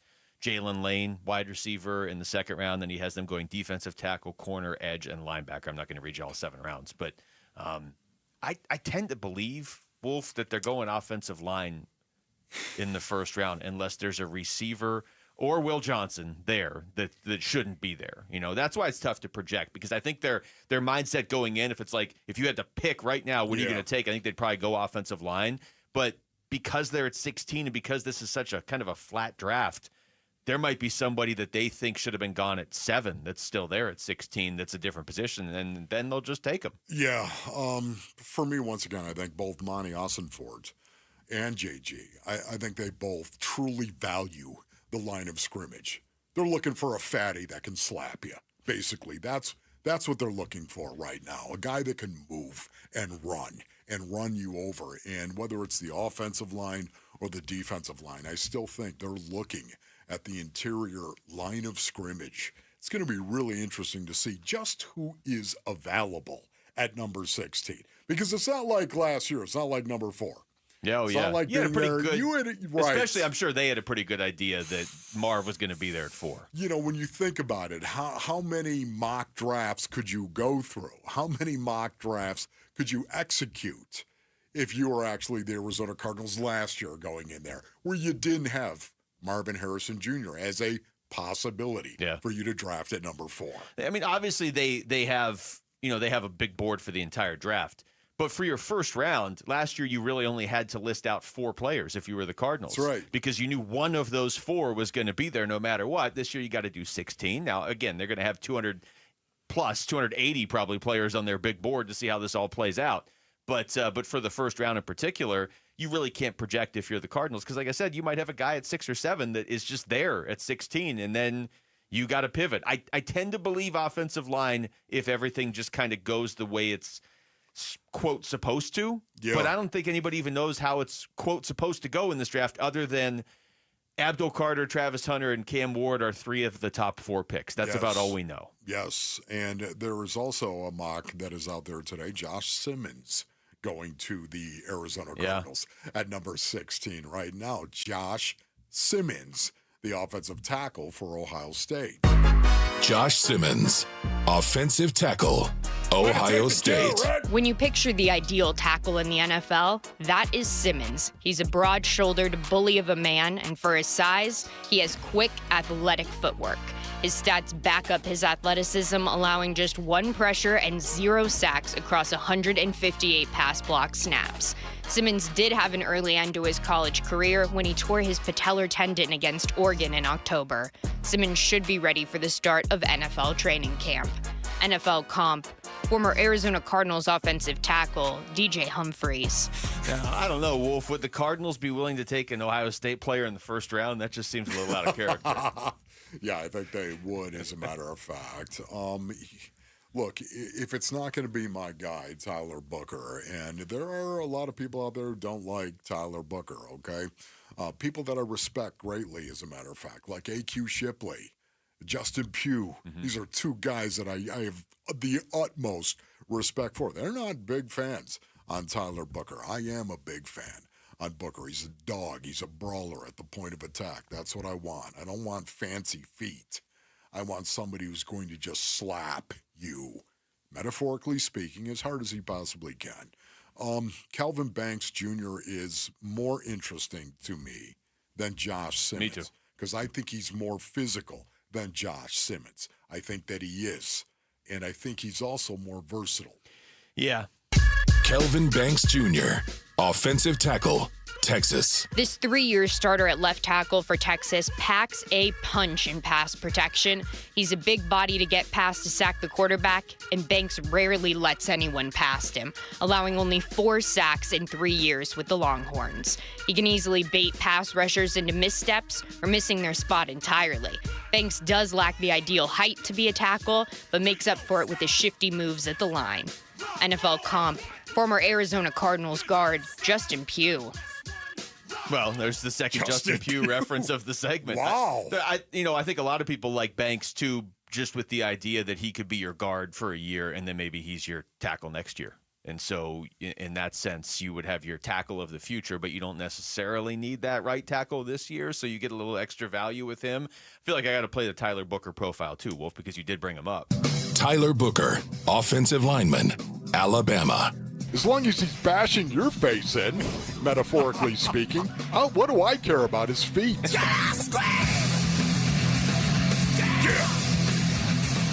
See, if that doesn't sell you, I don't know what does right there. I mean... That's so good right there, man. Are you kidding me? Well, listen, I want somebody who wants to engage in what the essence of the game is all about. And it is. It's a beautiful thing. And I thank God I do, Basin Earnings, from the bottom of my bones. I thank God that he gave me an out. He allowed me to tap into the primal side in which I was created, to go out on that field and step in between the white lines and play the game with abandon as to his glory. Oh, man, I loved it. So because of that, I love guys who also enjoy engaging the essence of that goodness and going Finish out. him. That's right. And playing the game, because this is what the game's about. Driving him into the ground. It's okay if you do that. You don't, there's no hatred behind it. It's just about driving you into the ground. That's the great thing about the game of football, man. And I think Tyler Booker embodies that. Yeah, you've kind of sold me on Tyler Booker. I mean, I'm very interested to see where he goes now, because either way, we're going to get a huge reaction out of Wolf. He's either going to be a Cardinal or he's going to be on some other team, and you're going to scream while we're on the air. But the essence of what you're saying is 100% true. When the games roll around, are we going to care how fast an offensive lineman ran a 40 or what they did at the combine? We're going to care if he's pancake blocking somebody on the other team. Yeah, and not helping him up. Just saying. That's part of it, too. Would you be okay with the Phoenix Suns hiring a first-time head coach? Because that is a very real possibility, if not a point of emphasis, it sounds like. We'll get into that next. It's Wolf and Luke on Arizona Sports, the local sports leader. Dbacks Cubs. Swung on, that ball blasted towards center. Thomas, though, is there. He makes the catch, and that's your ball game. Diamondbacks win it by a final score of 3-2. Jamison gets the save in his return to the majors, and there will not be a sweep here at Wrigley Field as the D-backs hang on and win it in a thriller. A D-backs day off before starting a homestand against the Rays tomorrow. Listen to the D-backs play ball on Arizona Sports 98.7 and the Arizona Sports app. All right, Basinonians, Ron Wolf leader from my brothers over at Trajan Wealth. Go to TrajanWealth.com for more information. Would you like a little peace of mind in your investment portfolio? Well, of course, we all would we not? How about starting with a second opinion? Wow, that's interesting now. Give my friends over at Trajan Wealth a call today, as a matter of fact, to schedule a complimentary introductory meeting where you can actually learn a little bit more right now. Maybe you're interested in wealth management that is designed to help protect, maintain, and expand your financial portfolio. I know that I was the Warrior Queen as well, and that's why we chose Trajan Wealth. Listen, they understand the importance of tactical investments, tailored insights for growth in line with your risk tolerance. One of the reasons why you should pick up the phone and call Trajan Wealth today to learn more about these strategies. 480-990-3300, 480-990-3300 for Trajan Wealth. Advisory services offered through Trajan Wealth LLC, an SEC registered investment advisor, paid advertisement.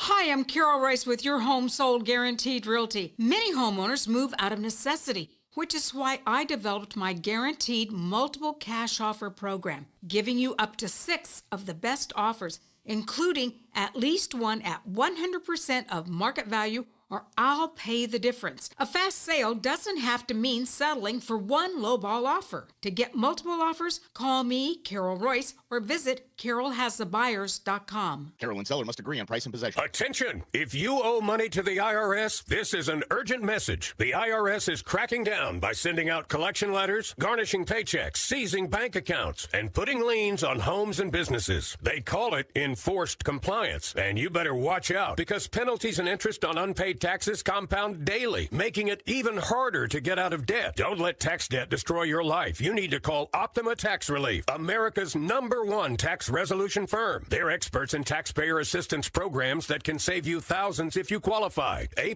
rated by the Better Business Bureau, Optima's resolved over $1 billion of tax debt for their clients. Let them fight on your behalf, helping to put your tax problems to rest. Call the tax professionals at Optima now for a free consultation. Call 800-343-6460. 800-343-6460. 800-343-6460. Optima Tax Relief.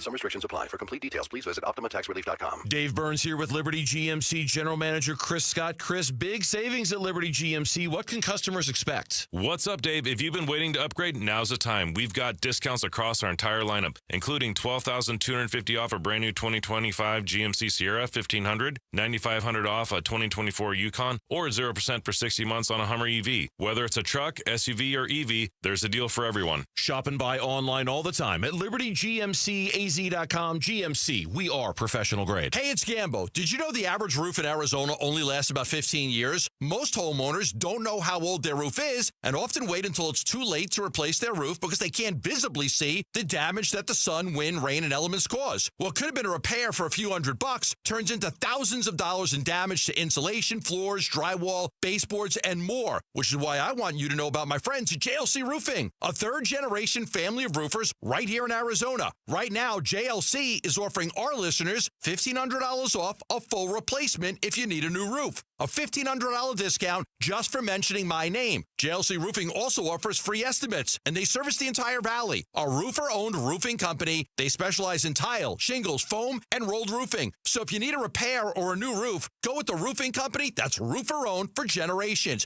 JLC Roofing. Call 602-ROOFING for free estimates on your roof and give your roof some TLC with JLC. Call 602-ROOFING or jlcroof.com.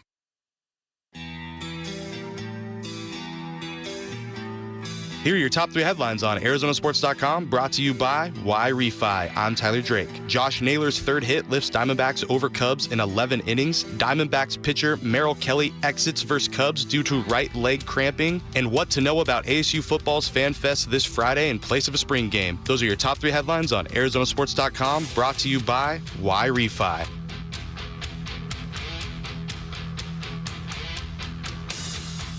Metallica Monday? Is that what's going on? Oh, yeah, that's what's going on right now, Babesonians. How are you? How was your beloved weekend? Yes, indeed. Jesus is Lord. Thank you so much for what you have done for me, Lord God. And I can tell you it was an awesome Easter weekend for most of us. I know. There are some out there hurting, and I want you to know we love you.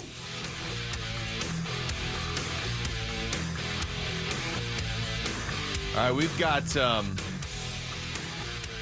looking at the show sheet. We've got a couple pretty compelling conversations coming up here, Wolf. I don't know where they're going to go. And then we've got the Freak Show, Wolf's first installment of the Freak Show in the 12 o'clock hour. When are we doing that? In the 12 o'clock. That's 15. when we're doing it. The first Freak of the year, Basonarians. Gets unveiled for the draft. And it's not me. That'd be so great if you just did the Freak Show and you're like, number 1, Ron Wolfley, and you just did a whole draft program yourself. We're going to start here, though, with the Suns, and a question that is going to have to be answered here, I would think, relatively soon. They don't need to hire a coach like tomorrow or a week from now or whatever. There's not a rush to do that, but they have to get real comfortable with the idea of hiring a first-year head coach, or they have to know that that's not the way they're going to do it. Here's Matt Ishbia on with Burns and Gambo last week. They asked him, okay, the Budenholzer hire was pretty disastrous. The Vogel one, I don't know if the Vogel one was disastrous, but it only lasted a year. So how do you learn from that when you hire the next head coach? Well, two things. One, we got to set the tone at the organization level about what we're about here in Phoenix. We're not going to just hire any coach that just comes and fits in and get any player that's talented and put him in there and see how, we're going to say this is what we're about and this is how we're going to play. And I think I referenced at the press conference, Pittsburgh Steelers, and I don't know if you guys, I'm not a Pittsburgh Steelers fan, by the way, but it's just their football program or organization, it's very clear what they're about there. Michigan State basketball, where I came from, it's very clear, we're going to block out, we're going to hit you across the chest, we're tough. There's certain stuff that you just know about Tom Izzo, Michigan State basketball teams. Phoenix Suns have to have an identity, and we have had no identity, and we have to have an identity, then we have to pick a coach that's aligned with that identity. Ding! There it is right there. It is. And this is the reason why James Jones is so important to me. James Jones is a guy that is sitting around that big rectangle who played the game at a high level and, oh, by the way, was really good.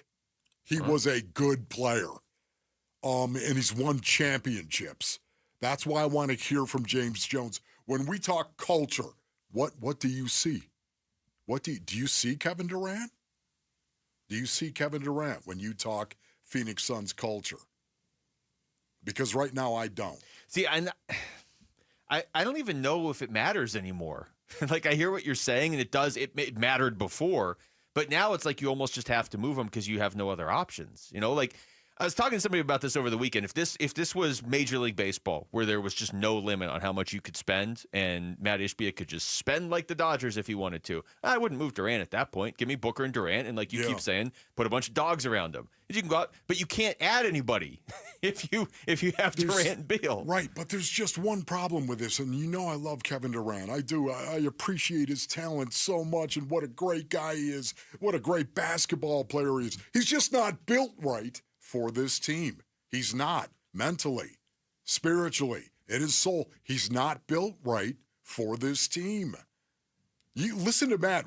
We want to be tough and physical and a bunch of dogs, and we want to build this culture that is, exactly what we're going to get and the kind of team you're going to have here in Phoenix. This is what he's talking about.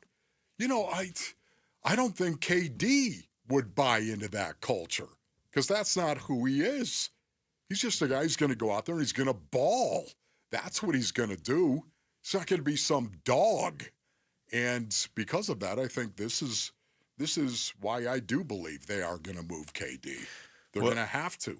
Matt Ishbia. Because you can't have a guy, by the way, Luke, who's your best player. We're right there with Devin Booker and Kevin Durant, who isn't going to model what your culture is. Yeah. It's really hard to do that, Luke, to say that this is who we are, except for KD, except for this guy, of course. See, it's tough on this one because everyone looks up to this guy. But he puts in the work, though. This isn't like a guy that won't practice. You know what I mean? This isn't like DeAndre Hopkins a couple of years ago. But I think that Matt, I could be wrong on this, is not talking about practice. I think he's talking about how you play the game. I would agree. Okay, so I think that's what he's talking about. But I feel like there's a way where we're talking about practice, man. You could put that team around KD and he wouldn't hurt that team. It's just the problem is you can't put that team there now without getting rid of KD. Yeah, but see, once again, Luke, it's a belief that you have to have in how the game is going to be played. So you go out and you find guys who are going to believe like that as well. But here's the problem. When you bring them in, they believe what your culture is all about. The problem is one of the best players, if not the best player, doesn't model that culture. You can see the problem. You're already starting to bang heads with your culture and with your people. Well, and then on top of that, it sounds like they didn't have much of a connection with their coach from the players or from the front office to the coach this past year. So they obviously have to get the coaching hire right. I know this varies in people's mind how much the head coach matters, but I think we saw this year that you at least need to have a coach that buys into that culture and is going to emphasize that culture. Matt Ishbia, when he was on with Burns and Gambo, was asked about what he's looking for now in his next head coach. Someone that's like us, someone that's bought into the way we want to do things in Phoenix.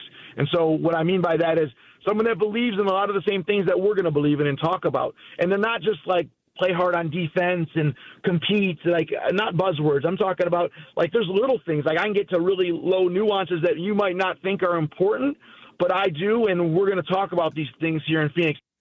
See, once again, I mean, this is just talking the way that he's talking. Forget about the words that he's using. Just the things he's saying is, we're going to get tough around here. It seems like that's the conviction that is there is stunning. The lesson, or whatever you want to call it, that has been learned in his first 2+ years. It's been 2 years and 2 months since he took over the team.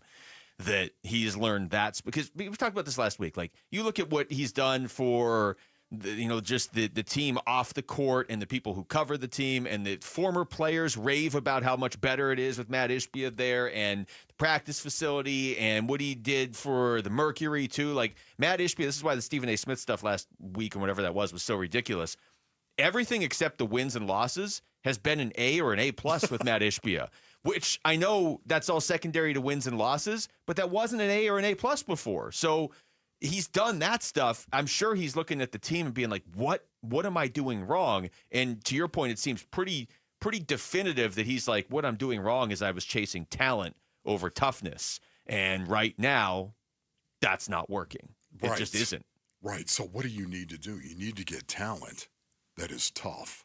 That's what you need. So you've got Booker. I mean, if you keep Booker, he's talented and tough. I think if you surround him with tough guys as well, that Book is going to mirror that. It's one of the things he does. And I think Book is developing. He is. And I've seen it, Basinonians. I know you're saying, if he's 28 years old, are you kidding me? If he's not a leader now, he's never going to be a bull. I've seen it. I've seen it happen with a guy. He just had to develop that part of himself and understand and be self-aware that I need to do this for the benefit of all of us. And I think Book is there. Just don't think his coach was. Yeah, whoever the next coach is, first year, 20th year, whatever, they need to let Devin Booker talk to his teammates. He's trying to lead. When we come back, bullpen news for the Diamondbacks over the weekend wasn't great. We can get into just how bad maybe it was. That's next. It's Wolf and Luke on Arizona Sports, the local sports leader. Friday afternoons at 2:30 on Arizona Sports. Burns and Gambo talk Diamondbacks baseball with Dbacks manager Torey Lovello. Brought to you by Estrella Jalisco. Don't miss Burns and Gambo with the skipper. 2:30 Friday afternoon. Listen on the Arizona Sports app and 98.7. All right, Basinonians, Ron Wolfley here from my brothers over at Moving Team 6. Go to movingteam6.com for more information. You should go to movingteam6.com, too, if you don't want to move yourself. You know what I mean? I don't know about you. I will pay for convenience, Basinonians. I will.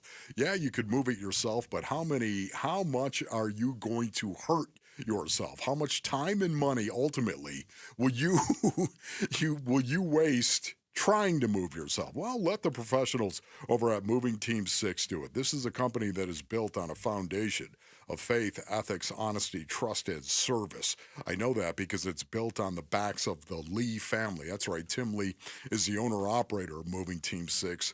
He owns the company with his sons, Garrett and JT, right here, and they live in Phoenix and have for, over a decade now. They're the best in the business, ladies and gentlemen. Moving Team 6, they use a military-like approach to all of their moves. You need to go check them out. Go to movingteam6.com. That's movingteam6.com. Tired of fighting for your store's last bottle of water or lugging hundreds of bottles of water each year from the store to the car to the fridge to the recycling? For less than $1 a day from Parker & Sons, you can have an unlimited supply of bottle quality water right at your tap.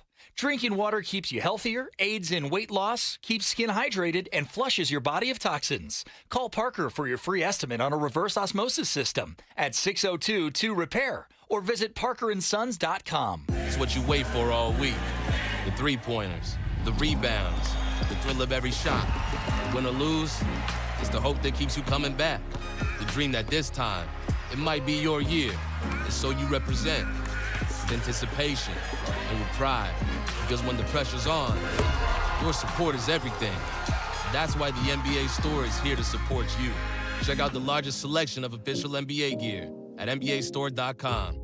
a Fanatics experience. Hey, it's Vince Marotta with some exciting news from Earnhardt Ford in Chandler, the Ford Motor Company from America for America employee pricing event. And this is a big deal, folks. This means you pay what they pay across a full lineup of trucks and SUVs with few exceptions. And if you're considering a new vehicle, you got to give Earnhardt Ford a chance to prove why they've been a trusted name in the Valley for over 73 years. They're a family-owned dealership that offers a no-bull way of doing business. That's why generation after generation of Arizonans return to Earnhardt. Stop in now at Earnhardt Ford and take advantage of employee pricing, or check out their fully digital shopping experience with No Bull Express at earnhardtford.com. Offers require approved credit and end June 2nd, 2025. That's earnhardtford.com. Most new vehicles include the No Bull protection package as an added benefit. $699 for cars and SUVs, $1598 for trucks. For well-qualified customers through Ford Credit, U.S. residents only. Available on select new 2024-2025 Ford vehicles only. Exclusions apply. Prior purchases. Traditional AXCD plan ineligible. Plus tax, title, license, and $5.99 doc fee. See dealer for details. Need inspiration? Shop Fry's. For mouth-watering meals and appetizing ingredients. Our low prices add up to big savings. Plus over $600 in digital coupons each week. And up to $1 off per gallon at the pump. At Fry's, you always get big flavors and big savings. Fry's. Fresh for everyone. Fuel restrictions apply. You can save more with our weekly digital deals. Select boxes of Nabisco Ritz crackers are only $1.99 each with your digital coupon. Fry's, fresh for everyone. May 5th through the 11th, get close to the future legends in women's golf. The Carlisle, Arizona Women's Golf Classic returns to TPC Scottsdale's Champions Course. Brought to you by Carlisle Companies.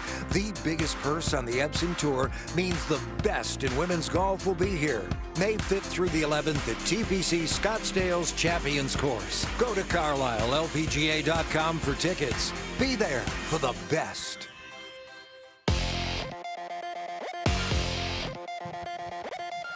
I'm Jesse Morrison with Trending Now, presented by Parker & Sons. Heating, cooling, plumbing, and electrical.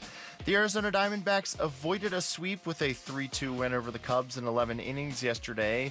Merrill Kelly was excellent, but he ended up leaving with another cramping issue. That's been something that has been bothering him the past couple of seasons. And the NFL Draft is this week. For what the Cardinals might do at pick 16, head on over to arizonasports.com, brought to you by YRefi. This report is brought to you by YRefi. Don't let private student loan debt ruin your life. Go to YRefi.com. That's YREFY.com.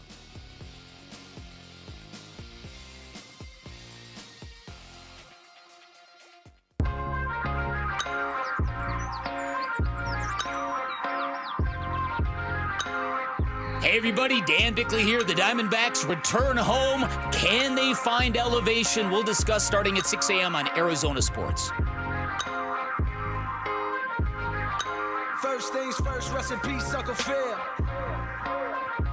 right, Wolf. Diamondbacks off today. They get Tampa for 3 tomorrow. Is a 6-game homestand coming up against the Rays tomorrow through Thursday, and then the Braves Friday, Saturday, Sunday. So Brandon Pfaadt, Erod, and Corbin Burns against the Rays here coming up. The bullpen, I would say, took some hits over the weekend in a variety of different ways. So here we go. I guess we can start with what happened on Friday. I mean, we alluded to this earlier. Diamondbacks down 2-1 going into the bottom of the 7th. They give up 5, so they're down 7-1. They score 10 in the top of the 8th. You're like, take that, Chicago. You're done. And Chicago comes back with 6 in the bottom of the 8th. Joe Mantiply struggles continue this season. A 15.95 ERA. Bryce Jarvis got lit up in that game, too. Ryan Nelson got lit up in that game. But Mantiply to the point where he got sent down to Reno. And this is a guy who was a pretty important part of their success. He started World Series games when they did those bullpen games. Yeah. Yes. He was a pretty consistent piece of the bullpen the last few years, and now he's in Reno. Yeah. Once again, starting pitching, I thought, was okay for the most part over the series. And the bullpen, let's face it, has been fantastic for the most part. Has been fantastic when you consider what they've done. But, man, Friday night was a disaster. Ryan Nelson, 2/3 of an innings pitched, gave up 5 earned runs. Mm-hmm. Bryce Jarvis, the same thing. 2/3 of an inning pitched, gave up 3 earned runs, and Joe Mantiply as well. It just, those 3 guys, it exploded on them.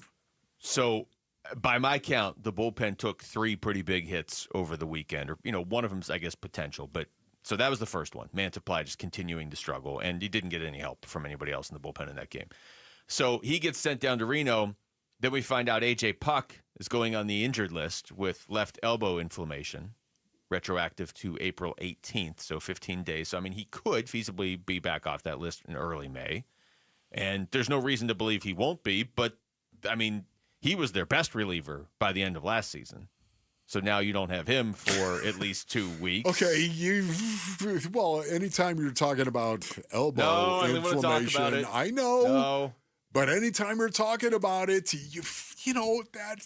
that's a red flag. Can I be the bearer of bad news No, here? don't do it, Rick. Okay. No, because the whole city's going to hate you if anything. I mean, okay, but I won't speak the truth. Then I'll just turn my mic off. I will say you this. don't know it's the truth, Rick. There are pitchers. Inflammation doesn't mean you're going to have Tommy John. I have never seen a pitcher that deals with elbow inflammation come back from it and never eventually end up having to have Tommy John surgery. If that is this next doesn't season, sound very scientific, Rick. No, I'm never just saying. seen a pitcher. No, I'm telling you, Garrett Cole last year, he had elbow inflammation, came back, pitched the rest of the season. Now he's got Tommy John surgery. There's a huge difference between there are a lot of examples of guys having elbow issues and then having Tommy John, and what you said of it's never okay. No, I've just never seen it happen where it doesn't end up leading to Tommy John surgery. Okay. Well, I don't have every example in front of me, but I guarantee you there are Rick pitchers is out trying there. to be a doctor based on his. Dr. Rick. Yes, this is definitely a news segment on the show.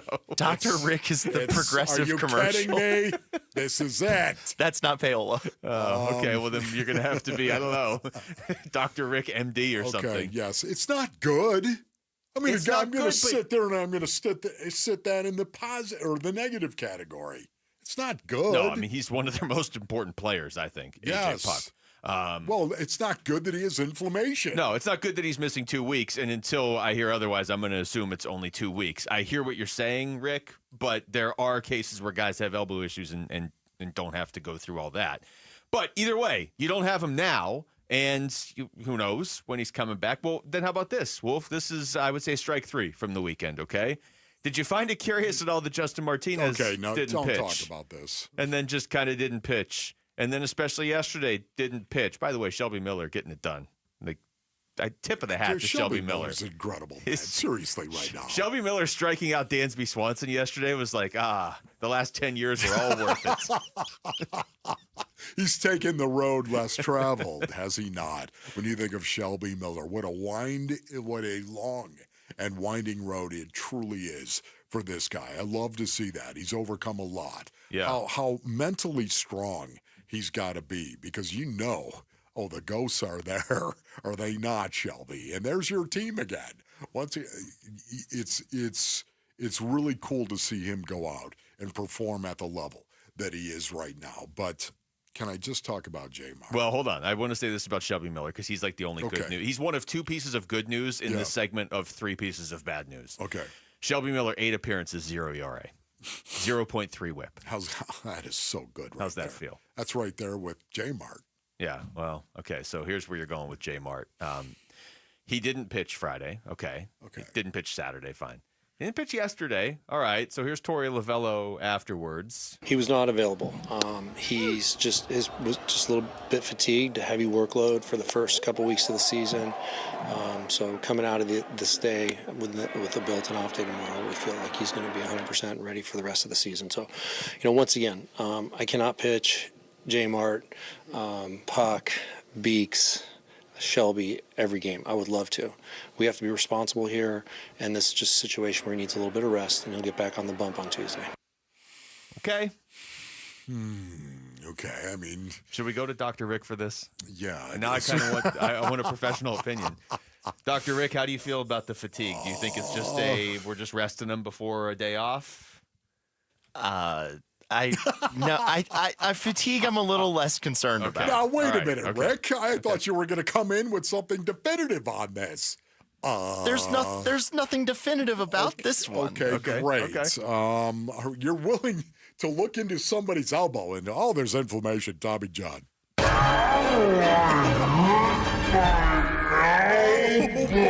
tell you this, if we get any bad news on AJ Puck, you're going to be doing the show alone for a couple weeks because I'm not going to be in a good place. Okay.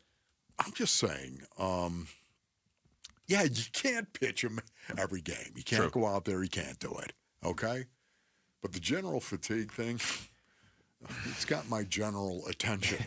It's giving me general nausea, to be honest. Seriously. Well, that's weird. I just don't like that both of them are having these issues. What Torrey said right there, logical, makes total sense. Could just be that, right? I mean, the guy throws 102, 103. You can't run him out there every day. I get that. So, by the time this series starts tomorrow, it'll be the 22nd. The last time he pitched was the 17th. He threw a third of an inning. Maybe they are just being smart. It's just weird to hear fatigue on April 21st or April 20th when that, you know what I mean? Because it's a long season. Yeah. So maybe they're just being smart, trying to avoid issues. I guess general fatigue once again. I would hate that. If I were a closer in Major League Baseball, Basinonians, I would hate that. If the skip got up in front of me, he's generally fatigued. He's fatigued right now. We can't pitch him. Torrey knows that. Torrey knows that better than anyone else. It doesn't seem to me that J Mart has been overworked since the beginning of the season. No. I don't think he's been overworked. Do you? He's thrown 7 innings. Well, Rick, this is the point I'm talking about. He throws 100 plus. Still. It's 7 innings. Look, I don't love it. General Fatigue, also a good band name. That's going on the list with Merrill and the Cramps. Here's General Fatigue. That's actually what we're going to start calling Wolf in the 145 segment on Fridays. General Fatigue. Hey, man, can you be a little bit more specific than, just fatigued? He's fatigued. I do want to. I got to play the other cut from Torrey too, because they asked him why err on the side of caution with J Mart. Overall fatigue, and once a trainer comes in and talks to me about that, I have to really pay attention to it. And when he says he needs another day off, he needs another day off. So, and out of respect to the athlete and what's going on around us right now with AJ, we're not going to risk anything. Okay, so I'm just saying right now, this is me, stupid wedge buster that I am. Okay, fullback, gonna just hit you right in the face. This is me. Honestly, so J-Mart, what you told the trainer go tell Torrey? I don't know. I'm just kind of fatigued right now. I don't know, man. I don't love this, man. I'm not digging that. They my expectations for this team because are unhealthily Torrey thought he was high. going to be fine. He thought he was going to be fine. What? Otherwise, hey, the trainer, could you go tell him I'm not going to be okay? I need another day. Hey, the trainer. That's how he addresses him. I'm just saying. Hey, you, the trainer. Torrey was surprised. I'm sure. Why are you telling me? Oh man, where's J-Mart? Did you see the look on Torrey's face when he had to come out and get Merrill yesterday? He looked like we all felt like, come on. All right, the NFL draft is coming. We've got your chance to win a brand new NFL draft hat, repping your team. Just head to the contest page at arizonasports.com. Lock in your prediction for the first pick and try to nail as many picks as you can. The more you get right, the better your shot to win. All right, when we come back, will Travis Hunter be able to play both sides of the ball like he wants to in the NFL? Is he just going to quit if he can't? That's next. It's Wolf and Luke on Arizona Sports, the local sports leader. Trainer. We're looking forward to the NFL Draft Thursday. I think we're about 95% the board. We'll run through a few scenarios and we'll do a few mock draft exercises amongst our staff, and we'll have something fun to talk about with you guys Thursday night. We preview the prospects and what Monty needs to complete the roster on the home of the Arizona Cardinals. Arizona Sports 98.7, the Arizona Sports app, and the Arizona Sports YouTube channel. All right, Basinonians, Ron Wolfley here for my brothers over at All Pro Shade Concepts. Listen, the Basin is heating up, and if you're tired of battling that hot Arizona sun right now, you need to call my friends over at All Pro Shade Concepts. Their roll-down patio shades and retractable awnings are the real deal, man. We got them at the Wolfley compound. Cooler patios, no glare, and total privacy. Listen, All Pro Shade, they came out to the Wolfley compound, and they advised us on our shading needs, where our options were and what we needed. Man, I can tell you right now, it's one of the best things that we've ever done at the compound. They are the experts in their industry, Basinonians. And just when these guys couldn't get any better, now through Memorial Day, for every shade ordered, All Pro Shade will donate a pair of running shoes to a U.S. service member through their partnership with Shoes for Soldiers. This organization will help those that are running in the active military. It's for them to cool down, ladies and gentlemen, and to help out. Go to allproshade.com. That's allproshade.com. This is Greg Hagan. I want to put cash in your pocket. Have you thought about selling your home? Well, Inc. 5000 just named 72 Sold the #1 real estate firm in the state of Arizona. Why? More money for Arizona home sellers. Our competitors must wonder if we have a secret playbook to get more money for you. Turns out we do, but only for you and only at 72sold.com. Get more money for your home at 72sold.com. Being hurt in an accident can change your life, and we want you to be empowered in that situation, and that is why we tell you to call Sweet James. Hey, everybody, Dan Bickley here, and when one of our listeners got hurt in a motorcycle accident, he was shocked by the lowball offer he got from the insurance company, and he called Sweet James, and his new team of attorneys helped him get the medical care needed to get on that bike again, and then they fought tirelessly to deliver a $400,000 win. Now, no firm can guarantee outcomes, but if you're ever hurt in an accident, you need a team of local attorneys who have the care, the skill, and the resources to win the most for you. And Sweet James brings over 500 trials of experience to every case, big or small, and that is why they win 98% of the time, and they win big. Call Sweet James at 800-9-million. That's 800-9-million. Find them online at sweetjames.com. Proud partner of your Phoenix Suns. Hey, it's Vince Marotta with some exciting news from Earnhardt Ford in Chandler, the Ford Motor Company from America for America employee pricing event. And this is a big deal, folks. This means you pay what they pay across a full lineup of trucks and SUVs with few exceptions. And if you're considering a new vehicle, you got to give Earnhardt Ford a chance to prove why they've been a trusted name in the Valley for over 73 years. They're a family-owned dealership that offers a no-bull way of doing business. That's why generation after generation of Arizonans return to Earnhardt. Stop in now at Earnhardt Ford and take advantage of employee pricing, or check out their fully digital shopping experience with No Bull Express at earnhardtford.com. Offers require approved credit and end June 2nd, 2025. That's earnhardtford.com. Most new vehicles include the No Bull protection package as an added benefit. $699 for cars and SUVs, $1598 for trucks. For well-qualified customers through Ford Credit, U.S. residents only. Available on select new 2024-2025 Ford vehicles only. Exclusions apply. Prior purchases. Traditional AXCD plan ineligible. Plus tax, title, license, and $599 doc fee. See dealer for details.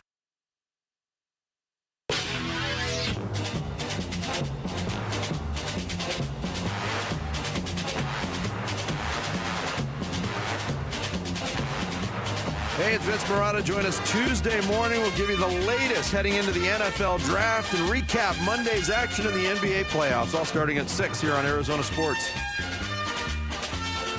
All right, let's go around the NFL.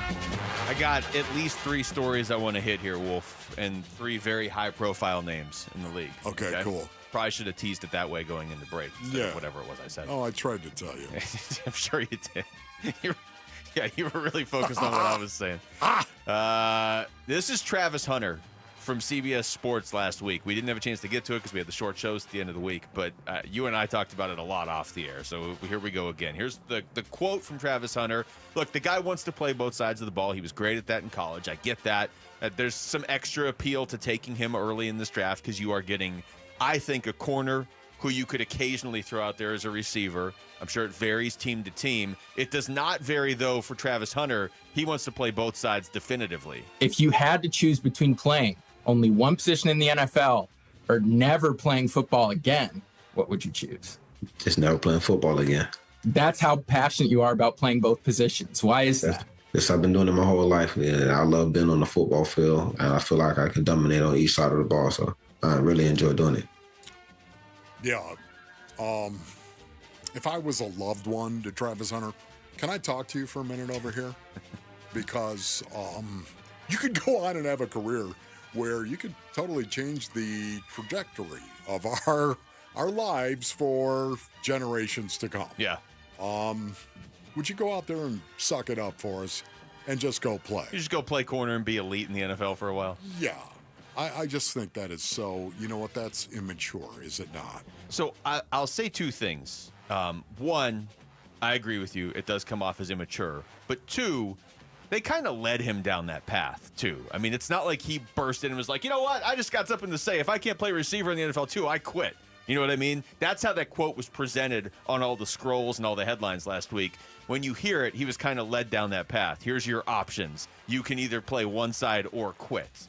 Now, do I think he chose the wrong option? Yes, I do. But it's not like he came up with that on his own. You know what I mean?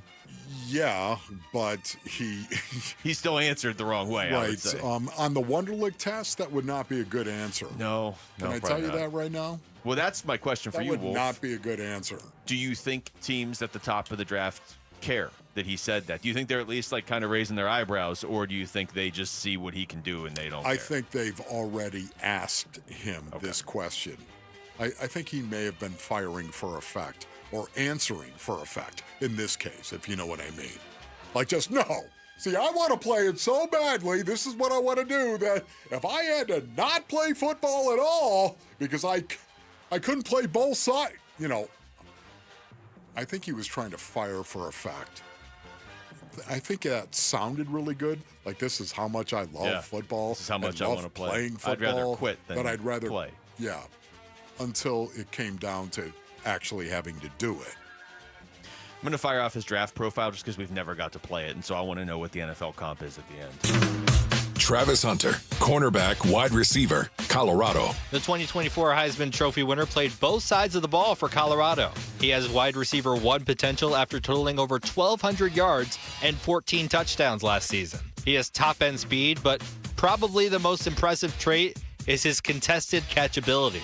Now as a corner, Hunter uses all those offensive skills and then some. The ability to stay with receivers while having a nose for the football makes him elite on defense. In 2024, he had 4 interceptions and 1 forced fumble, showing that he isn't afraid to get physical. You can say the con of drafting Hunter will be not knowing where to play him. If he played just one of those 2 positions though, he would be the best player in that group in this draft. NFL comp, former Arizona Cardinals corner, Patrick Peterson. Wow. That was, okay, I Pat truly P. didn't know who they were going to comp him to there. Yeah, that's interesting right there. Pat P. Okay, that would be a good comp, I think, for Travis Hunter. I think he is a better corner than he is a wide receiver, yet he's very effective as a wide receiver. I think a team that drafts Travis Hunter is going to draft him as a corner for the most part, and then let him work his way into the wide receiver role. Yeah. Maybe that's in certain situations. Maybe in the red zone. That's what I would do. Right? Exactly the way you said it, whether it's red zone or whatever, but I'm drafting him as a corner because that's such a premium position, but I'm not going to pretend this guy can't play a receiver too. Right. Don't you think there's got to be a limit, though? Like, I wouldn't be running him out there every offensive play, or I'm not going to have him by week 9. Oh, no. I'm going to play him situationally, whether it's third and obvious pass situations out on the field. Maybe it is red zone once again. I'm gonna play him offensively situationally. That's what I'm going to do. All right, I'm going to throw a couple quotes at you. One from Caleb Williams, one from Jaden Daniels, okay? Okay. Just want to get your thoughts on these. The one from Caleb Williams is from Esquire, so I'll read it to you. It says, quote, I think the NFL game has become very friendly, and I don't necessarily want to be friends because I want to keep that competitive advantage, unquote. Oh! How do you feel about that with Caleb Williams? You want that competitive advantage right there, so you don't want to go out. So in order to play the game of football correctly, you know my belief on this, you don't want to try to make friends on the football field. Okay, make friends everywhere, of course. You don't have to be a jerk on the football field either. You don't have to be some guy who's talking trash all the time. You don't have to be that. Don't be a jerk on the football field. Yet at the same time, try not to make friends, please. Because I have played with guys who try to make friends. You got me on that one, boy. You really got me. My goodness, man. You killed me. That was okay. Good job. I'm going back to the huddle now. Things I can't imagine ever hearing Wolf say on a football field as he's busting up a wedge. Oh, you really knocked me down that time, friend. Thank you to all wedge busters out there. Thank you, wedge busters. I used to get killed on the football field all the time. I tell you this, Base Earnings, because I love you. I used to get killed on the football field, okay? But, man, if you heard me get off the ground and look you in the face and say, you are the softest peanut butter cup I've ever seen. That's going in our next show. Open. Guys didn't know what to say to me after I would get off the ground and call them soft. Well, that's why that quote, because I feel like on this show, I don't know how this happened, but I'm the Caleb Williams apologist on this show, and everybody else he's not gonna be any good or whatever. He's soft. I thought that quote was the first time I've heard him say something, Wolf. Yeah, that sounds like something you would say. Interesting. Right from a franchise quarterback. Here's a cut from Jaden Daniels too on Gruden Goes Long. Last year was last year. That's great, but it's a whole new year now, and I still got to go out there. I got to prove myself to my teammates, the organization, each and every day that I'm getting better. And then when it's time to prepare and when those games come, I got to know that, hey, how can I eliminate some tendencies, stuff like that, because that's the big thing. Coaches are always trying to find tendencies of what this player is going to do so they can anticipate it and hopefully get you in that situation. Jaden Daniels, he needs to be in Cliff Kingsbury's offense. He does, because you can just let him use all of that God-given ability to go out there and make a play. That's what it's all about. The simplicity of the offense is real. It's simple, and it's there. And at some point, I do wonder, do it again in year 2. Yeah. And we'll see if it catches up to Cliff and Jaden Daniels once again. We'll see. We're all going to have a front row seat on that. But this is an offense that, once again, defensive coordinators have figured out in the past. Cliff is going to have to evolve this offense, and I think Dan Quinn is going to help him do that. Coming up next, we're going to take you through the top stories of the day with Wolf and Down Your Lunch. It's Wolf and Luke on Arizona Sports, the local sports leader. Bickley and Marotta mornings. Mike Tannenbaum said he's a big believer in Marvin Harrison Jr. But do you believe in the rest of the room? That's really the big question to me. Where is the standout talent? Don't you need more than one, even if Marvin Harrison Jr. is that guy? The Cardinals in 2003 got Anquan Bolden in the second round. In 2004, they got Larry Fitzgerald in the first round. In the 2008 season, 2009 calendar year, they played for a Super Bowl championship. Might be something said for putting together a young, dynamic wide receiver duo. Bickley and Marotta, mornings on Arizona Sports, the local sports leader. Luke Lipinski back to tell you about Twin Peaks. If you're looking for a great happy hour, you just found one. You can stop looking because you're not going to beat Twin Peaks 3 to 6, 10 to close every weekday with an adventurous drink menu that is second to none. Great atmosphere, great scenery. What more could you possibly want? Well, how about some incredible food? My suggestion would be start with the loaded fries or the burgers or the chips and queso with brisket chili. They got steaks, ribs, fire-roasted salsa and chips, wings with over a dozen sauces to choose from. You really can't go wrong with their menu. It's pretty fantastic. And now is an especially good time to go because everything is going on right now. You got baseball season going on around you. Playoff hockey is here. Playoff basketball is also here. You got a football draft coming up this Thursday and on into the weekend. Twin Peaks has great food, refreshing drinks, and with their wall-to-wall TVs, you won't miss any of this action that's going on. You don't even have to wait for the weekend. They're serving scratch food and pouring quality drinks every day after dark. You can experience the best late night in the league today, tomorrow, whenever. Twin Peaks has you covered with 5 convenient Valley locations, so never settle. Stop by and experience the lodge mentality at Twin Peaks. Northern Arizona University is a school and experience like no other. It's an affordable, accessible education outfitted with high-quality programs and dedicated faculty. It's a community that's welcoming, caring, and thriving. As you enjoy the life of a lumberjack in Arizona's best college town, you'll make an impact every day on your community and your future. That's NAU. Learn more and apply today at nau.edu/enroll. This message comes from Viking, committed to exploring the world in comfort. Journey through the heart of Europe on an elegant Viking longship with thoughtful service, destination-focused dining, and cultural enrichment on board and on shore. With small ships that bring travelers closer to the destination, there's more time to explore. And every Viking voyage is all-inclusive, with no children and no casinos. Discover more at Viking.com. If you're 55 and up, T-Mobile has plans built just for you. 2 lines of unlimited for just $30 a line. That's a 45% savings compared to Verizon and AT&T. But don't just take our word for it. It's not just the savings that are great with our T-Mobile plan. There's all this value from all these other things that T-Mobile offers.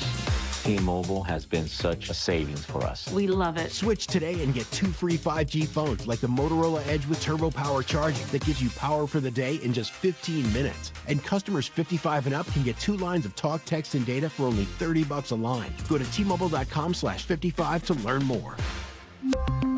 With 24 monthly bill credits and 2 new lines with autopay for well-qualified customers plus taxes, fees, and $35 per line connection charge. Credits end and balance due if you pay off early or cancel. Contact us plus $5 per line without autopay. Debit or bank account required. 45% off 2 lines versus AT&T Starter and Verizon Welcome. Plan benefits vary. See details at T-Mobile.com. Motorola Edge requires 68-watt charger. Charger sold separately. Actual performance will vary based on usage and configuration. Home buying season is right around the corner, and now is the perfect time to make your move. Whether you're buying your first home or upgrading your home, you deserve to work with a mortgage company who can close on time and put you first. We are seeing a shift in the market, and now is your opportunity. Don't stress over complicated paperwork or hidden fees. When you work with the Lund team, it's all about making the process simple and straightforward. This home buying season, work with a team that's always here for you. Go to lundmortgage.com. That's lundmortgage.com. Hey, it's Vince Marotta here for Earnhardt Buick GMC in Mesa, your local GM dealer. And folks, there has never been a better time to get in a new GMC truck or SUV. Take advantage of low 0.9% APR financing on a 2025 GMC Sierra 1500 Turbo Max full-size truck. Or electrify your savings with an even lower 0% APR for 60 months on 2024 Hummer SUVs or Sierra EV Denali's. All offers require approved credit and end soon. So hurry into Earnhardt Buick GMC or find it all online at EarnhardtBuickGMC.com. We are professional grade, and that ain't no bull. Most new vehicles include a $998 no bull protection package as an added benefit. Offers include all applicable incentives on select models. APR terms limited through GM Financial. 0% for 60 months is $16.67 per month per 1,000 financed. Based on approved credit, not all will qualify. Plus tax, title, license, and $599 doc fee. See dealer for details. Offer ends 4/30/25. KMVP FM Phoenix. Arizona Sports, the local sports leader. On the Arizona Sports app and on 98.7. I'm Jesse Morrison with Trending Now, presented by Parker & Sons. Heating, cooling, plumbing, and electrical. The Arizona Diamondbacks avoided a sweep with a 3-2 win over the Cubs in 11 innings yesterday. Merrill Kelly was excellent, but he ended up leaving with yet another cramping issue. And the NFL draft is this week. For what the Cardinals might do at pick 16, head on over to arizonasports.com, brought to you by Y-Refi. This report is brought to you by the Window Depot. Looking for a career that's more than a job?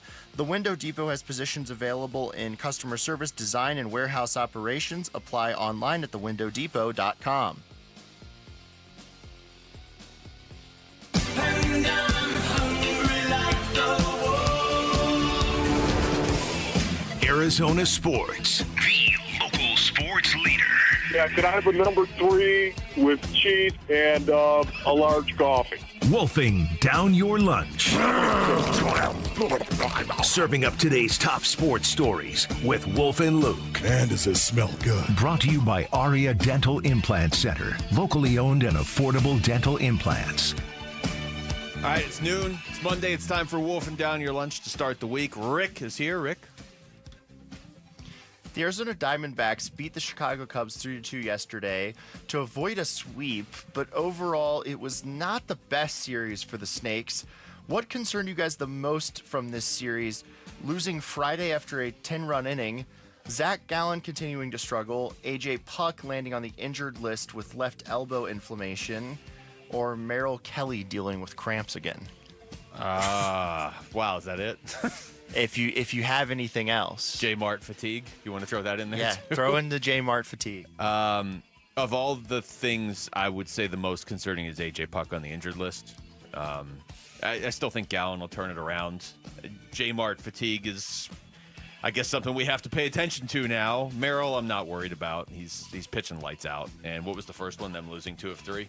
No, losing after having a 10-run inning. I mean, that's not great. None of these things are great. But I would say AJ Puck on the injured list bothers me the most. Yeah, for me, it's the injuries in general right now. I would say AJ Puck, if I had to say something, and produce, I believe like I have to say something, so I'd say AJ Puck. But, you know, it honestly is just the general injuries that are starting to happen once again. I don't know. Just seems like the Diamondbacks, especially early in the season. Yeah. Maybe we got to, I don't know, have a big rectangle meeting and talk about what we're doing, Tori, in spring training, or what we're not doing. It seems like early on, man, we have this injury rash. We're starting to get it right now, and it's bothering me. Yes, and it's always like the key players, players, but it'd be the too. AJ Puck, too. Yeah. Over to a more positive D-backs question. Thought that was okay.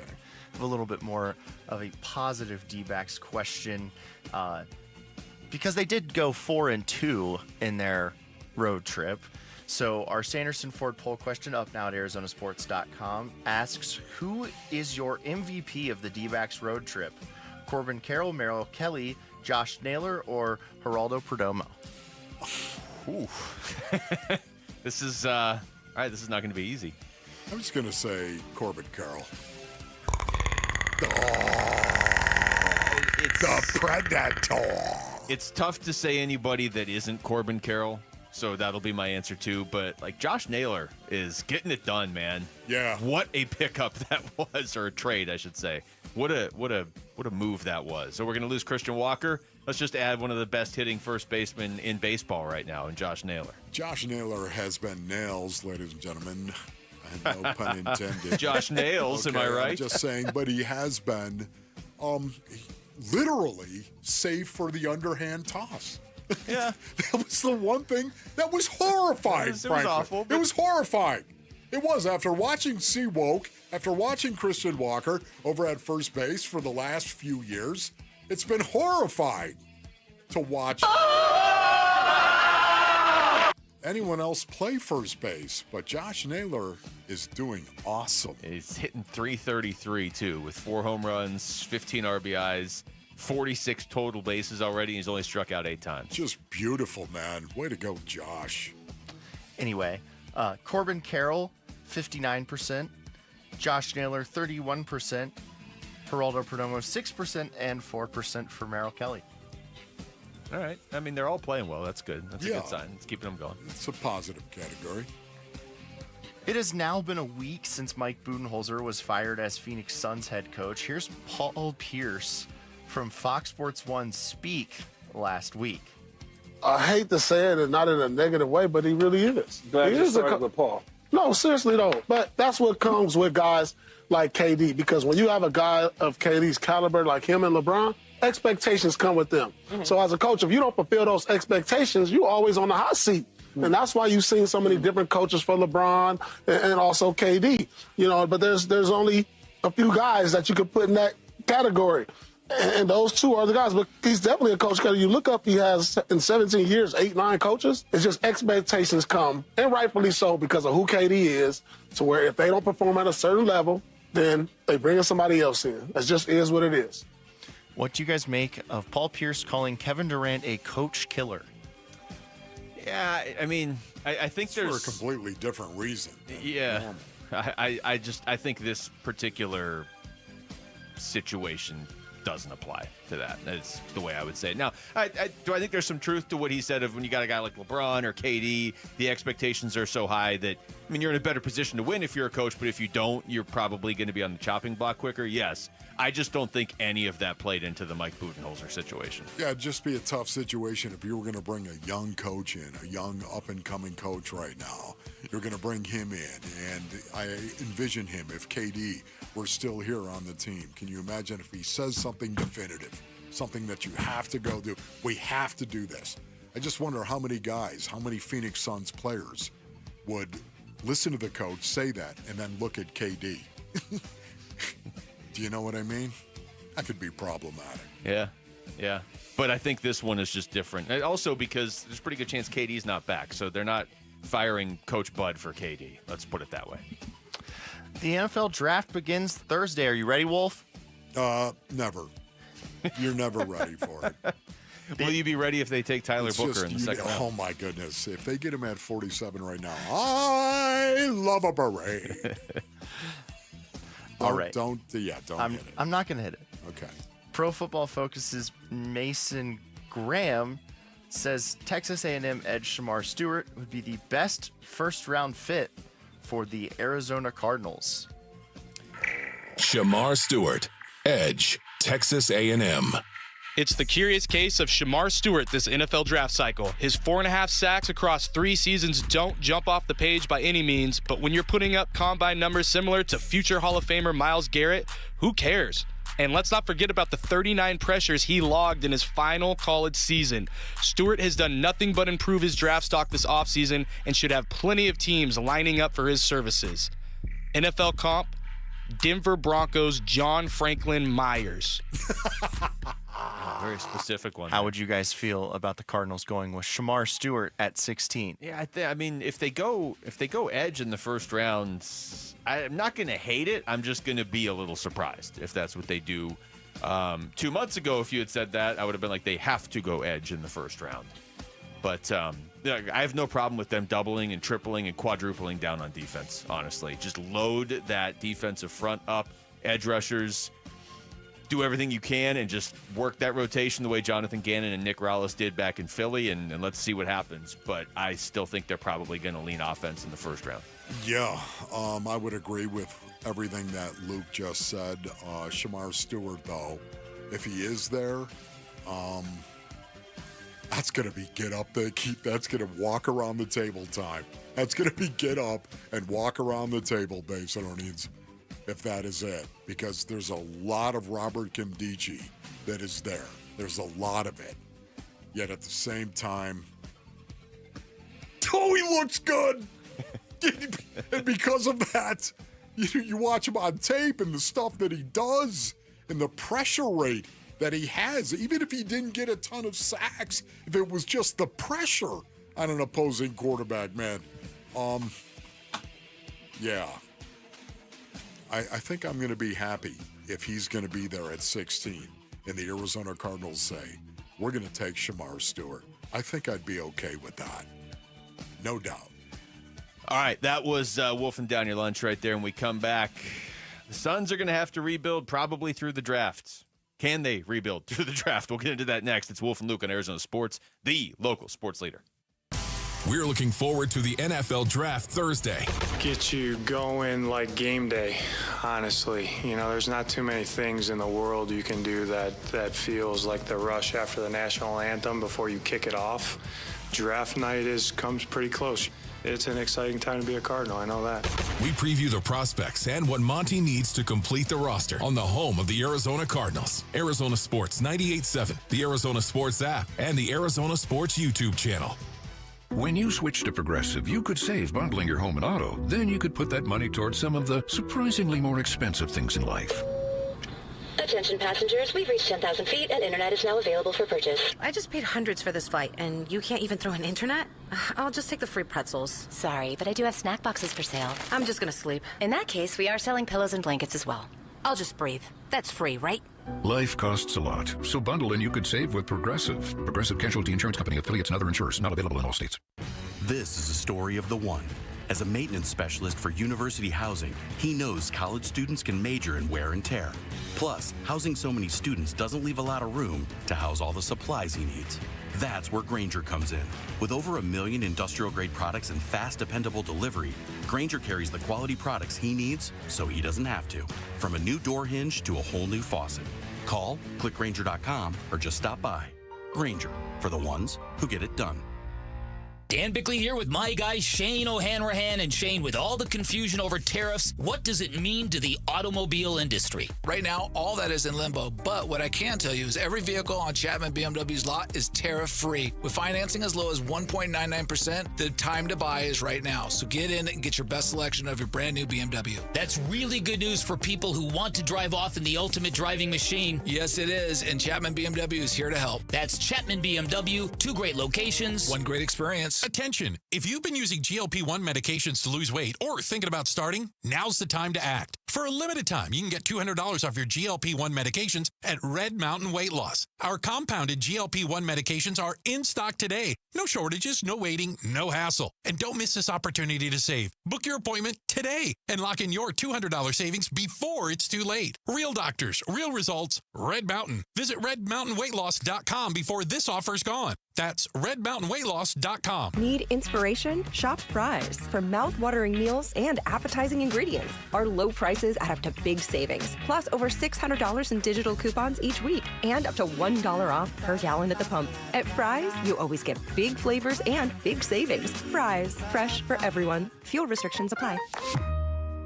USDA Choice Bone-In Ribeye Roast is on sale for only $5.97 a pound with your digital coupon. Limit 2. Fry's. Fresh for everyone.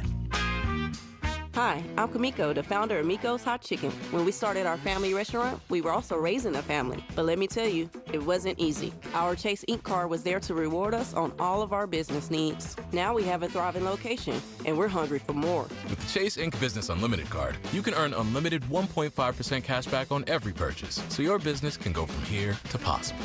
Chase for Business. Make more with yours. Real business owners compensated for their participation. Cards issued by JPMorgan Chase Bank and a member FDIC. Subject to credit approval. Terms apply. Hey, if you're thinking about selling your home, do what I did and call Carol Royce with your home sold guaranteed realty. Hey, it's Mike, and I'm an actual client of Carol's. For the longest time, I've been hearing that Carol got her clients the most money for their home with the least amount of hassle. And after multiple transactions with her, I can say she exceeded my expectations. When it comes time to sell your home, join me in the thousands of Valley homeowners who have called on Carol Royce. Call today or visit carolhasthebuyers.com. That's carolhasthebuyers.com. Phoenix, Saturday Night Lights are calling.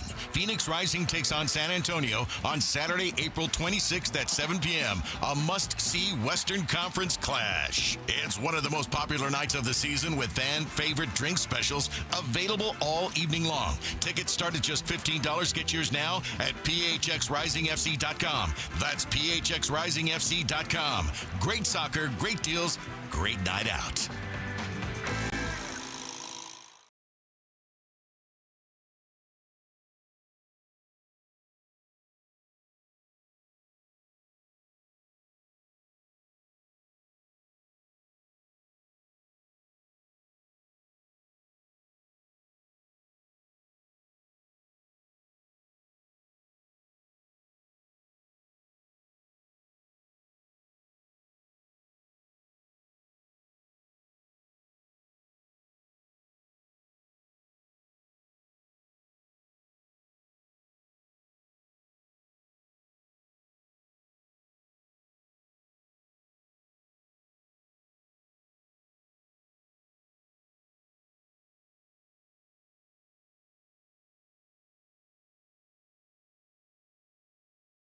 Entirely, because if it's entirely through the draft, it's going to be years before they're good again. But the draft's going to be it's going to have to be a pivotal part of this.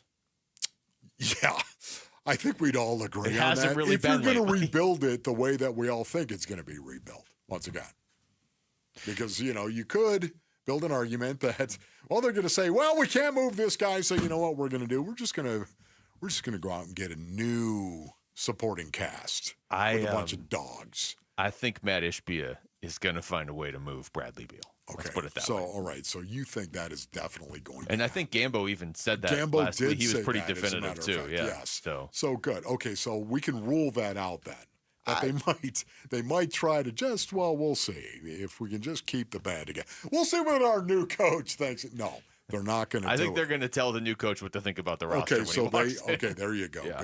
Good. So Kellen Olson has a piece up on ArizonaSports.com. He put it up late last week, but it's something to just kind of check back on as we get into the summer, because he went through and detailed each pick the Suns have now up through, he went all the way through 2031, I believe.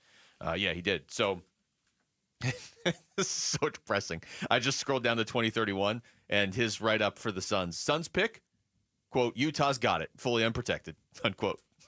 Okay. Thanks for the reminder, Kellen. Thank you. That's the pick they had to trade so they could get 3 lesser picks so they could get rid of Nurk, because Nurk and the coach didn't get along. So they could get rid of Nurk. Yeah. Oh, Great. my goodness. Brilliant. Awesome. But anyway, he goes through and details what they have each year, and obviously, like this upcoming year, they're going to be picking right at this upcoming summer, I should say. They're going to be picking right at the end of the first round. Houston has the Suns pick at number 9. I mean, that pick could be number 1. They haven't done the lottery yet. So it's another reason why Houston makes the most logical sense to be a potential landing spot if the Suns were to trade Kevin Durant. Hey, we're going to give you KD. I want a couple young players, and I want my picks back because they're not going to be horrible picks. Right. I would assume, and Kellen wrote it in here as well, Houston's going to wait to see what Houston does in the playoffs, and Houston's going to wait to see where that pick lands this year, because that pick could be Cooper Flagg. I mean, They could win the lottery and get Cooper Flagg. Yes. So you're probably not getting that pick from Houston anytime soon. Okay. Would you be okay just getting the 2027 and 2029 picks back? And Are some those players? the two? Yes. Do I get some players? Yes, and a player. Would you be okay with that? I just have a hard time believing you're going to get all 3 of those picks. Yeah. You know what I mean? Yeah. And you're going to get a couple of players as well. I know. At least maybe, one good player. I don't know. Ahmed Thompson. Maybe you could get that guy. Yeah, who's the player? That would determine. That's not going to happen. Jalen Green, maybe. Yeah, okay. Yeah. We're talking. Okay, then I don't maybe. need all the picks. But he's a scorer more than anything else. Well, I'll tell you, they could have used a scorer yesterday. I mean, how can you not watch Houston, Golden State right now and think? I mean, there's so many things to think about the Suns. You watch Golden State and you're like, what would have it looked like if Jimmy Butler had ended up on the Suns? Don't get me started on that. You can go wherever you want, but I'm telling you, when I was watching it with Houston, I'm like, Houston. They could probably use a scorer. I know Houston came out and puffed their chest out last week. Oh, we're probably not going to trade for KD. Okay, cool. How's 85 points in a playoff game sound? Yeah. You would have scored more than 85 if you had Kevin Durant, Houston. By the way, they had 34 points at the half. Houston had 34 points at the. Now, once again, the Warriors only had 47 because, again, the Rockets are a pretty good defensive team as well. Yeah. They got a lot of athleticism and explosiveness on the defensive end of the floor. They only gave up 18 points to the Warriors in the first quarter. This is, for me right now, Luke, can I just say this? This is going to be my favorite series. Absolutely. It's going to be your favorite This is it series. right here. Yeah. Because of the Rockets, because we think there's a strong possibility that the Phoenix Suns might actually be working with the Rockets at some point in time this summer with KD and the possibility of moving KD. Yeah, it looks like that's why I'm more interested than ever to watch some of these players that are out there. Some of these guys that the Rockets have, watching them play is super cool. But this is physical. This is a physical series. This is going to be a competitive series. This is going to be a tough series. And game 1 did not disappoint. No, it didn't. But I do think it's funny that Houston, that those stories came out last week where they were like, we're not really sure that we're going to be in the market for KD. If they lose in the first round to Golden State, which is very possible, and they lose games like this where they are having a hard time scoring, you would be ridiculous to not trade some picks for Kevin Durant. You have more picks than you need if you're Houston. Tell me right now, you're not rooting for the Rockets to just take it in the shorts. I mean, tell me you're not right. Every game like this would be perfect, honestly. Everything, exactly. 'Cause 34 points at the half. Then I go from James Jones I picture last week being like, oh man, Houston maybe doesn't want KD to like if Houston loses this series and they struggle scoring, being like, hey, Houston. All right, let's see. We'll take Green, Smith, Şengün, Thompson. You can keep Dylan Brooks, and we want some picks. Dylan Brooks. Yeah, there he was, though. He was right in the middle of it as well. Dylan Brooks. What I love about this is the swag that was on display by the Warriors too. It's undeniable. This is what is they it do. Not? I mean, look at the dog that Jimmy Butler is. Once again, Basin needs.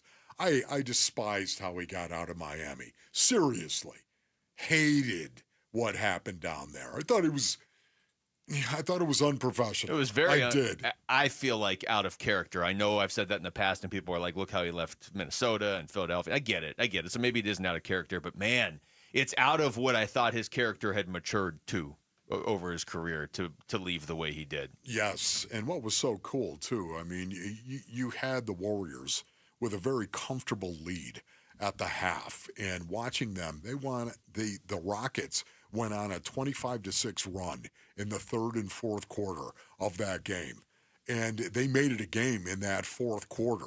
Actually cut it to 3. I think it was 76-73. Yeah, there we go. Getting confirmation from command and control. And all that did, Basinonians, was get the Warriors' attention. Mm-hmm. And then they were like, oh, okay. I guess we're playing for keeps. And they went on an 11-2 run themselves to win the game. Look, this is what I'm talking about in terms of a toughness. Watching the Warriors play, they are collectively tough. Houston seems like the epitome of that team that's like, it's just like, it's a fun team. I'm sure if you're a Rockets fan, that's a fun team to root for. Like, they're just a fun team, and you're like, man, this team could do some damage, second in the Western Conference. And I think Kendrick Perkins said this like a month or so ago, they get into the playoffs, and they're going to get outclassed by a team like Golden State. This isn't a great draw for them, right? That's why they're the perfect team to go out. If they really get bounced in the first round, you would have to add a Kevin Durant or somebody like that. I mean, typically when you're a team like that, a Kevin Durant isn't available. And I'm joking with what Houston would have to give up with all those players. If I'm the Suns, I'm asking for one of those really good young, I would say 4. Tari Eason's name keeps coming up, and that's great, but I don't want Tari Eason for Kevin Durant. Thanks. So give me one of those players and some picks. Again, Houston doesn't need all the picks. They've also got their own picks. So they don't need all the Suns' picks.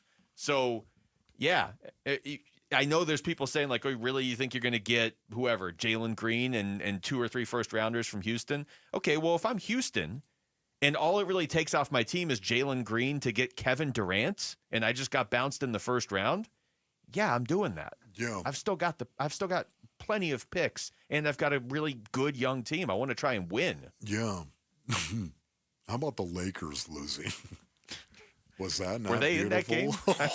I just saw Minnesota for a while. Woo! Look right. like the Suns.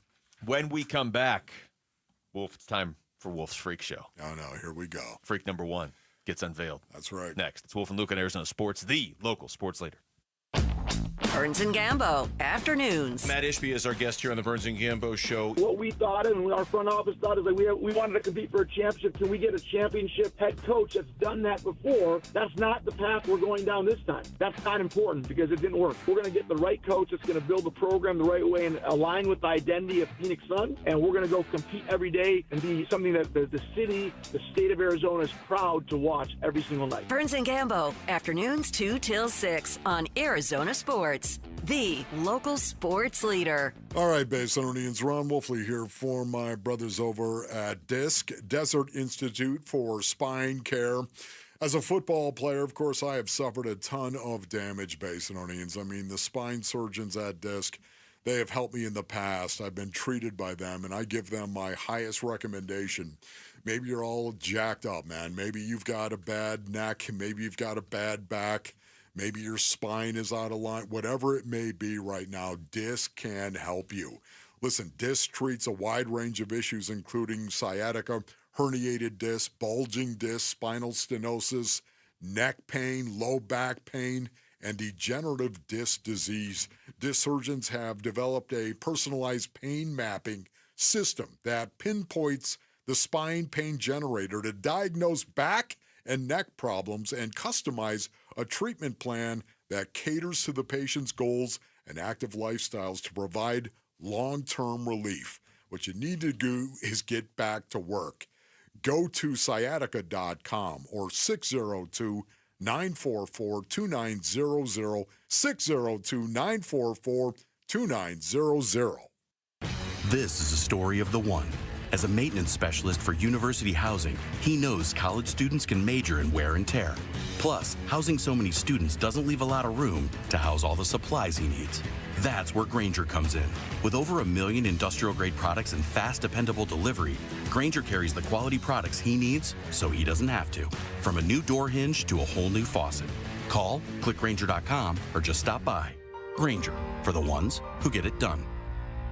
Wesley Financial Group is not a law firm. Are you a victim of the timeshare trap and think there's no way out? I'm Chuck McDowell, founder of Wesley Financial Group, the original timeshare cancellation expert. And I'm here to tell you that there is a way out. All you need to do is give my office a call. I will send you a timeshare exit information kit absolutely free, explaining how the timeshare industry works and your options for cancellation. Call Wesley now for your free info kit. 800-371-0505. 800-371-0505. Hey everybody, Dan Bickley here with Dr. Osafi, founder of New Life Dental Implant Center. And doctor, you're doing more than giving people new smiles. You are transforming lives. It's really about giving patients their dignity back, the ability to have teeth again. For those who are missing multiple teeth or have gum disease where they have loose teeth or just not comfortable wearing their dentures, having problems wearing their dentures, they can't smile, they can't really eat the foods they love. This is giving them the ability to really live their best life. How do your clients react when they see their new smiles?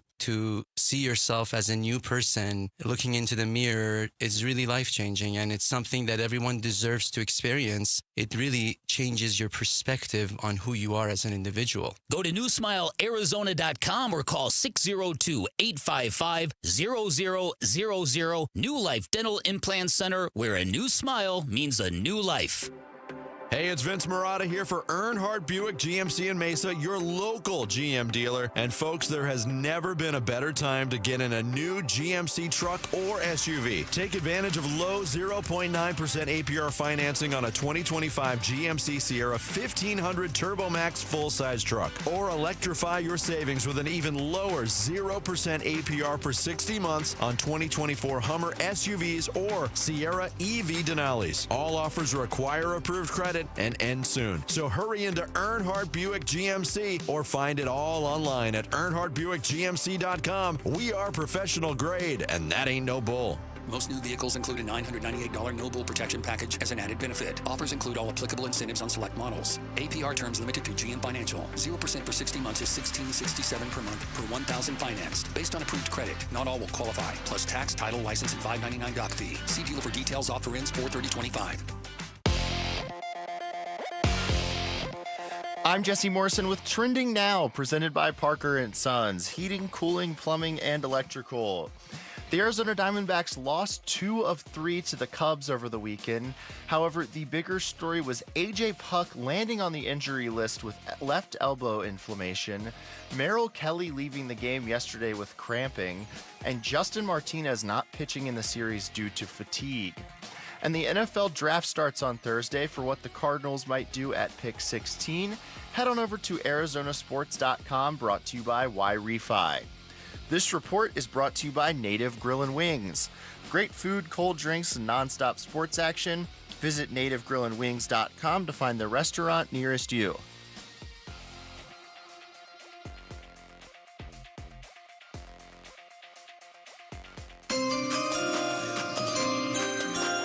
Wolf and Luke talk NFL draft now.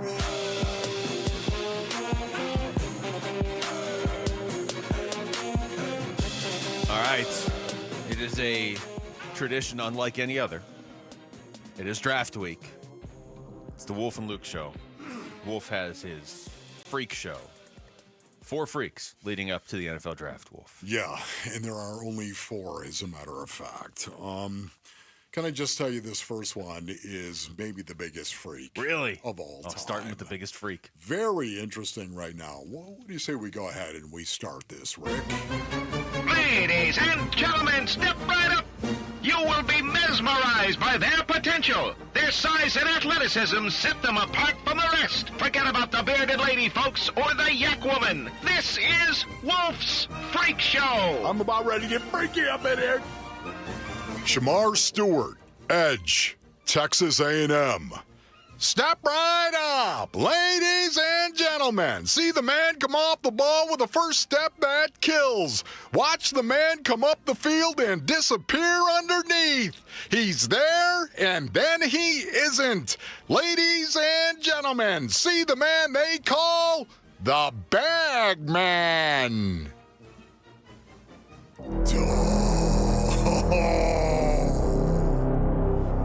Yeah, Basinonians. Shamar Stewart is one of the freakiest freaks Wolf's Freak Show has ever seen. Watching him on tape is like watching a track and bag hunter from days of legend and lore. And his numbers posted at the Combine still has hardcore NFL scouts drooling. Speaking of drooling, the bagman of old was said to be a wanderer, an adventurer of old who abandoned whomever he was traveling with in the middle of the night and hid himself within a magical bag. Legend says the bag of holding was never intended to hide a human being or sustain human life. Offensive linemen appear to be holding on to dear life when they play against Stewarts. His first step is as good as it gets in the universe, and you can see the effects it has on his opponents. Offensive tackles, oh baby, many times open the door, kicking back off the ball, knowing how quickly Stewart can get the edge. And Stewart exposes them by attacking their inside shoulder with a terrifying bull rush that consistently gets pressure or ends in a pile with a quarterback at the bottom. The bagman must track, must bag, and must expose offensive tackles. Oh boy, anybody that exposes himself to the bag of holding gets lost in the extra-dimensional spaces within the bag and slowly transforms into a monster, according to myth, of course. Shamar Stewart tested as a monster at the NFL Combine. Pro scouts and coaches and front office personnel watched Stewart put on a show. Oh man, at 267 pounds, Shamar ran a 4.59 40 and had a 40-inch vertical and a 10-11 broad jump. This is a man that sends many GMs running back to the tape, hunting for flaws, and they are there, like production or lack thereof. Stewart only had 4.5 career sacks in college, a number that belies his abilities and talents. Oh, tall tales say the bagman's sack is for finding his way home. But if he cannot find it, he drags one helpless victim into the bag with him and leaves a random item as a trinket in their place. The question most GMs have for Shamar Stewart is simple. How many random trinkets will the bagman leave? Or will he just go home? Shamar Stewart, Edge, Texas A&M. It's the curious case of Shamar Stewart this NFL draft cycle. His 4.5 sacks across 3 seasons don't jump off the page by any means, but when you're putting up combine numbers similar to future Hall of Famer Myles Garrett, who cares? And let's not forget about the 39 pressures he logged in his final college season. Stewart has done nothing but improve his draft stock this offseason and should have plenty of teams lining up for his services. NFL comp, Denver Broncos' John Franklin Myers. Wolf's Freak Show with Wolf and Luke. Bam! How about that? Freak number one, Shamar Stewart. Did you say going into that one of the biggest freaks of all time in all the years you've done the Freak Show? Yes, in all the years that I have done it right now. When you think about his size and just how big he is, for the most part, he's 270 pounds, give or take a pound. 6'5", 270 pounds.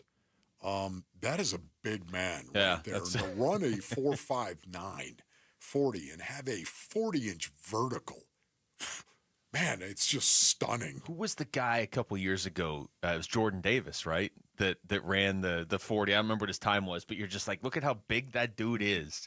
Look at how fast he's moving. Do you really want that guy chasing you? Jordan Davis, defensive tackle, Georgia. Davis is a beefy, burly, enormous defensive tackle with surprising quickness and athleticism. He is immovable inside and can be plugged right in to become one of the league's best run stoppers right away.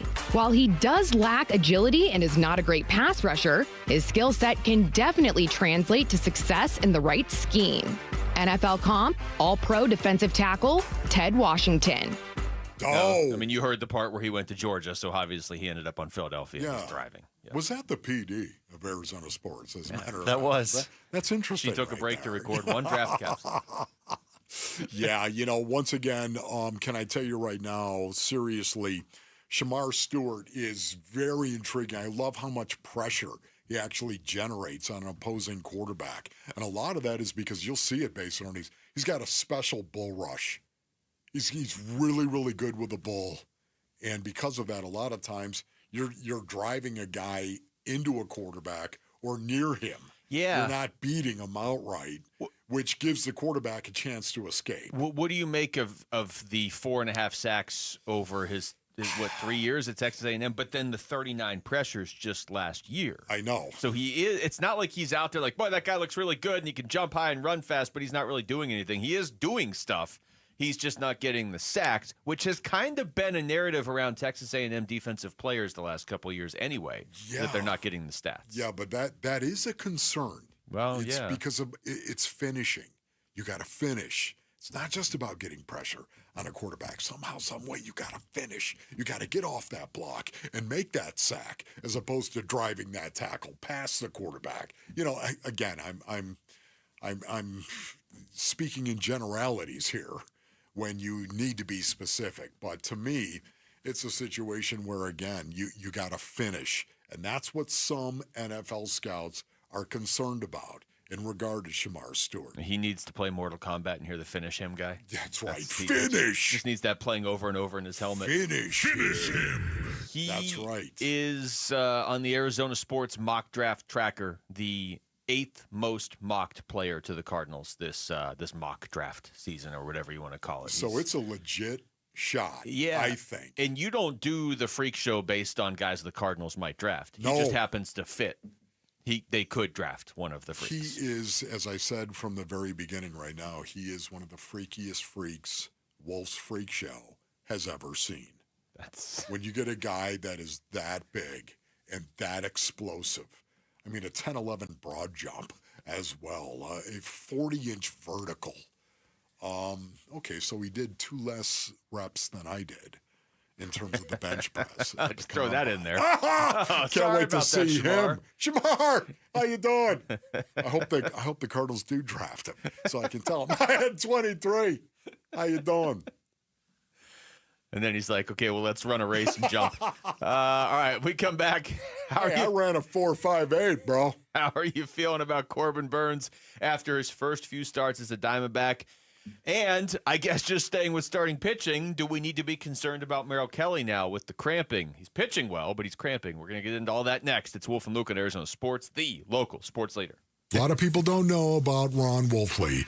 This guy is the best fullback in the National Football League.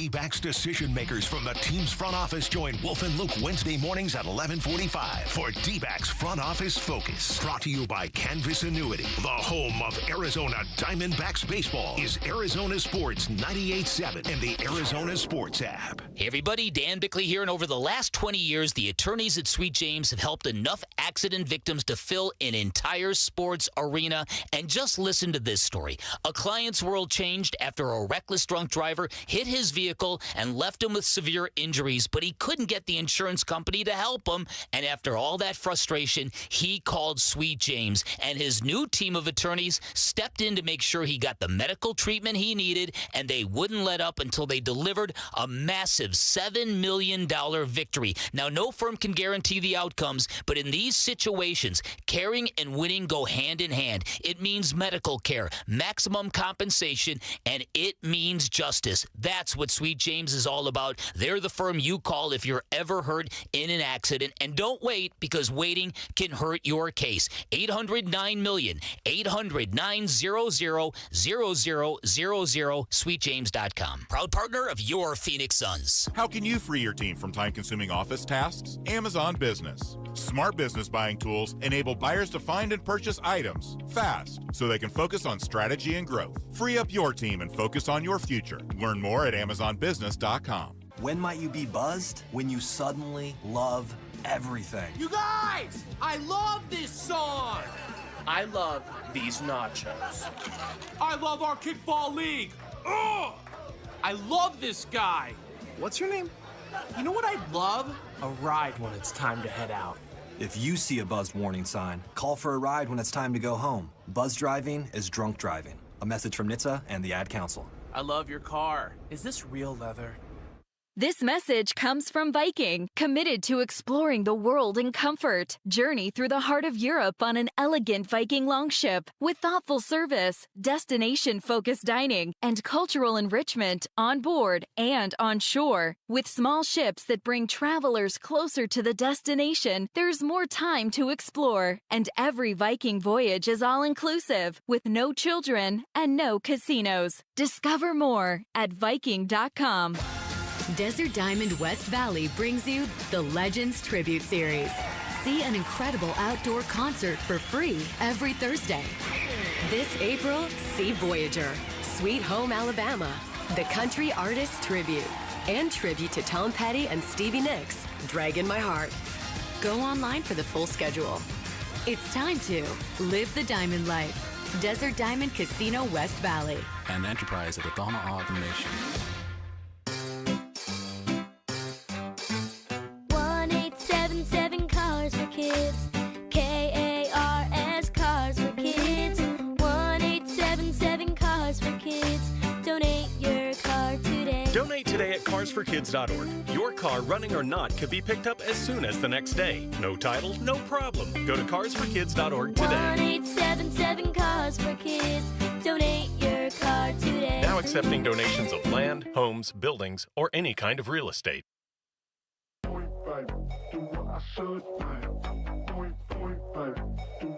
Here are your top 3 headlines on ArizonaSports.com, brought to you by Why Refi. I'm Tyler Drake. Josh Naylor's third hit lifts Diamondbacks over Cubs in 11 innings. Diamondbacks pitcher Merrill Kelly exits versus Cubs due to right leg cramping. And what to know about ASU football's Fan Fest this Friday in place of a spring game. Those are your top 3 headlines on ArizonaSports.com, brought to you by Why Refi. You know what we should have done, Wolf? We should have just done a power poll. Dbacks starting pitchers. Your confidence level right now, 5-1. Man. Maybe we'll just do that tomorrow. That would be cool. I guess we could just do it. Oh, let's just do it. Just do it, I guess. Just do it. Yeah, I mean, what are you doing? Because I got to be honest, I feel pretty good about Merrill Kelly right now, other than the cramping. I'm going to just, I guess, close my eyes and assume that was just something that happened towards the end of his outing in Chicago on Sunday, and that he'll be fine when he's back here pitching on Saturday against the Braves. This is, it's an enigma, is it not? It's a mystery right now when you think of the rotation, the starting rotation for the Arizona Diamondbacks right now. It still is to me. And when I think of it, I think of Merrill Kelly. to your point, I think of him. He's the micro that you can apply to the macro. He is the one starter that you can apply to it all.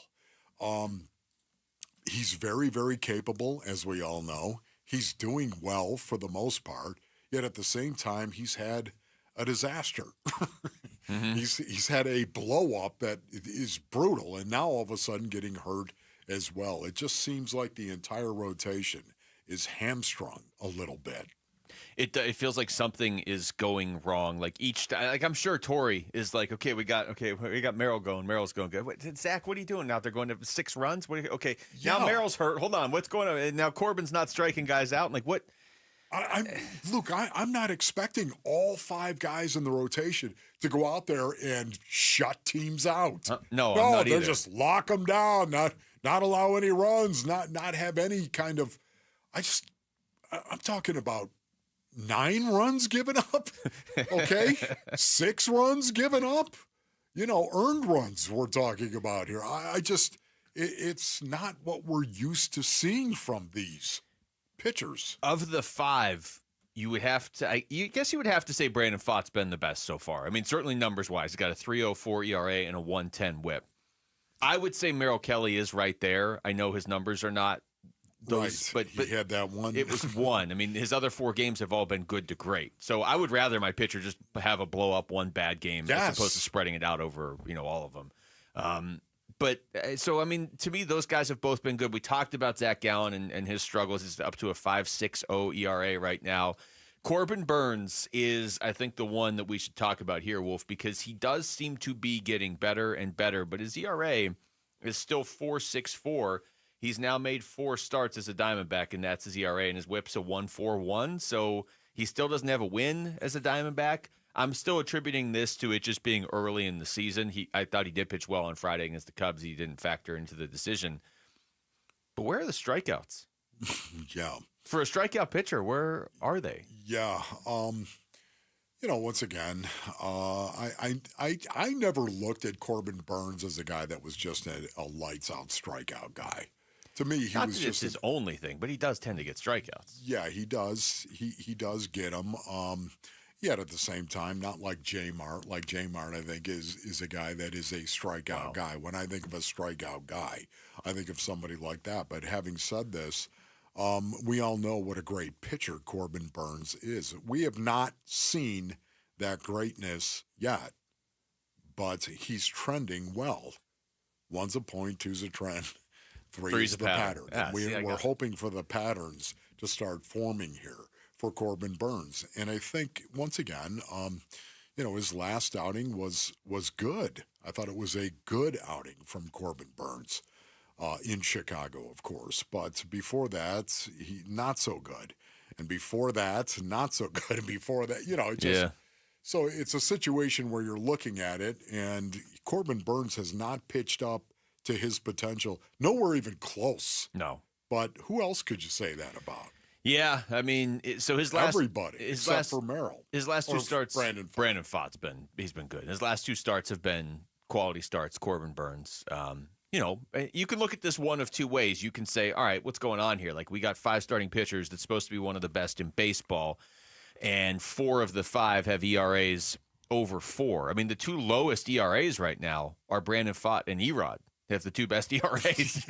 Not how this is supposed to work. Right. So you can look at it that way, or you can look at it the other way, that the Diamondbacks are hanging in there in by far the toughest division in baseball, and you feel like we definitely haven't seen Corbin Burns' best yet this year. We haven't seen Zach Gallen's best other than 1 game, and I still feel like Erod's quietly getting better as these go on too, and you just got to get Merrill healthy. This is when he left yesterday. Well, Herrera going to go out for a mound visit. And what do we have here? Herrera's waving the trainer. He noticed something right away. Merrill with his glove up to his face. Obviously something of a concern here.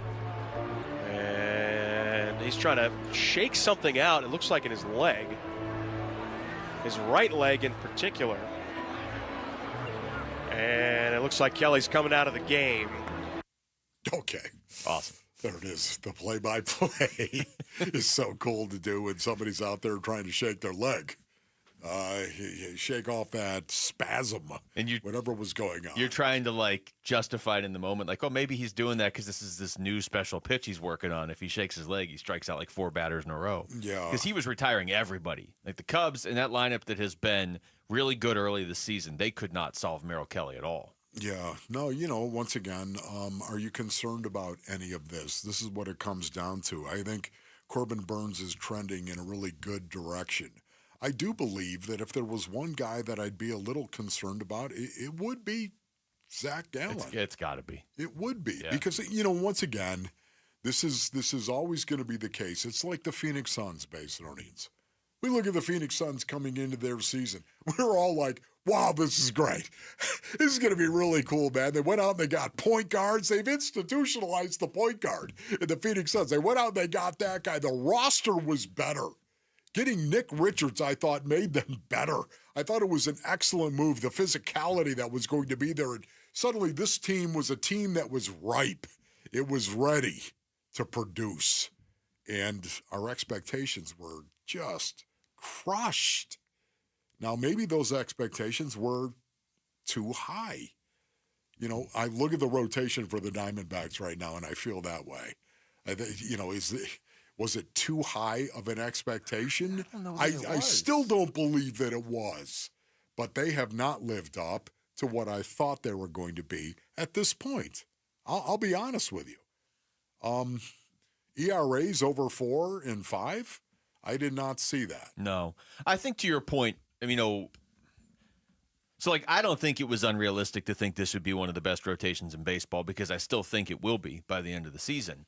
But I think to your point, it's unrealistic to expect them all to be pitching to their best. You know what I mean? Yes. They're not all going to be hitting Look, let's be real. If those 5 guys, if Corbin Burnes, Zach Gallen, Merrill Kelly, Brandon Pfaadt, Erod, all go out there and they pitch to their ceiling, they'll win the World Series if they do that for the entire season. It's just not realistic. But the problem is that really, who's pitching to their ceiling right now? Pfaadt and basically Kelly, other than that Yankees game. You gotta fight! That's right, Brandon. You gotta fight, Brandon Pfaadt. And I'm sure if Brandon Pfaadt was here, he would tell you there's ways he could still get better. But I'm just saying he's looked really good. I'm not asking any more from Brandon Pfaadt than what I've already gotten so far this year. Yeah, again, I just want to see. I want to see a player play up to his ability level. Again, I'm not talking about going out and shutting other teams out every outing they have. I'm not talking about that. I'm just talking about, allowing fewer earned runs, allowing fewer than what we have seen so far. And you could say that about Zach Gallen. You could say that about everyone except for Brandon Pfaadt for the most part right now. You could say I expected more out of every one of them in terms of allowing fewer earned runs than what we have seen. I don't think anyone, including the guys that we're talking about in the rotation, would argue that. Quality starts when we had Mike Hazen on last week. Baseball, not quality start guy. But quality start guy will at least save your bullpen, too. True. And he's giving you a chance to win. And with this offense, if you got a quality start, most nights you feel like you're going to win. But you get my point on this. Yeah, no, they didn't build quality start guy rotation. They built a dominant rotation. And it hasn't dominated yet. There's been signs, but it hasn't dominated. All right, we come back. What's next for the Phoenix Suns in this pivotal offseason? And who should the Cardinals draft at number 16? Well, what kind of guest could we have that could answer both those questions at the same time, Wolf? Yeah. How about voice of the Cardinals and ESPN NBA broadcaster Dave Pasch? Ever heard of him? El Pajaro. He'll join us next. It's Wolf and Luke on Arizona Sports, the local sports leader. Bickley and Morana mornings. You tell me who's staying and who's going, Vic. Kevin Durant. He's going. God. Bradley Beal. He's going. 0% chance. Devin Booker. He's back. Grayson Allen. He's gone. Is he back? I don't know. Royce O'Neal. He's back. Ryan Dunn. He's back. Oso Ighodaro. He's back. All right, so you got, 4 players back? Okay. Booker, O'Neal, Dunn, Ighodaro. This mess requires change that drastic. Yeah. Let's be honest about it. Does. Bickley and Morana, mornings on Arizona Sports, the local sports leader. All right, Rick, what do you say you bring me that Brooklyn beat? If you don't ask what I'm talking about, Basinonians, it is the Big Spring Refresh at Brooklyn Betting. Yeah, the Big Spring Refresh. Now through April 29th, you can get 25% off everything in store and online. Oh man, can you imagine that? 25% off everything in store and online, Basinonians. Time to head on over to one of Brooklyn Bedding's 12 Basin locations.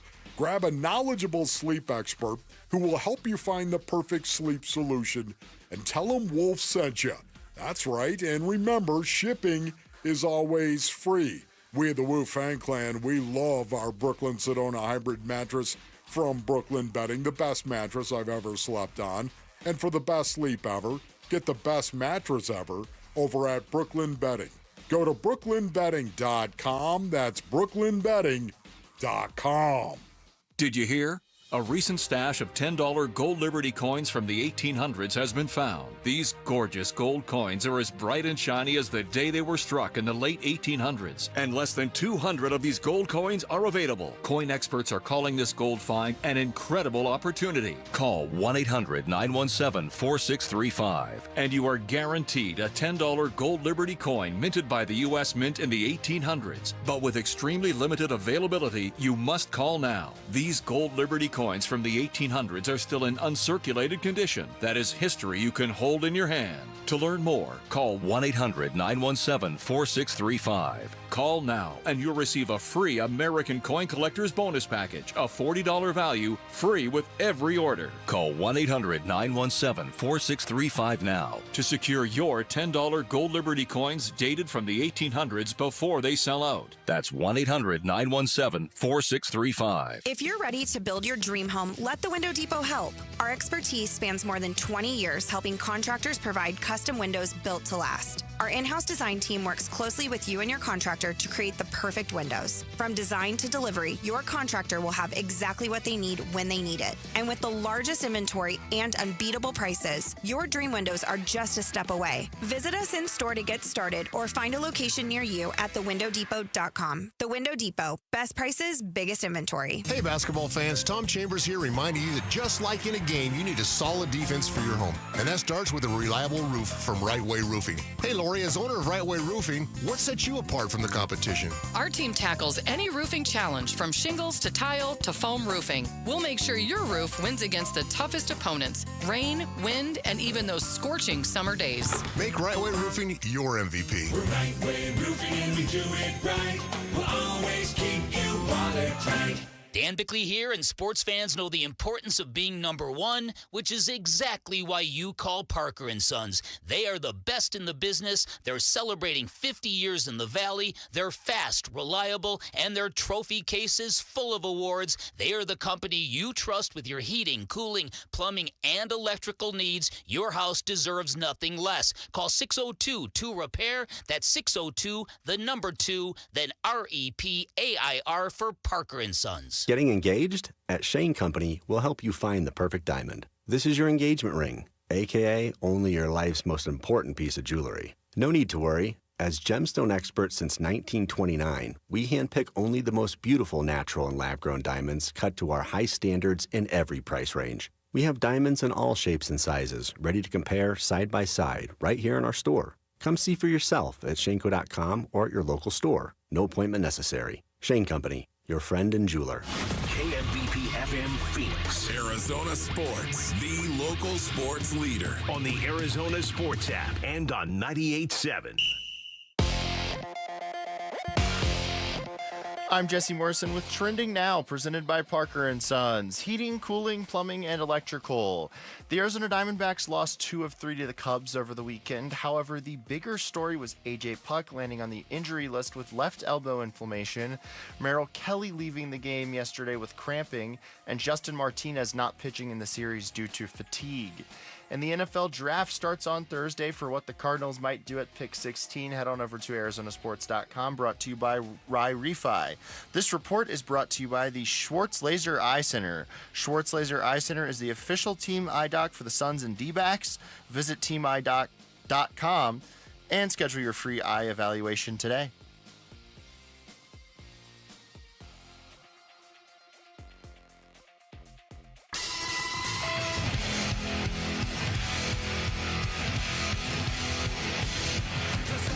Hey everybody, it's Bernsey, and it is NFL Draft Week. So who are the favorites right now for the Cardinals to take at number 16 overall? The Burns and Gambo Show, 2 to 6 on Arizona Sports. All right, final hour of the show here on this Monday, heading into the NFL Draft later this week. Pleased to be joined on the Arizona Sports Line by voice of the Arizona Cardinals and ESPN broadcaster, who's, of course, very familiar with the Phoenix Suns and the NBA. Dave Pasch is joining us. What's going on, Dave? Luke, Wolf, how we doing, guys? Doing well, David. Appreciate your time, as always, brother. We know you're just fishing for info, Wolf. I'm not going to give you much, though.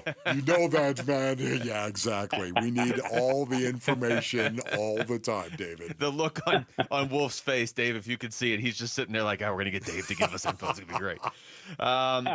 Well, let's start Suns, actually, just because we haven't gotten to talk to you since the firing of Mike Budenholzer and then the postseason press conference and the talk about having a new identity.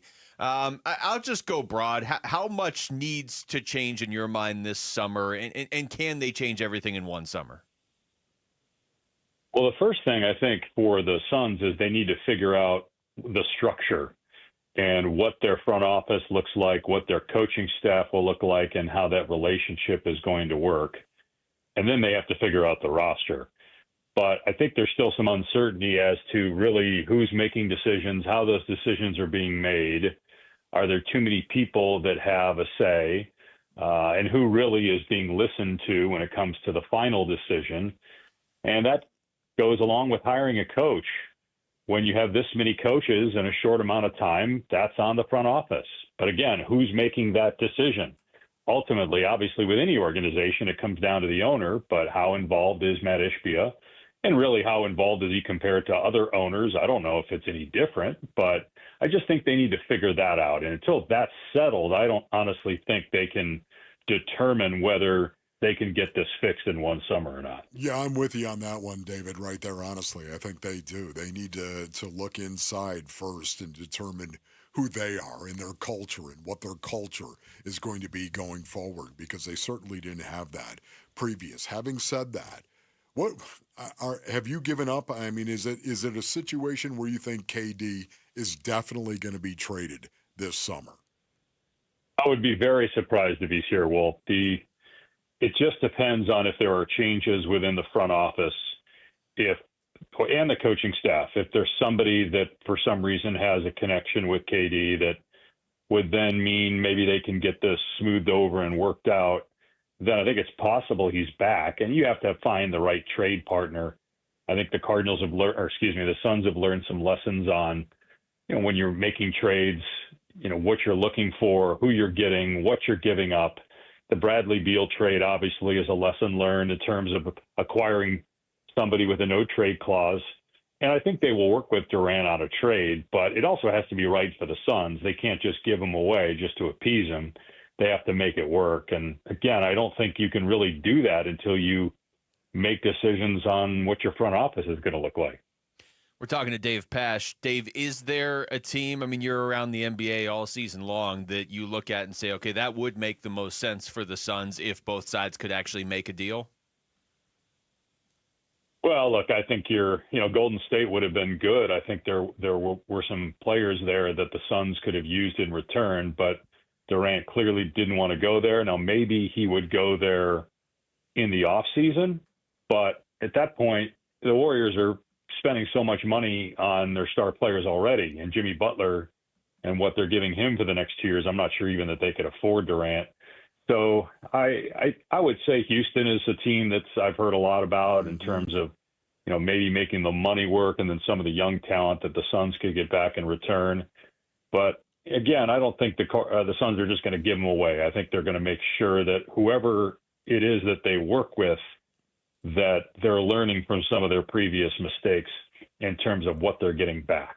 So, David, let's switch gears here and talk about the Arizona Cardinals. What would you like to see happen at number 16? What would you like to see in the first round, even if it's trading up, trading down, whatever it may be? If you had your druthers, David, what would you like to see happen on Thursday in the first round for the Cardinals? I think, Wolf, it's the line of scrimmage. My guess is there are 4 positions the Cardinals wouldn't draft in the first round: quarterback, running back, safety, and receiver. That would just be my guess. That they will look to go big, meaning offensive line, defensive line. But as you know, a lot comes down to where you have these players rated. And also, is there somebody that you think, man, if this guy falls to us, right, he may not be exactly what we're looking for in terms of the position, but man, there's a corner that if some reason we think he's really probably going at number 9 or 10, but if for some reason he's there at 16, we're going to take him. That changes things. And that's why the NFL draft, guys like Monty Ossenfort, they have such a hard job. You've got to weigh all this, because ultimately you're just guessing. It's an educated guess, but you don't know when you put together your draft board how things are going to go. And then what happens if there's a trade that happens in front of you? What happens if all of a sudden there's a player available and he's standing there at 12 and you're thinking, we got to move up now. We have to get this guy because we think this is a game changer. Now, all of a sudden, then you got to start thinking through those scenarios about what you're willing to give up to move up. Or if there's 5 players you think at 16, if they're there, you're good with, and you've got 2 or 3 guys that you value equally, and all of a sudden, all those guys are there at 16, maybe you trade back a spot or 2. So that's why the NFL draft is fascinating. That's why Monty and the people that make these decisions are just amazing at their jobs. We're talking to Dave Pasch. Dave, with the moves they've made this offseason on defense, you can never have too much defense, but how much do you still see defensive line or edge as a need for this team in the first round of the draft? Yeah, I don't think you can ever have enough edge rushers. I don't think you can ever have enough offensive linemen, and you can't have enough corners. Just the way the league is now, you're going to have injuries on the offensive line. You need to make sure you're surrounding Kyler Murray, assuming he is your quarterback going forward, that you need to make sure that you are surrounding him with the most options and the best people. So that's offensive line. Defensively, you can't have enough guys to get after the quarterback, and you can't have enough guys to cover receivers. So that's, again, why I think it's offensive line, D-line / edge, and corner that are going to be the focuses for the Cardinals and everybody. Yeah, no, there's no doubt about it, David. I'm really, really excited because I think Monty Ossenfort has done an excellent job on this. David, you look at the last 2 drafts, his only 2 drafts, of course, and how many guys are actually contributing to the Arizona Cardinals and look like they're only going to get better. On that note right there, what is your expectation on Marvin Harrison Jr. going into year 2 right now? That's a really good point, Wolf. I'm going to add something on Max Melton too, because again, right, second round pick, we saw a lot of things to get excited about with him, and these guys work so hard. The training staff, the conditioning staff, the nutrition staff, all the things that happen behind the scenes between the end of the regular season and training camp. We are not privy to that. We don't see what these guys go through. And sometimes guys come back and they've had a chance to look at the film and go through and learn from their mistakes and work on their technique and get bigger and stronger and in better shape. And then all of a sudden, year 2, you're like, wow, okay, now this guy's ready to be an everyday player and somebody that can contribute every day. And I would say the same thing about Marvin Harrison Jr. You saw enough that you like what he brought to the table. I know there were some people, and I get it, that wanted more. I understand that, especially when you look at someone like Malik Neighbors and what he did in year 1. But that's why this offseason, to me, the most important offseason in the NFL is year 1 to year 2. Yep. Yes, you have some guys that after year 2, maybe down the road, all of a sudden, Hassan Reddick's somebody that I think about that, as time went on, I also think really with him, it was more about just finding his right position. You finally see a guy that, okay, this is why you drafted him in the first round, but usually you're going to start seeing signs of whether a guy can truly make it in the NFL in year 2. And I think we're going to see a jump from both those guys. Dave Pasch, always great to talk to you. Thank you. Yes, guys. Take care. All right, you too. That's Dave Pasch joining us right there on the Arizona Sports Line. The NFL Draft is coming, and we've got your chance to win a brand new NFL Draft hat repping your team. Just head to the contest page at arizonasports.com, lock in your predictions for the first pick, and try to nail as many picks as you can. The more you get right, the better your shot to win. When we come back, which skills does Wolf value most in the NFL draft? We're going to play another round of this, Wolf. I'm going to throw some skills at you. You're going to pick multiple choice, and I'm going to give you the player that is most highly rated in that area in this draft. Okay, that's next. It's Wolf and Luke on Arizona Sports, the local sports leader. Dbacks Cubs. Swung on, that ball blasted towards center. Thomas, though, is there. He makes the catch, and that's your ball game. Diamondbacks win it by a final score of 3-2. Jamison gets the save in his return to the majors, and there will not be a sweep here at Wrigley Field as the D-backs hang on and win it in a thriller. A D-backs day off before starting a homestand against the Rays tomorrow. Listen to the D-backs play ball on Arizona Sports 98.7 and the Arizona Sports app. All right, Basinonians, Ron Wolfley here for my brothers over at Aria Dental Implant Center. Go to ariadentalimplantcenter.com. At Aria Dental Implant Center, they believe everyone deserves that smile they're proud of, right? How awesome is that to have that wonderful smile? Led by Dr. Joe with over 20 years of dental implant experience. They're locally owned, and center specializes in transforming smiles with the All-On-4 dental implant treatment. I have had the All-On-4, and I can tell you it is a game changer. It's a game changer socially, professionally, personally. With transparent pricing and no hidden fees, they make it simple and cost-effective for you. In most cases, patients can receive their final custom zirconia smile 5 days after surgery. Aria Dental Implant Center, where you don't just get implants, you gain the smile you deserve and the care you can trust. Go to ariadentalimplantcenter.com. That's ARIA dentalimplantcenter.com. Attention! If you've been using GLP-1 medications to lose weight or thinking about starting, now's the time to act. For a limited time, you can get $200 off your GLP-1 medications at Red Mountain Weight Loss. Our compounded GLP-1 medications are in stock today. No shortages, no waiting, no hassle. And don't miss this opportunity to save. Book your appointment today and lock in your $200 savings before it's too late. Real doctors, real results, Red Mountain. Visit redmountainweightloss.com before this offer's gone. That's redmountainweightloss.com. Hey, it's Gambo, and I'm here with Stuart Willis, the president of Asset Preservation, Wealth, and Tax. Stuart, I have so many friends that invest and have financial advisors, and they tell me they hear from those guys like once a year. What makes you different? I have a very simple rule. Communication is everything in a financial relationship, because if you can't communicate, things are going to be missed. I think it's really important. All of my clients have my personal cell phone number. It's important that they reach me when they need to reach me. Now, how can you do a great job for somebody when you're only contacting them once a year? You can't, right? Listen, we are in an evolving world. Things are changing quickly. We don't know what's going to happen with the Tax Cut and Jobs Act. We need to have a plan, but we need to be ready to call an audible if things change. Now, if you have a financial advisor that only contacts you once a year, you need to find out about Stuart Willis and Asset Preservation, Wealth, and Tax. Call 602-877-PLAN for a free portfolio review, or go to assetpreservationwealth.com. Investment advisory services offered through Foundations Investment Advisors, LLC, and SEC Registered Investment Advisor. Dave Burns here with Liberty GMC General Manager Chris Scott. Chris, Phoenix spring means warm weather and big savings. So what does Liberty GMC have on special this month? What's up, Dave? It's a perfect season to get into a new ride. Right now, with only $3,300 down, you can lease a 2025 GMC Train for only $389 a month for 36 months. Whether you're hitting the road or cruising the city, the Train is built for it. Spring into savings at Liberty GMC, or shop and buy online all the time at libertygmcaz.com. GMC, we are professional grade. As America's leading business lender, Bank of America is on your corner and in your corner, right here in Phoenix. With $215 billion in business loans and over 3,700 business specialists across the nation, we help businesses thrive so communities prosper.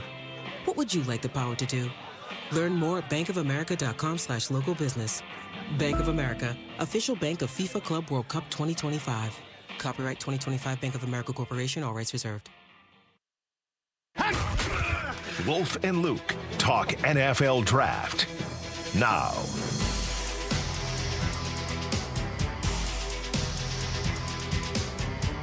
All right, we're gonna go offense here. We're gonna focus on offense today, Wolf.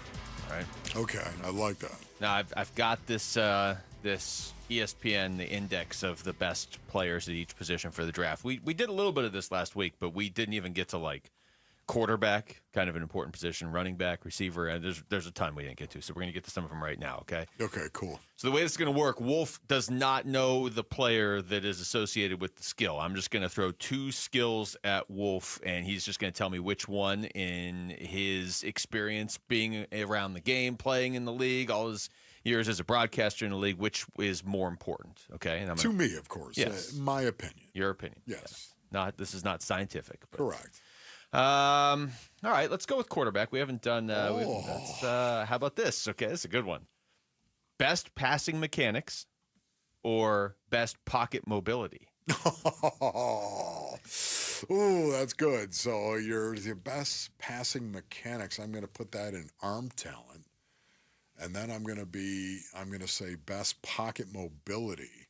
That's going to be more athleticism than anything else. I'm going to go arm talent. Okay. I'm going to go old school on that one. I'm going to give me the arm talent. I'm not even going to tell you who it is. I'm just going to play their draft capsule.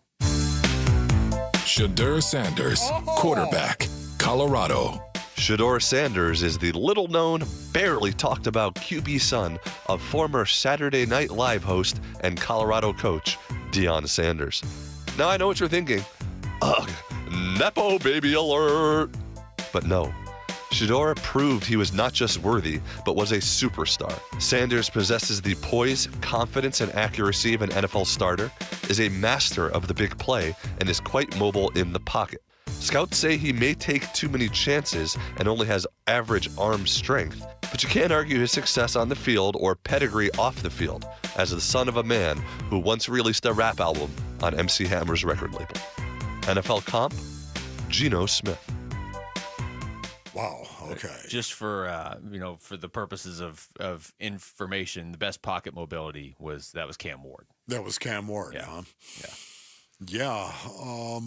I think Cam Ward might be the better athlete. So Cam Ward is actually number one in a lot of these categories that I'm not going to read through all these, but like quickest release, most instinctive passer, like a lot of these are Cam Ward. Yeah, I don't have a ton of confidence in this year's quarterback class. Yeah. Overall. Can I just say that Yeah. right now? And again, base earnings, anybody. And these guys, they could all be Hall of Famers, okay, at some point in time. But I'm not impressed. I have, relative confidence that somebody's going to come out of this class and be really good. Yes. But it doesn't necessarily have to be Cam Ward or Shedeur. It could be one of these other guys. I know. There always are guys like Jackson Dart. Have you heard the little buzz on Jackson Dart right now? There's a little bit of something. So have you heard that, Rick? There's something out there right now, some whispers going on about, who might be the best is Jackson Dart. Interesting. Who's leaking that information? Who is? Draft subterfuge? I do believe there could be a little bit of that going on. You think right now? Yeah. Especially at the quarterback position? Absolutely. Some doubt. Trying to sow a little bit of doubt. Let's do another quarterback one. Top dual threat at quarterback? Okay. Or best touch and timing as a quarterback? Oh, my goodness. I'm so sorry. Kurt Warner. I'm so sorry. With a touch and timing. That's Kurt. And Kurt was the best. He was the best. Won the Super Bowl, got to the Cardinals to the Super Bowl. Can I just tell you right now, I mean, when we're talking about Yellow Jackets, Kurt Warner to me with touch and timing, the best.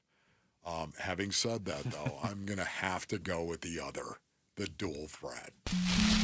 Jalen Milroe, quarterback, Alabama. In a significantly thinner QB class than last year, Milroe is considered one of the best rookie options available. His 2023 season was far stronger than his 2024, but he still helped lead the Crimson Tide to 9 wins this year. He poses a great threat as a runner, but not as much as a passer. His accuracy and decision-making is inconsistent when playing in the pocket. Given how well he performed in 2023, you have to wonder which version will his new employer get in 2025. NFL comp, former Pittsburgh Steelers quarterback Cordell Stewart. Cordell? Wow, I didn't expect to hear that one. Okay. Okay, I've got a bit of an issue with it right there. Dual threat quarterback to me means you can throw the ball. Okay, True. so that's the other part of the dual threat. Right, that's the dual threat. That means you are good at throwing the ball, and you can tuck and run the ball. That's a bigger thing to me. So when you play the Jalen Milroe and then say, well, you know what, he's not great at throwing the ball. That might just be in this draft. Is that a dual threat, or are you talking about a running back? Running quarterback? Is that what you're hearing?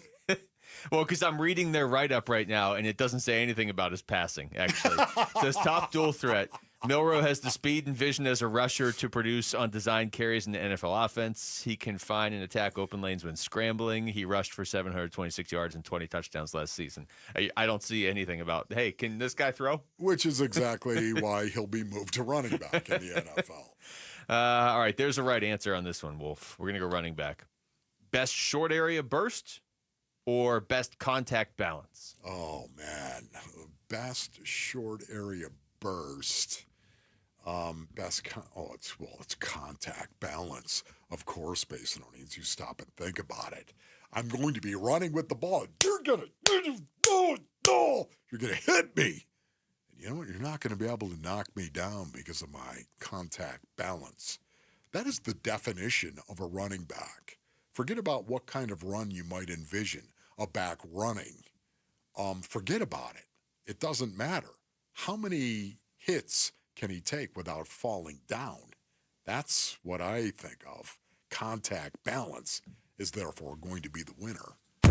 Cam Scattaboo, running back, Arizona State. Scat wowed Arizona State fans as the catalyst for the Cinderella Sun Devils in 2024.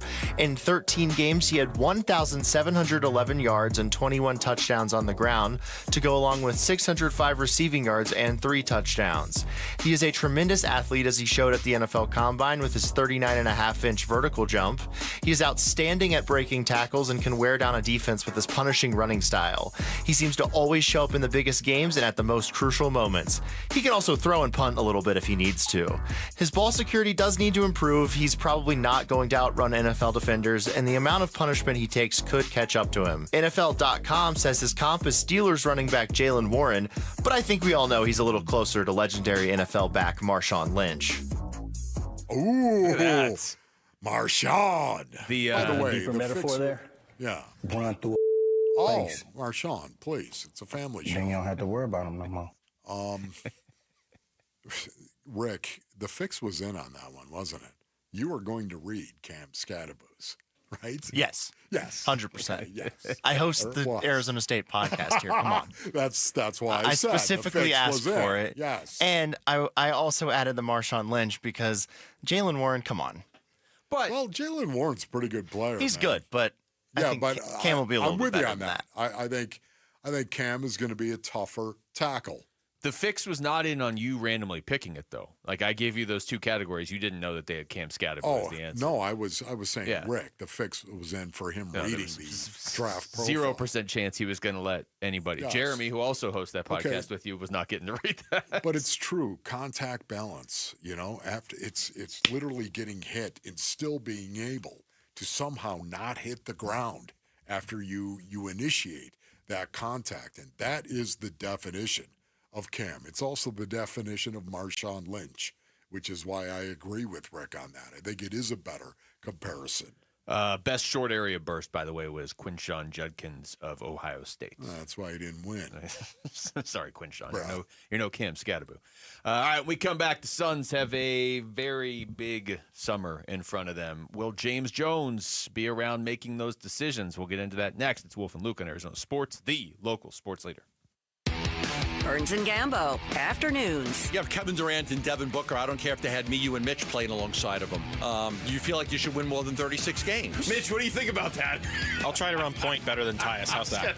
You know the point. You've got one player who's considered one of the greatest players that's ever played the game, still playing at the highest level. And you've got a guy who until this year had been a perennial all-star, an Olympian, and on his way to the Hall of Fame. Yeah. And you would think that you could surround those guys with Mo, Larry, and Curly and win more than 36 basketball games. Burns and Gambo, afternoons 2 till 6 on Arizona Sports, the local sports leader.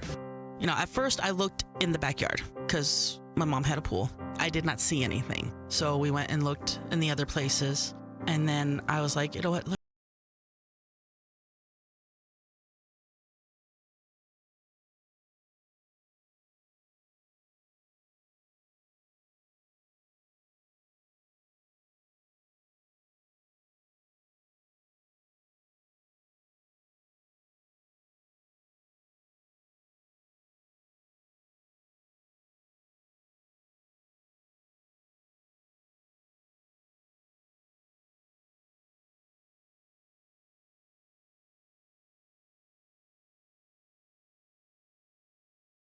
As long as we are able to save one other child's life, that's what this is about. Fulton Homes remembers Eric and reminds you, 2 seconds is too long to take your eyes off kids near water. Take action today and visit Fulton2seconds.com. We have big news from Sanderson Ford. Listen to this. This is David Kimmerly, president of America's most awarded Ford dealership, Sanderson Ford.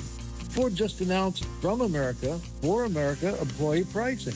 Now you pay what I pay on the full lineup on new Fords with no hassle, no pressure, no nonsense, and no added markups. Employee pricing levels the playing field for Ford dealers as everyone gets the same set price. However, other dealers will still add addendums and add-ons. Sanderson Ford will not. Choose Sanderson because they have the inventory and a 70-year reputation of treating you right. Ford is undeniably the most America-first automaker in the world. 80% of the vehicles Ford sells are assembled in factories located in America, and they will be less affected by the tariffs. Now is the best time to buy a new Ford with From America, For America employee pricing from Sanderson Ford. Excludes 2025 Expedition, Super Duty, Raptor, Mustang, and Bronco specialty vehicles.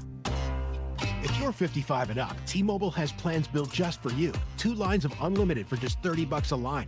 That's a 45% savings compared to Verizon and AT&T. But don't just take our word for it. It's not just the savings that are great with our T-Mobile plan. There's all this value from all these other things that T-Mobile offers. T-Mobile has been such a savings for us. We love it. Switch today and get 2 free 5G phones like the Motorola Edge with Turbo Power charging that gives you power for the day in just 15 minutes. And customers 55 and up can get 2 lines of talk, text, and data for only $30 a line. Go to T-Mobile.com/55 to learn more. With 24 monthly bill credits and 2 new lines with autopay for well-qualified customers plus taxes, fees, and $35 per line connection charge. Credits end and balance due if you pay off early or cancel. Contact us plus $5 per line without autopay. Debit or bank account required. 45% off 2 lines versus AT&T Starter and Verizon Welcome. Plan benefits vary. See details at T-Mobile.com. Motorola Edge requires 68-watt charger. Charger sold separately. Actual performance will vary based on usage and configuration. Dan Bickley here with my guy Shane O'Hanrahan. And Shane, with all the confusion over tariffs, what does it mean to the automobile industry? Right now, all that is in limbo. But what I can tell you is every vehicle on Chapman BMW's lot is tariff-free. With financing as low as 1.99%, the time to buy is right now. So get in and get your best selection of your brand new BMW. That's really good news for people who want to drive off in the ultimate driving machine. Yes, it is. And Chapman BMW is here to help. That's Chapman BMW, 2 great locations, 1 great experience. At Dignity Health's Orthopedic and Sports Medicine Institute, keeping you moving is a joint effort. With minimally invasive techniques and a personalized treatment plan, our team of highly specialized orthopedic experts can keep you in motion. We care for your knees, hips, and shoulders so you can enjoy what moves you. Don't let joint pain put your life on pause. Keep moving forward and find your path back to what you love. Learn more at dignityhealth.org/azortho. Hello, human kindness.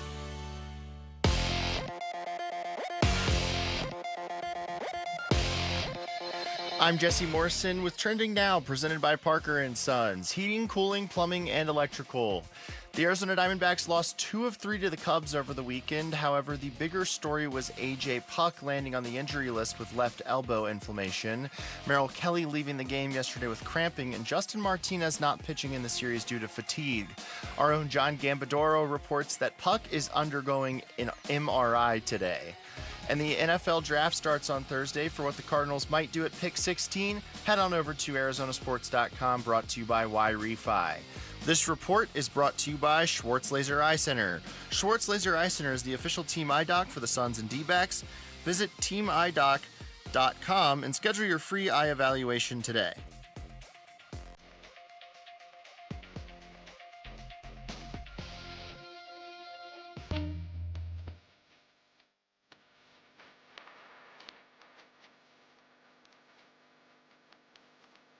Hey, it's Gamble. We'll react how the Dbacks fan in their final games against the Chicago Cubs and see where things stand across the National Leagues. We start a trade up 2 o'clock on Arizona Sports.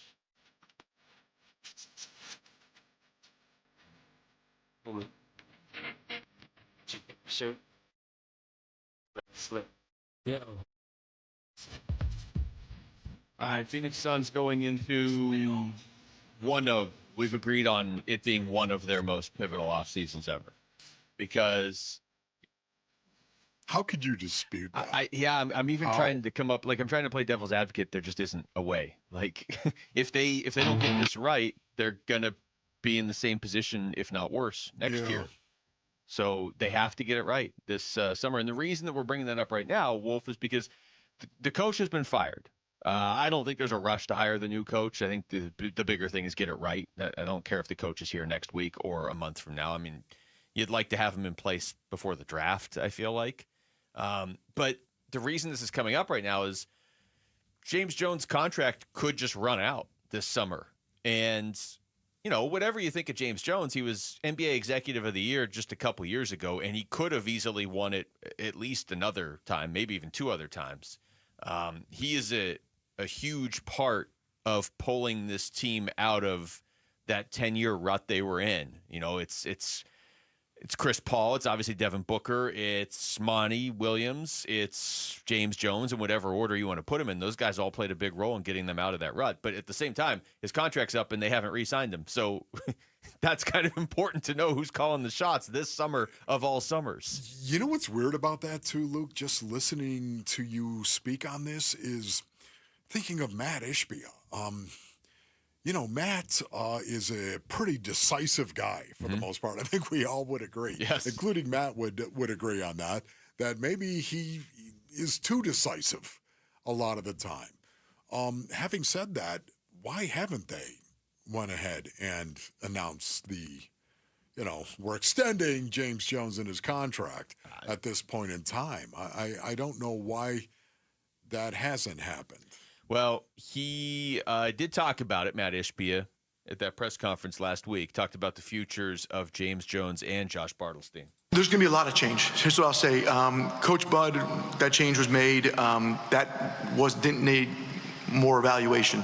Everything's going to be evaluated, but it's going to start with me being accountable and setting an identity, and then making sure that the identity we set for Phoenix Suns is set from the ownership, that fans are going to love it and be proud of it. The front office is aligned, the coaches are aligned, the players are aligned. And there's going to be players that sometimes we don't take the most talented player because they don't align with what we believe in.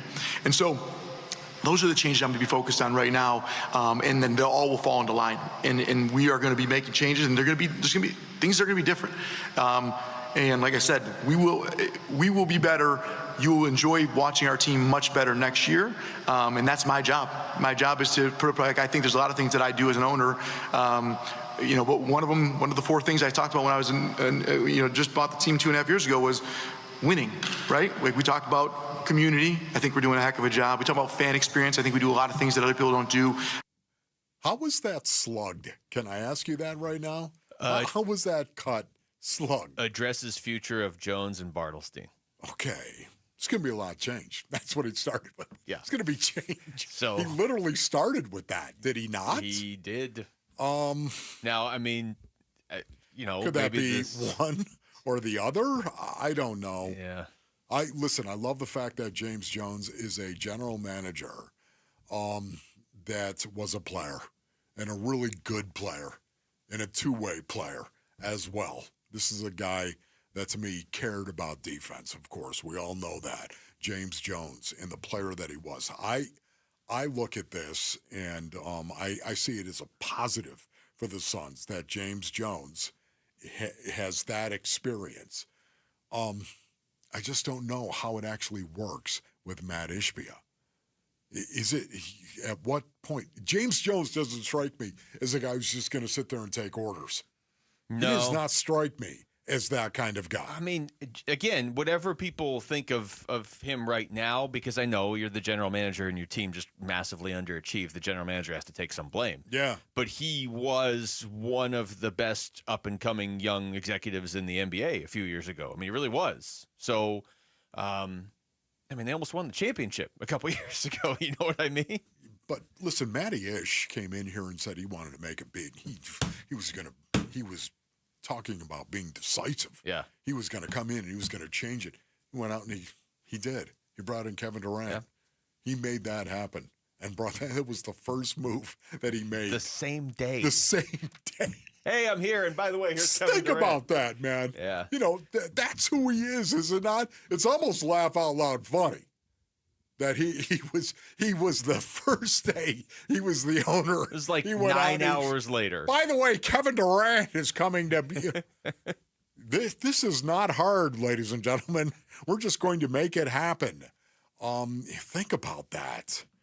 So, you know, it's weird because it does make me think on one hand that maybe James Jones is just doing whatever Matt Ishbia tells him to do. But he does not strike me as that type of individual to just be okay and not push back. And if you listen to Matt Ishbia, they do have a relationship that is back and forth. And the environment around the Suns is a lot better with Matt Ishbia here. So, I mean, who knows? There's so many moving parts here. Maybe you're more likely to do what whoever is saying because, I mean, you just like your environment a lot more. James Jones was here in the previous regime, and the environment wasn't always described as great. So, you know, who knows? The question here, and Burns and Gambo asked it, and so I'm glad they did. They had Matt Ishbia on. They were like, okay, well, are these guys going to be in charge? Like, are they going to make a decision on the next head coach? Are they going to be here long enough to do that? There's nothing that has been locked in besides that Coach Bud's not going to be with us. I'm going to be here helping set the tone, and Devin Booker's our franchise. Like I'm not really getting all the players and the coaches and stuff, and like we got to figure it out. Okay. Speaking of figuring it out right now, Command and Control, I want you to engage in this. Okay. Just based on those two cuts that Luke played about the futures, what are your thoughts on whether or not James Jones is going to be here? Rick? I think he will be. Okay, there it is. As the GM? I think he might have the GM role removed, but the president of basketball operations might still be there. And I don't know. My opinion is that they had him up at that press conference at the end of the season. Why would you do that if you aren't going to bring him back in some role? There's going to be change, though, says Matty. Jamal. I want him to be here. Okay. He's built a championship team, but at the very least, I don't think he'll be in the same role. Okay. Yeah, that's kind of where I am. I think he'll be here. I'm not sure he's going to be the GM. There it is right Because if he was going to be the GM, they could just say, he's still the GM. We're just re-signing him right now. You know what I mean? And he gave that answer. I can't play the whole thing now because we're up against break, but we played it earlier. James Jones gave that answer where he was kind of like, yeah, you know, whatever you're asked to do, you do. Yeah. So I do think they don't want to just let him go. But if he was just going to automatically be the GM, maybe they're taking a week or two to figure it out. But then, like, I would think that would get done this week if he was going to come back. Just based on how he answered those direct questions, there's no way he's coming back in the same role, as far as I'm concerned. Now, again, I could be dead wrong on that base. Well, but all four of us just gave a version of the same answer. Listening to that right there. When's the last time all four of us ever agreed on anything? You want to talk about median and speaking median. Oh, my goodness. All right, we come back. How much longer can the Diamondbacks get by without Ketel Marte? We'll get into that next. It's Wolf and Luke on Arizona Sports, the local sports leader. We're looking forward to the NFL Draft Thursday. I think we're about 95% the board. We'll run through a few scenarios and we'll do a few mock draft exercises amongst our staff, and we'll have something fun to talk about with you guys Thursday night. We preview the prospects and what Monty needs to complete the roster on the home of the Arizona Cardinals. Arizona Sports 98.7, the Arizona Sports app, and the Arizona Sports YouTube channel. All right, Basinonians, Ron Wolfley here for my brothers over at Santan Ford, man. That's right, I am Santan Ford. Right now, for a limited time, I've been telling you about this. Santan Ford has employee pricing, which will save you thousands. Plus, at Santan Ford, you can buy a new 2025 Ford Explorer for as low as 2.9% APR financing, which is a great rate, or you can take up to $8,700 off the brand new 2025 Ford Escapes. That's right. And Santan Ford has hundreds of Escapes to choose from right now. Now, let's go ahead and regroup and recap on this. Employee pricing, financing options that are good for your wallet, and selection galore. It's all going on right now over at Santan Ford. From America, for America. See you at Tim Hovik Santan Ford in Gilbert. Go to santanford.com. I am Santan Ford. As a business owner, you wear a lot of hats. One minute you're ordering today's inventory, and the next you're planning tomorrow's expansion. It's complicated, but your business credit card should be simple. With the Signify Business Cash Card by Wells Fargo, you earn unlimited 2% cash rewards on purchases for your business with no caps or categories to track. Signify Business Cash, the deliberately simple business credit card. Learn more at wellsfargo.com/signify. Terms apply.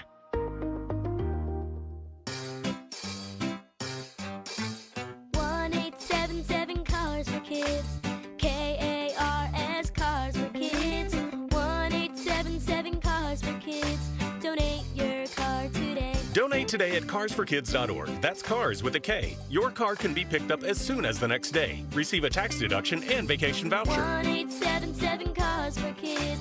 Donate your car today. Now accepting donations of land, homes, buildings, or any kind of real estate. Desert Diamond West Valley brings you the Legends Tribute Series. See an incredible outdoor concert for free every Thursday. This April, see Voyager, Sweet Home Alabama, the Country Artist Tribute, and tribute to Tom Petty and Stevie Nicks, Dragging My Heart. Go online for the full schedule. It's time to live the diamond life. Desert Diamond Casino West Valley. An enterprise of the Ghana Organization.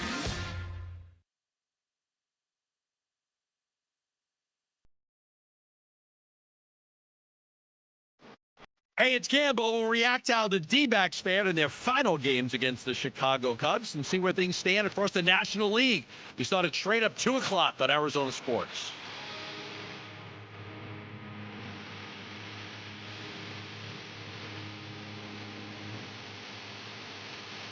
All right, final segment of the show. It is Wolf and Luke on a Monday afternoon.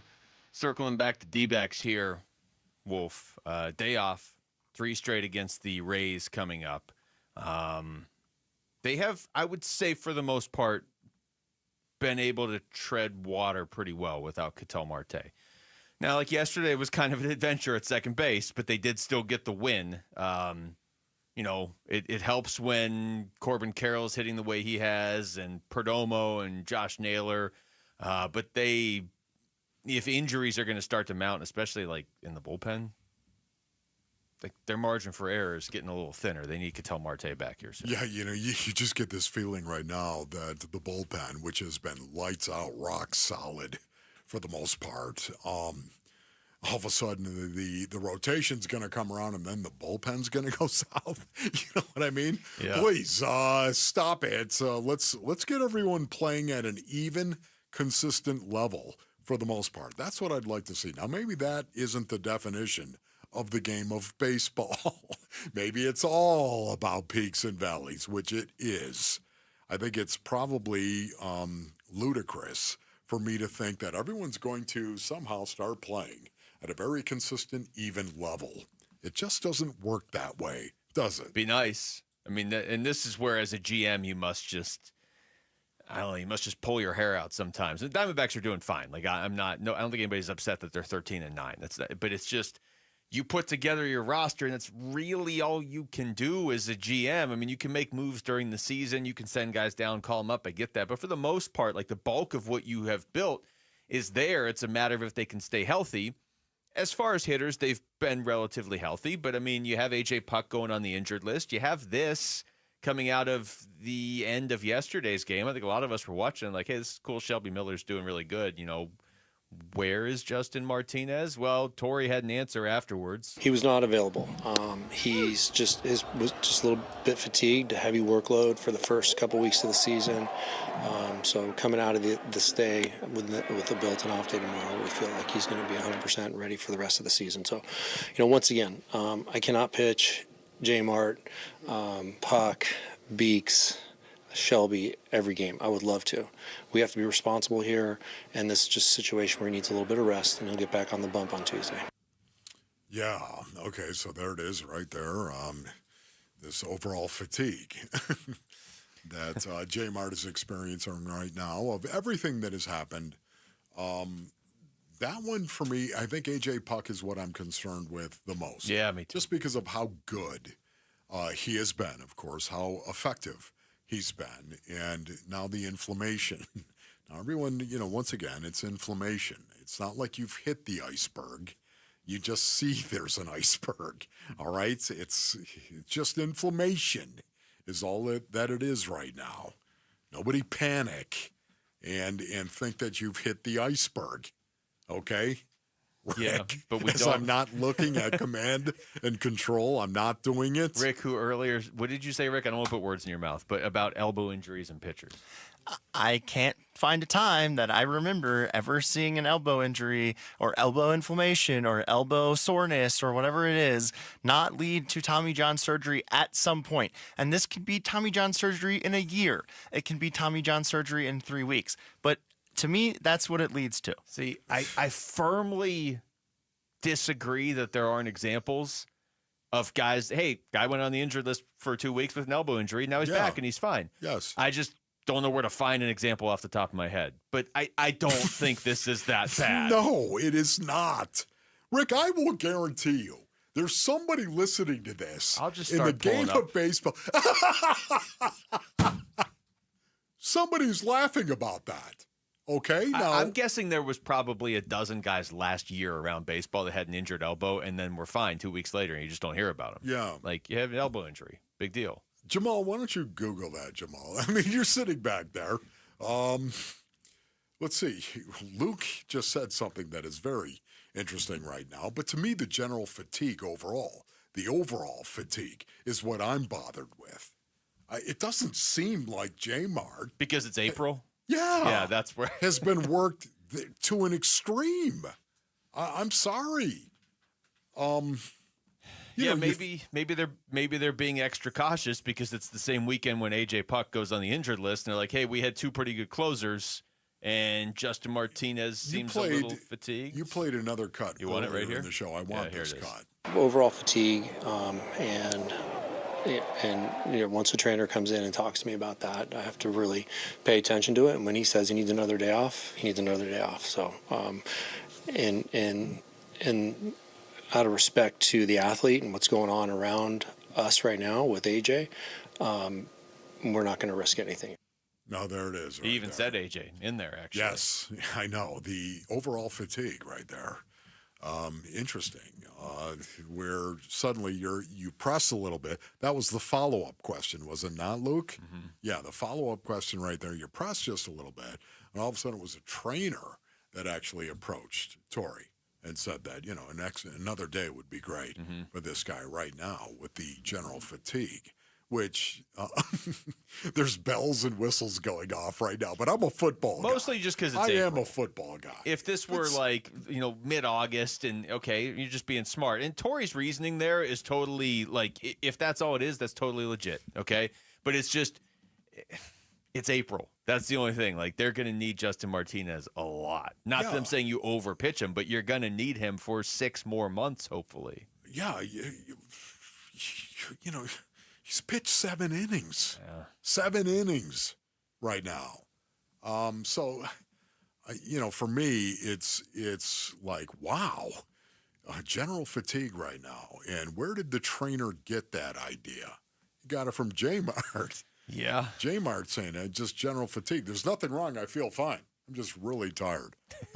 Generally fatigued. One of us should call in tomorrow with general is fatigue. That physically or mentally? I don't know. I would assume it's physical, but you're right. He's only thrown 7 innings. But he throws 150 miles an hour. Yeah, I know. There's a lot of guys who I'm sure hit the 100 mark on their velocity. Do you want to try calling in tomorrow and just say you have general fatigue and see what happens? Yeah, I don't think it's going to go well. I guess what I'm saying, I don't understand it this early in April. Here's the other. We never got to this name earlier, and I want to make sure we do before the end of the show. We went through a bunch of bad news or potential bad news for the Diamondbacks with, Joe Mantiply's performance on Friday, and he gets sent down to Reno, and A.J. Puck's on the injured list, and Justin Martinez has general fatigue. Bryce Jarvis got sent down too, right? Yeah, and he did not pitch well in that game on Friday either. But the bits of good news are that Shelby Miller remains untouchable. 0 earned runs so far this season at 0.30. Such a cool story, isn't it? It is, and so is this one. Dre Jameson picked up his first save this season. 1 appearance, 1 save for Dre Jameson. He stepped in and closed down the game the other day. Here's Torey Lovello. I'm just proud of the way he went out there and executed, and he's fearless. And that's one of the things that we love so much about Dre. And it's his first outing of the year, especially coming back after Tommy John surgery. So it was a hard landing, and he accepted the responsibility, and he did it very, very well. We said this during Cactus League play, did we not, Wolf? Dre Jameson is a guy that just keep an eye on to potentially close games later in the season if you need someone. Yeah.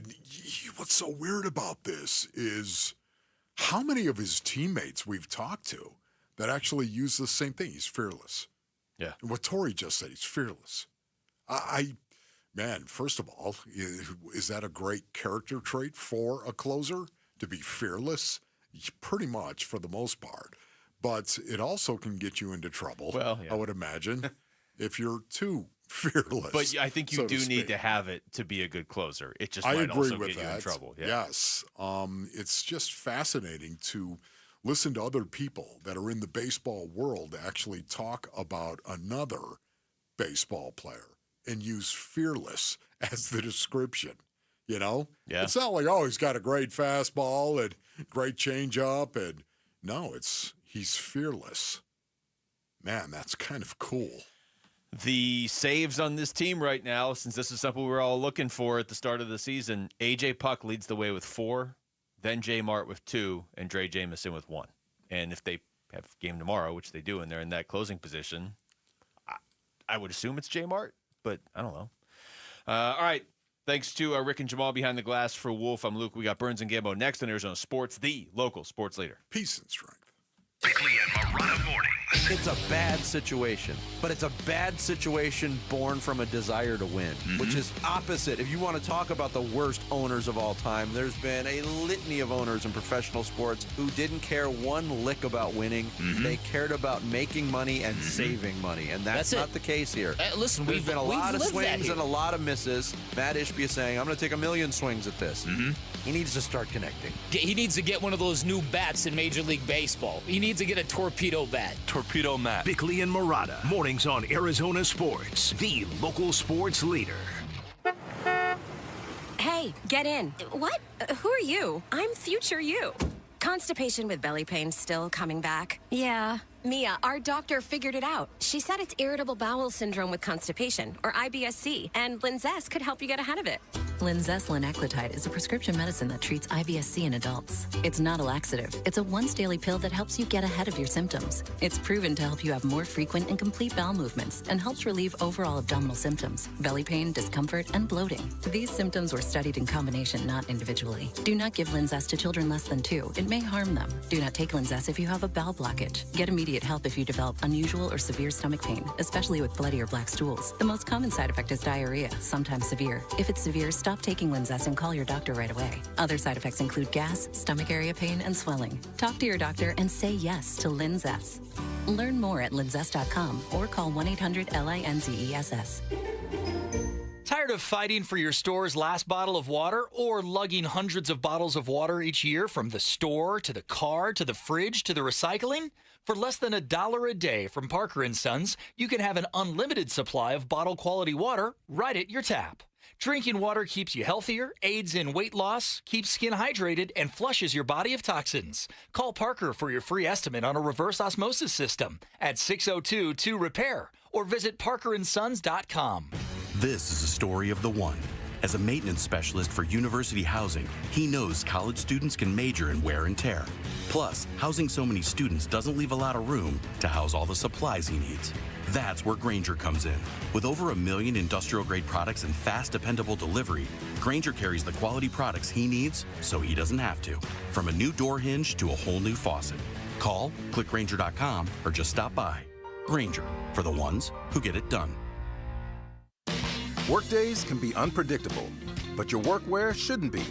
With the Cintas Apparel Plus program, you'll have freshly laundered garments for everyone on your team delivered every week. Cintas has workwear for just about any job imaginable, with high-performance fabrics and an uncompromising fit that stretches and moves with you. Don't leave looking and feeling good to chance. Visit Cintas.com. Oh, I'm ready! And get ready for the workday.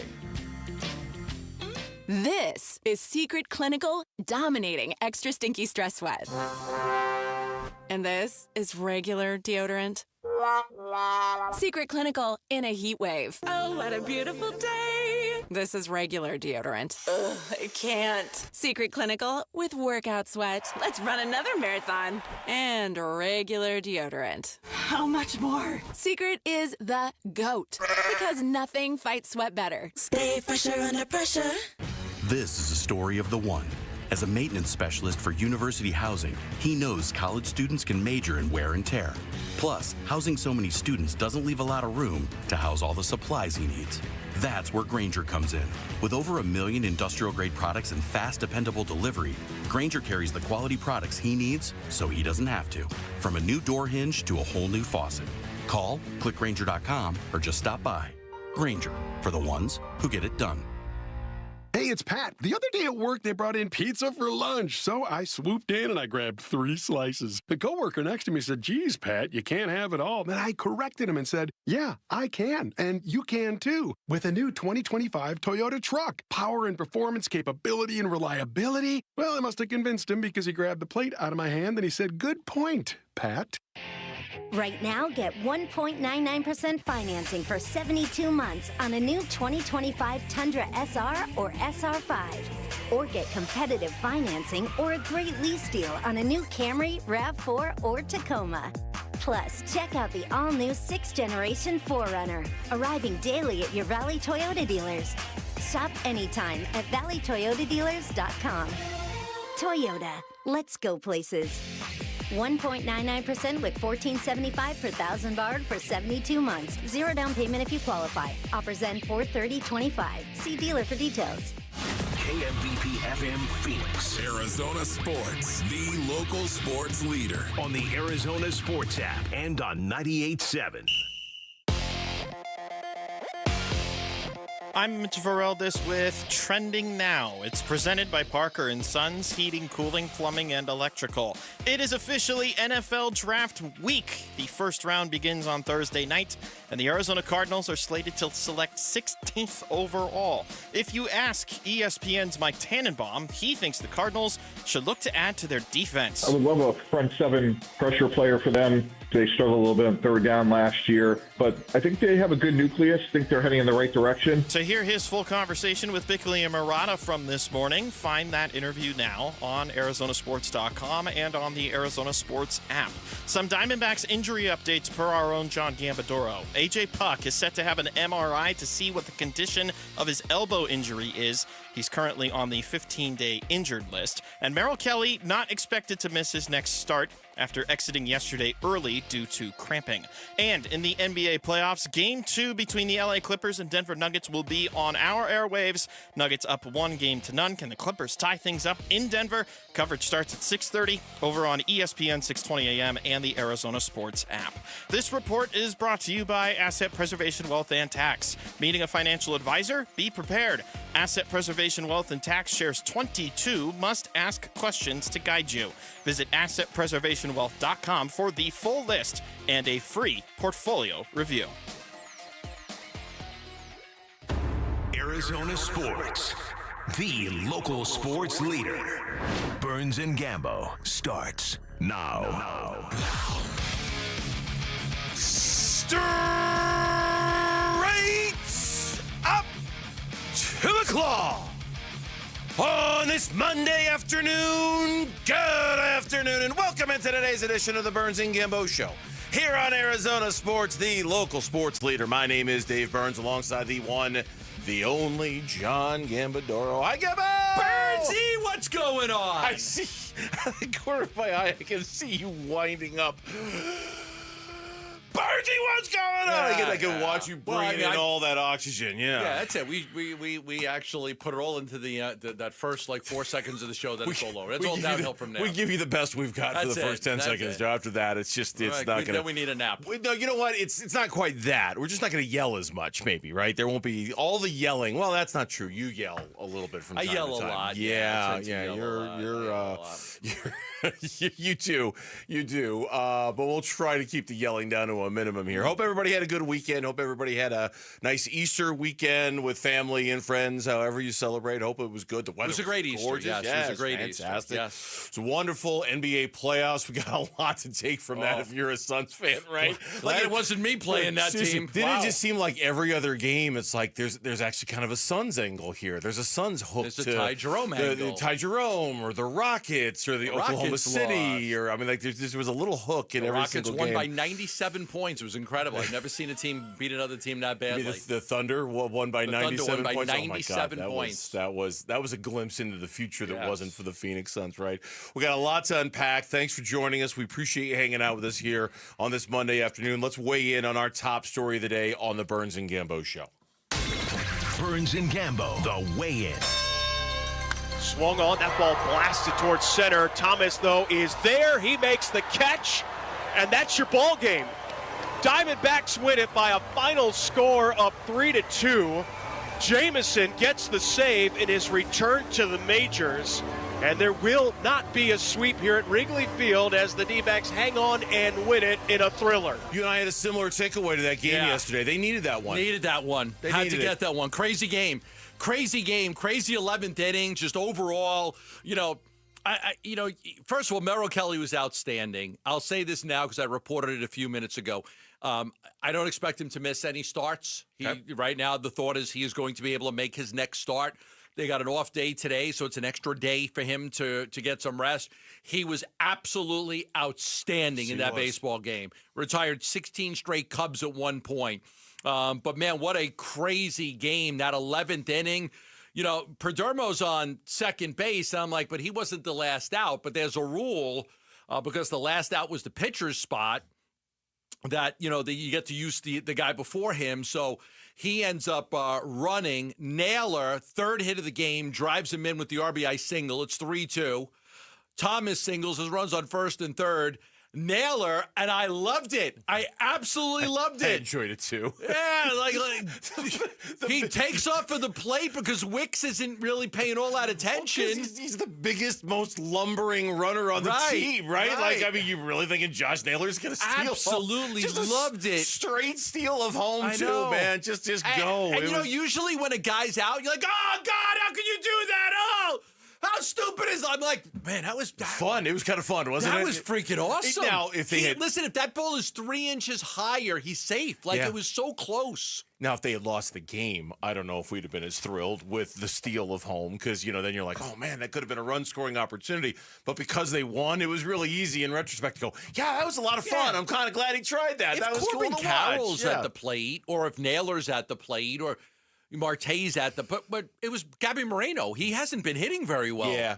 I liked it. I mean, I really liked it. Here's what made that one yesterday big. Okay, the last time you and I were on the air was Friday, coming off of that really tough to stomach game against the Cubs, in which you were down 7-1, you were up 11-7, you lost, right? And we talked about the bullpen and we talked about guys that weren't available. Since then, everything that's happened to the Arizona Diamondbacks, Zach Gallen got roughed up in the first inning again. It's starting to become a problem. A.J. Puck goes on the injured list, and I know you've got news on that. We'll get to it in a second. Yes. Okay. A.J. Puck goes on the injured list. That happens again. Merrill Kelly has the cramping issues again. He has to be cut a little bit short. Not a lot, but a little bit short. Justin Martinez isn't available for the entire weekend because his arm is fatigued. The bullpen seems like it's been a little bit of a mix and match kind of color by numbers sort of thing. Like, okay, let's say this guy here and that guy there and all of that stuff. had they gotten, I mean, it was cold and wet and miserable weekend. It was cold. If they had gotten swept in that series, there'd be a whole lot of bad for us to talk about with the Arizona Diamondbacks right now. And just not that a win erases that or takes all of that away. It doesn't. There's still a lot of, stuff that we're a little worried about with the Diamondbacks. But can you imagine if they had been swept? And that was the weekend story for the Diamondbacks with all the bad stuff that I just mentioned. Sure. They needed it. It wasn't a must-win by any stretch, but they needed that game yesterday to give them something to feel good about. They won a baseball game which Corbin Carroll was 0 for 5. Yeah. They won a baseball game which Corbin Carroll wasn't able to deliver. Big opportunity in the 10th inning. Suarez gets a single, runs on first and third, nobody out. Carroll pops up. Perdomo lines out. Grichuk, pinch hitting for Pavement strikes out. I thought that they were done there. I'm like, oh, my God, they couldn't get that run in the 10th, but... and then you look at the bullpen, Dre Jameson, just how outstanding he was coming in. I know you like Dre Jameson. I do. I like him a lot. Hap hits a rocket, but right at Perdomo. And Tech second base, Birdie's out. But the bullpen overall was really, really good, taking over for Merrill Kelly. So combination of, getting that run across, getting the double play, great starting pitching, great bullpen, leads to a win in Chicago. We always say this. You win a series 2-1, lose a series 2-1, okay, just don't get swept. Yeah. Don't get swept. Yeah, and again, like I said, this doesn't take away some of the concerns. Now let's talk about A.J. Puck because, and I know we're going to talk about the relievers in a little bit, but because this is news, I think we need to bring this up now at the top of the show. Mm-hmm. What did you learn about A.J. Puck, who was put on the IL on Saturday? Yeah. Really, I mean, honestly, again, the last time we were here on Friday, I know we were reacting to the guys that Torey Lovello didn't use in the bullpen in Friday's game. Now on this Monday, it all seems much more clear, doesn't it? Right? Like Sure. A.J. Puck's on the injured list. Yeah. Justin Martinez didn't throw a single pitch all weekend long because his arm is He wasn't fatigued. available to pitch. A.J. couldn't pitch. It's a little more clear now in terms of the kind of the patchwork job Torey was trying to do with that bullpen. What did you find out about Puck? We'll see how many people that said, fire Lovello are going to apologize now, and see, But here's the reality. I mean, it was so many. I had 100 people are like, you got to fire Lovello. Like, these guys weren't available. They weren't available. Hey, you know what? God bless you for the passion. If you feel that way, hey, we love passionate fans, but slow down. J. Mart's fatigued. He can't pitch. Puck can't pitch. Okay, I get it now. I get it. Here's what I learned today. A.J. Puck is having an MRI on his left elbow, and that will determine if he will be out longer than the 15-day injured list that he's currently on. So he was put on the 15-day injured list with that left elbow. There is an MRI today. I don't have the results of the MRI right now. I can't tell you, but I can tell you. Are you getting them faxed over to you?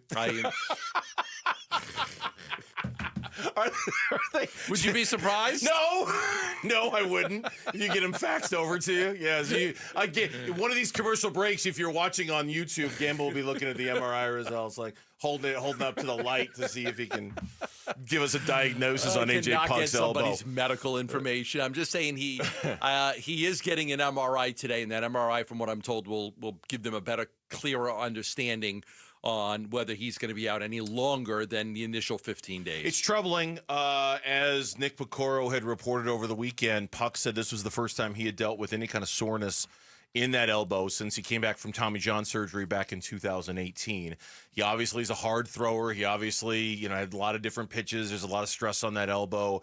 You just kind of hope for the very, very best because obviously he is a central key component to the whole plan, and you just kind of hold your breath and wait and see. And then as far as the Justin Martinez thing, Torey Lovello said afterwards he was simply fatigued and unavailable. He was not available. Was just a little bit fatigued, a heavy workload for the first couple weeks of the season.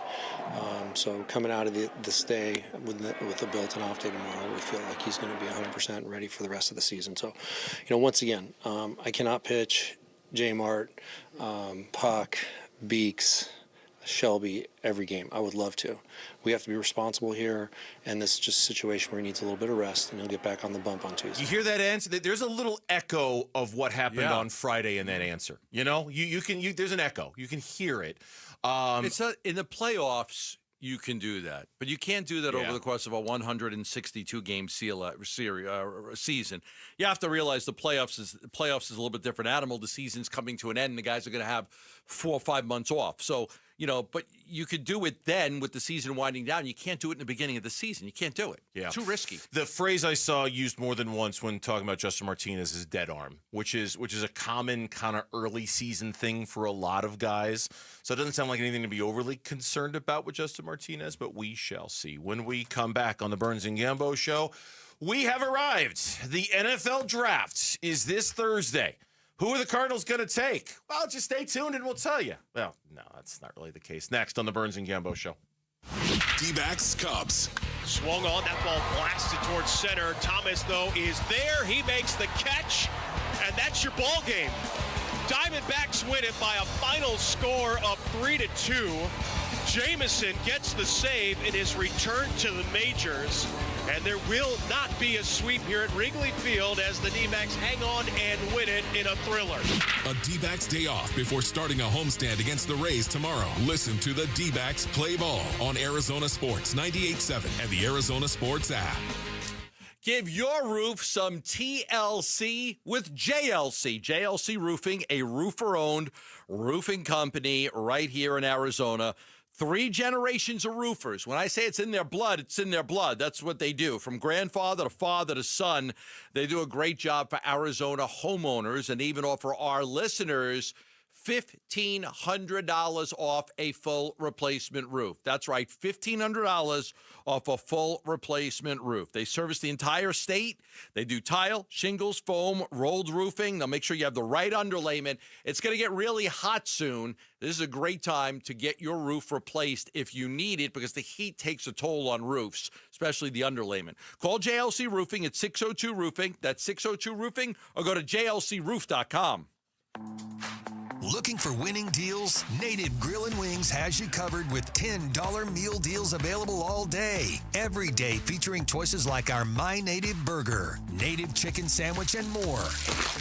Need to feed the fam? Try our $27 family bundle. With something for everyone, we've got the whole family covered. Cold drinks, great food, and even better deals. Visit nativegrillandwings.com to find the restaurant nearest you.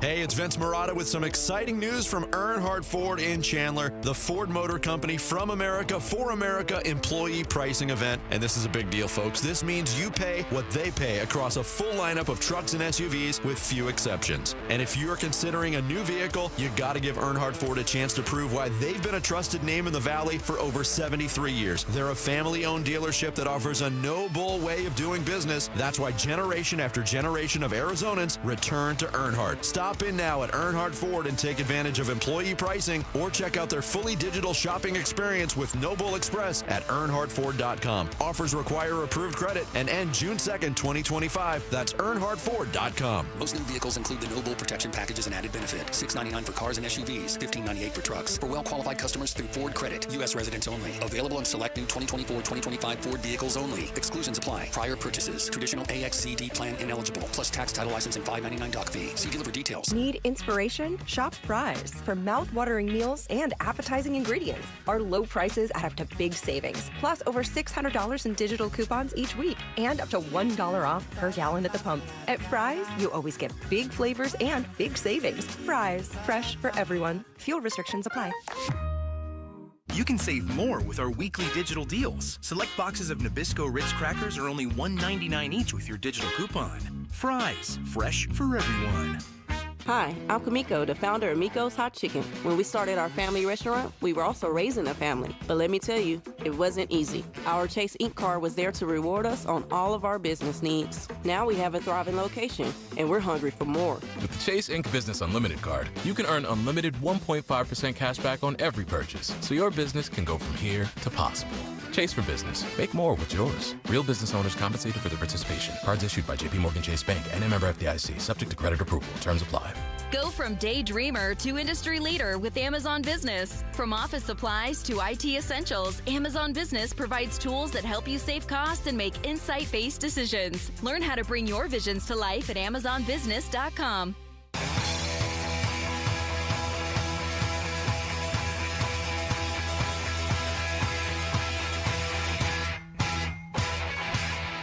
Hey, it's Vince Marotta. Join us Tuesday morning. We'll give you the latest heading into the NFL draft and recap Monday's action in the NBA playoffs, all starting at 6 here on Arizona Sports. Happy NFL Draft Week to those who celebrate. I know I do. I look forward to this week. Look forward to Thursday. My favorite days of the year. Right, and we always say this, like Thursday, it's one pick. There's still a second round, third round, fourth round. It's one pick. I know. Everybody gets overhyped for that one pick, but it's really about it's about the entire draft and what they can do. All right, selfishly, okay, and not to make this about us here at Arizona Sports, but I will for just a second. I think it's our finest hour. I think it's because everybody contributes. All the hosts are in. We do a draft roundtable show all night long, and I really, truly believe it's the best thing we do all year long. And so I get excited about it. I know it's just one pick, and in some ways the heavy lifting is going to come on Friday and on Saturday with all of the picks. I just get geeked out for Thursday because I think it's awesome having you and Wolf and Bick and Vince and Luke, and we're all just kind of bouncing. It's just these new hosts not working with each other all that often, and all these different ideas getting thrown around. I think it's a lot. It's a lot of fun. And then bringing in pizza and wings and salad and that would be the thing you'd get excited about, the free food that it affords you. Yes, and I'm sure you're in there right now putting in your order exactly what kind of pizza you want. I'm sure you are doing to make sure of that. Yeah. Well, as long as Gambo gets fed, the rest of us will be just fine. Cardinals right now have the 16th pick in the NFL draft. By now, we've got the mock draft tracker up at ArizonaSports.com. It's a great record of basically about every mock draft so far. I can tell you that the guy who's leading the way, mocked most often to the Cardinals at this point, is Kenneth Grant, the defensive lineman out of Michigan. James Pierce is right behind him. Jalen Walker, the edge out of Georgia, behind him. Walter Nolan, Mike Green, Derek Harmon, the defensive tackle out of Oregon. Jahdae Barron, the cornerback out of Texas. Michael Williams, the edge out of Georgia. I could go on and on and on. Trade is also in there. We've had 7 mock drafts that have suggested the Arizona Cardinals could potentially trade. As we go into this week, I think we're all kind of thinking probably along the same lines. Offensive lineman, maybe. Defensive lineman, maybe. Edge guy, maybe. Less likely, but certainly has been a conversation, has been wide receiver.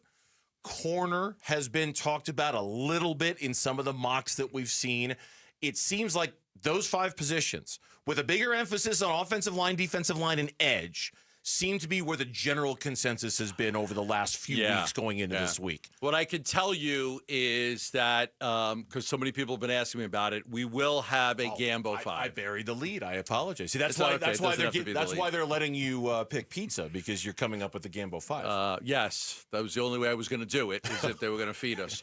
I'll only do a Gambo 5 listen, you do like if you bring us pizza and I choose the pizza. It's been very busy with the Cardinals and Dbacks and everything, but yes, there will be a Gambo 5 that will be unveiled either tomorrow or Wednesday. But the draft is Thursday, and if you don't know what the Gambo 5 is, it's I go through the entire draft and I pick 5 guys that I believe the Cardinals will draft, and I basically assure you that one of those guys will be the pick. Now, you know what? It's worked every time before. And we'll see if we can keep the streak going. Not the easiest thing to do. It's not exactly a money-back guarantee because you don't pay anything for it. We don't pay anything, but keep that in mind. But it works all the time. It's been known to work all the time. So we will do a Gambo 5. We'll have that for you in the next 24 to 48 hours. It will be before the draft, and we'll kind of give you an idea of what we think could happen and what we think who the Cardinals pick will be. It's funny. I thought on AZ Central today when I read this article, in some ways it reminded me of a Gambo 5 in that I thought it was a nice kind of warm-up for a Gambo 5. And it was from Bob McManaman, longtime writer over there. 6 ways the Arizona Cardinals could go with the 16th pick. And while I just read off the mock draft tracker to you, and while there are a lot of names on there, Bob boiled it down to 6. Now, and basically choosing one at each position, which I thought was kind of a clever way of doing it. Okay, just like one at each position. One at each position. Okay, like here's all the edge rushers. Here's kind of one guy to keep an eye on. Edge rusher, Michael Williams out of Georgia, was one guy they said to keep an eye on. Offensive tackle, a guy that you've talked a lot about, Kelvin Banks Jr. I did the ESPN radio mock draft, and Kelvin Banks Jr. was my pick when I did the ESPN mock draft. The defensive tackle, pardon me, I'll start there. Walter Nolan out of Ole Miss, a guy who some people believe his stock is very high. Some people think he's more of a second-round guy, but he's a guy who's been talked about with the Cardinals a lot. The guy that our own Ron Wolfley is in absolute love with, and that is Tyler Booker, the guard out of Alabama. Yeah. If you spent 5 minutes listening to their show and he hasn't mentioned Tyler Booker, wait another 5 minutes, and he will mention Tyler Booker. Is this town big enough for two Bookers? Absolutely, it is. Can we get two Bookers in here? We can, as long as you call him Booker, yeah, we can do that. I didn't even catch that. The corner, Will Johnson out of Michigan, who was mocked to them in another mock draft today. And then the wide receiver, Matthew Golden out of Texas. The kid who burned ASU. The kid who burned ASU. You're not welcome here, Matthew. I'm sorry. That's not true. Of course you are. So now there are other players at those positions. Certainly it's not just them. Like a defensive tackle, there's Kenneth Grant from Michigan. There's Derek Harmon from Oregon. At offensive tackle, it's not just him. Certainly at edge rusher, there's many other guys they could go with as well, including James Pierce or Mike Green, right? Like there are other options at those. Right. And I know that's not how you're going to do it. You're not going to do 5 different positions. You're just going to do 5 players. But I like this. I like this idea of kind of organizing it by position. Yeah. There'll be a bunch of those guys that are not in my Gambo 5 because obviously when I do the Gambo 5, it's just going to be 5 players, so it's not going to go by position. I'll give you 5 players, and 2 of the guys or 3 of the guys may be in the same position depending on how I do it. But again, we'll have that to you really soon. The interesting thing, of course, is the ability to trade down. You know, would the Cardinals think about trading down? And it's something that Monty Ossenfort has done before. I think 5 of the 6 trades that he has made has been down. Yes, sir. The difference, and I said this to you the other day, and I still believe this. I really think that when Monty's first and second year, when the cupboards were so bare, it was important for the Cardinals organization to get as many picks as they can to try to fill a roster that they felt was very void of talent. But if you look at the Cardinals roster right now, I mean, they've done such a good job with what they've been able to do, especially with Sweat and Tomlinson and Calais. Like, they could field a team right now. Yeah. Like, they could field a team right now. So I don't believe the need to trade down is anywhere close to what it was the first 2 years. And to simply put, if you go through the roster, and I was doing this with Tyler Drake earlier today, who covers the Cardinals for us on on ArizonaSports.com. There's not a lot of spots available. Like, I don't think the Cardinals would make a trade down to add 3 more picks this year because I just don't know if they have that many roster spots available because they've done such a good job of building the roster with talent that I just don't know that they have room for all of those rookies like they did in previous years. I mean, it really is. It's the most compelling argument to not trade down. And it's a very compelling argument because you're absolutely right. Quantity has been the name of the game the first 2 years, not necessarily not that the guys they haven't gotten weren't quality, but they needed to restock the cupboards. And now that the cupboards are restocked, I'm always a fan. Not always. I'm mostly a fan of trading down. I like the idea of getting extra bites of the apple, extra swings of the bat. But if there was a year where you were to say, hey, you only got 6 picks and you're going to stay at 6 picks, this might be that year. This might be the year where you're more interested in the quality of staying put than you are in the quantity of moving down and getting extra picks. It's a very compelling argument to why they might not do anything. It's just, man, 2 years of Monty moving all around the board, it's just easy to fall in the trap of assuming he's going to do the same thing. Chris, I think it was based out of necessity, and I think it's pretty obvious now it's not necessary anymore to have to gather all those picks. So in previous years, we looked at moving down as, hey, they need to do this. We don't look at it that way anymore. When we come back here on Burns and Gambo, stay with us. We're going to turn our attention back to the Arizona Diamondbacks. It was supposed to be the strength of the team. Once again, some problems early in the year when it comes to the Diamondbacks starting pitching. We dig in next on Burns and Gambo. We're looking forward to the NFL Draft Thursday. Get you going like game day, honestly. You know, there's not too many things in the world you can do that feels like the rush after the national anthem before you kick it off. Draft night comes pretty close. It's an exciting time to be a Cardinal, I know that. We preview the prospects and what Monty needs to complete the roster on the home of the Arizona Cardinals. Arizona Sports 98.7, the Arizona Sports app, and the Arizona Sports YouTube channel. Liberty GMC, 87th Avenue and West Bell Road in Peoria. Shop and buy online all the time. LibertyGMCAZ.com. The best trucks, the best SUVs. That's what GMC makes, the very, very best. And at Liberty GMC, inventory galore, deals galore. What are you looking for? Are you looking for the best truck out on the market? They've got it. Brand new 2025 GMC Sierra 1500, $12,250 off a brand new 2025 GMC Sierra 1500. Maybe you're looking for a Yukon, the stylish people mover. $9,500 off a 2024 Yukon right now at Liberty GMC. Or maybe you're looking for the Hummer EV, right? You want to go EV, but you want to do it with a little more oomph. 0% for 60 months on a Hummer EV. So whether you're looking for a truck, an SUV, or an EV, there's a deal for everyone at Liberty GMC, 87th Avenue and West Bell Road in Peoria. Shop and buy online all the time, LibertyGMCAZ.com. GMC, we are professional grade.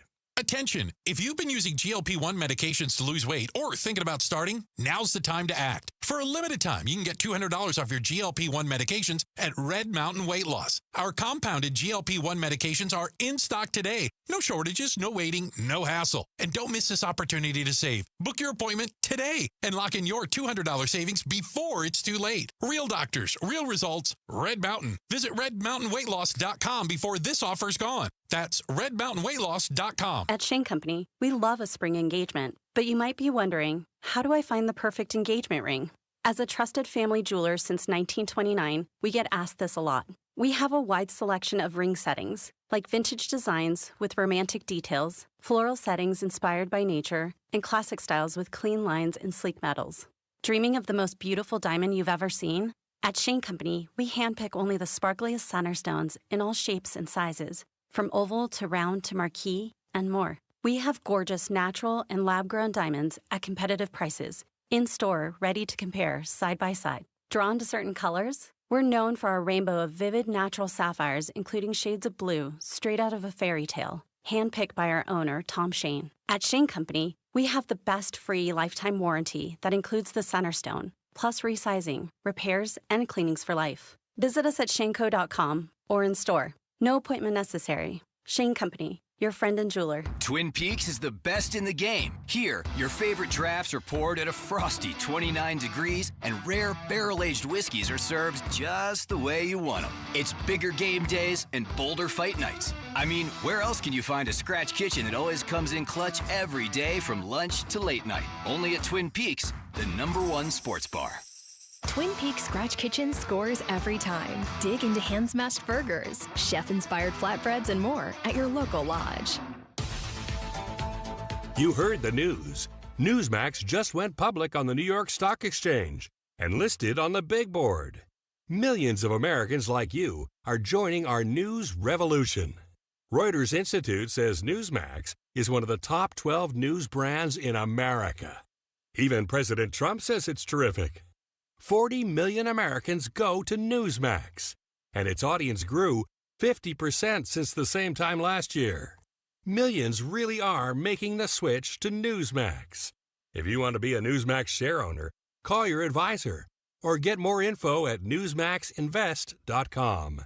Stand with Newsmax today for a strong America. This communication is for informational purposes only and shall not be intended to or shall not constitute any offer to buy or sell securities, nor shall there be any sale of securities in any jurisdiction in which such offer, solicitation, or sale would be unlawful.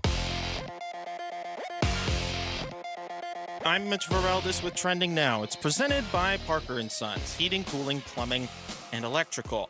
It's officially NFL Draft Week. The first round begins on Thursday night, and the Cardinals are slated to select 16th overall.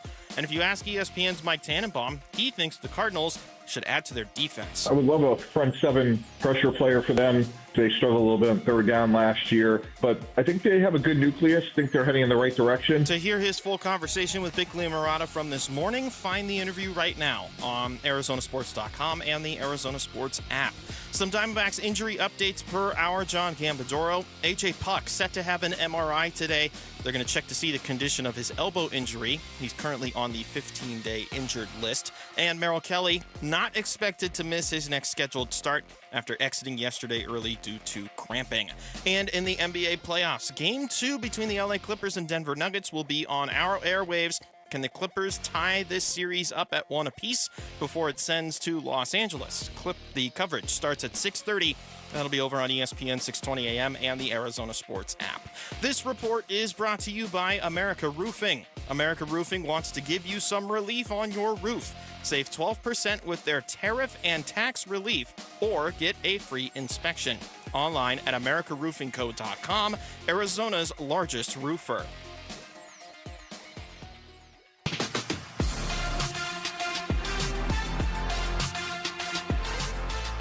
Hey, it's Luke. How crucial is it that the Diamondbacks get another solid start from Brandon Pfaadt? We'll discuss tomorrow at 10 a.m. It's Wolf and Luke on Arizona Sports. Well, Herrera going to go out for a mound visit. And what do we have here? Herrera's waving the trainer. He noticed something right away. Merrill with his glove up to his face. Obviously something of a concern here. And he's trying to shake something out. It looks like in his leg. His right leg in particular. And it looks like Kelly's coming out of the game. I didn't mean to snicker there. It's just when Merrill Kelly's glove is up to his face, you can only imagine the R-rated expletives that are coming out of his mouth that he just doesn't want anyone to see. Yeah, not only his mouth, everybody else's mouth is watching that game live. And it was just such a terrific performance. 16 straight by Merrill Kelly. He retired 16 in a row. He was dominant in that so great. He was just 1 out away from getting the 6 innings, right? And having that complete game. He allowed the 1 run on 2 hits. He struck out 5. He only walked 1, but that had to leave the game in the 6th. He got Happ on a fly out, and he struck out Tucker. He had a 1-0 count on Suzuki, and then, that was it. Herrera comes out, and they lift him. Thompson comes in, and, the only thing you're thinking is, God, I hope this isn't going to be something that sidelines him for any extended period of time. Now, you do know you've got Ryan Nelson in the wings ready to replace somebody if a starter goes down. Ryan Nelson is still on pace to be that guy, but my understanding is that Merrill Kelly should be able to make his next start. And they got an off day today, so everybody gets an extra day of rest. Right. So that he should be good to go for his next start. Yeah, and I don't want to make it seem like I'm not grateful that Ryan Nelson is available. I am, even though he didn't pitch well on Friday, I am grateful that he is there.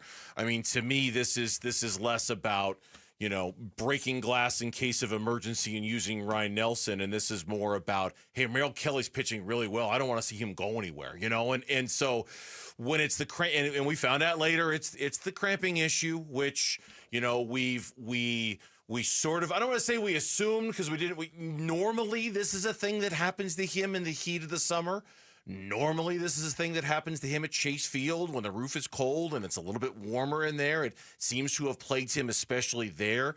This one was a little different. It was cold, 35 degrees in Chicago. It wasn't one of those Chase Field August kind of situations. And the delays? Perhaps it had something to do with the delays, right? The first one was 39 minutes. And then he started the game. I think Lavella was pissed.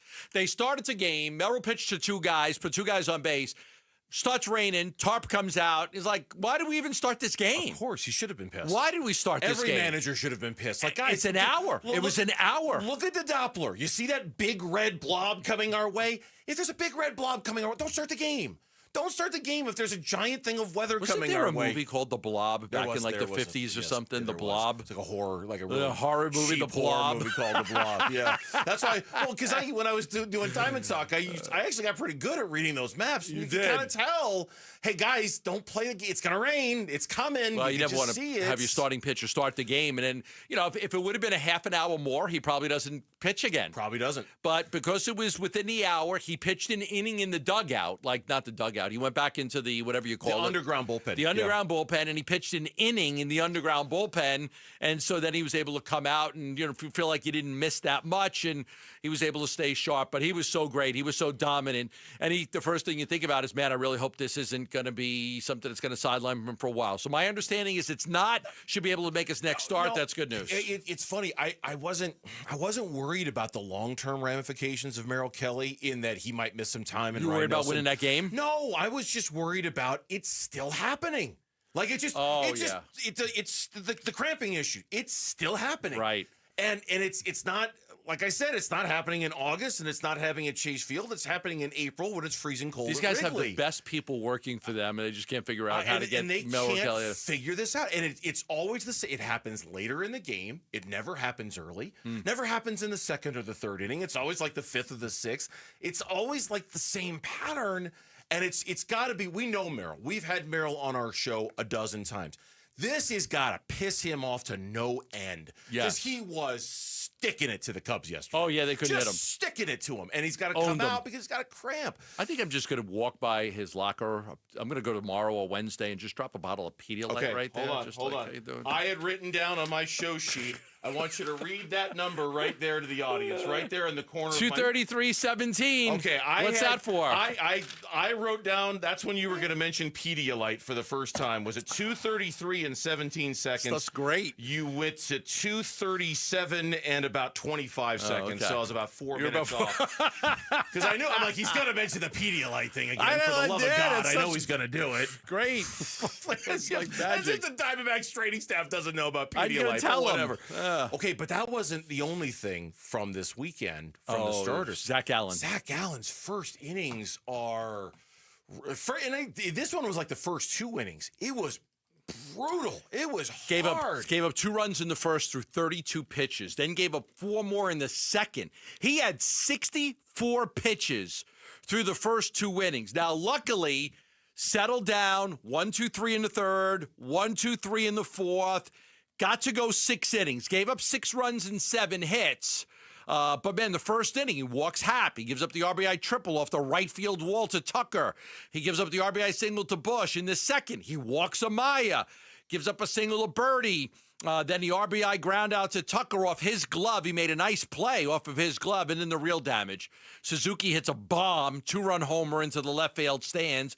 And a Bush follows with a shot. So back-to-back with Suzuki and Bush, it's 6-1. And we're like, oh, boy, this is not good. So Zach Gallen has given up 4 or more runs in 3 starts this year. 1 against the Cubs on March 27th, 1 against Baltimore on April 7th, and then Saturday against the Cubs, which was April 19th. 3 starts, 4 more runs. Yeah, and those runs, 12 of the runs off of Zach Gallen in the first 2 innings of his starts, only 5 runs allowed after that. Right. So if you look at the total amount of runs he's given up so far this year, 12 of the 17 have come in the first 2 innings of his start. And Brian Kaplan, the new pitching coach, Nick Picoro had some good quotes from him in which he thinks that, and I'm paraphrasing here, he suggested that Zach Gallen might be trying to outthink his opponents in the first couple of innings instead of just outstuffing his opponents. Hey, you got great stuff. Trust it. Let it go. Don't try to get all cute and play chess with them in the first couple of innings. Just go dominate them with the great stuff that you have without trying to overthink it. Now, Torey Lovello said after the game, Zach has always been receptive to good coaching.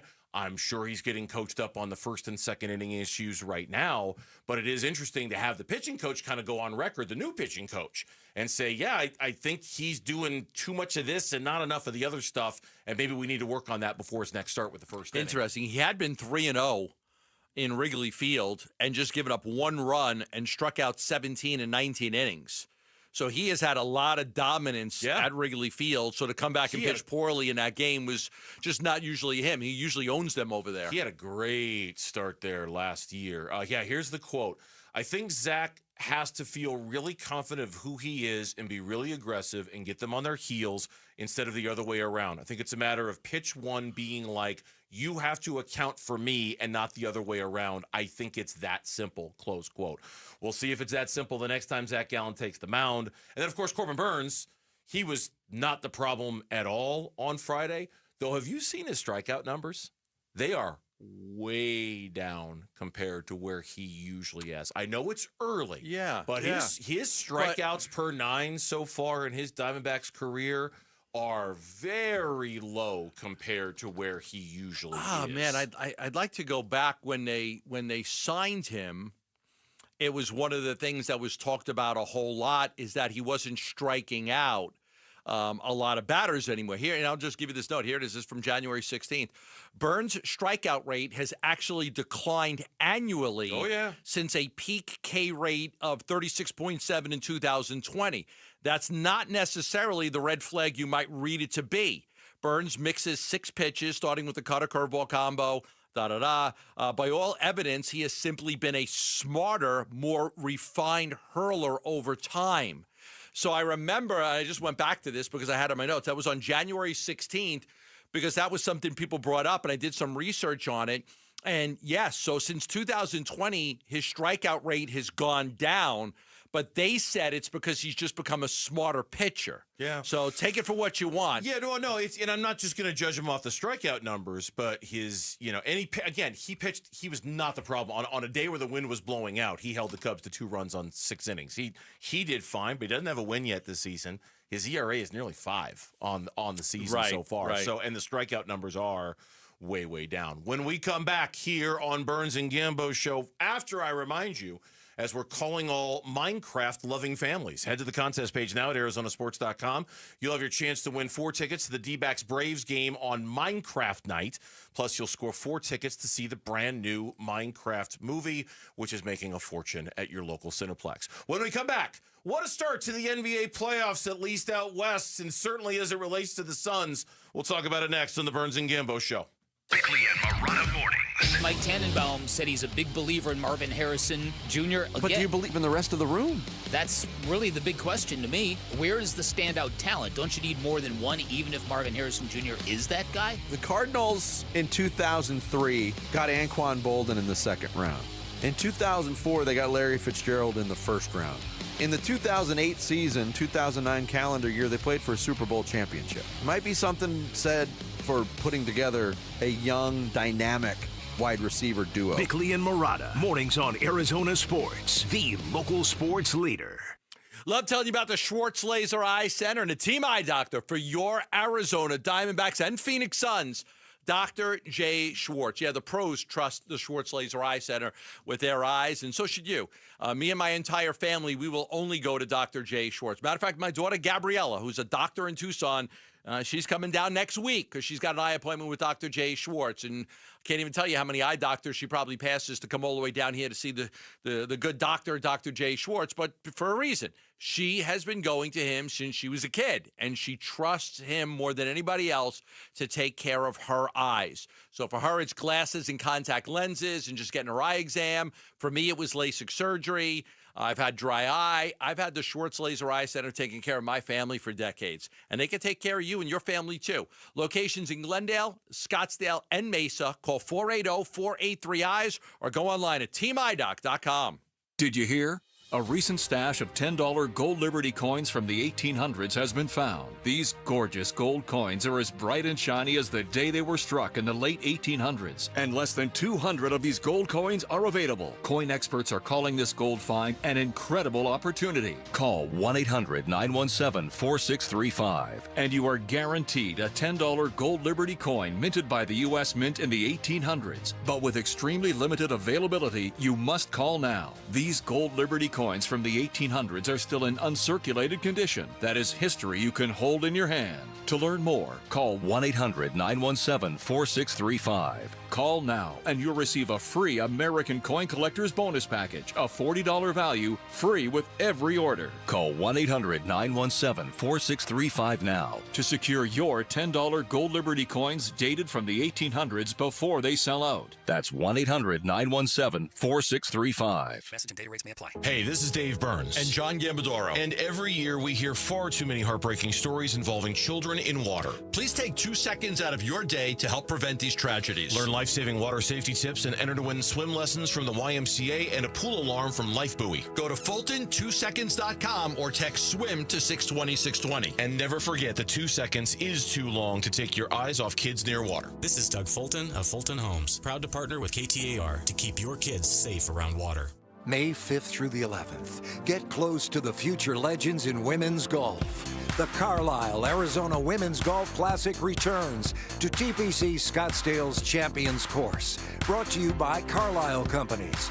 The biggest purse on the Epson Tour means the best in women's golf will be here. May 5th through the 11th at TPC Scottsdale's Champions Course. Go to CarlisleLPGA.com for tickets. Be there for the best.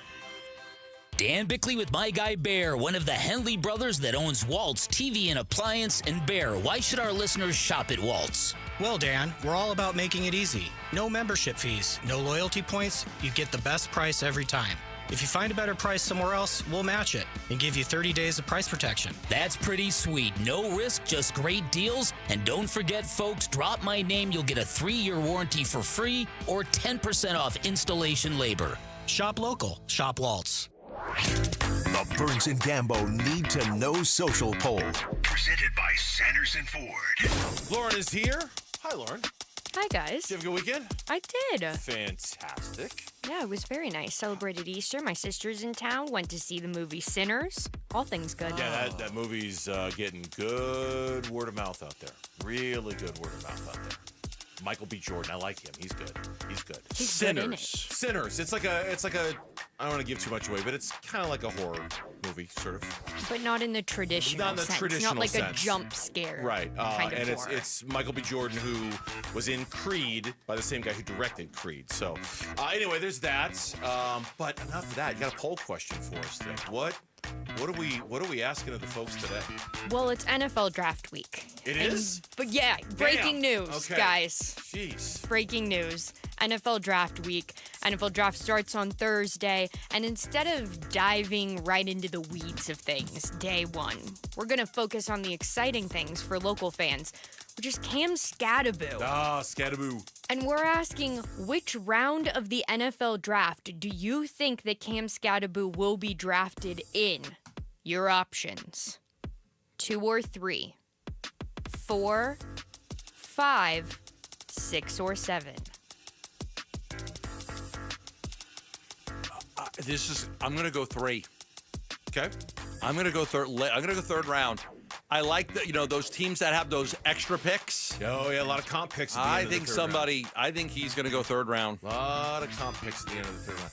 I will agree. Put me down for 2 to 3.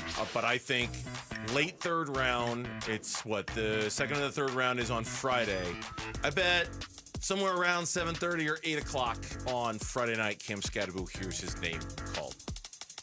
Leading the way right now is round 4 with 52% of the vote. 2 or 3 is getting 33% of the vote. 5 is getting 9%, and 6 or 7 getting 5%. Is anybody yelling at you on social media for not including the first round as an option? No, because I think we can all be realistic good. enough about this poll question. Our audience is smart enough to know he's probably not going in the first round. Okay, that's poll question. You can find it on the Burns and Gambo Twitter page, at Burns and Gambo. One word is where it's at. Yeah, well, I'm sure we haven't really. It's been a while since we've talked a lot about Cam Scadaboo, but I'm sure as the week goes on, we'll be looking forward to that, especially on you and I. It's lucky for us because on Friday, the draft starts at 4, the second and the third round. And so we kind of do a draft show for the last 2 hours of our show in the second round. Right. And I imagine we'll be talking about Cam Scadaboo. Well, I just think that if any one of our 4 teams ends up with Cam Scadaboo, we got to get a jersey. Like our favorite teams. Okay, so if the Bears get Scadaboo, you got to get one. if the Broncos get Scadaboo, if the Giants get Scadaboo, and if the Cardinals get Scadaboo. You got to get right. There it is. Done. That person has to get one. If the Cardinals get Cam Scadaboo, like I'm tomorrow, getting a jersey. I'm getting a Cam Scadaboo jersey tomorrow. I don't expect they are, though. No. Are you? No. Are you killing that dream right now? I wouldn't expect that they are either.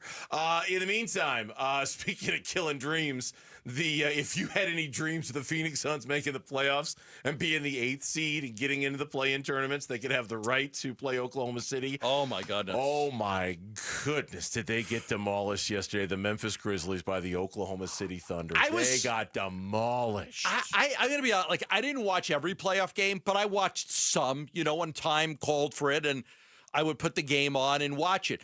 I'm watching that game yesterday, and I tweeted this out at this point. I said, maybe it's a good thing the Suns aren't playing the Thunder. They're up 51-22 over Memphis in the second quarter.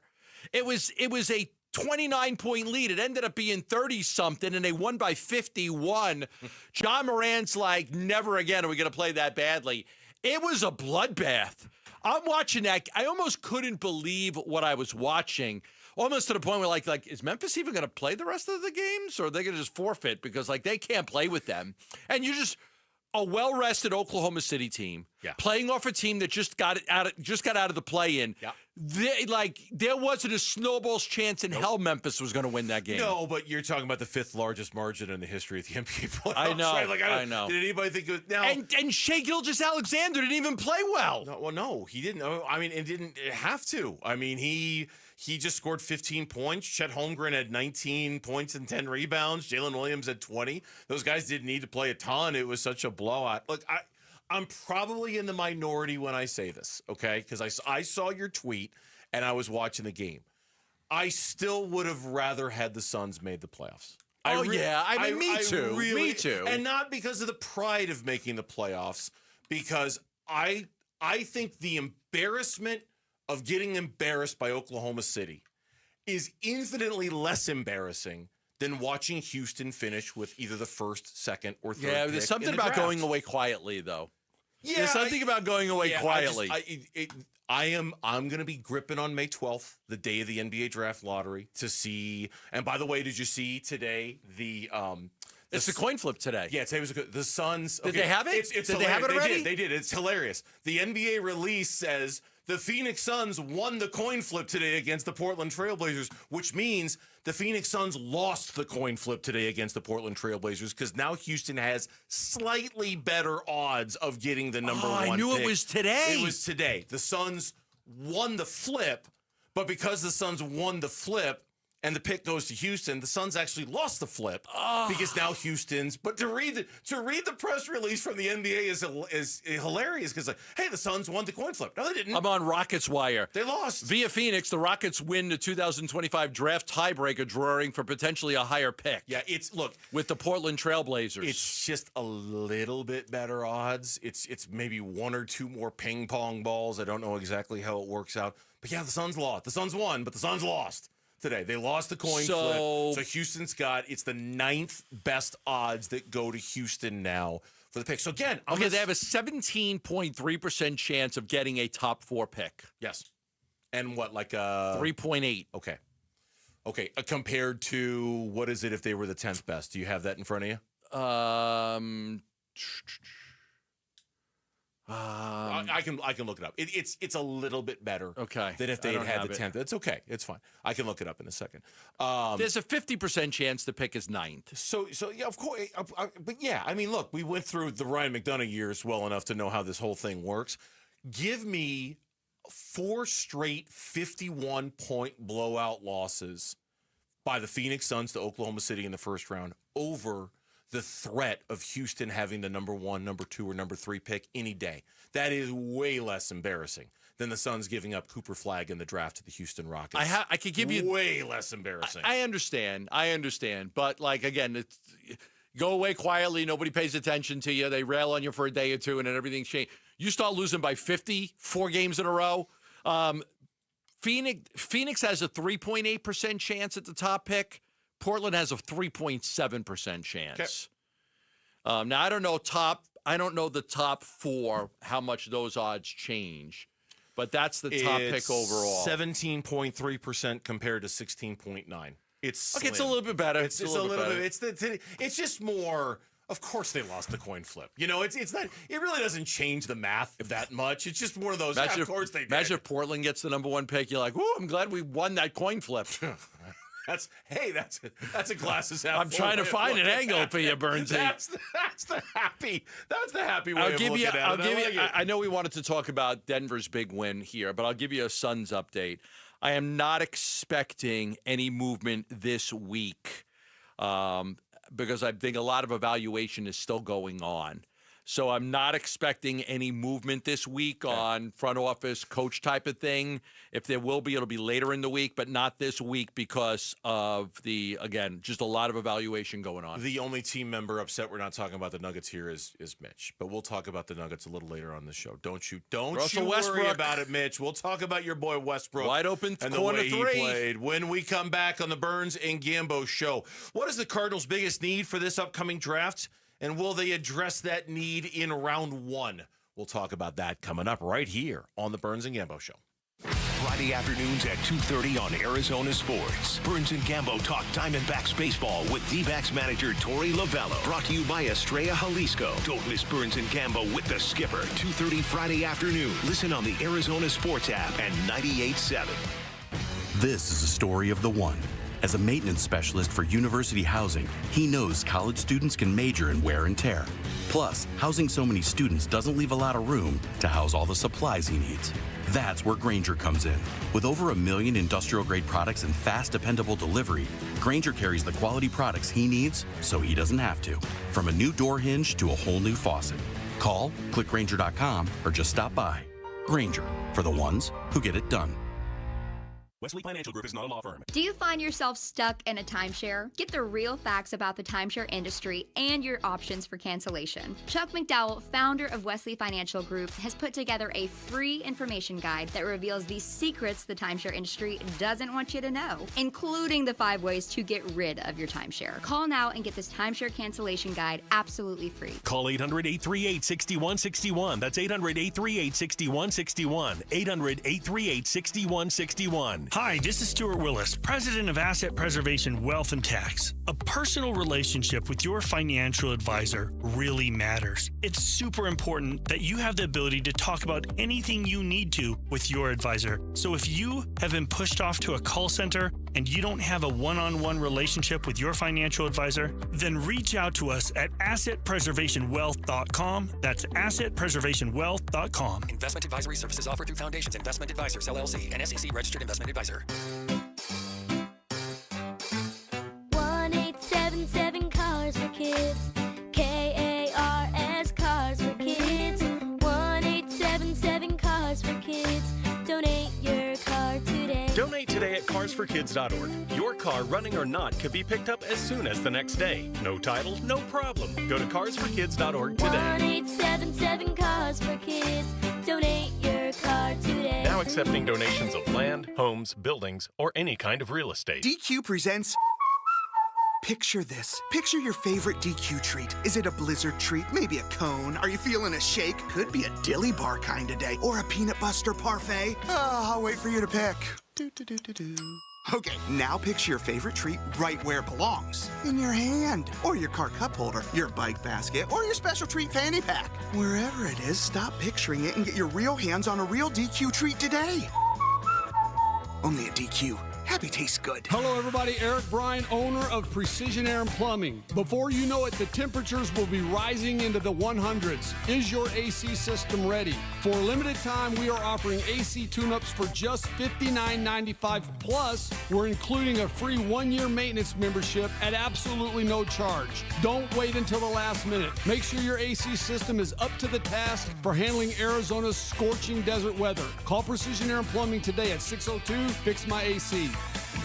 Luke Lipinski back to tell you about Chime. The little expenses add up, don't they? Maybe you have to pick up lunch real quick on the way back to work, or you meet a couple friends at a baseball game last second. That's life, and it's great, but you have to stay on top of it financially, too. And that's why your checking account should be helping you, not working against you by charging you fees. Well, that's where Chime comes in. A Chime checking account's going to help you manage your money better by offering no maintenance fees and fee-free overdraft up to $200 until your next deposit. That's big. They've spotted members over $32 billion to date, so just go to Chime.com to learn more. Move toward a better financial future with Chime. Open a Chime checking account in 2 minutes. Get started today at Chime.com. Chime. Feels like progress. Banking services and debit card provided by the Bancorp Bank N.A. or Stride Bank N.A. Members FDIC. MyPay line of credit provided by the Bancorp Bank N.A. or Stride Bank N.A. Spot me eligibility requirements and overdraft limits apply. MyPay eligibility requirements apply. Not available in all states. Credit limits range from $20 to $500. $2 fee applies to get funds instantly. Out-of-network ATM withdrawal and OTC advance fees may apply. Fees apply at out-of-network ATMs. Bank ranking and number of ATMs according to U.S. News & World Report 2023. All right, Basinonians, Ron Wolfley here. Don't wait another year wishing you had custom shades. Do what I did and call All Pro Shade Concepts. They're celebrating 20 years in 2025 with free estimates, complimentary installation,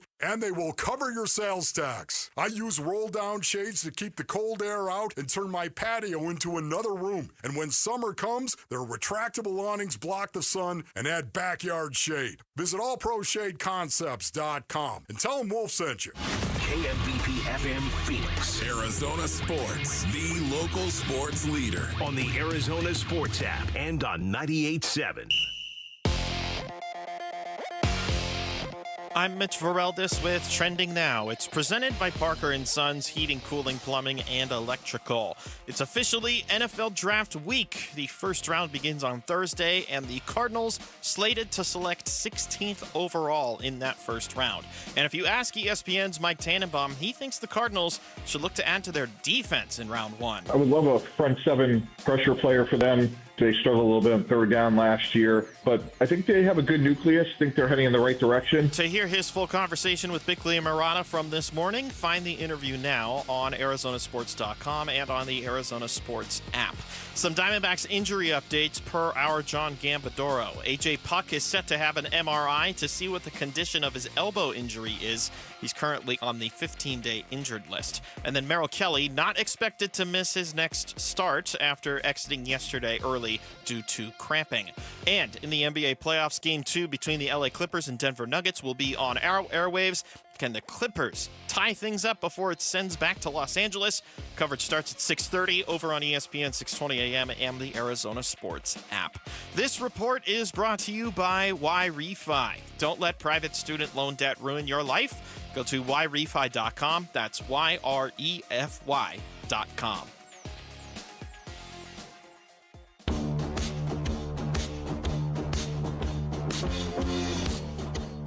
Hey, it's Wolf. Should we believe any of the reporting surrounding the NFL draft, or is it all subterfuge? We'll discuss tomorrow at 10 a.m. It's Wolf and Luke on Arizona Sports. NFL front office insider Mike Tannenbaum, guest on the Bickley and Murata show today, as we welcome you back into the 3 o'clock hour of the Burns and Gambo show, suggesting the Cardinals should go after a front seven guy at number 16. Yeah, I would love a front seven pressure player for them. Obviously, they struggled a little bit on third down last year, but I think they have a good nucleus. I think they're heading in the right direction. Every team has holes this time of year, and I think Arizona will be able to help themselves on Thursday night. Yeah, that's the thing. You get 100 Cardinal fans in a room, and you ask them what is the biggest need for the Cardinals going into the draft. I don't think you'll get maybe 4 or 5 different answers out of those Cardinal fans. I imagine offensive line would be one of them. Defensive line would be one of them. Front seven defensive guy would be one of them. I'd be curious to see how many people said cornerback, because there was a Pro Football Focus story today that suggested that was, in fact, the biggest need for the Cardinals going into this year's draft was at corner. Yeah. And it's just, I've always – but it was that draft in 2020 when Jeff Okudah and C.J. Henderson both went in the first round. Like, it's corners are not – that's not my cup of tea, man. If there's one position I'm really leery on taking in the first round, it is a cornerback. I think you could get them later on in the draft. I think you could get good ones. So I think it's a very risky position. Now, you can obviously hit on some guys. There's some great ones out there. I get it. But to me, it is a position that's very risky to take a cornerback in the first round. I know we've talked about this before, and I don't know. I thought we found some number that suggested that cornerback is more often missed upon than other positions in the first round. I know Mitch put together for us a list of round one corners drafted since 2020. Here are the ones that have worked out really well. Patrick Surtain has worked out really well. Sauce Gardner has worked out really well. Very, very well. Derek Stingley, Trent McDuffie, Christian Gonzalez. We saw him lock up Marvin Harrison Jr. during that Patriots game last year. I think he's going to be a really, really good one for New England. Devin Witherspoon has worked out really well for Seattle. J.C. Horn, Quinyon Mitchell, A.J. Terrell. I mean, there are some. I don't think it's the biggest need for the Cardinals going into the season. I think a couple things. Number one, I think the idea of what the Cardinals need has been pretty well addressed by what they've done in free agency. Like, I know they need players. Of course, they need good players.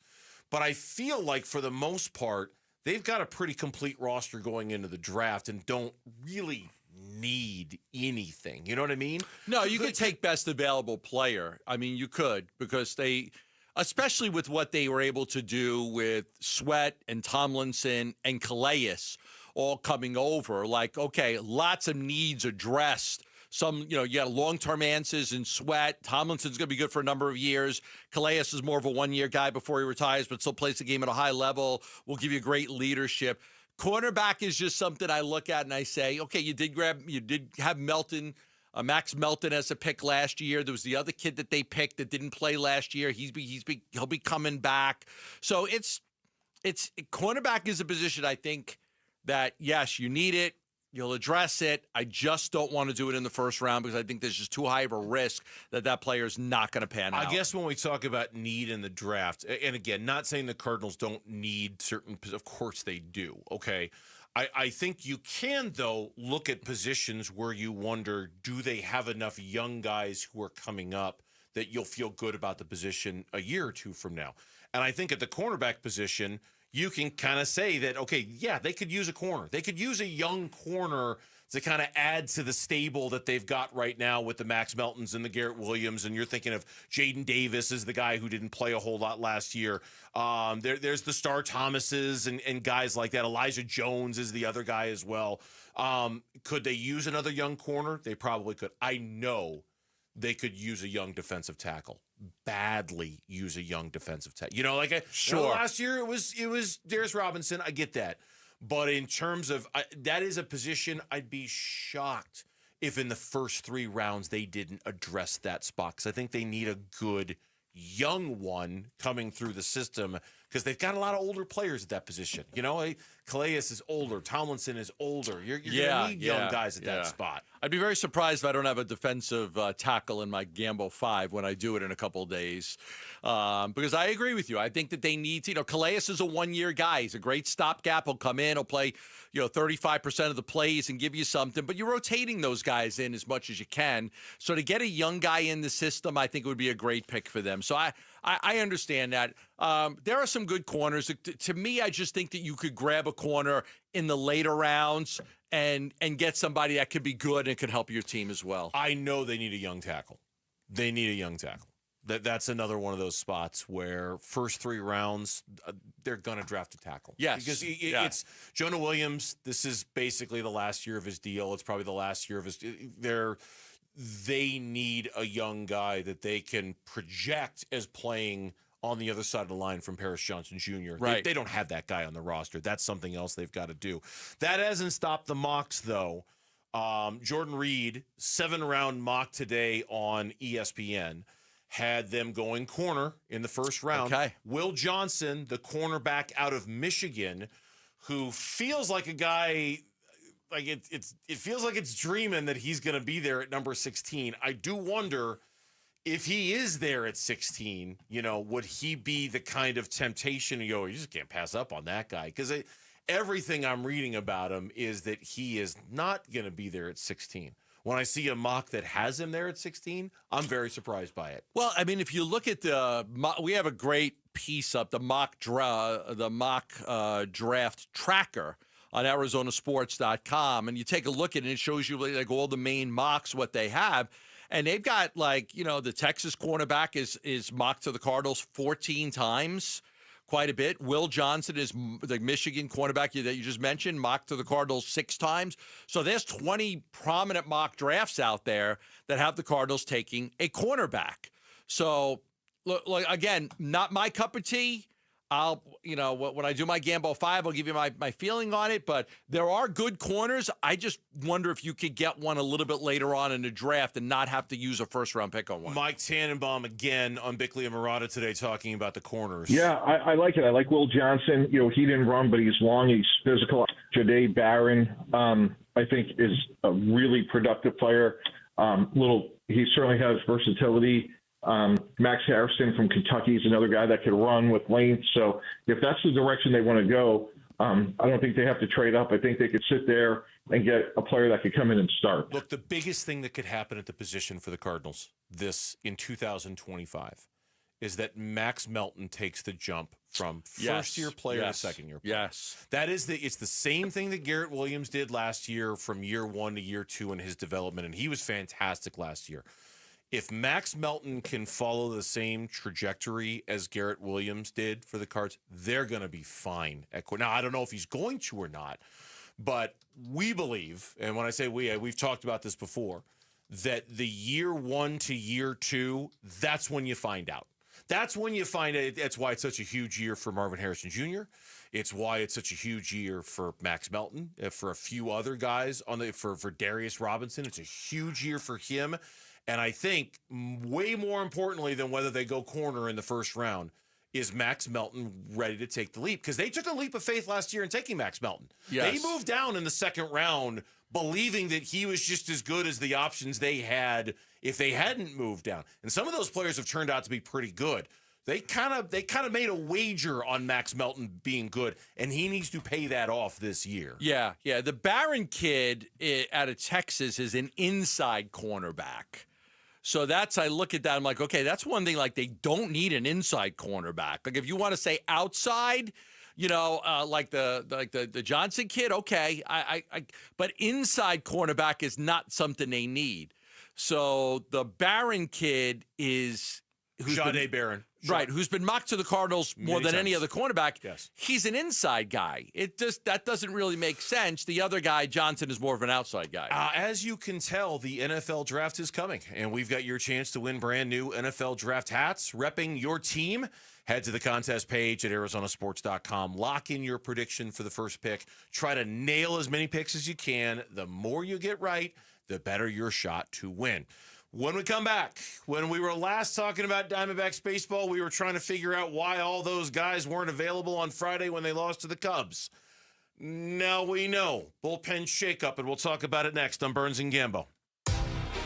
We're looking forward to the NFL Draft Thursday. I think we're about 95% the board. We'll run through a few scenarios and we'll do a few mock draft exercises amongst our staff, and we'll have something fun to talk about with you guys Thursday night. We preview the prospects and what Monty needs to complete the roster on the home of the Arizona Cardinals. Arizona Sports 98.7, the Arizona Sports app, and the Arizona Sports YouTube channel. Did you hear? A recent stash of $10 gold Liberty coins from the 1800s has been found. These gorgeous gold coins are as bright and shiny as the day they were struck in the late 1800s. And less than 200 of these gold coins are available. Coin experts are calling this gold find an incredible opportunity. Call 1-800-917-4635 and you are guaranteed a $10 gold Liberty coin minted by the U.S. Mint in the 1800s. But with extremely limited availability, you must call now. These gold Liberty coins from the 1800s are still in uncirculated condition. That is history you can hold in your hand. To learn more, call 1-800-917-4635.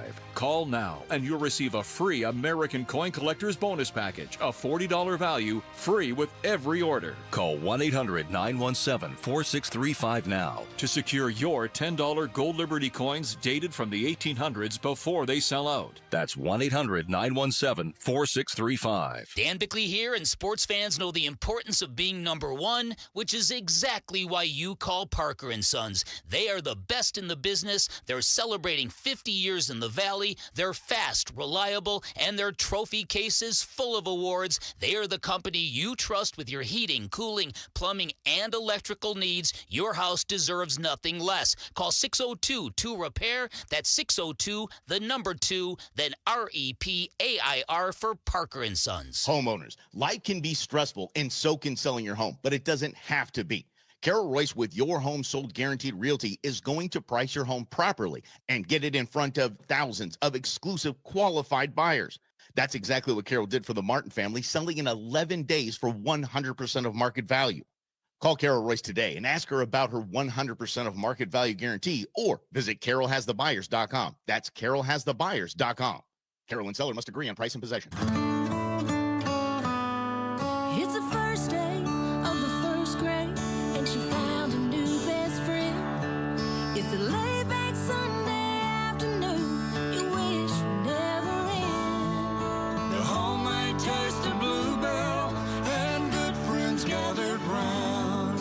The good old days are being made right now. Chocolate lovers are going absolutely bananas over our new Bluebell Banana Fudge. Rich milk chocolate ice cream swirled with a scrumptious banana-flavored ice cream. Your favorite banana fudge bar, now in a carton. The good old days are being made right now. The good old days are being made right now. Bluebell half gallons and 12-pack cups, $6.99 each at all Fry's food and drug stores now through April 22nd. As America's leading business lender, Bank of America is on your corner and in your corner, right here in Phoenix. With $215 billion in business loans and over 3,700 business specialists across the nation, we help businesses thrive so communities prosper. What would you like the power to do? Learn more at bankofamerica.com/local business. Bank of America, official bank of FIFA Club World Cup 2025. Copyright 2025 Bank of America Corporation, all rights reserved.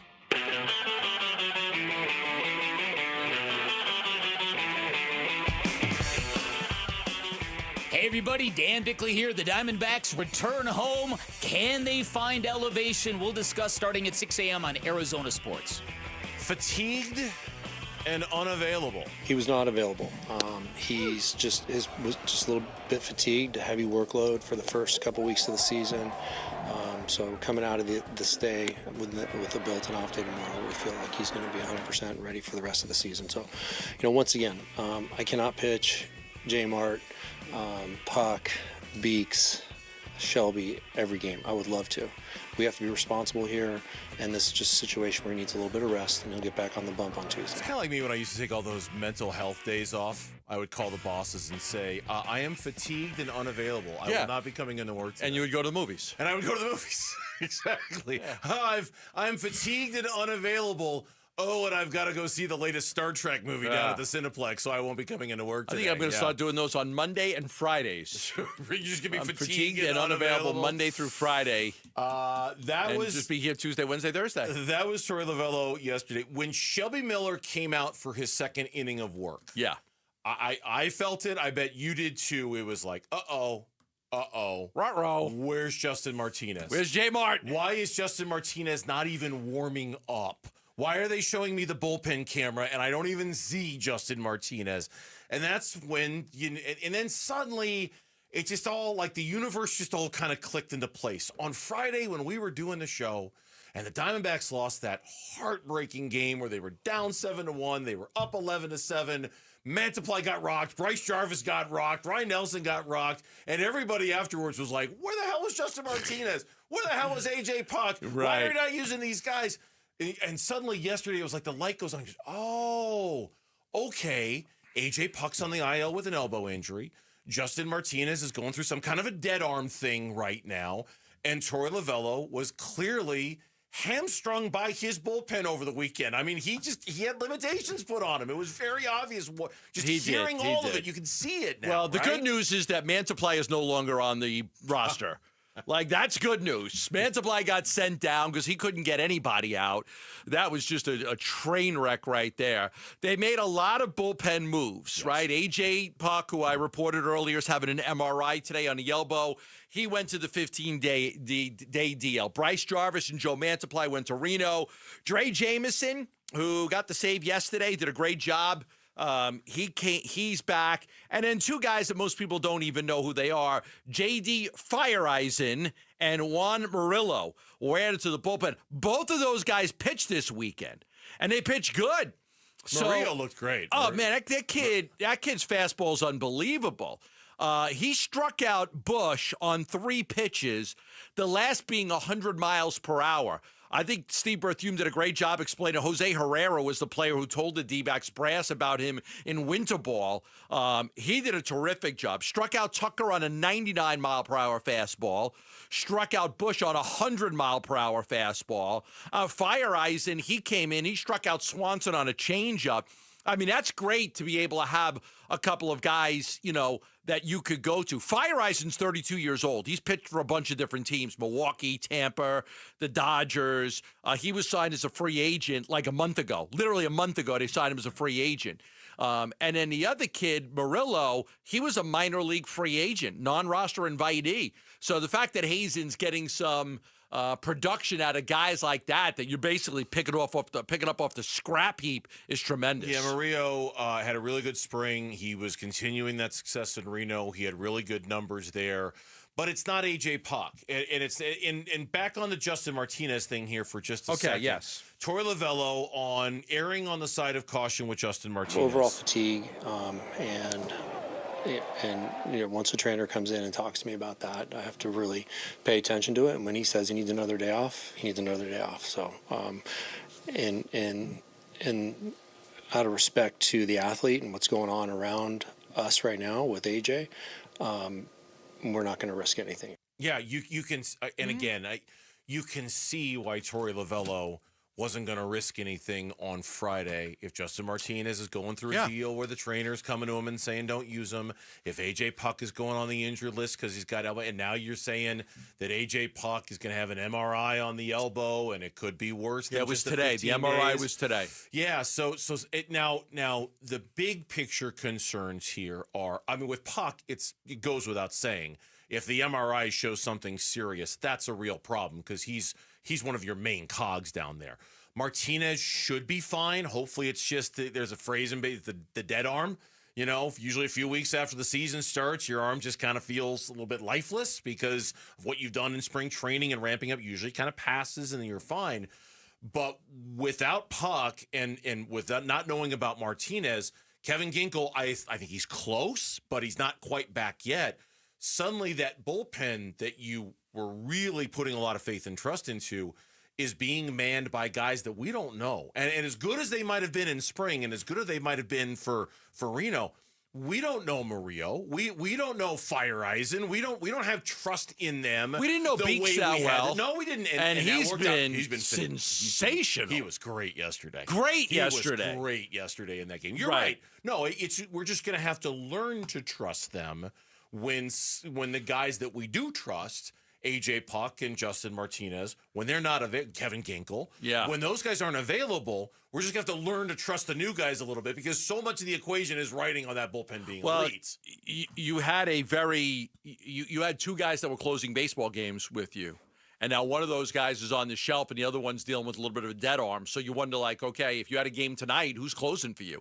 Now, J-Mart should be available tomorrow from what everybody says. So hopefully just an extra day of rest and it will help them. And, and you just got to be careful with them. And look, again, it's 162 games. Okay, sometimes you have to lose a battle to win a war, and maybe that was the case in that first Cubs game that everybody lost their mind. But they know Mike Hazen and Torey Lovullo know what they're doing. And, I know me and you take a lot of criticism for it. Sometimes we both came out and said, okay, listen, these guys weren't available. Oh, yeah, they should have been able to pitch those guys 5 days in a row. What's wrong with you? I took a screenshot of that graphic and I put it on Twitter. There's so many people who were yelling at me about that. I'm like, dude, I'm just showing you. It's so stupid. This is the chart they work off of, right? Like, these are the number of times the guys threw, and they just want to be careful with these guys. If you're in the playoffs and you've got to do it, okay, the season's nearing an end. You're not going to do it in April when you still got to play in May, June, July, August, September, and maybe October. Like, it's just, come on, common sense. Like, you're just not going to do it. And you may not like it that baseball is done this way. And you're like, 25 years ago, they would throw Mariano Rivera 4 days in a row, no problem. I get it. It's not 25 years ago. It's not. I get it. I get it. Things, It's changed. It's changed. They're trying to keep these guys healthy. So I know a lot of people don't like it, but tough. That's just the way it is. Hopefully Ginkel's going to be back soon. It sounds like he might be back soon, according to what Tori said. Hopefully, like you say, Justin Martinez, all they're saying is that he's going to be ready. The big one is Puck. The big one, now that we know he's getting an MRI, and now that we know through your reporting that there's, at least some possibility of concern that it could be longer than just the standard 15 days. The MRI will tell. That's the one you get a little, because he was such an acquisition for them last year. I don't, a bullpen without AJ Puck doing AJ Puck things, you grit your teeth a little bit on that. A peanut butter and jelly sandwich without the peanut butter.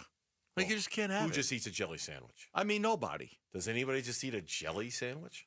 Eat a jelly donut, but a jelly sandwich? No, nobody does that. Nobody. When we come back on the Burns, if you do, you can yell at us on Twitter like everybody was yelling at us on Twitter. Both the kids on the other side of the glass are both shaking their head like nobody's going to tweet you about that. Nobody eats jelly sandwiches. When we come back, Kevin Durant, who are some of the players that could be in a return for Kevin Durant? Who would we want the most? That's next on the Burns and Gambo Show. You can't use the old excuse about not having enough storage because we know you've got the cloud. Download the Arizona Sports app and keep it on your home screen for breaking sports news, all the Arizona sports shows and podcasts. Plus, listen to the Suns, Dbacks, ASU Athletics, and more on your phone. The Arizona Sports app is presented by Ready Services Plumbing and Air Conditioning. Love telling you about asset preservation, wealth, and tax. And you know what? The market right now, it's crazy, right? It's just crazy. It's up, it's down, it's up. People are losing money. You're like, oh, my God, how many people are panicking right now? Well, that's why I tell you about asset preservation, wealth, and tax. Because when you've got a financial advisor like Stuart Willis, like I do, it's a lot easier to ride the highs and the lows knowing that your money is truly diversified. Diversified doesn't mean I've got my money in stocks and I got my money in bonds. It means that there are stocks that are doing very well right now through tough times. And a lot of stocks that are doing very poorly. But, having a diversified portfolio with asset preservation, wealth, and tax, meaning you have multiple money managers that see the world differently. And some people see the world and they predict stuff like this, and others see it differently. And that's what, when truly diversified, that's what that means. That's why I tell you to get a free portfolio review. If you're not happy with your financial advisor, if you're not happy with your investments right now, why not get a free portfolio review? Doesn't cost you anything to meet with the same guy I use. 5 locations in the Valley: Gilbert, Goodyear, Peoria, Scottsdale, Tempe. They'll do a great job for you, and they'll meet with you for free. Just call them at 602-877-PLAN. That's 602-877-PLAN, or go to assetpreservationwealth.com. Investment advisory services offered through Foundations Investment Advisors, LLC, an SEC-registered investment advisor. Say it with me, Basinonians. It's the big spring refresh at Brooklyn Betting. Now through April 29th, you can get 25% off everything in-store and online. That's right, I said it. 25% off everything.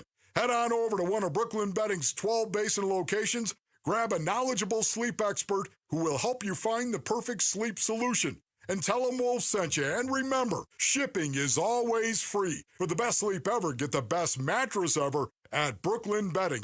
Go from daydreamer to industry leader with Amazon Business. From office supplies to IT essentials, Amazon Business provides tools that help you save costs and make insight-based decisions. Learn how to bring your visions to life at AmazonBusiness.com. Ooh, ma. What was that? That is business phone bliss with the Ooma Cloud Phone System. It handles all our voice, video, and messaging needs. You sound very... Calm. I am. Ooma has everything I need to run my business more efficiently, like virtual receptionist, call routing, and video conferencing. And it starts at just $19.95 per month per user, plus taxes and fees. Ooma. Nice. Find your business calm at ooma.com/radio. Whether you're shaping up a small yard or tackling serious acreage, Steel walk-behind, zero-turn, and stand-on mowers are built to get the job done.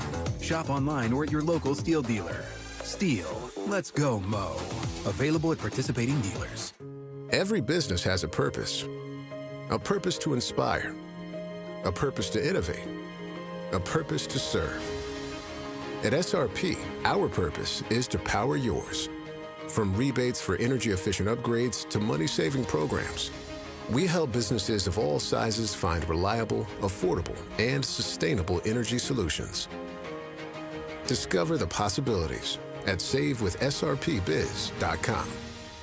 Shane Company engagement rings are expertly crafted to fit both your style and your lifestyle. My wife's an artist and works with her hands. Shane Company helped me create a ring that's beautiful and sleek. She loves it. Shane Company rings are crafted with care using high-quality materials, and we set each center stone by hand in our jeweler's workshop right here in our store. We also protect your ring, including the center stone, with our unmatched free lifetime warranty. Let us help you find your perfect ring, in-store and at shaneco.com. Shane Company, your friend and jeweler.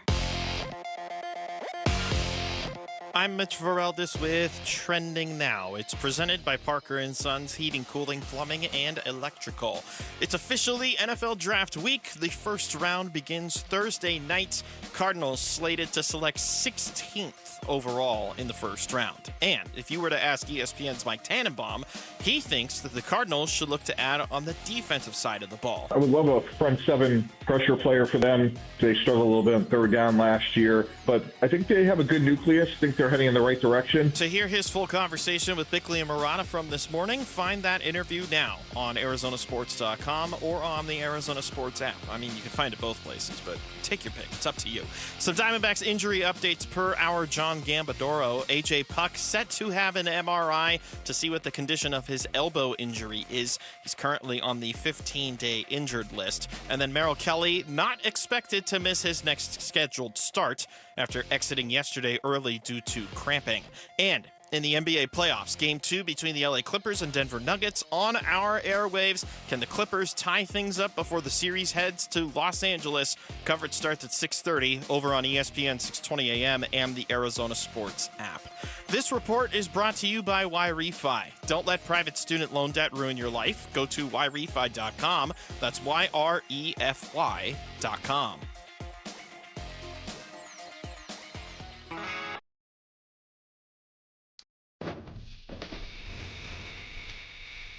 Hey, it's Wolf. Should we believe any of the reporting surrounding the NFL draft, or is it all subterfuge?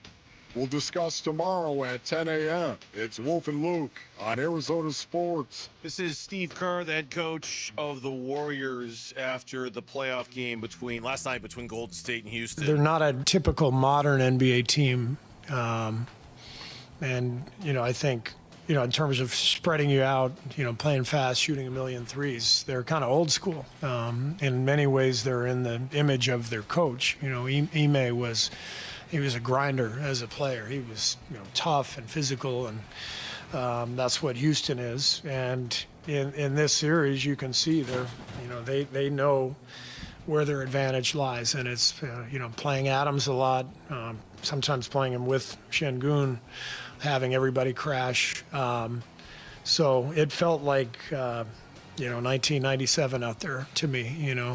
Completely different NBA game than what we're used to, and we've got to be ready for that. This is what this series is going to be. Felt like a game from 1997 with the physicality that they were playing out there with, and the low scoring. Bulls over the Jazz? In 97, yeah. Bulls over the Jazz? That was the year. That was when Steve Kerr was winning one of his 5 golden rings. Okay. Yes, yeah.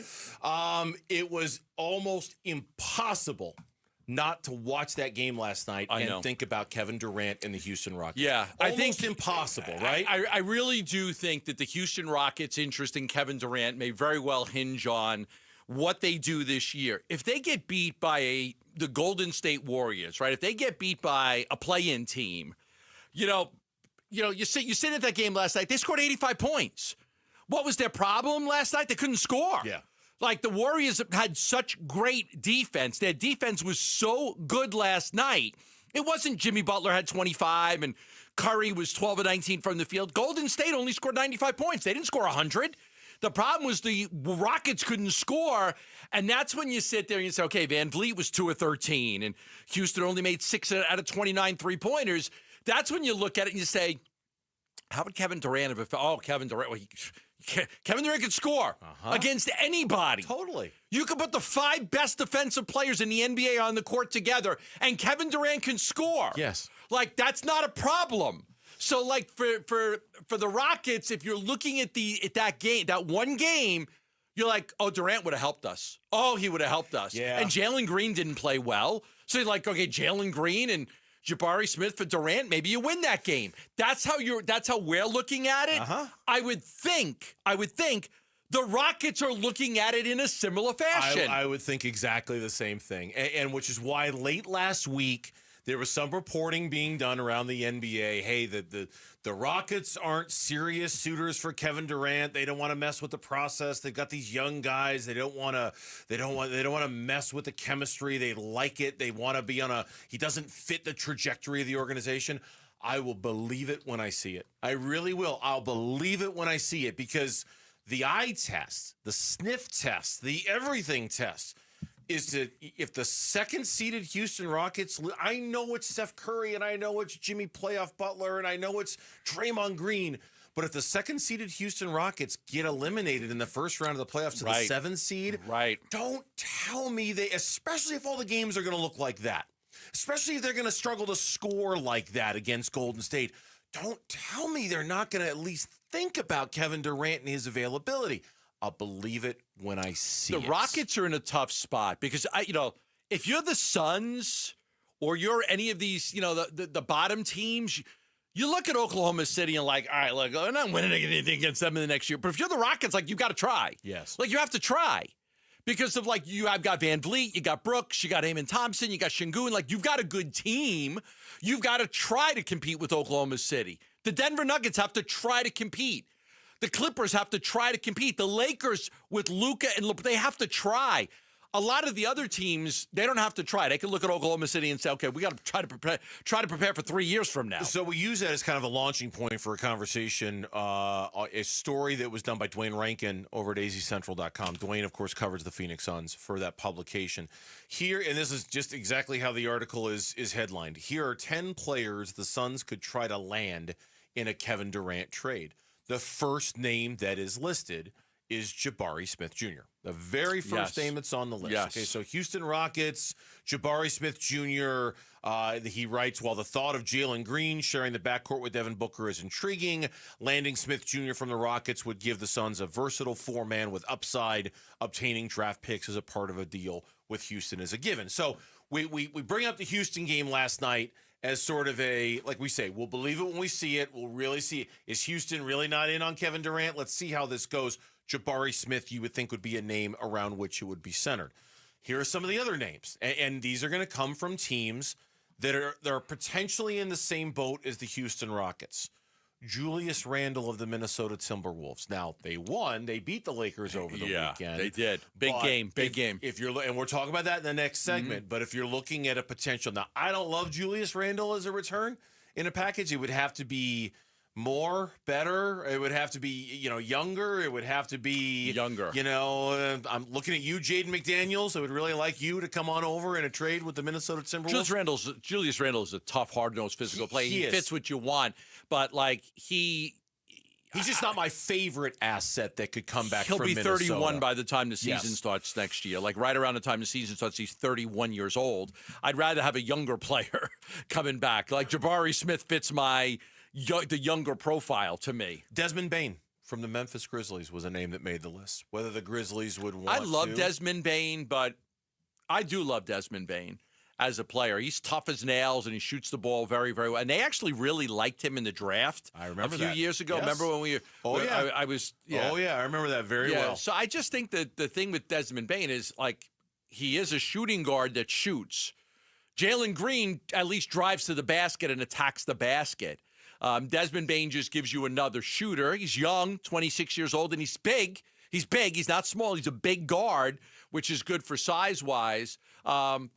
I don't know, maybe on Desmond Bane. I do like him as a player. I just don't know if the fit's perfect. Yeah, and I'm not asking you to rule any of these guys out or anything. I know. I'm just bringing up names that were in the article. Michael Porter Jr. from the Denver Nuggets. I don't know if the Nuggets would ever get on Kevin Durant's list or vice versa.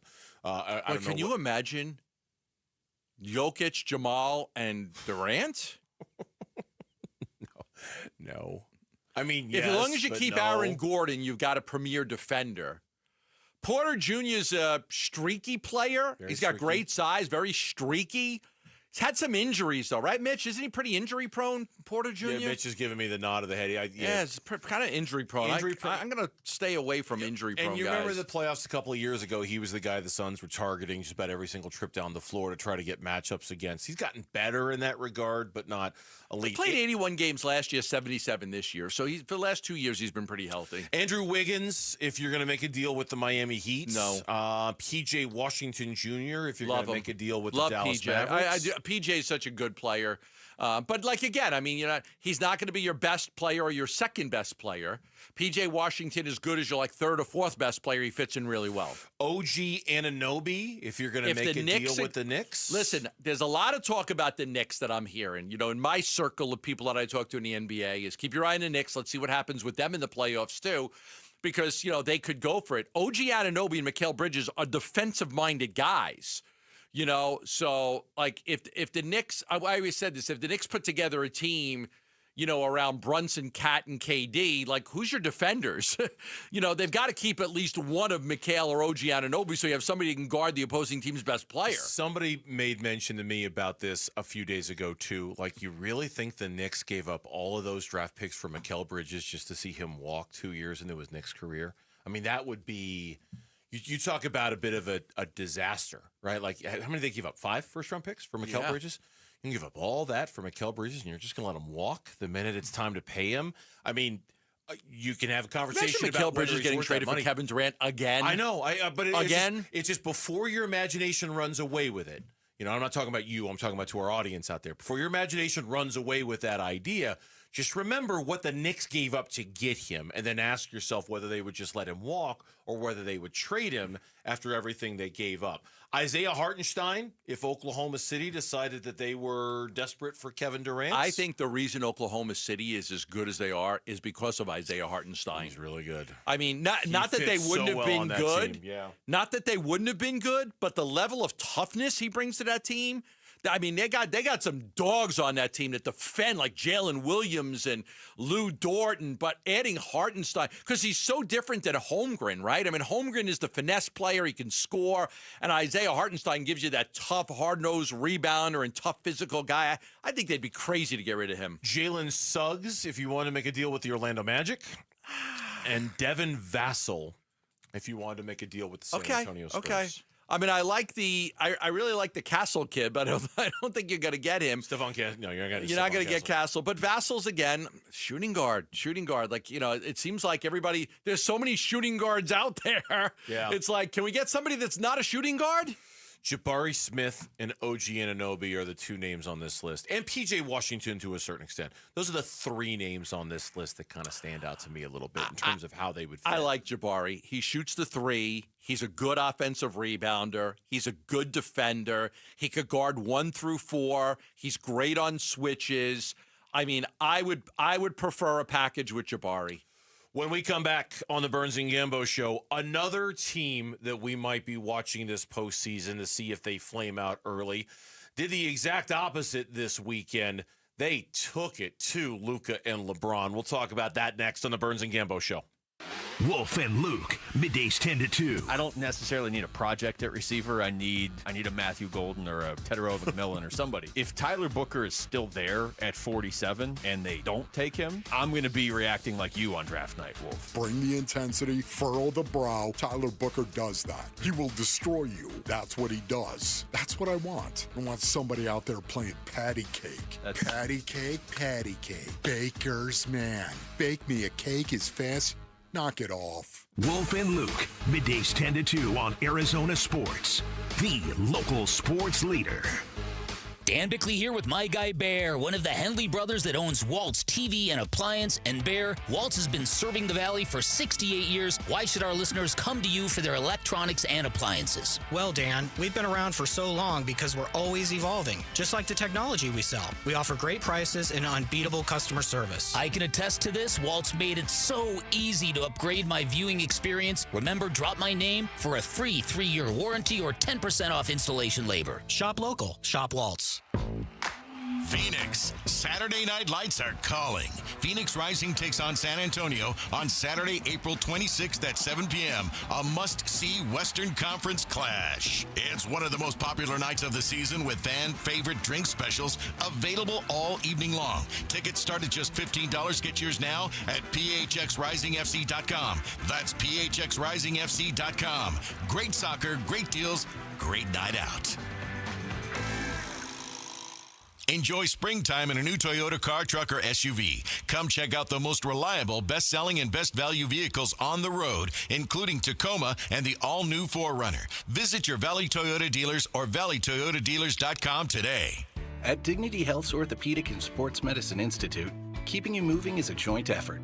With minimally invasive techniques and a personalized treatment plan, our team of highly specialized orthopedic experts can keep you in motion.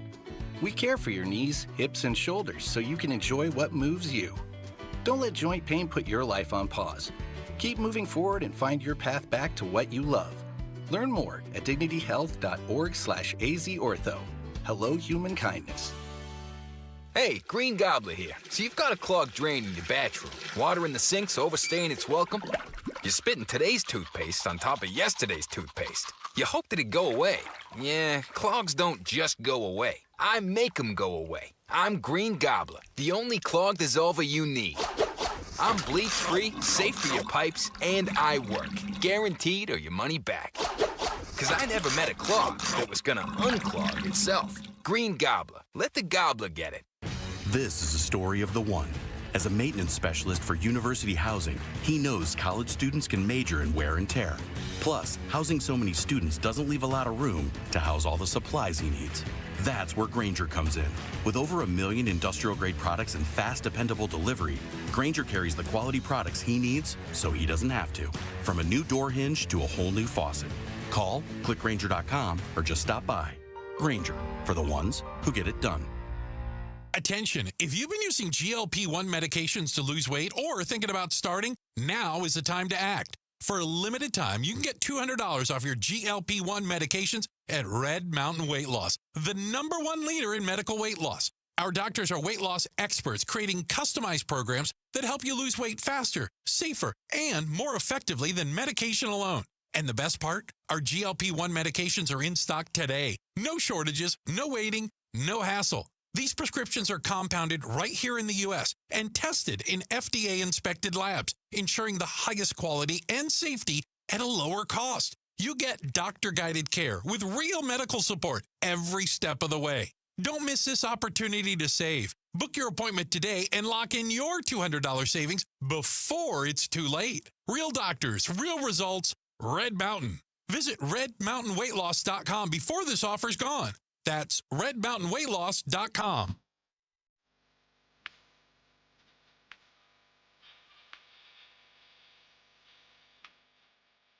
Hey everybody, Dan Bickley here. The Diamondbacks return home. Can they find elevation? We'll discuss starting at 6 a.m. on Arizona Sports. Just being physical, play like we played in the first quarter. I think when we played our first quarter when we were at the best. So just limit their threes, limit transition, limit second chance points, and play our game.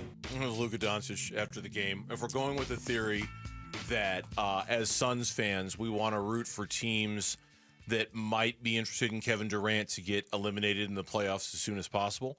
And if you believe that the Minnesota Timberwolves are one of those teams that requires you to root for the LA Lakers, Gambo, I don't know if I can do it. I don't think I can do it. I'm sorry. I get it. Like I'm rooting for Golden State to knock out Houston early. I understand the logic. Yeah. The same logic applies to the Lakers knocking off Minnesota early, but that just requires I don't care if the Suns get good players as long as the Lakers lose. Is that what you're saying? Seriously, I can't do it. I watched some of that game, and I'm like, you're telling me I'm supposed to be rooting for the Lakers in this game? Oh, I can't do it. The Lakers ran in, and hey, it's a familiar tune. If you're a Suns fan, man, that Minnesota team, they can be a buzzsaw, and the Lakers found that out on Saturday. I mean, Rudy Gobert 7'1", Jaden McDaniels 6'9", Julius Randle 6'9". They have the ability to control the boards on you. I mean, they force turnovers. They're long. They're athletic. I mean, I've always liked that team ever since last year when they just waxed the Suns in 4. I think the team is built really well. I do. I think it's built really well. Now, they made the trade. They trade Cat, and they get Dante DiVincenzo. By the way, I saw the funniest commercial with Dante DiVincenzo and the Villanova guys, walking by each other. I've seen that one. I was laughing at that with Brunson and those guys. Poor Mikal doesn't have much to do in the commercial. He's kind of just standing in the back, smiling or looking sad. Walk right by him. Josh Hart gets all the lines, and Jalen Brunson gets all the lines. What did they flip him? They flipped him something. A visor. A like visor? a Villanova visor, if I remember. Yeah. Throwing something. Yeah, but Mikal just kind of stands there. Hey, Mikal, stand there and look goofy. Okay. Right. Standing in the back looking goofy. I mean, Anthony Edwards had 22. McDaniels is, God, such a good player. Then you throw Naz Reid in there, and I know you're a big fan of Naz Reid, and me too, because he's got size. He could score. He hits the threes. He could rebound. You could say, oh, yeah, I don't want to play this team. I don't want to play Golden State. To me, it's still like the Timberwolves are capable of beating anybody because they're crazy athletic. They're really long. They can score from anywhere, especially from 3. I like their roster, but again, if they don't fare well, maybe they decide to blow it up. They've won 18 of their last 22 games, dating back to the regular season. I did not know that. Minnesota has. They've won 18 of their last 22 games. Anthony Edwards, after the game, his message after seeing everybody pick the Lakers in this series. What message would you have to fans that are kind of seeing everyone picking the Lakers now and everything like that? No message, man. They still got the Lakers. The Lakers supposed to win. That's just how it's supposed to go. We're not supposed to be here, so we're just going to compete to the best of our ability. How do you not like that kid? How do you not like him? He's impossible to not like. I mean, he's not likable when he's destroying the Suns a year ago, but other than that, he's one of the most likable players in the NBA. I freaking love him. I love the kid. I would love to have the kid on my team, man. He can play, man. He can play, and he's got attitude, and you want joy and fun. That kid brings a lot of joy and fun to the roster. A lot of joy and fun. Now, Luka had 37. You mentioned Jaden McDaniels. In the moments where McDaniels was covering Luka was 2 for 7 shooting with 2 turnovers. So Jaden McDaniels is he's so good. Love him. So good. And if the Suns are dealing with Minnesota, man, let's have a conversation about Jaden McDaniels and getting him over here as some part of that deal. But look, if this series, and I know it's just one game and the whole series is long and all that, but there is a challenge the Lakers are facing here, okay? And it's not that dissimilar to what the Suns faced the first year they got Kevin Durant. It's really new, right? Like bringing in Luka with only 2 months to go in the regular. I know he's Luka, but there's a challenge in figuring out how to integrate Luka and LeBron on the fly like that. It's like KD. Well, exactly. Ago, yeah. While beating a team as good as Minnesota in the first round that has had continuity, and they've played together, and they know each other well. They've won 18 of their last 22. I get it. A lot of people pick the Lakers because of how they closed the regular season, and they're the better seeded team. I would not have. But we didn't make our picks on that one. I would not have either. I would have taken Oklahoma City, Denver, Minnesota, and Houston. I would have taken Houston. Oh, I would have taken Golden State. Okay, but so that's my picks: Oklahoma City, Minnesota, Houston, Denver. Okay. Let me think. I did this with some friends of mine. I just need to call them and find out what I picked because now I can't remember. Can't remember, yeah. It's the age thing. It's the age thing. I swear to God, we got together last week for a couple of beers, and we played this little betting game. We're not throwing a lot of shekels on it, but we're where we picked the playoff series. I can't remember what I picked. I think I picked Minnesota, and I think I picked the Clippers, and I think I picked Golden State. I know I picked Golden State. Okay, I know I picked Golden State. And what's the other one? Denver, Oklahoma City. Oklahoma City. I picked Oklahoma City. Yeah, Oklahoma City in one. They won that game. They won that series in one game. The series is meanwhile, so done. Denver in overtime. They beat the LA Clippers. There you go, Mitch. And Mitch is a happy guy. Russell Westbrook. 15 points on 5 of 17 shooting. Right, but wide open in the corner for the 3. 10 of those points came in fourth quarter and overtime, and he took that huge 3. Yeah, he was big for them. He was very and then the defensive play of the game when he deflected Batum's pass. And then did you see the Wasn't that reminiscent of Ishbia and the ball with Jokic? Like, give me the ball! Yeah, Jokic and what was it, Jeff Van Gundy? Van Gundy, like, no. They were kind of like fighting over the ball, like Leo Jokic. And boy, doesn't that seem like happy times? Remember, what was that, 2 years ago? Right? Wasn't it almost exactly 2 years ago when Jokic and Matt Ishbia 2023 were wrestling over over the ball? Those were good times back then. That was so much fun. Oh, man, we are so far away from I agree, because the Nuggets won that year. Well, I don't mean the series. I mean, I know for you, because you're wearing your... They won the whole damn thing. You're wearing Easy. It's not just the series. They won the whole thing. I know, but I just mean, I'm not saying that the series was good times, but at that moment in the series, that was kind of cool. It's like, right, there's our owner, and he's flopping. And there's our owner, and he's fighting for the ball from Nikola Jokic. And there's our new owner, and look at him, and this is great. It hasn't gone really well since then. But, man, that night was a lot of fun. I will say that Jokic may be the most unselfish player in the NBA. He's he's your MVP, and, like, he's going to throw the ball to Russell Westbrook with 24 seconds left in the game, and they're losing. And because that's the best play, that's the right play. It's the Booker thing. That's the Booker thing. Right? It's the right play. It's the conversation we've had 100 times about Devin Booker. And there are these moments where we want Devin Booker to shoot. It's the Jokic thing. Jokic does the same thing. Nope, that's the better shot right there, over there. Him. I mean, they swarmed him the whole game. Yeah, they did. And he was like, okay, I'm just going to. And he got Westbrook wide open in the corner, and he knocks it down, and Nuggets win the game. When we come back, it's 4 o'clock on a Monday afternoon. Which Good night, means everybody. No. Oh, no, it's still. Lauren is here, and she's got the 4 o'clock reset. Okay. So we'll have that for you next on Burns and Gambo. Bickley and Marana mornings. You tell me who's staying and who's going, Bick. Kevin Durant. He's going. God. Bradley Beal. He's going. 0% chance. Devin Booker. He's back. Grayson Allen. He's gone. Is he back? I don't know. Royce O'Neal. He's back. Ryan Dunn. He's back. Oso Ighodaro. He's back. All right, so you got what? 4 players back? Okay. Booker, O'Neal, Dunn, Ighodaro. Okay. This mess requires change that drastic. Yeah. Let's be honest about it. Does. Bickley and Murata. Mornings on Arizona Sports, the local sports leader. The Lund Mortgage Team, ready to help you right now with all of your mortgage needs, refinancing, new home loans, getting pre-approved for a mortgage. You can take a look at the mortgage rates every day. The Lund Mortgage Team will help you navigate these times with the rates changing daily. So a lot of people saying, the rates could drop below 6% very soon, and experts are weighing in and just trying to gauge that. Let the Lund Mortgage Team help you navigate this. Whether you want to lower your monthly payment or you want to pull some money out because you want to remodel your home or do something with that cash, or maybe you want to get pre-approved for a mortgage because you've been renting for a long time. You're kind of getting sick and tired of your rent always going up. Well, all you have to do is contact the Lund Mortgage Team, and they can help you through all of this. Remember, the house prices have continued to climb. You can always change the mortgage rate, but you can't change the price of the houses if they keep climbing. Contact the Lund Mortgage Team. You can answer. They'll answer any of your questions. Call them at 623-889-0130. That's 623-889-0130. Or go online for more information at lundmortgage.com. As a business owner, you wear a lot of hats. One minute you're ordering today's inventory, and the next you're planning tomorrow's expansion. It's complicated, but your business credit card should be simple. With the Signify Business Cash Card by Wells Fargo, you earn unlimited 2% cash rewards on purchases for your business with no caps or categories to track. Signify Business Cash, the deliberately simple business credit card. Learn more at wellsfargo.com/signify. Terms apply.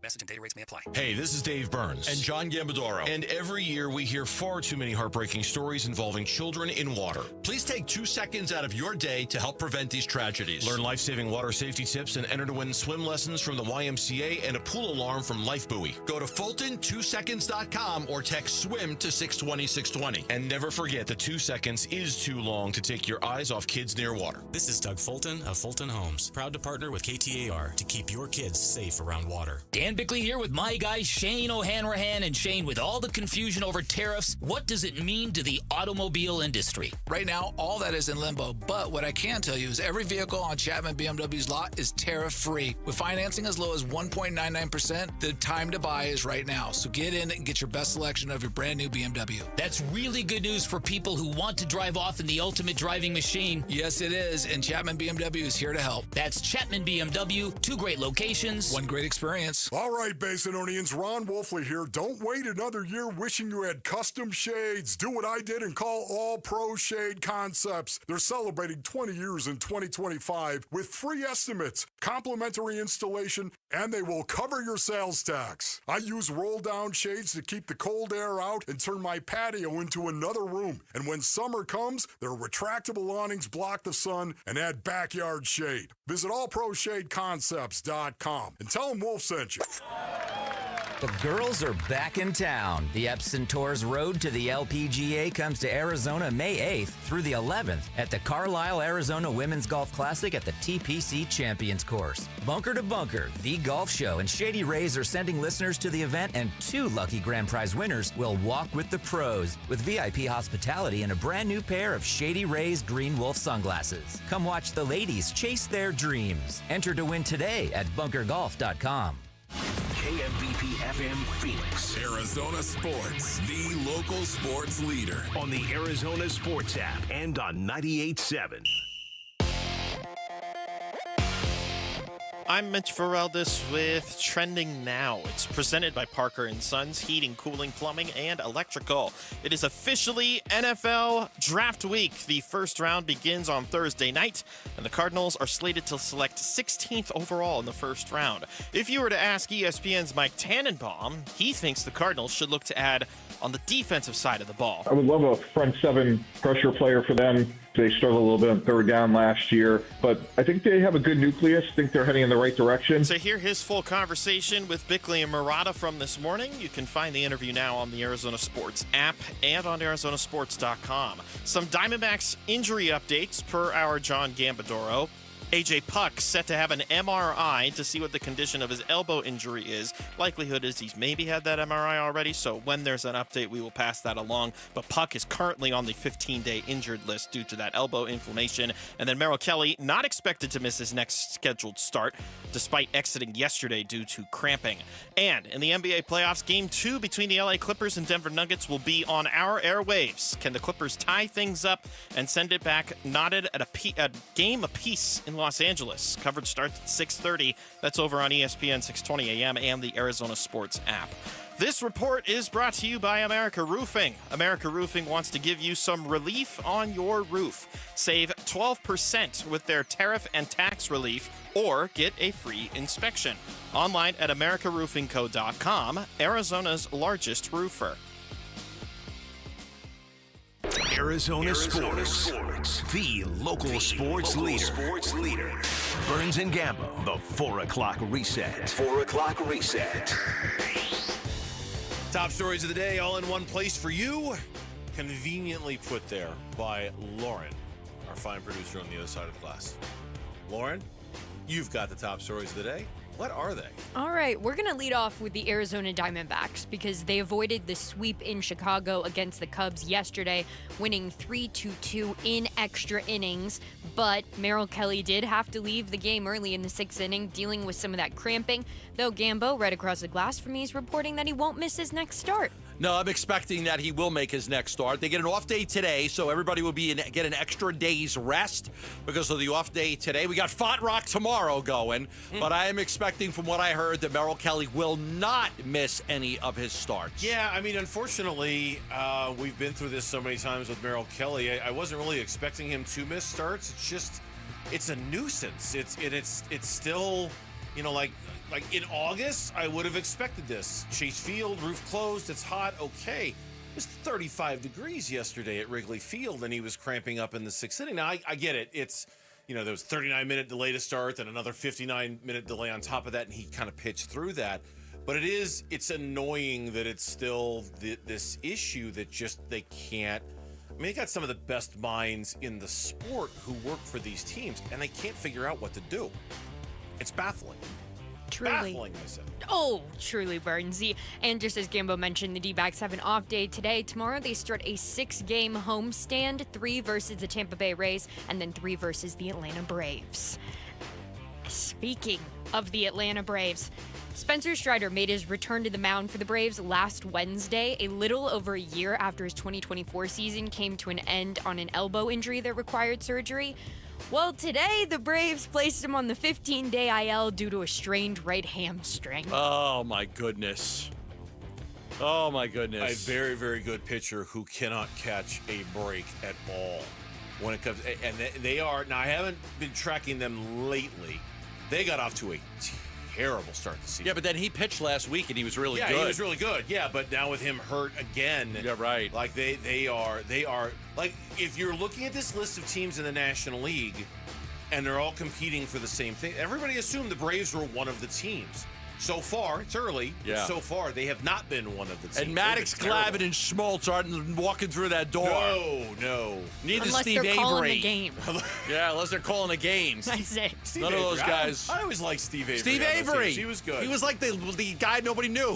He was the guy. Who was that nobody other talked guy about that as they much. had? Yeah. I always liked him. That means the D-backs will not see Spencer Strider when they play them in just a few days from now. And Nico Harrison. Oh, what did he say now? He had a postseason presser today, and they asked him if he expected this level of vitriol about the Luka trade. I did know that Luka was important to the fan base. I didn't quite know it to what level, but really the way we looked at it is, if you're putting a team on the floor that's Kyrie, Clay, PJ, Anthony Davis, and Lively, we feel that's a championship caliber team. And we would have been winning at a high level, and that would have quieted some of the outrage. And so unfortunately, we weren't able to do that, so it just continued to go on and on. It was a power struggle, a major, major power struggle. And there were rumblings that it wasn't going to last very much longer. Most people in that organization thought it would be in the summer, but Nico felt he couldn't give him the Supermax. He had already fired all of Luka's friends, and Nico won the war. He won the war, and he got rid of Luka. Well, they may lose it because I was going to say, did he win the war? Yeah, I think he won the battle. I think he's going to lose the war because we all know how this story is going to end. It's just a question of when, right? When they fire Nico? Yeah, exactly. We all know is it going to be in a month? Is it going to be in a year? Is it going to at some point in the next year? Nico Harrison's not going to be the general manager of the Dallas Mavericks. It's just a question of when. They're going to re-sign Kyrie. And they'll have Kyrie and P.J. Washington and Gafford and Lively and A.D. And they need another guard. Look, the plan, though, the problem with the plan is the Kyrie Irving with a torn ACL. Who knows how much of next season he misses because it happens so late. And it's Anthony Davis. Dude's always hurt. Always hurt. So you're even got hurt in that last game. Right. I mean, you're basing your plan around a player who is perpetually injured. It's just a matter of when until Nico loses his job. Just a matter of when. Starting that answer, too, with, I knew it was important to the fan base, just didn't know how important. Yeah, right. Really? You should probably be fired just on that basis alone. I didn't think he was very popular. I knew Devin Booker was popular to the fan base. I didn't realize he was that popular. We were selling more Dante Exum jerseys than we were Luka, weren't we? Yeah. Maybe, you know what? Maybe he should get fired tomorrow just for saying that. Come on, dude. Come on. Truly digging his own grave. He grabbed the shovel there. And today, the NBA announced the results of the tiebreakers for this year's draft. We won! We lost. Won. I'm putting it in won. air quotes. They won the tiebreaker over Portland, which means their pick that's going to the Rockets comes in 9th in pre-lottery draft. So I got it right here in front of me. So most likely, it'll be the 9th pick, right? Most likely? Yes. The odds there's so the Suns won the coin flip, but because it's not their pick, the Suns actually lost because now the Rockets' odds of having a better pick are much better. So I had it here just a second. Pick odds. There we go. So the Houston Rockets, 51% chance they'll pick 9th, 28% chance they'll pick 10th. Then there's a 3.8% chance they'll pick first, 4.1 second, 4.5 third, 4.9 fourth. all of those numbers are slightly better than had the Suns lost the coin flip today and the Rockets would have been in the 10th spot instead of the 9th. I just called up one mock draft. Derek Queen, Maryland, to the Houston Rockets. Good player. Great player. Good player. I'm going to do it. Don't do it. You Don't gonna do it. You're I'm stronger gonna do than it. that. Oh, no. You're not stronger than that. Houston's got the 9th pick. Utah finishes 1, Philly 2, San Antonio 3. Okay, I don't like when Gambo does it. Okay, right? It always seems to go crazy. Gambo is simulating the lottery right now, Tankathon. Dropped one spot, 10th. Oh. All right, great. Love it. La-di-da. There you go. La-di-da. And tell me if you guys have heard this before. Hard offensive rebound to Payne. Three-pointer. Knocks it down. We are all tied at 98 on the Cameron Payne three. Timeout Pistons. As a Knick fan, watching that, he was great. They had a 21-0 run to win the game. He had 2 huge three-pointers. We're going to talk about this later, but Campaign, Ty Jerome, Campaign was terrific for they don't win that game if it wasn't for him. He was good. He was very good. Yes, it does sound familiar. Yeah. Cameron Payne, a real popular player with the Suns. Yeah, no doubt. He was great in that game. And that game 2 of Pistons-Knicks, will start in just about 20 minutes from now. And the Clippers are in Denver for game 2 against the Nuggets. Denver has the 1-0 lead after the first game went to overtime. I dangerously texted Mitch after that game. He was very excited. And Milwaukee Bucks got some good news because Damian Lillard has been upgraded to questionable for Tuesday's Game 2 against the Indiana Pacers. He's been out since March 18th with that blood clot. Yeah, that's the one series that you're talking about, the Pacers-Bucks. I'm having a hard time mustering a lot of oomph into. But I'll work. It's not doing much for me. Milwaukee loses in the first round. Does it lead to Giannis's exit? I'm not going to re-sign here. Trade me. I guess that's a possible angle. It's just I got to warm to that one a little bit. Most of the others I'm very interested in. That one, not Cleveland. Okay, those ones I'm not that interested in. Like the 1s versus the 8s. All the other series that aren't 1s versus 8s. Milwaukee, Indiana's just not doing it for me. No, fair enough. And we'll end the reset with this. Coming down just a few minutes ago, the Arizona Diamondbacks have optioned Jake McCarthy to Reno. Oh, wow. Did they say who got called up? No, they did not. I'm looking. All right, so I just pulled up the link. The transactions page just says Jake McCarthy sent to Reno. Well, let's see if we can find out. Could it be? Did I end the 4 o'clock reset by giving Gambo a task? Could it be a position player for a position player? You know what? I'm going to propose that we switch up our show sheet a little bit. And when we come back is that the 4 o'clock reset? Oh, that's the 4 o'clock reset. I'm going to read the tease for the 4:30 segment because we're going to do it at 4:15. Okay. Is it time to call up Jordan Lawler? Next on the Burns and Gambo Show. Dbacks Cubs. Swung on, that ball blasted towards center. Thomas, though, is there. He makes the catch, and that's your ball game. Diamondbacks win it by a final score of 3-2. Jamison gets the save in his return to the majors, and there will not be a sweep here at Wrigley Field as the D-backs hang on and win it in a thriller. A D-backs day off before starting a homestand against the Rays tomorrow. Listen to the D-backs play ball on Arizona Sports 98.7 and the Arizona Sports app. Check engine or ABS light on? Take the guesswork out of your warning lights with O'Reilly Veriscan. It's free. Ask for O'Reilly Veriscan. O'Reilly Auto Parts.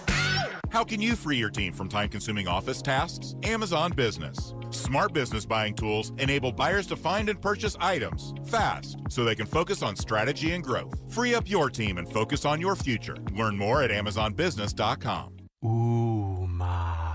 What was that? That is business phone bliss with the Ooma Cloud Phone System. It handles all our voice, video, and messaging needs. You sound very... Calm? I am. Ooma has everything I need to run my business more efficiently, like virtual receptionist, call routing, and video conferencing. And it starts at just $19.95 per month per user, plus taxes and fees. Ooma. Nice. Find your business comm at ooma.com/radio. Hey, basketball fans, Tom Chambers here reminding you that just like in a game, you need a solid defense for your home. And that starts with a reliable roof from Right Way Roofing. Hey, Lori, as owner of Right Way Roofing, what sets you apart from the competition? Our team tackles any roofing challenge from shingles to tile to foam roofing. We'll make sure your roof wins against the toughest opponents, rain, wind, and even those scorching summer days. Make Right Way Roofing your MVP. We're Right Way Roofing and we do it right.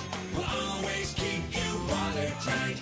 Two words we've been waiting for: employee pricing. Yep, employee pricing right now at our Desert Ford dealers. From America, for America. Paul Calvise here. Hey, Ford has been part of our country's story for more than a century. That's why Ford is offering employee pricing. That means we pay what Ford employees pay, and we're talking the full lineup of Ford trucks and SUVs. Take that 2024 Ford F-150. If you're looking for a perfect work truck or a powerful weekend warrior, Ford has a powertrain fit for the job. Besides, Ford is the #1 selling truck brand in Arizona. And right now, get employee pricing plus 5.9% APR financing for 72 months and $3,500 in retail bonus cash on a 2024 Ford F-150 2.7-liter STX. But employee pricing won't last forever. Click buyfordnow.com. Based on S&P Global Mobility retail U.S. new vehicle registrations for the truck vehicle type CYTD October 2024. Terms and conditions may apply. See your local Ford dealer for details. Hey, Green Gobbler here. So you've got a clogged drain in your bathroom. Water in the sink's overstaying its welcome. You're spitting today's toothpaste on top of yesterday's toothpaste. You hope that it go away. Yeah, clogs don't just go away. I make them go away. I'm Green Gobbler, the only clog dissolver you need. I'm bleach-free, safe for your pipes, and I work. Guaranteed or your money back. Because I never met a clog that was gonna unclog itself. Green Gobbler. Let the gobbler get it. This is a story of the one. As a maintenance specialist for university housing, he knows college students can major in wear and tear. Plus, housing so many students doesn't leave a lot of room to house all the supplies he needs. That's where Grainger comes in. With over 1 million industrial-grade products and fast, dependable delivery, Grainger carries the quality products he needs so he doesn't have to. From a new door hinge to a whole new faucet. Call, click Grainger.com, or just stop by. Grainger, for the ones who get it done.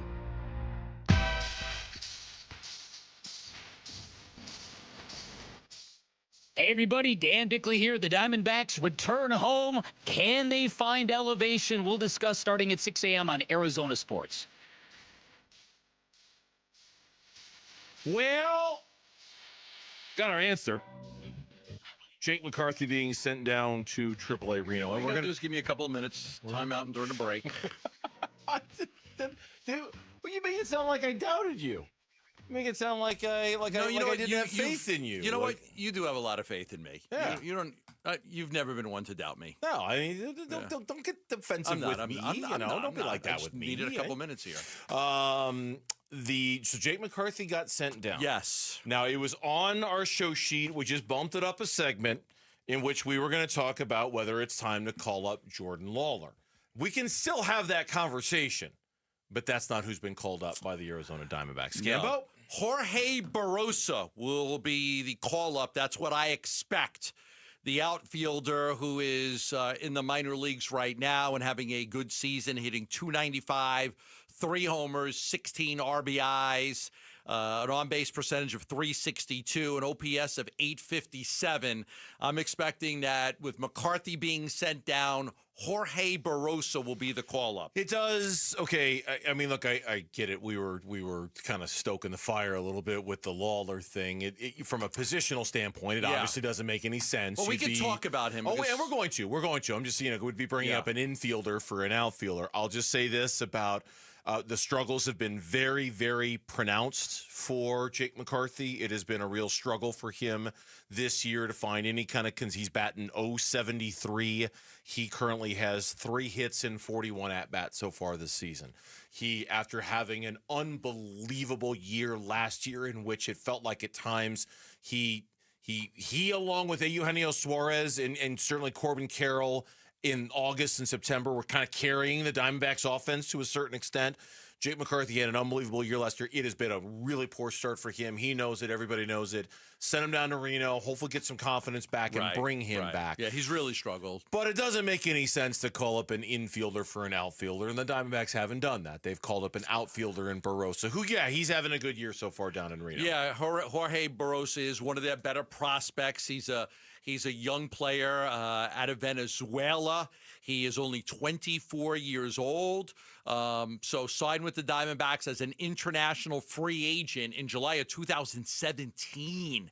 So he signed when he was just like 17 years old. So he's done a great job for them. So I'm expecting no announcement yet, but I'm expecting that he will be the call-up. Yeah, and he played 8 games for the Diamondbacks last year at the major league level. He hit $177. He was here. Yep. I can't remember exactly when, but he was here and he played a little bit and didn't shine particularly well during that brief time. We'll see what kind of an opportunity he gets here. Okay.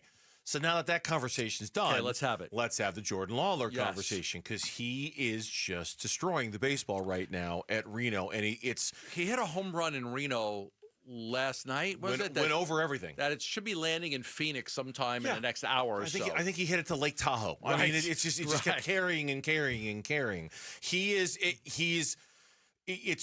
We don't know when, we don't know for whom, we don't know how. We can speculate all we want. Mike Hazen has gone on record and saying, look, when we call him up, it's going to be for good. We're not, calling him up and sending him back, calling him back, sending him. So they're clearly waiting for the right opportunity for that to happen. But you got to think with the numbers that he's putting up, I don't know how much longer they're going to want to wait. The bottom of the lineup has been exposed with Marte out. So with Marte out, they've had to put Perdomo up. I always said his name.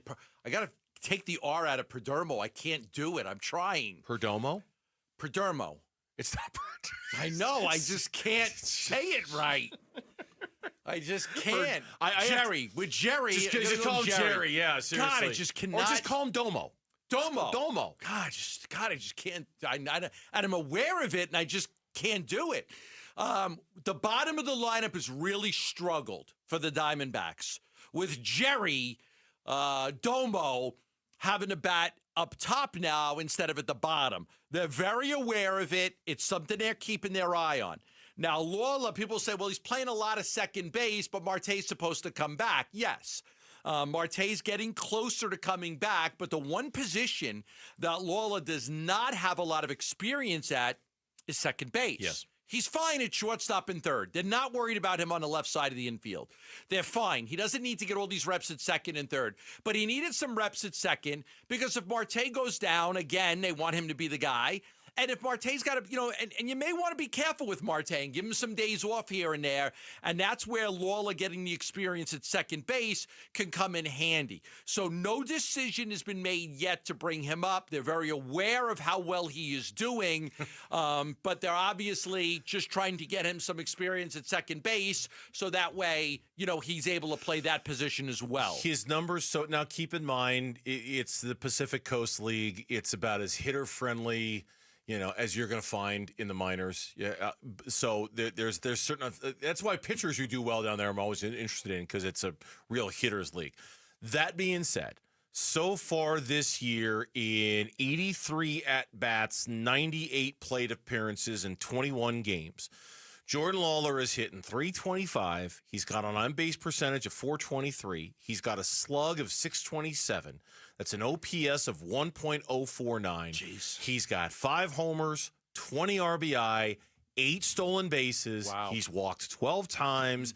He's got 8 doubles and a triple. And yeah, to your point, he's played 12 games at second, 2 games at third, 6 games in short. Let's call this like it is. All eyes are on Eugenio Suarez. And I know what he did in the second half of last season, and I know what he did in the first week of this season, but I also know that in a matchup where the numbers were actually in his favor yesterday, Torey Lovullo gave him the day off because he really needed a day off. Pinch hit, got an infield single. Yeah, but he'd been swinging and missing it. Now, he had a huge home run on Friday, but he's been swinging and missing at everything. This is part of the Geno experience, part of the Geno roller coaster. Oh, yeah, it is a roller coaster, man. But if you feel like Jordan Lawler can give you consistent, steady production at the position without the up and down, up and down, up and down that Geno's doing, that's the play. Can you sacrifice the defense that Geno gives you at third base? Because he is a great defensive player. He is a great defensive player. I think he's already got a couple errors on the season. I still trust him. He's got a cannon for an arm. I mean, you just talked about it. The bottom of the lineup, the bottom half of the lineup. Bottom third of the lineup has been exposed. And it's Suarez, and it's Gurriel, and it's Gabby, and it's just and then it's Tawa, and it's whoever's playing second base that particular day.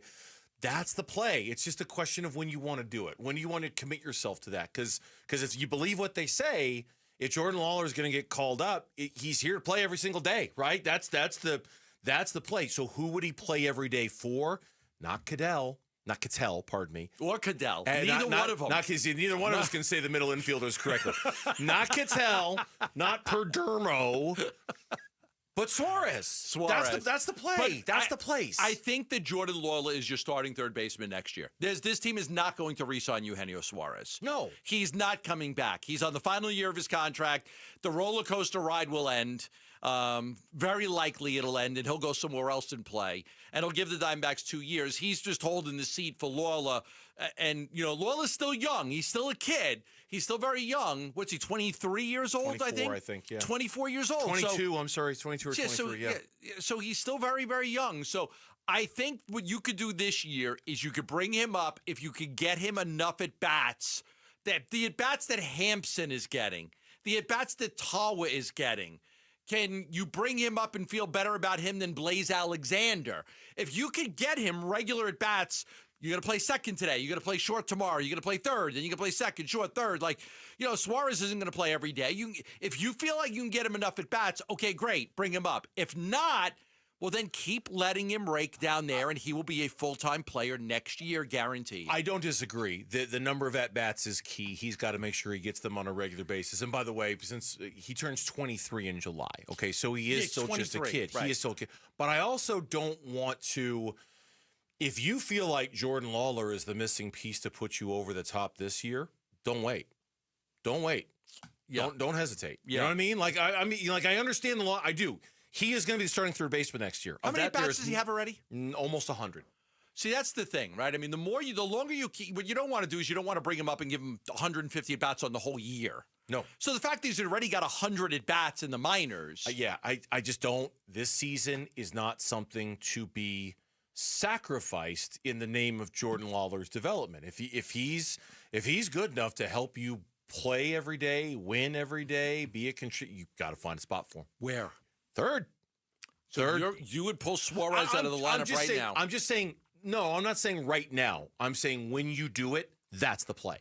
Whenever it is that you make that decision, that's the play. Does it scare you that Suarez was so ice cold last year and then he got hot and he went on a tear? Of course. That you could be missing that? Of course. And again, I'm not advocating doing it right now. I'm just saying it's like downloading a map when you're going on a cross-country trip, okay? Yeah.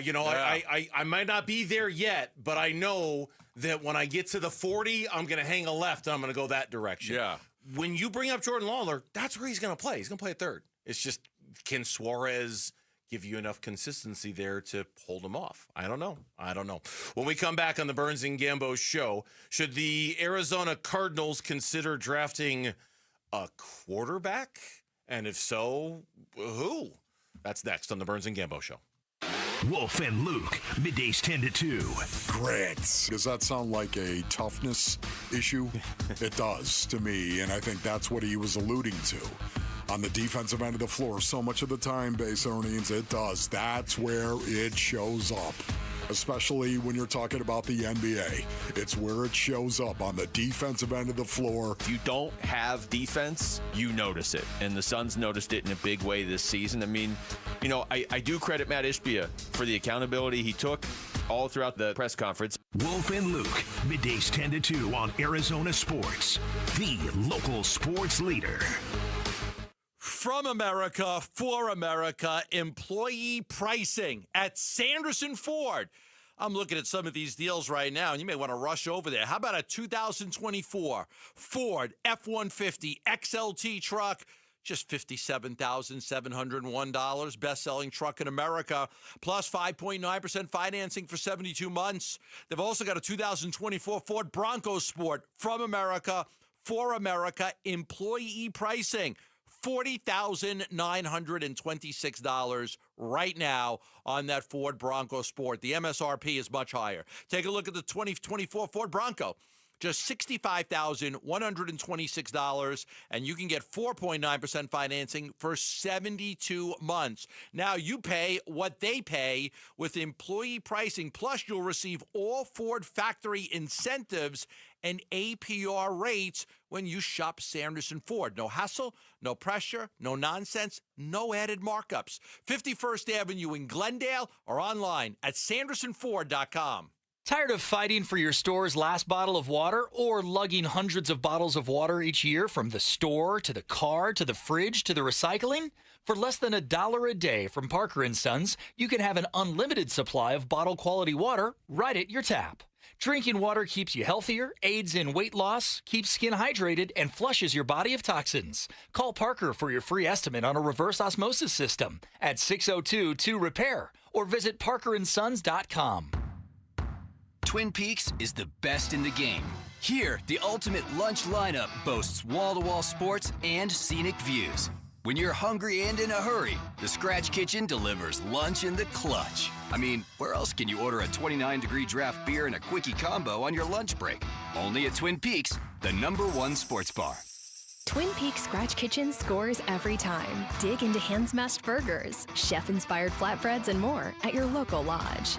It's Jeff Jr. from Trajan Wealth, and I've got something important to talk to you about, your 401k. If you have changed jobs, there are two very important considerations. You don't want to leave your 401k behind, and you don't want to roll it over into your new company plan without consulting Trajan Wealth first. 401ks will often have limited investments or age-based options. Since companies have to make choices to suit all employees, they may not be suited to you, which could cost you fees and money. When you roll over your 401k into an IRA, you not only keep your money growing tax deferred, but you also gain access to a world of investment options specifically designed for you.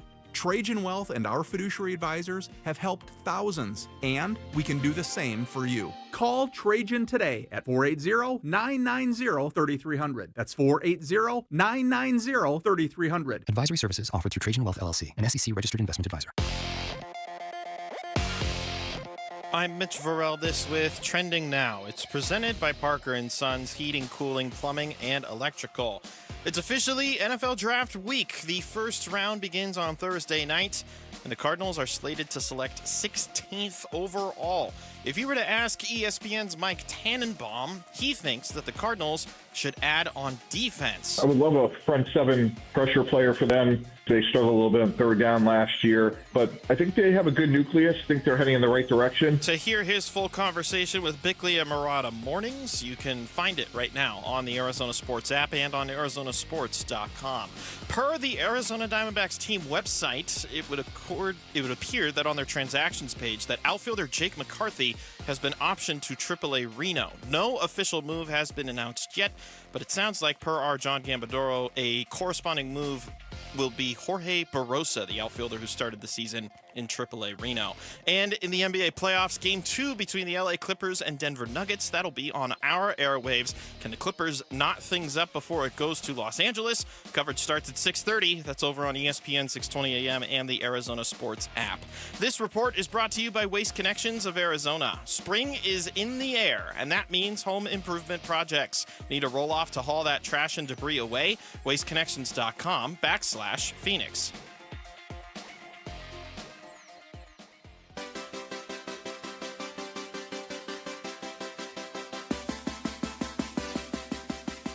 Hey, it's Vince Marotta. Join us Tuesday morning. We'll give you the latest heading into the NFL draft and recap Monday's action in the NBA playoffs, all starting at 6 here on Arizona Sports. All right, welcome back. Burns and Gambo show here on Arizona Sports. Thank you for hanging out with us on this Monday. It's been a busy day already. Lots of stuff flying around, and the week is just going to get busier and busier. It's NFL draft week. The first round is on Thursday. Rounds 2 and 3 are on Friday. Then the rest of the draft is on Saturday morning. And yes, Gambo did announce today at the top of the show there will be a Gambo 5 for the Arizona Cardinals. For the uninitiated, for those who don't know, every single NFL and NBA draft. Oddly, he never did it for the NHL draft. I'm kidding. There's a reason why he never did it for the NHL draft, because not that many people cared about the NHL Nobody draft. cared. 5 names that, if all breaks according to plan, it's very likely going to be one of those 5 guys. We guarantee it. Yeah, we give you nothing back. Well, we do guarantee it every year. Yeah, we guarantee it, but it's not like if one of the guys isn't on the 5, it's not like we've got something to give you. You know, you don't get your money back because it's a free radio show. So yeah, it's there's that. But we've had a lot of success with it. We've never failed. We've Yeah. always been able to get it right every year. And so, even like Zaven Collins, we had Zaven Collins. We had the other linebacker the year before. It's just we've been able to nail it. So a lot of work. I'm finalizing it now. We'll have some information maybe tomorrow, but Wednesday we'll come up with the Gambo 5, and I'll give you 5 players I think that they'll draft, and I always tell everybody it'll be one of these guys. So just doing a lot of homework on it, and we'll see what we can come up with. Not to get too deep into it. Like other years, some years are easier than others. Last year, with Marvin Harrison Jr. No, I don't even know if you did one last year. I don't know if there was a point to doing one last year. They had the 4th pick. They had the 4th pick in the draft. It was going to be Marvin Harrison Jr. Everybody knew it, so it wasn't. I'm sure you did do one last year, but it was also sort of like. Why? We know who it was. At 16, it's a little more challenging, especially when there's a chance the Cardinals could trade down. And that's something we'll talk about as the week goes on as well, just how strong of a possibility it is that the Cardinals would trade down. But Gambo's really good about this, and at some point this week, once the list has been finalized, we will reveal it to you, and we'll go in-depth on the players, because if Gambo's history is correct, chances are they're really, really good. It's going to be one of those 5 guys. Now, on to something different for the draft. And this was suggested in a mock draft. Was it Kuiper's mock draft? Kuiper's. Or was it somebody else's mock draft? It was... Who had Dylan Gabriel, the quarterback for Oregon. I know what Kuiper said about Dylan Gabriel. But it was a different mock draft that had Dylan Gabriel going to the Cardinals. We had it last week. I'd have to look to find it, but it was fascinating because it was like, a quarterback in I think it was the 5th round. 6th round, I think, yeah. 5th or 6th round. It was like, okay, all right, you've piqued my interest a little bit right there. And it was like, okay, Dylan Gabriel, would the Cardinals take a quarterback, in this draft at some point? And it was, I got it here, it's the CBS Sports mock draft. Okay. And they had the Barron kid going in the 1st round, the cornerback from Texas to the Cardinals. But with pick number 152, they had the Cardinals taking Dylan Gabriel, the quarterback out of Oregon. Fascinating, because we don't really talk about the Cardinals. We talk about the Cardinals drafting an offensive lineman, a cornerback, a wide receiver, an edge rusher, a defensive tackle. We don't talk about the Cardinals taking a flyer on a quarterback. But a lot of people like this Dylan Gabriel, and he's not one of those guys that's going to go in the first 3 rounds of the draft. No, and it was the Cardinals don't have a 6th rounder, so it was the 5th rounder. Mel Kiper, okay, so the mock was from CBS. Yes. Mel Kiper, today or yesterday, did this thing on ESPN, his favorite prospects by position. And at the quarterback position, he listed Dylan Gabriel from Oregon. He said Gabriel's a winner.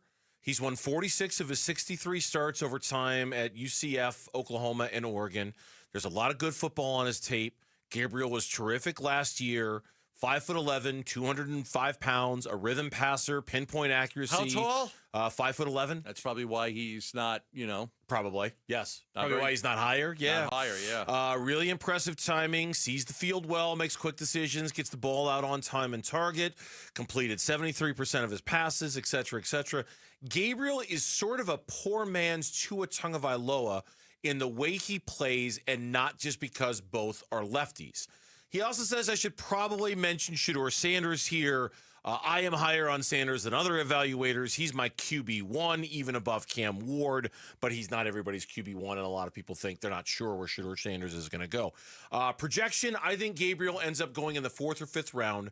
He's my number 8 quarterback right now. He has the traits to emerge from the day 3 group.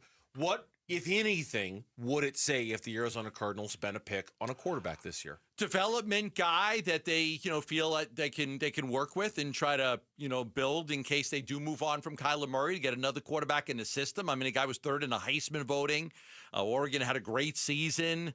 12-0 in a regular season, beat Penn State in the Big Ten championship game, was in the 12-team playoff. He was the Big Ten MVP, Offensive Player of the Year, Quarterback of the Year. Kid was terrific. I think what it says is that you're drafting somebody you think has the potential to be a starting quarterback, that you can develop and just have another quarterback in the system that you like.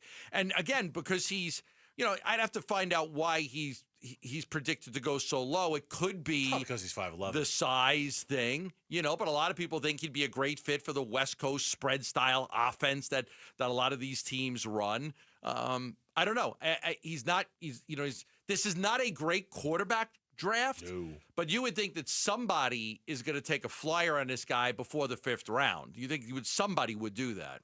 You would think so. I think it certainly says that Clayton Tune's time would be up with Jacoby Brissett as the known backup quarterback to Kyler Murray. Right. I also think this is something that, frankly, as long as you're set at the position, and I'm not saying the Cardinals are, we know how big of a year this is for Kyler Murray, but as long as you're relatively set at the position, I think this is something your team should do every couple of years. And just draft somebody later just to develop? Just to see. Yeah, just to see if you can catch lightning in a bottle. See if you can find somebody. See if you can find your Brock Purdy. Especially if you don't have a lot of needs. Yeah, exactly. If you're in a position where you don't feel like you need to draft. Now, the last couple of years, and they drafted Clayton Tune, but they needed to fill the cupboard back because the cupboard was bare. The cupboard's kind of stocked right now for the Cardinals. Organizationally, they're in a good place. They've done a great job. If ever there was a year to spend a 5th rounder on a quarterback and just see, why not now? Yes. Why not now to see if he fits? I think this is something teams should do every couple of years. Here's the knock on him. His measurables, height, weight, wingspan, hand size are all in the 35th percentile or lower among quarterbacks.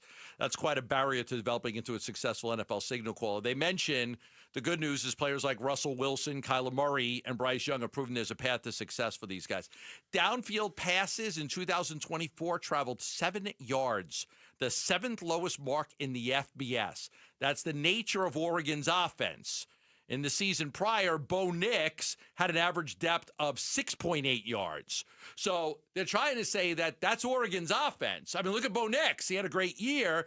He ran the same offense, and they didn't throw the ball down the field that much. Yeah, and I guess if you're playing a quarterback like that in an offense that loves to run the football the way Drew Petzing and the Cardinals love to run the football, maybe you could justify that a little bit.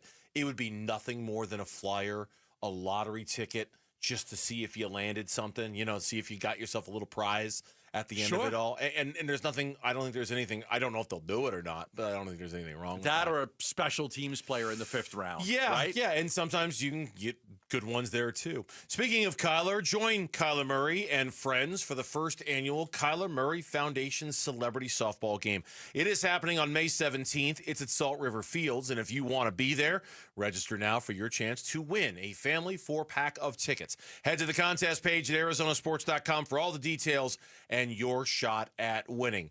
When we come back, as we're looking at the first weekend of the playoffs in the NBA, how could you not notice the former Sun lighting up the Eastern Conference? That's next on the Burns and Gambo Show. Dbacks decision makers from the team's front office join Wolf and Luke Wednesday mornings at 11:45 for Dbacks Front Office Focus. Brought to you by Canvas Annuity. The home of Arizona Diamondbacks baseball is Arizona Sports 98.7 and the Arizona Sports app. Thanks. Love telling you about Christian Brothers, AC, plumbing, and electric. And so many people taking advantage of the AC tune-up, the best in the industry, and you get it from Christian Brothers. You're going to love it.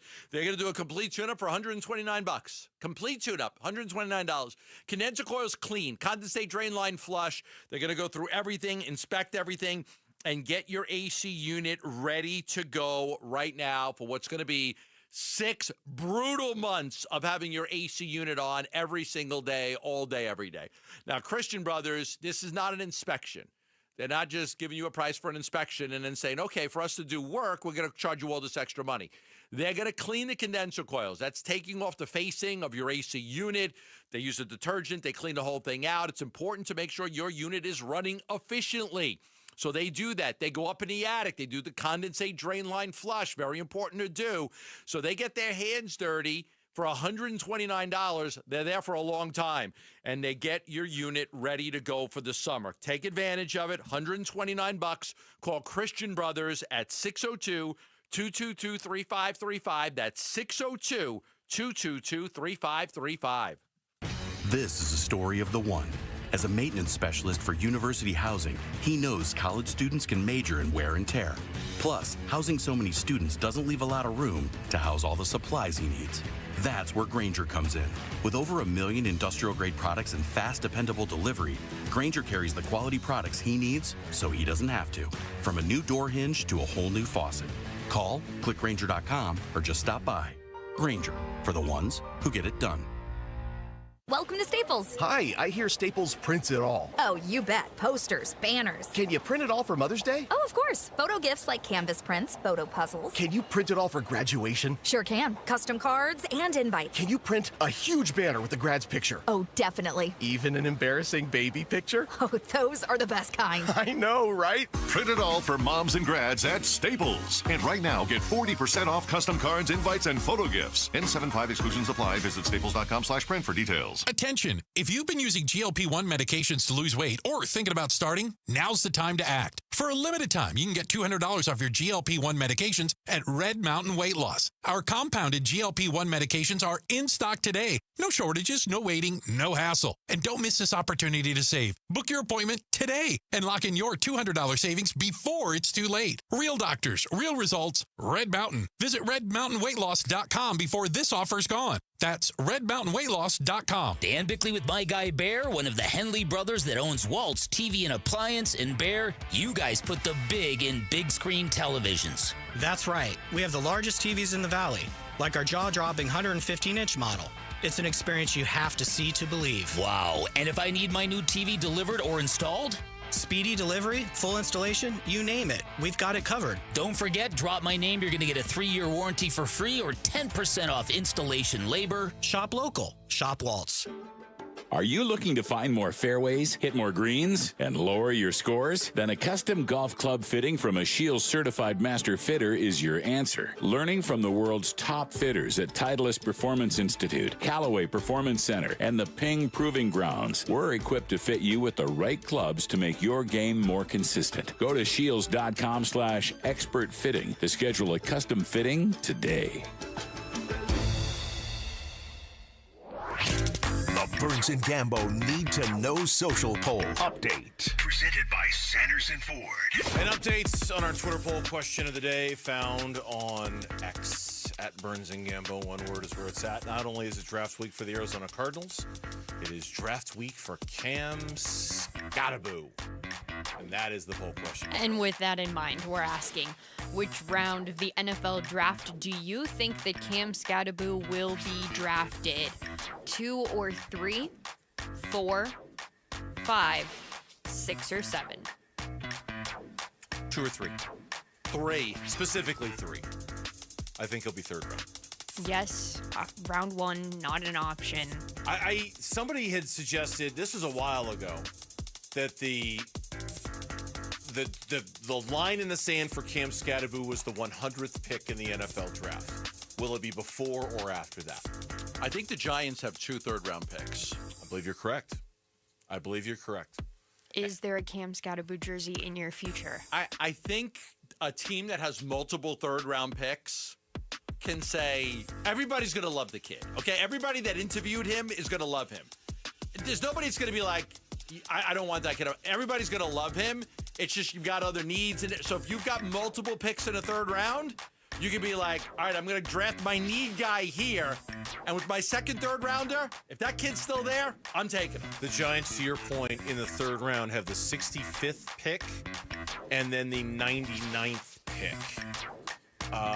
Kansas City? And then the Giants then in the fourth round have the 105th pick. Okay. So they go bang, bang into the third round, beginning of the fourth. There are, let's see, the comp picks, Minnesota, Miami, the Giants, San Francisco, the Rams, the Lions. They all have some of those comp picks at the end of the third round. And by the way, if you believe 100 is the line for Cam Scadaboo, that's the third to the last pick of the third round. So it's basically saying you think he's a day 2 guy or a day 3 guy. So I think he's a day 2 guy. And 4 is leading the way with 49% of the vote, 38% going with 2 or 3, 8% going with 5, and 5% going with 6 or 7. I'm telling you, the Cardinals aren't going to take him. But if I were any of you guys and my team did, I'd get a Cam Scadaboo jersey so quick. So quick. I don't know if he's going to work out or not, but I'd get one so quick. Yeah. I think it's going to be a cool story to watch him. It really is. It's going to be a really cool story to watch him. All right, thank you, Lauren. That's the poll question. In the meantime, hard offensive rebound to Payne. Three-pointer. Knocks it down. We are all tied at 98 on the Cameron Payne three. Timeout Pistons. All right, that's one former Sun from over the weekend that we kind of kept an eye on. Okay. But I see you. I really want to start with the other former Sun from the weekend. Ty Jerome, who in some ways is one of the symbols of James Jones' ability to draft, right? Yes. Like if we're talking about James Jones and whether he's still going to be in a front office role as a decision maker for the Phoenix Suns, if you believe that he should be, in some ways, Ty Jerome and Tumari Kamara and others are like your evidence, your proof that he belongs. Ty Jerome had himself a game for the Cavaliers over the weekend. He did. And he's bounced around a little bit. He went from the Suns. Remember, he was part of the Chris Paul trade. So he went from the Suns to Oklahoma City, then from Oklahoma City to Golden State, then from Golden State to Cleveland. Last year, he only played in 2 games. 2 games last year. He was hurt, played in 2 games.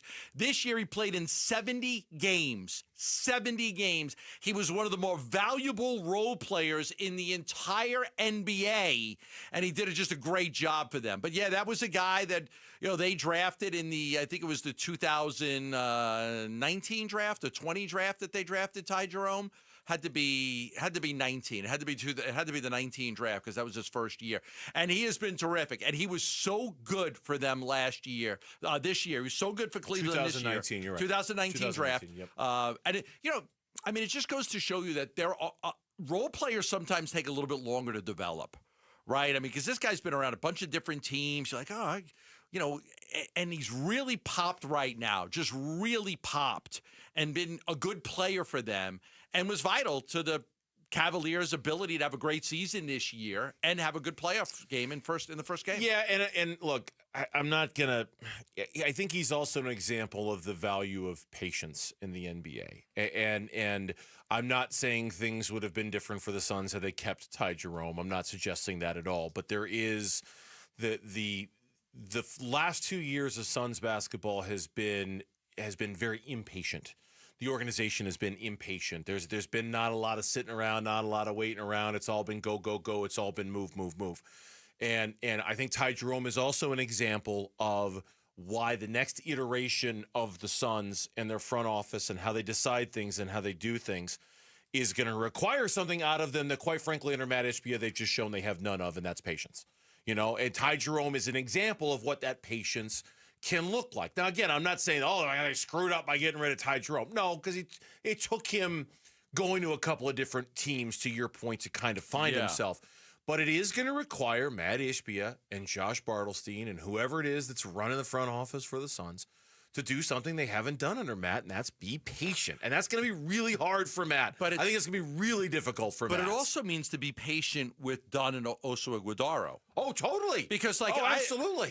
One of the guys I like, role player with the Timberwolves, is Alexander Walker. That guy was on New Orleans, the Jazz, before he got to Minnesota. 3 teams. You look at Ty Jerome. You look at Tamani Kamara, who they just gave up on. They had no patience. They just gave up on him as a throw-in in the DeAndre Ayton deal. Like, you've got to look at Ryan Dunn and say, okay, what he is now is not a polished player. He's an okay player right now. You're like, hey, you can get this great player, but you've got to include Ryan Dunn in the package. Say you're making a trade with Kevin Durant. Mm-hmm. And you're giving, I agree with you totally, by the way. And you're going to Houston, and Houston's like, okay, I'll tell you what, I'll give you Jabari Smith, and I'll give you Jalen Green, but I want Kevin Durant, and I want Ryan Dunn too. Mm-hmm. That's where you've got to be like, okay, no, just no. I'll give you a 2nd-round pick. I'm not giving you, if they have any 2nd-round pick, I'm not giving you Ryan Dunn. I know they all went to Washington. I think they got the next 72 Phoenix Suns 2nd-round draft picks. Washington. I think they have a couple, but honest to God, I have lost track of the 2nd-round picks the Suns don't have. 2,100 is the next time they actually own their 2nd-round pick. No, but the point is, the point is sometimes you got to be patient with your own guys. Yes. Ryan Dunn can be a good role player for many years in the NBA. I think Oso Aguadaro can too. The thing is, you got to be patient. Not like, oh, these guys are untradeable because they're great. They should be somewhat untradeable because I want to develop young players. Absolutely. Look at Ty Jerome. Look at Tamani Kamara. Look at Alexander Walker. There are certain guys teams let go early, and then it takes a while for those guys to be good role players. I'm not saying Ryan Dunn's going to be a star, but I think Ryan Dunn could be a good role player for a long time. Ty Jerome had 28 points in 26 minutes off the bench in his first playoff game. He talks a lot of crap, too. Oh, my God. He was flexing after scoring on Tyler Hero. He was talking a lot of smack. In the 4th quarter, he scored or assisted on 24 straight Cleveland Cavalier points. Yeah, he's cocky young kid, and that's kind of fun to see. Now, I played the Cameron Payne highlight to start the segment. The Knicks, they got to win, and Game 2 of that series is underway right now. I'll give you a score there in a commercial right now, so I don't have it up in front of me. But Game 2 of that series is going on right now. The Knicks went on a 21-0 run late in that game, or later in that game, to pull away from the Pistons in Game 1 of that series. So the Knicks are at 21-18 Pistons. Thank you very much, Lauren. So 21-18. It's okay. We'll have a 21-0 run at the end of the game, and Campaign will hit a couple of big threes. And Pistons just that's it, right? Young team gets into playoffs, kind of wilt at the end under the pressure, on the road, the defensive pressure, that type of thing. That's what happens. Even this series, I find myself interested in because of the way the Pistons. I mean, the way the Pistons played at the end of the season, but also because the Knicks might be that team that if they get bounced, probably not to the Pistons, but if they get bounced in the next round, you have to look at them as a possible Kevin Durant destination. Yeah. You have to. You do. And I, like we joked about at the beginning of the season, I root for the Knicks because I like Mikal that much. You know what I mean? Like I want Mikal to do well. So I want the Knicks to do well because of Mikal. But if they get bounced, the Knicks move near the top of the list as far as where Kevin Durant. Yeah, I just if they have 2 solid defensive players in OG Anunoby and Mikal Bridges. If they're going to give up one of them and build a team around Brunson, Cat, and KD, it's just how are you going to stop anybody? Yeah. And then in the other series in the East, the Pacers are beating the Bucks. Beat the Bucks over the weekend. You hate this series. I have nothing to say about this series. I just brought it because it's my responsibility as a broadcaster to bring it up. Hey, by the way, I haven't watched the Pacers game since Reggie Miller scored 9 points in 3 seconds against the Knicks. Yeah, whatever it was. Detlef Schrempf ain't walking through that door. When we come back on the Burns and Gambo show, Rick Smits ain't walking through Antonio that door. Daniels, Larry Bird's Mark not walking Jackson. through that door as a coach. Wow. Is it time to be worried about the Diamondbacks starting pitching? That's an interesting question. We're going to answer it next on Burns and Gambo.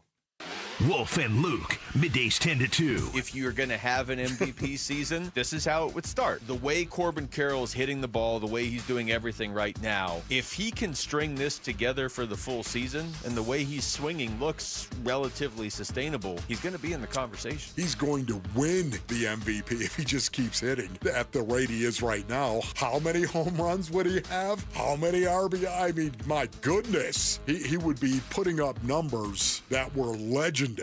Wolf and Luke, middays 10 to 2 on Arizona Sports, the local sports leader.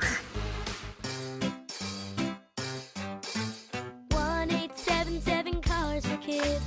K-A-R-S Cars for Kids. 1-877 Cars for Kids. Donate your car today. Donate today at carsforkids.org. That's cars with a K. Your car can be picked up as soon as the next day. Receive a tax deduction and vacation voucher. 1-877 Cars for Kids. Donate your car today. Now accepting donations of land, homes, buildings, or any kind of real estate. The basketball playoffs are here, and Native Grill & Wings is the place to catch every game. Grab a $4 drink special and watch the action unfold. And don't forget to fuel up with their legendary fresh, never frozen wings, Black Angus burgers, and more. Come watch the games and enjoy slam dunk specials on your game day favorites. Only at Native Grill & Wings. From buzzer beaters to bracket busters, they've got great food, cold drinks, and non-stop hoops waiting for you. Visit nativegrillandwings.com for the restaurant nearest you. Hey, this is Ron Wolfley for Aria Dental Implant Center. I'm here right now with Cynthia and Leo, who have both had the all-on-4 dental implant treatment. What was your experience with Dr. Joe like? Cynthia. He's a genius. Mm-hmm. He's amazing. He's great with his staff. He makes you feel like family. So if you guys were to be asked by somebody that is listening right now, would you get the all-on-4 dental implant treatment? Why would you tell them to go to Aria Dental Implant Center? They take care of you. The price is right. They work with you. They have a great system there. Yes, they do. Can't beat it. And what about your confidence level as well?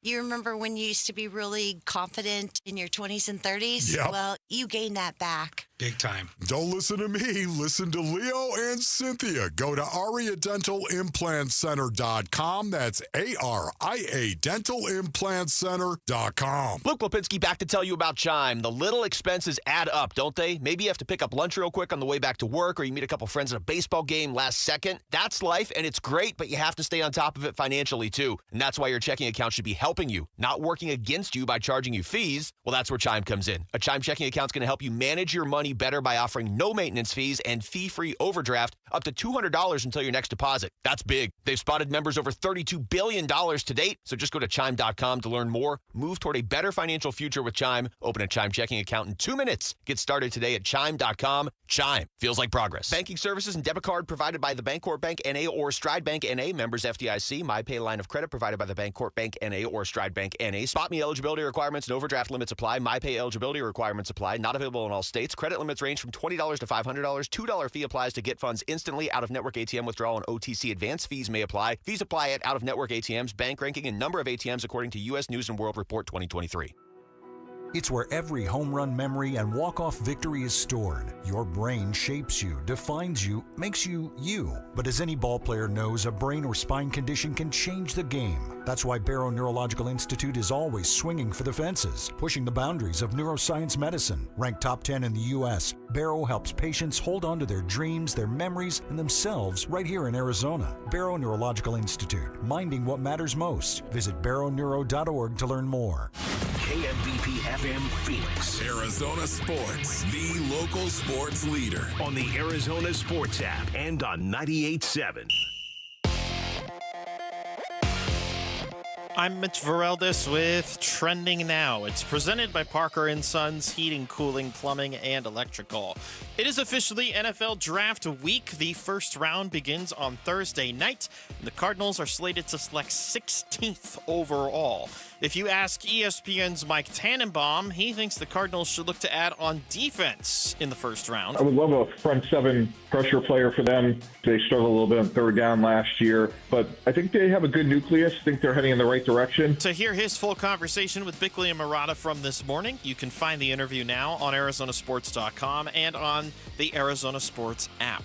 Per the Arizona Diamondbacks team website on the Transactions tab, outfielder Jake McCarthy has been optioned to AAA Reno. No official move has been announced yet, but our John Gambadoro is reporting that outfielder Jorge Barosa will replace McCarthy on the big league roster. And in the NBA playoffs, Game 2 between the LA Clippers and Denver Nuggets, it will be on our airwaves. Will the Clippers knot things up at a game apiece before the series sends itself to LA? Coverage starts at 6:30 over on ESPN 620 AM and the Arizona Sports app. Sorry for yelling. Waste Connections of Arizona is sponsoring this report. Spring is in the air, and that means home improvement projects. Need a roll-off to haul that trash and debris away? wasteconnections.com/Phoenix.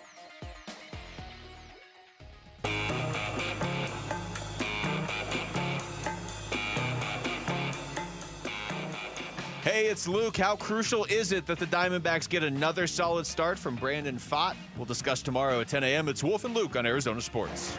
Now Herrera going to go out for a mound visit. And what do we have here? Herrera's waving the trainer. He noticed something right away. Merrill with his glove up to his face. Obviously something of a concern here. And he's trying to shake something out. It looks like in his leg.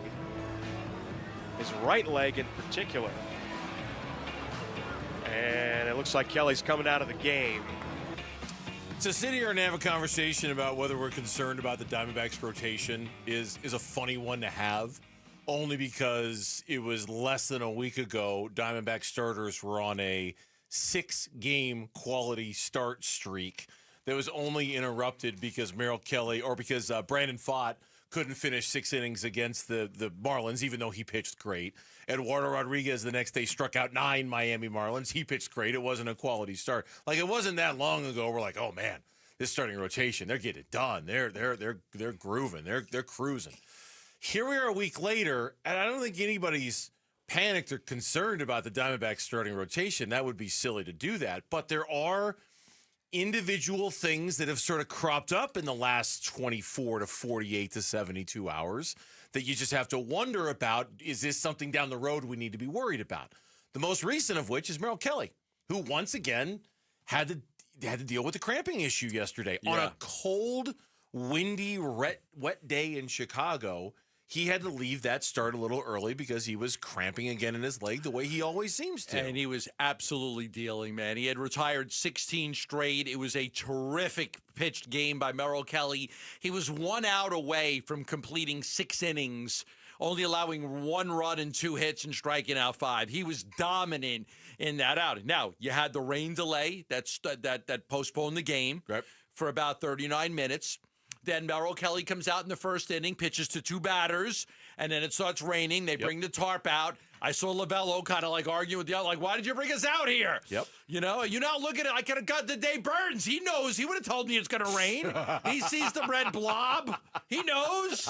I can read a Doppler with the best of them, man. Doppler, I didn't even go to school for it. I can read the Doppler. I can tell you when it's going to rain, man. It's coming. We should have our guy Cam Cox or somebody get you 1 gig to do the weather one day somewhere. Man, I love that. Stand in front of the green screen. Stand in front of the green screen. So, okay, come on. We got a low pressure system coming in here, and it's swooping down, and it's going to, Somebody give Burnsy one shot at being the weather guy for 1 day. Now, what if it's just a perfectly sunny, hot day?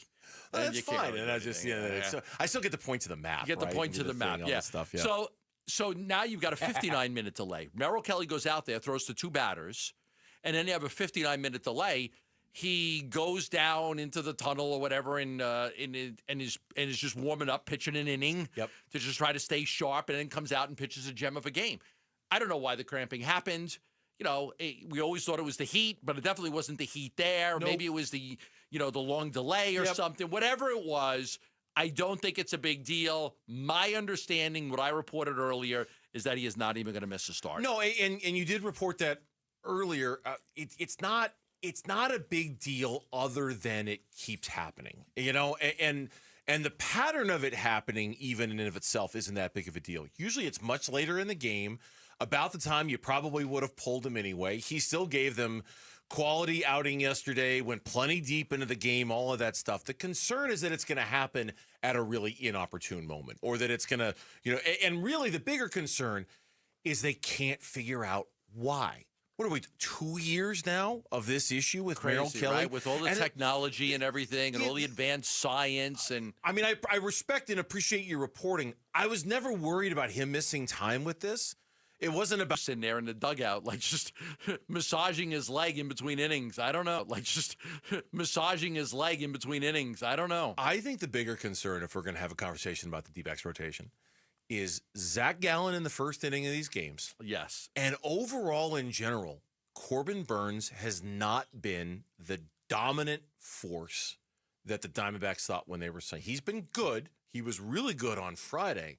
But overall, his numbers are just kind of And Zach Gallen so far has had the one great start, the one good start, and everything else about him so far has been kind of blah so far this season. I think if there are any concerns about the Diamondbacks rotation, it's at the top of the rotation in terms of those two guys not being the force we all thought they were going to be. I saw something today about, like, should the Mets fans be concerned about Juan Soto? He's about like 250. And then, like his numbers are going to be there. And, like, in the end, his numbers are going to be there. Do you feel that way about Gallen and Burnes?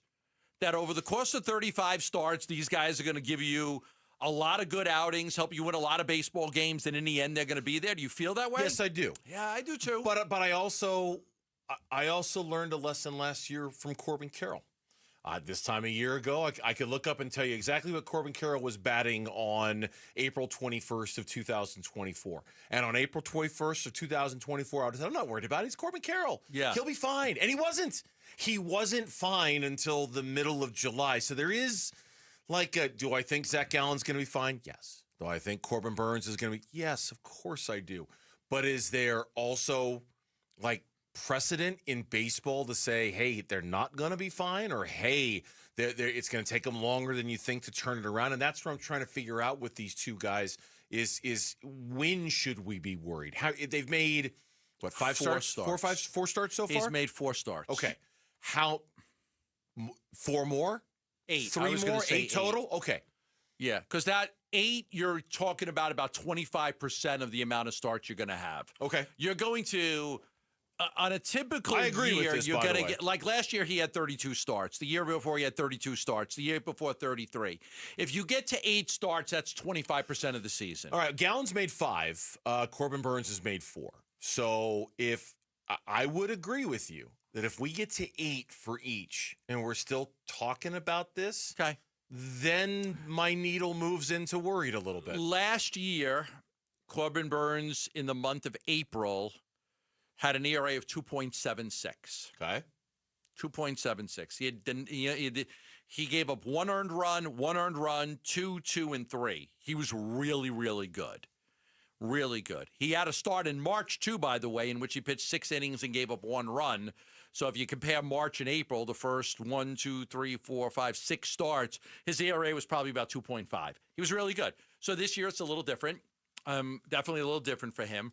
But I think you're probably right to give it a few more games before you start to worry a little bit. Yeah, and so if we're talking about a few more games, we're talking about another 2 to 3 weeks. So we're looking like the second week of May, if by then, again, Corbin Burnes has been, he was not the problem on Friday. It was that bullpen and the wind blowing out, and the fact that he was able to put up the numbers that he did says something about the stuff that he had. But I think anybody who's watched his games, we know clearly he knows he's not been at his best. He hasn't thrown the cutter the way he wants to.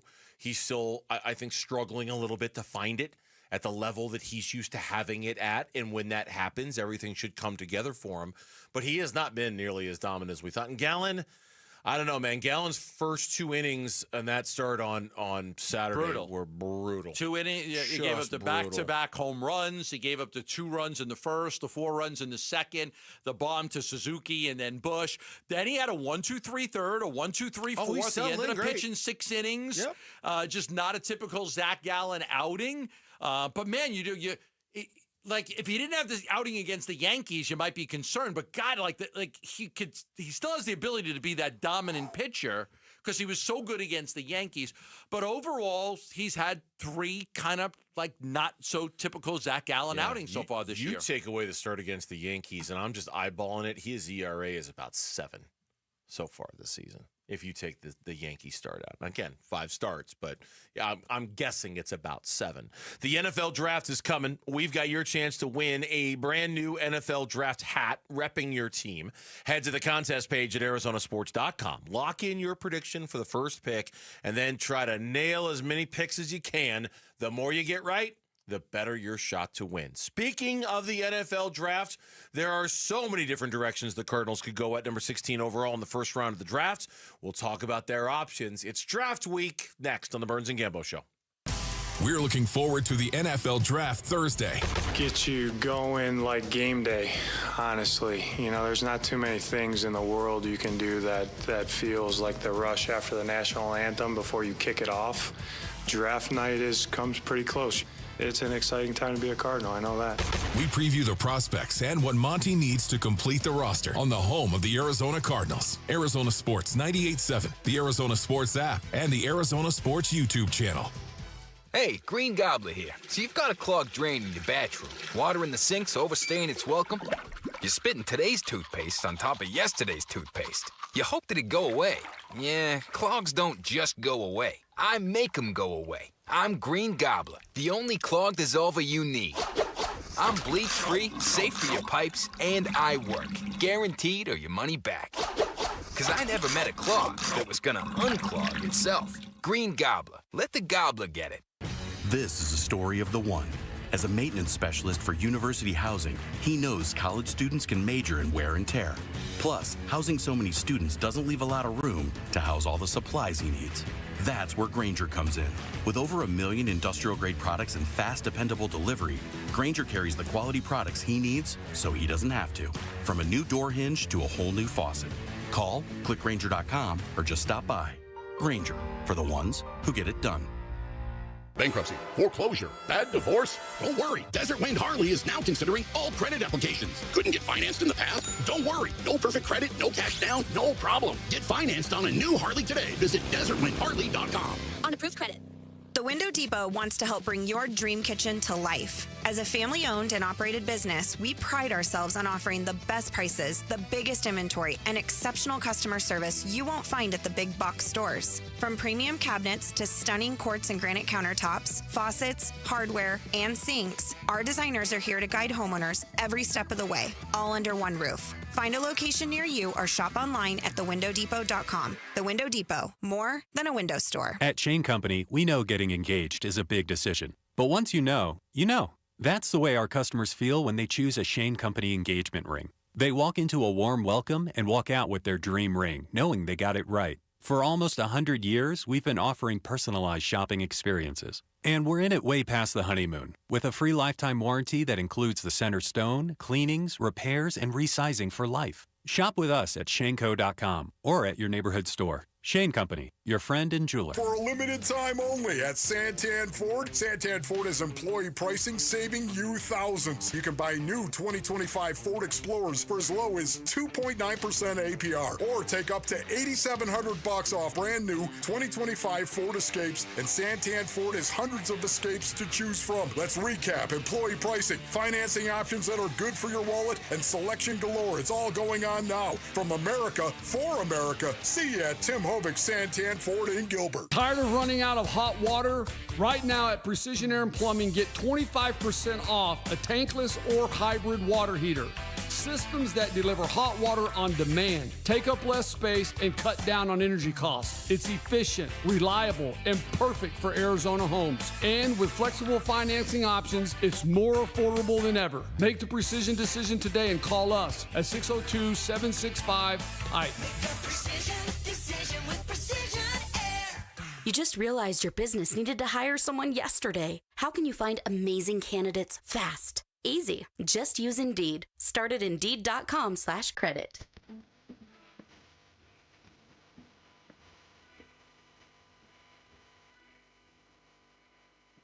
Here are the top 3 headlines on ArizonaSports.com, brought to you by Y-Refi. I'm Tyler Drake. Then and now, how have Cardinals' past 2 NFL drafts panned out? Alabama guard Tyler Booker, a plug-and-play option for Cardinals this NFL draft? And if you like football, you like Cam Scadaboo, says ESPN's Mike Tannenbaum. Those are your top 3 headlines on ArizonaSports.com, brought to you by Y-Refi. All right, give us 30 seconds. We're going to talk about the Cardinals draft. I just did want to mention this because we just got done with a whole segment on Dbacks baseball, and we didn't mention the news about the Diamondbacks. Jake McCarthy's been sent down to AAA Reno, and you reported, and so far I believe you're the only to report, that Jorge Barrosa has been called up from AAA Reno. That's what I expect it to be. I expect it'll be Jorge Barrosa, who was up last year with the D-backs for a short stint. I mean, an outfielder for an outfielder.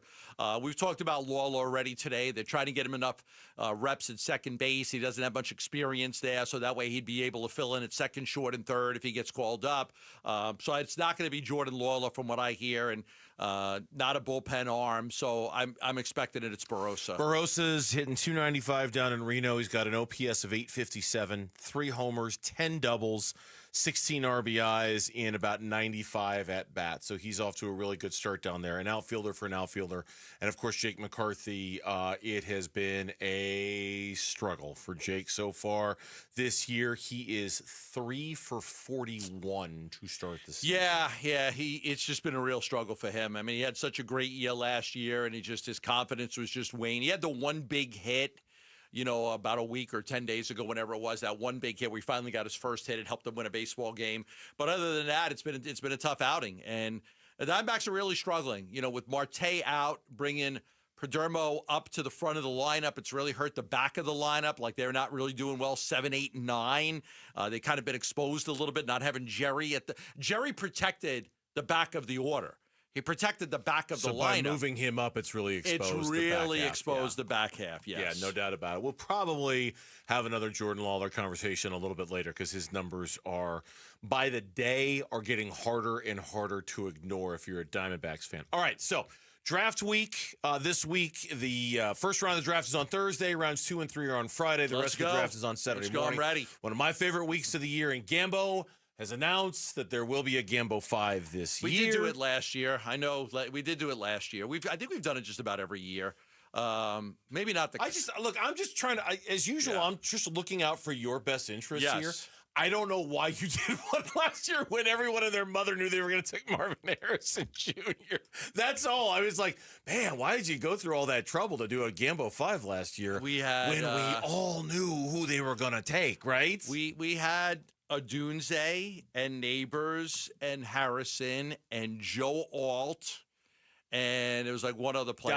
Dallas Turner. So that was. Yeah, you mentioned it to me during a commercial break. I'm like, hey, good for you. I don't know why you did. I don't know why, but okay. We've nailed Hassan Reddick, Zaven Collins, Isaiah Simmons. We've had a lot of success with it. We'll do it again. We'll be much harder this year picking 16. No question. Then when you're picking in the top 10, it's going to be much harder. But we'll do it. We'll do a Gambo 5, and we'll get it out to you in the next 24 to 48 hours. Yeah, so stay tuned for that. And trust me, when we have it, we will really do a deep dive into every single player because there's, again, really good track record here that suggests that one of those 5 guys would be the selection of the Cardinals at number 16. Yeah, and if we do get it wrong for the first time, don't sue me. On what grounds? I don't know. Just on what grounds? I don't know. You know how vicious people can be. I know, but like sue you? On like what? Like emotional distress? Okay. I'm just afraid. Don't sue me. Don't sue Gambo if he doesn't get the Gambo 5 right. AZ Central today. 6 ways the Arizona Cardinals could go with the 16th pick. Now, this isn't exactly like 50 ways to leave your lover. Not quite. You got to go out the back, Jack. Make a new plan, Stan. Hop on the bus, Gus. Don't need to discuss much. Just set yourself free. Don't need to be coy, Roy. 6 ways the Arizona Cardinals could go with the 16th pick. Now, instead of just naming 6 players, they went with 1 at each position. Okay, yeah. Which I think is now it. I think there's wiggle room at the offensive line spot. I think there's wiggle room at the defensive line spot. I certainly think there's wiggle room at edge. I don't know if there's a lot of wiggle room at guard. I don't know if there's a lot of wiggle room at cornerback or wide receiver. So here they are. This came from Bob McMahon. And 1 at each position. Interesting. Yeah. Okay. The edge rusher, Michael Williams out of Georgia. Okay. But they also mentioned Mike Green could be in play here. And, of course, we know how many visits or how many times James Pierce from Tennessee has been mocked to the Cardinals. So there's that, too. But Michael Williams is the one they said. The offensive tackle, Kelvin Banks Jr. Who, when I did ESPN's mock draft for them, I had to do a video and everything. I took Banks. So I did take Banks, the offensive tackle out of Texas, when I did the mock draft for ESPN. The defensive tackle, Walter Nolan out of Ole Miss. Okay. Also mentioning that, Kenneth Grant has been mocked to the Cardinals More than anybody else. Yep. More than anybody else. Derek Harmon has been mocked to the Cardinals a lot. Walter Nolan has had his fair share of mocks as well. The offensive guard and favorite of our very own Ron Wolfley, Tyler Booker of Alabama. He loves him. Has been stumping for Tyler Booker Now, for again, a month. Can this town handle two Bookers? Yes. Can they handle two of them? Two Bookers, two Bookas, Devin, however you want to say Tyler. it. Yes. Yeah, Devin and Tyler. Can we handle two of them? I think we can. I think we can All right. manage. All right. He is. Just want to make sure. Everybody says he's plug and play. Oh, yeah. Just plug and play. I've heard that, too. Draft and just whoop. There, put him in. Swoop him right in there. Watch him for the next 10 years. The corner, Will Johnson out of Michigan. There are other. Yeah, there are two corners that are going in the first round. Jahdae Barron is the other. Barron's the other one, but Barron's more of an inside corner.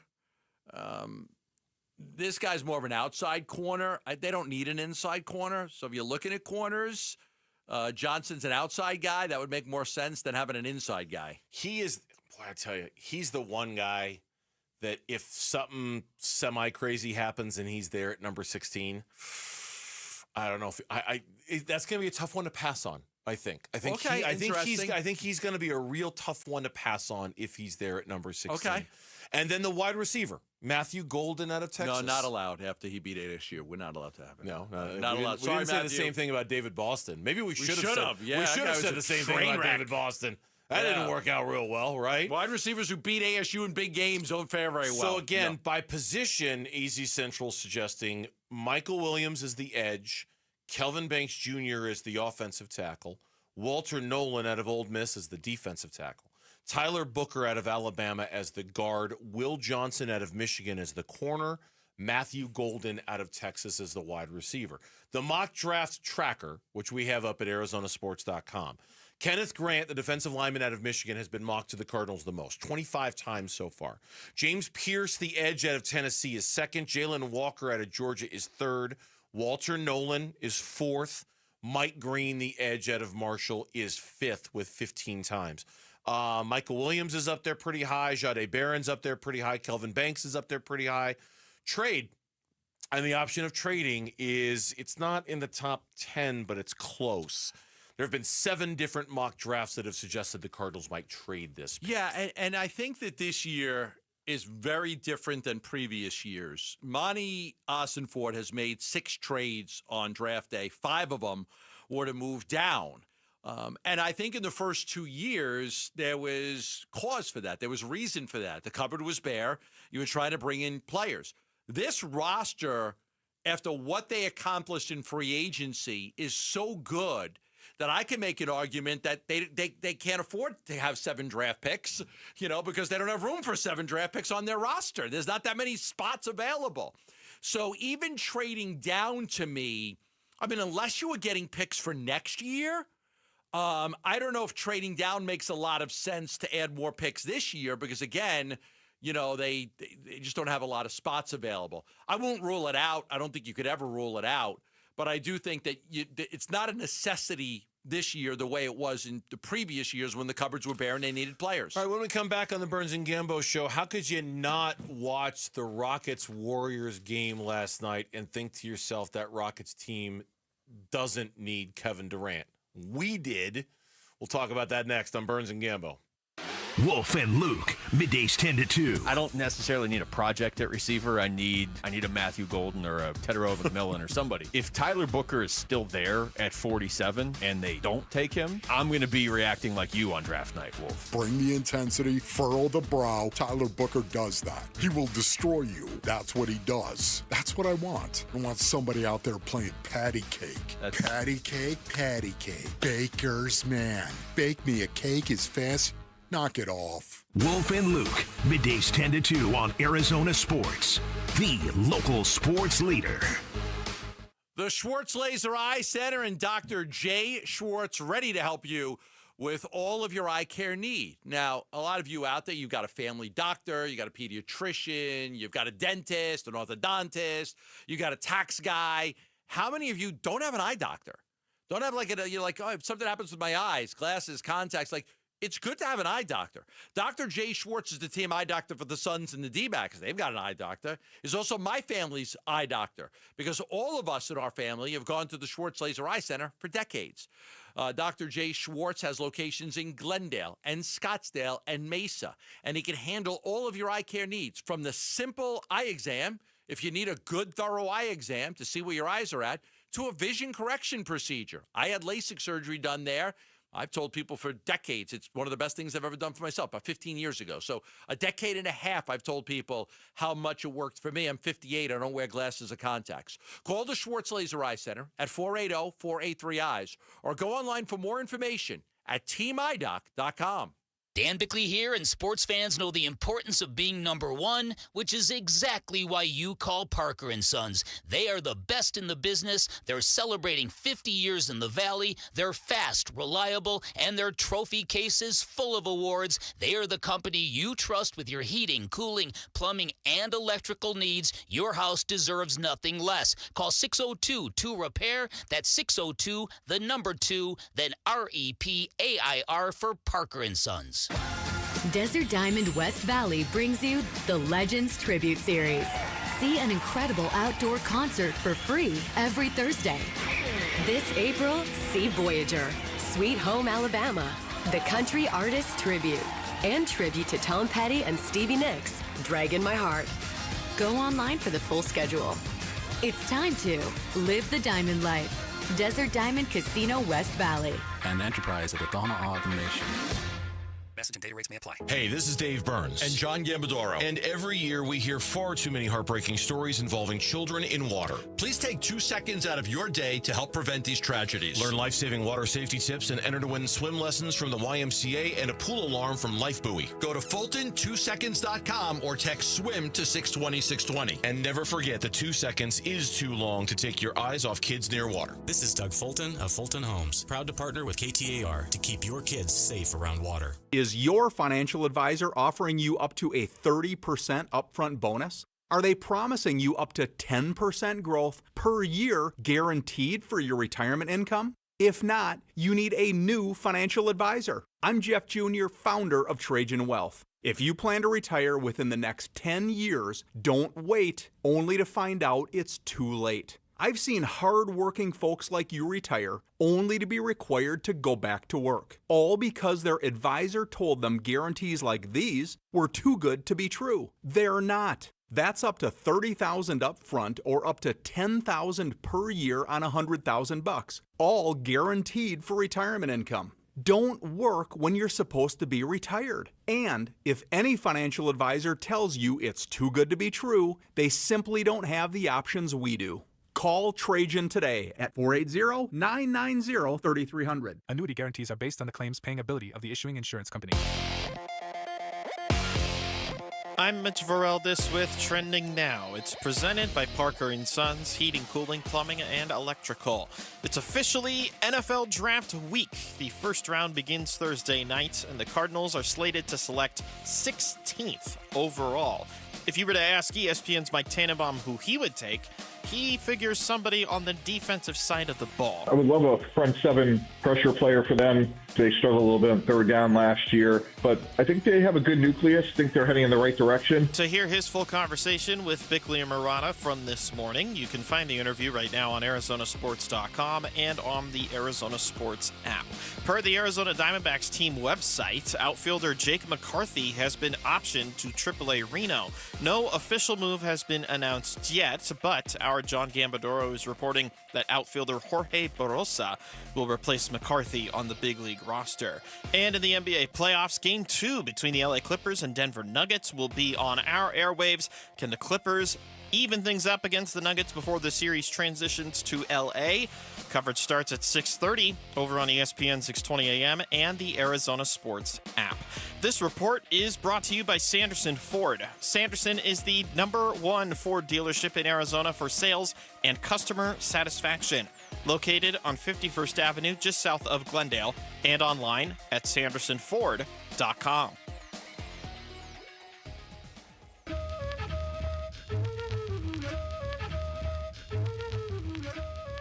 Hey, it's Vince Murata. Join us Tuesday morning. We'll give you the latest heading into the NFL draft and recap Monday's action in the NBA playoffs, all starting at 6 here on Arizona Sports.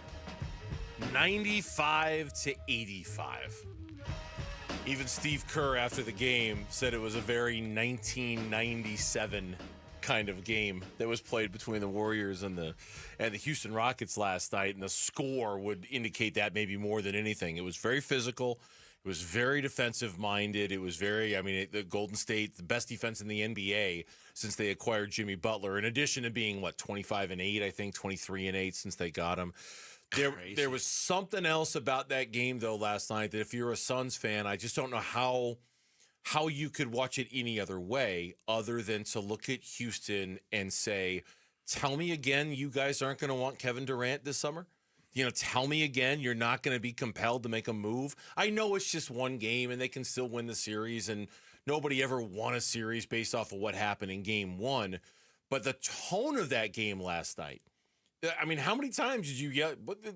They could use a Kevin Durant out there to help them get a shot. They scored 85 points in the game last Golden night. State's defense was so good. It was so good, and the Rockets were having trouble scoring. Jalen Green did not do a good job. Van Vliet did not do a good job. And you're looking at it saying, the one guy that could score against this team is Kevin Durant. Kevin Durant, you can put the 5 best NBA defensive players on the court. He'll score. He can always score. So, if you're the Rockets, we've talked about this. You're going to look at it, and you're going to evaluate. You're going to see if you get knocked out in the first round, and you feel like, hey, I've got a roster. If I'm just one Kevin Durant away, you may be willing to make that trade. Yeah, late last week, I can't remember what day, there was a report from Mark Stein and Jake Fisher that had kind of suggested, no, Kevin Durant's not on the Rockets' timeline, and they want to keep their young core together, and they don't see the logic in breaking up the young core to bring in a guy like Kevin Durant who doesn't fit their timeline. And basically, kind of if you read between the lines, it was sort of like the Rockets don't want to do what the Suns did. The Rockets don't want to break up what they've got because it could be kind of special in the name of pursuing Kevin Durant, which is exactly what the Suns did 2 years ago. And even then, when we did that story last week, I understand the logic of saying that. And then you watch that game like last night and you think, but are you really going to feel that way if you lose in the first round of the Warriors and you struggle to score? Right. Something tells me your mindset's going to change a little bit. Yeah, because we look at Oklahoma City, won by 51 against a good Memphis team. And I don't know who's going to beat them. But there are teams that have to try. Yeah. If you're the Nuggets, you've got to try. If you're the Lakers with Luke and LeBron, you got to try. If you're the Rockets with Thompson and Şengün and Van Vliet and Brooks, you got to try. I get it. If you're Golden State, you got Curry, Draymond, and you got to try. You can't just defer to the Oklahoma City. Oklahoma City may not win the next 3 championships in a row, but they're the team to beat. But there are teams out there that have to at least try to beat them. Now, if the Rockets come back and win this series in 6 games or 7 games or whatever, then yeah, maybe the further they get along, you could see the possibility decreasing a little bit. No one's going to make any declarations after one game, even though it kind of feels like that's what we're doing. Let's see how this thing plays out a little bit. But the 85 points was a shocker, to the point where today on AZ Central, and this was done by Dwayne Rankin, who's the beat writer who covers the Suns for AZ Central, does a really good job. Dwayne put together a list of 10 players the Suns could get back in a Kevin Durant trade. All right. And he did it basically 10 different teams. So he's kind of taking a team that he thinks maybe could get involved in a Kevin Durant sweepstakes and what they might be willing to part with in order to get Kevin Durant as like the centerpiece of that deal. He's got Jabari Smith Jr. from the Rockets. Love it because he could defend 1 through 4. He could shoot the 3. Gives you good length. I really like Jabari Smith. Good player. Julius Randle from the Minnesota Timberwolves. The only thing I don't like about him is he'll be like 31 years old by the time like the season starts next year. So now you're going older player, which means to me is more of a win now mode. By the time the Suns are ready to win in 2 or 3 years, I don't know that Julius Randle is going to be able to help you very much. No, he's probably not. But if it's about setting a tone, I don't like the older player thing either. He's a good player. He's a good player. I'm not a. There's so much more on that roster I like more than Julius Randle. I mean, really, there's so much more there that I like better than him. Desmond Bane from Memphis, love him, and the Suns loved him in the draft a few years ago. But he's a shooting guard. He's tough. I like him. Makes big shots. He's got good size, Desmond Bane. But again, that's another shooting guard. Michael Porter Jr. from the Denver Nuggets. You know, he's been healthy the last 2 years. Before that, he was injury prone. He's a streaky shooter, but he gives you size. I'm not very good defensively. I'm not the biggest fan of his. I mean, he's the 4th best player on their basketball team. Yeah.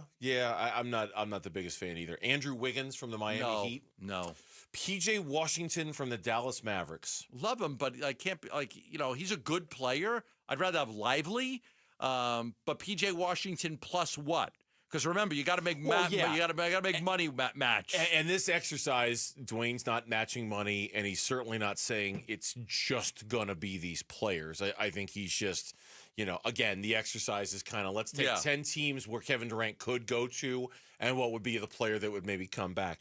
This one, I got to admit, I kind of like, and that's OG Anunoby from the New York Knicks. Yeah, I kind of like that one. Like he was the one guy that seemed untouchable with Toronto for a while, but Scotty Barnes ended up being that guy, and he moved off of all their players, Siakam and Van Vliet and OG Anunoby from that Toronto team. Won the championship. OG Anunoby's a terrific defensive player. He can score. He plays so hard. I like him. I like him a lot. To me, the Knicks with Brunson, KD, and Cat don't give you any defense. But if they keep one of Mikal or OG, they'd still have one defender that can guard the other team's best player. Yeah, and if you're disappointed that Mikal was not the Knick that was named and it was Anunoby instead, I mean, a very smart person told me the other day, you think the Knicks are going to give up 5 first-round picks for Mikal Bridges only to see him walk?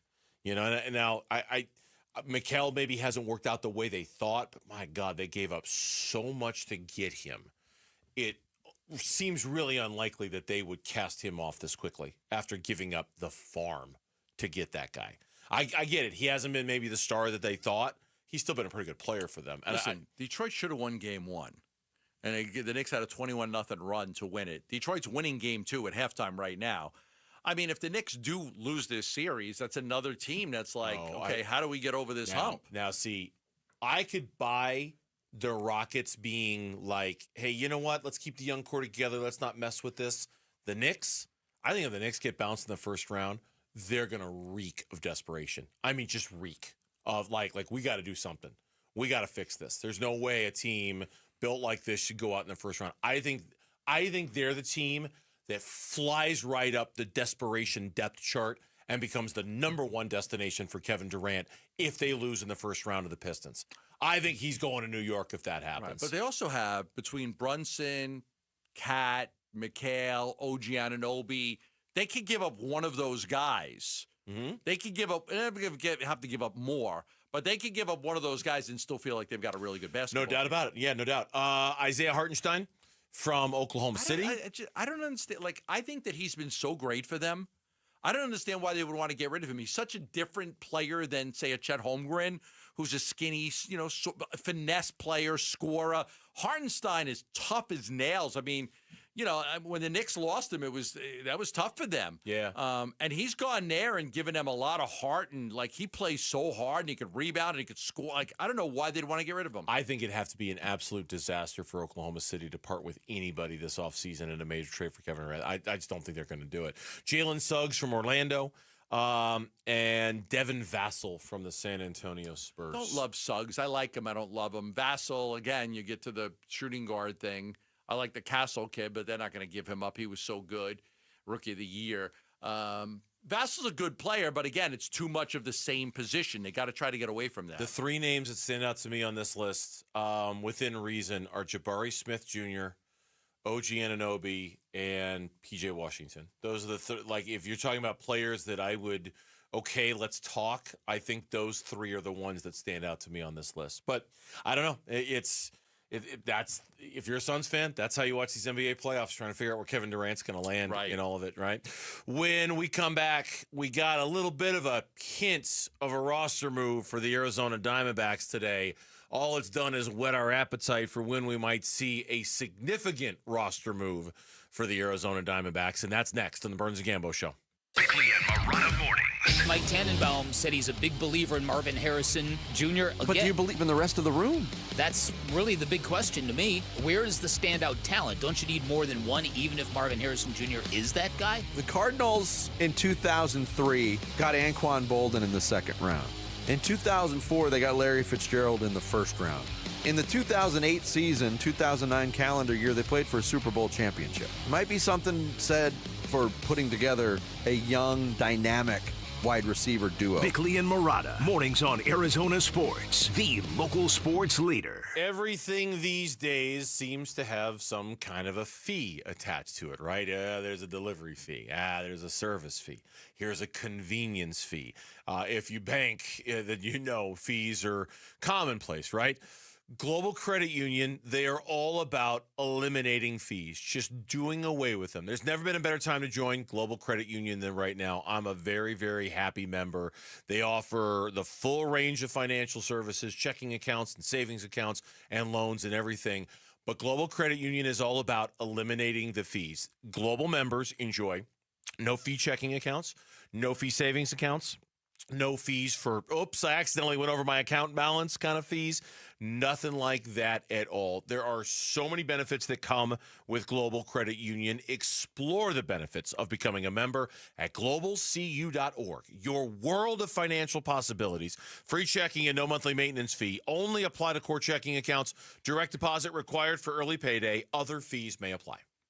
You know what's better than a limited time deal? An unlimited time deal. That's why the Wendy's $5 Biggie Bag with a Junior Bacon Cheeseburger, 4-piece nugs, Junior Hot and Crispy Fries, and small soft drink is available all the time. Because the best time for fresh, never frozen beef and Applewood smoked bacon is all the time. Duh. I feel like I'm repeating myself a lot. For the best deal of all time, gotta be Wendy's. Unlimited time does not mean forever. U.S. price and participation may vary. Prices may be higher in Alaska, Hawaii, and California and via third-party delivery. Fresh beef available in the contiguous U.S., Alaska, and Canada.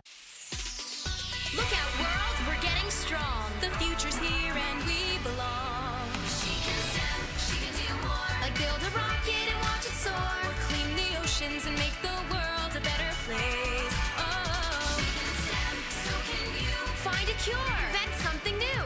There's no challenge in the world that she can't face. She can STEM. Learn more at She Can STEM. A message brought to you by the Ad Council.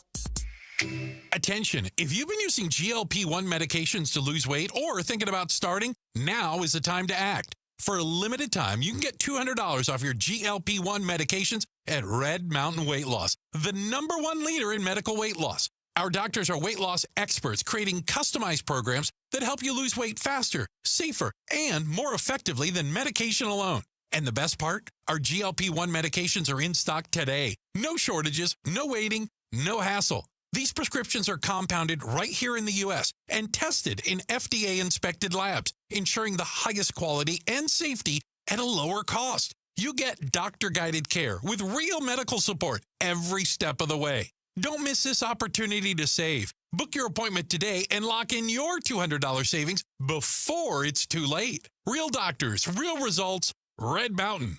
Visit redmountainweightloss.com before this offer's gone. That's redmountainweightloss.com. Need inspiration? Shop Fry's. For mouth-watering meals and appetizing ingredients. Our low prices add up to big savings. Plus, over $600 in digital coupons each week. And up to $1 off per gallon at the pump. At Fry's, you always get big flavors and big savings. Fry's. Fresh for everyone. Fuel restrictions apply. USDA Choice Bone-In Ribeye Roast is on sale for only $5.97 a pound with your digital coupon. Limit 2. Fry's. Fresh for everyone.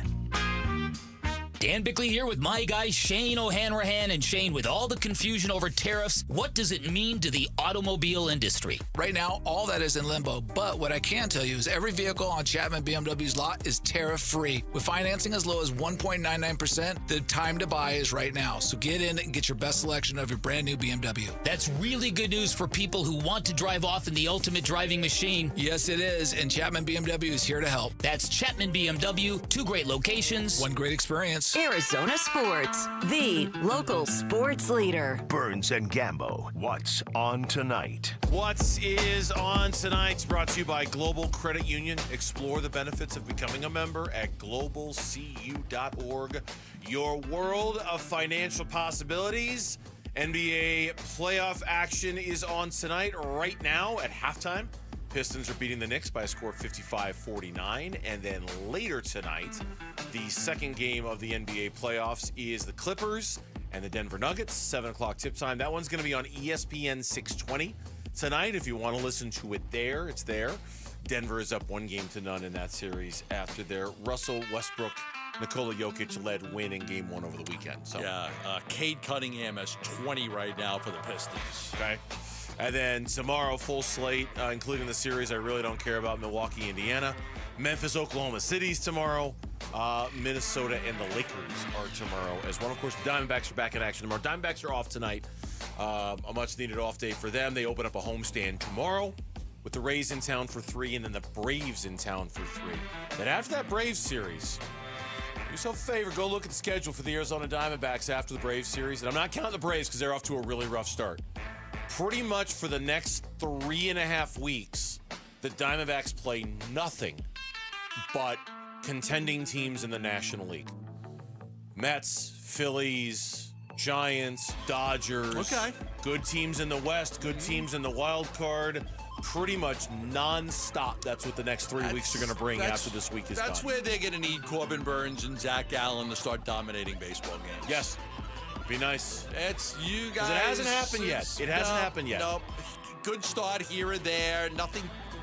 Gallon had a rough 2 innings against the Cubs, but then was really good in the 3rd, 4th, 5th. Got into the 6th. Got through the 6th. Burns has been good, but not great. You expect great out of these guys. You expect great out of both of those guys. And there hasn't been nearly enough of it. Now, as we said earlier, Gallon's had 5 starts. Corbin Burns has had 4. We're not going to worry about it until both pitchers get to at least 8 starts, and then hey, what's going on with these two? How come they're not as dominant as we expected? So we're not quite there yet, but we're getting there. We're a few weeks away from being there. Here's the schedule.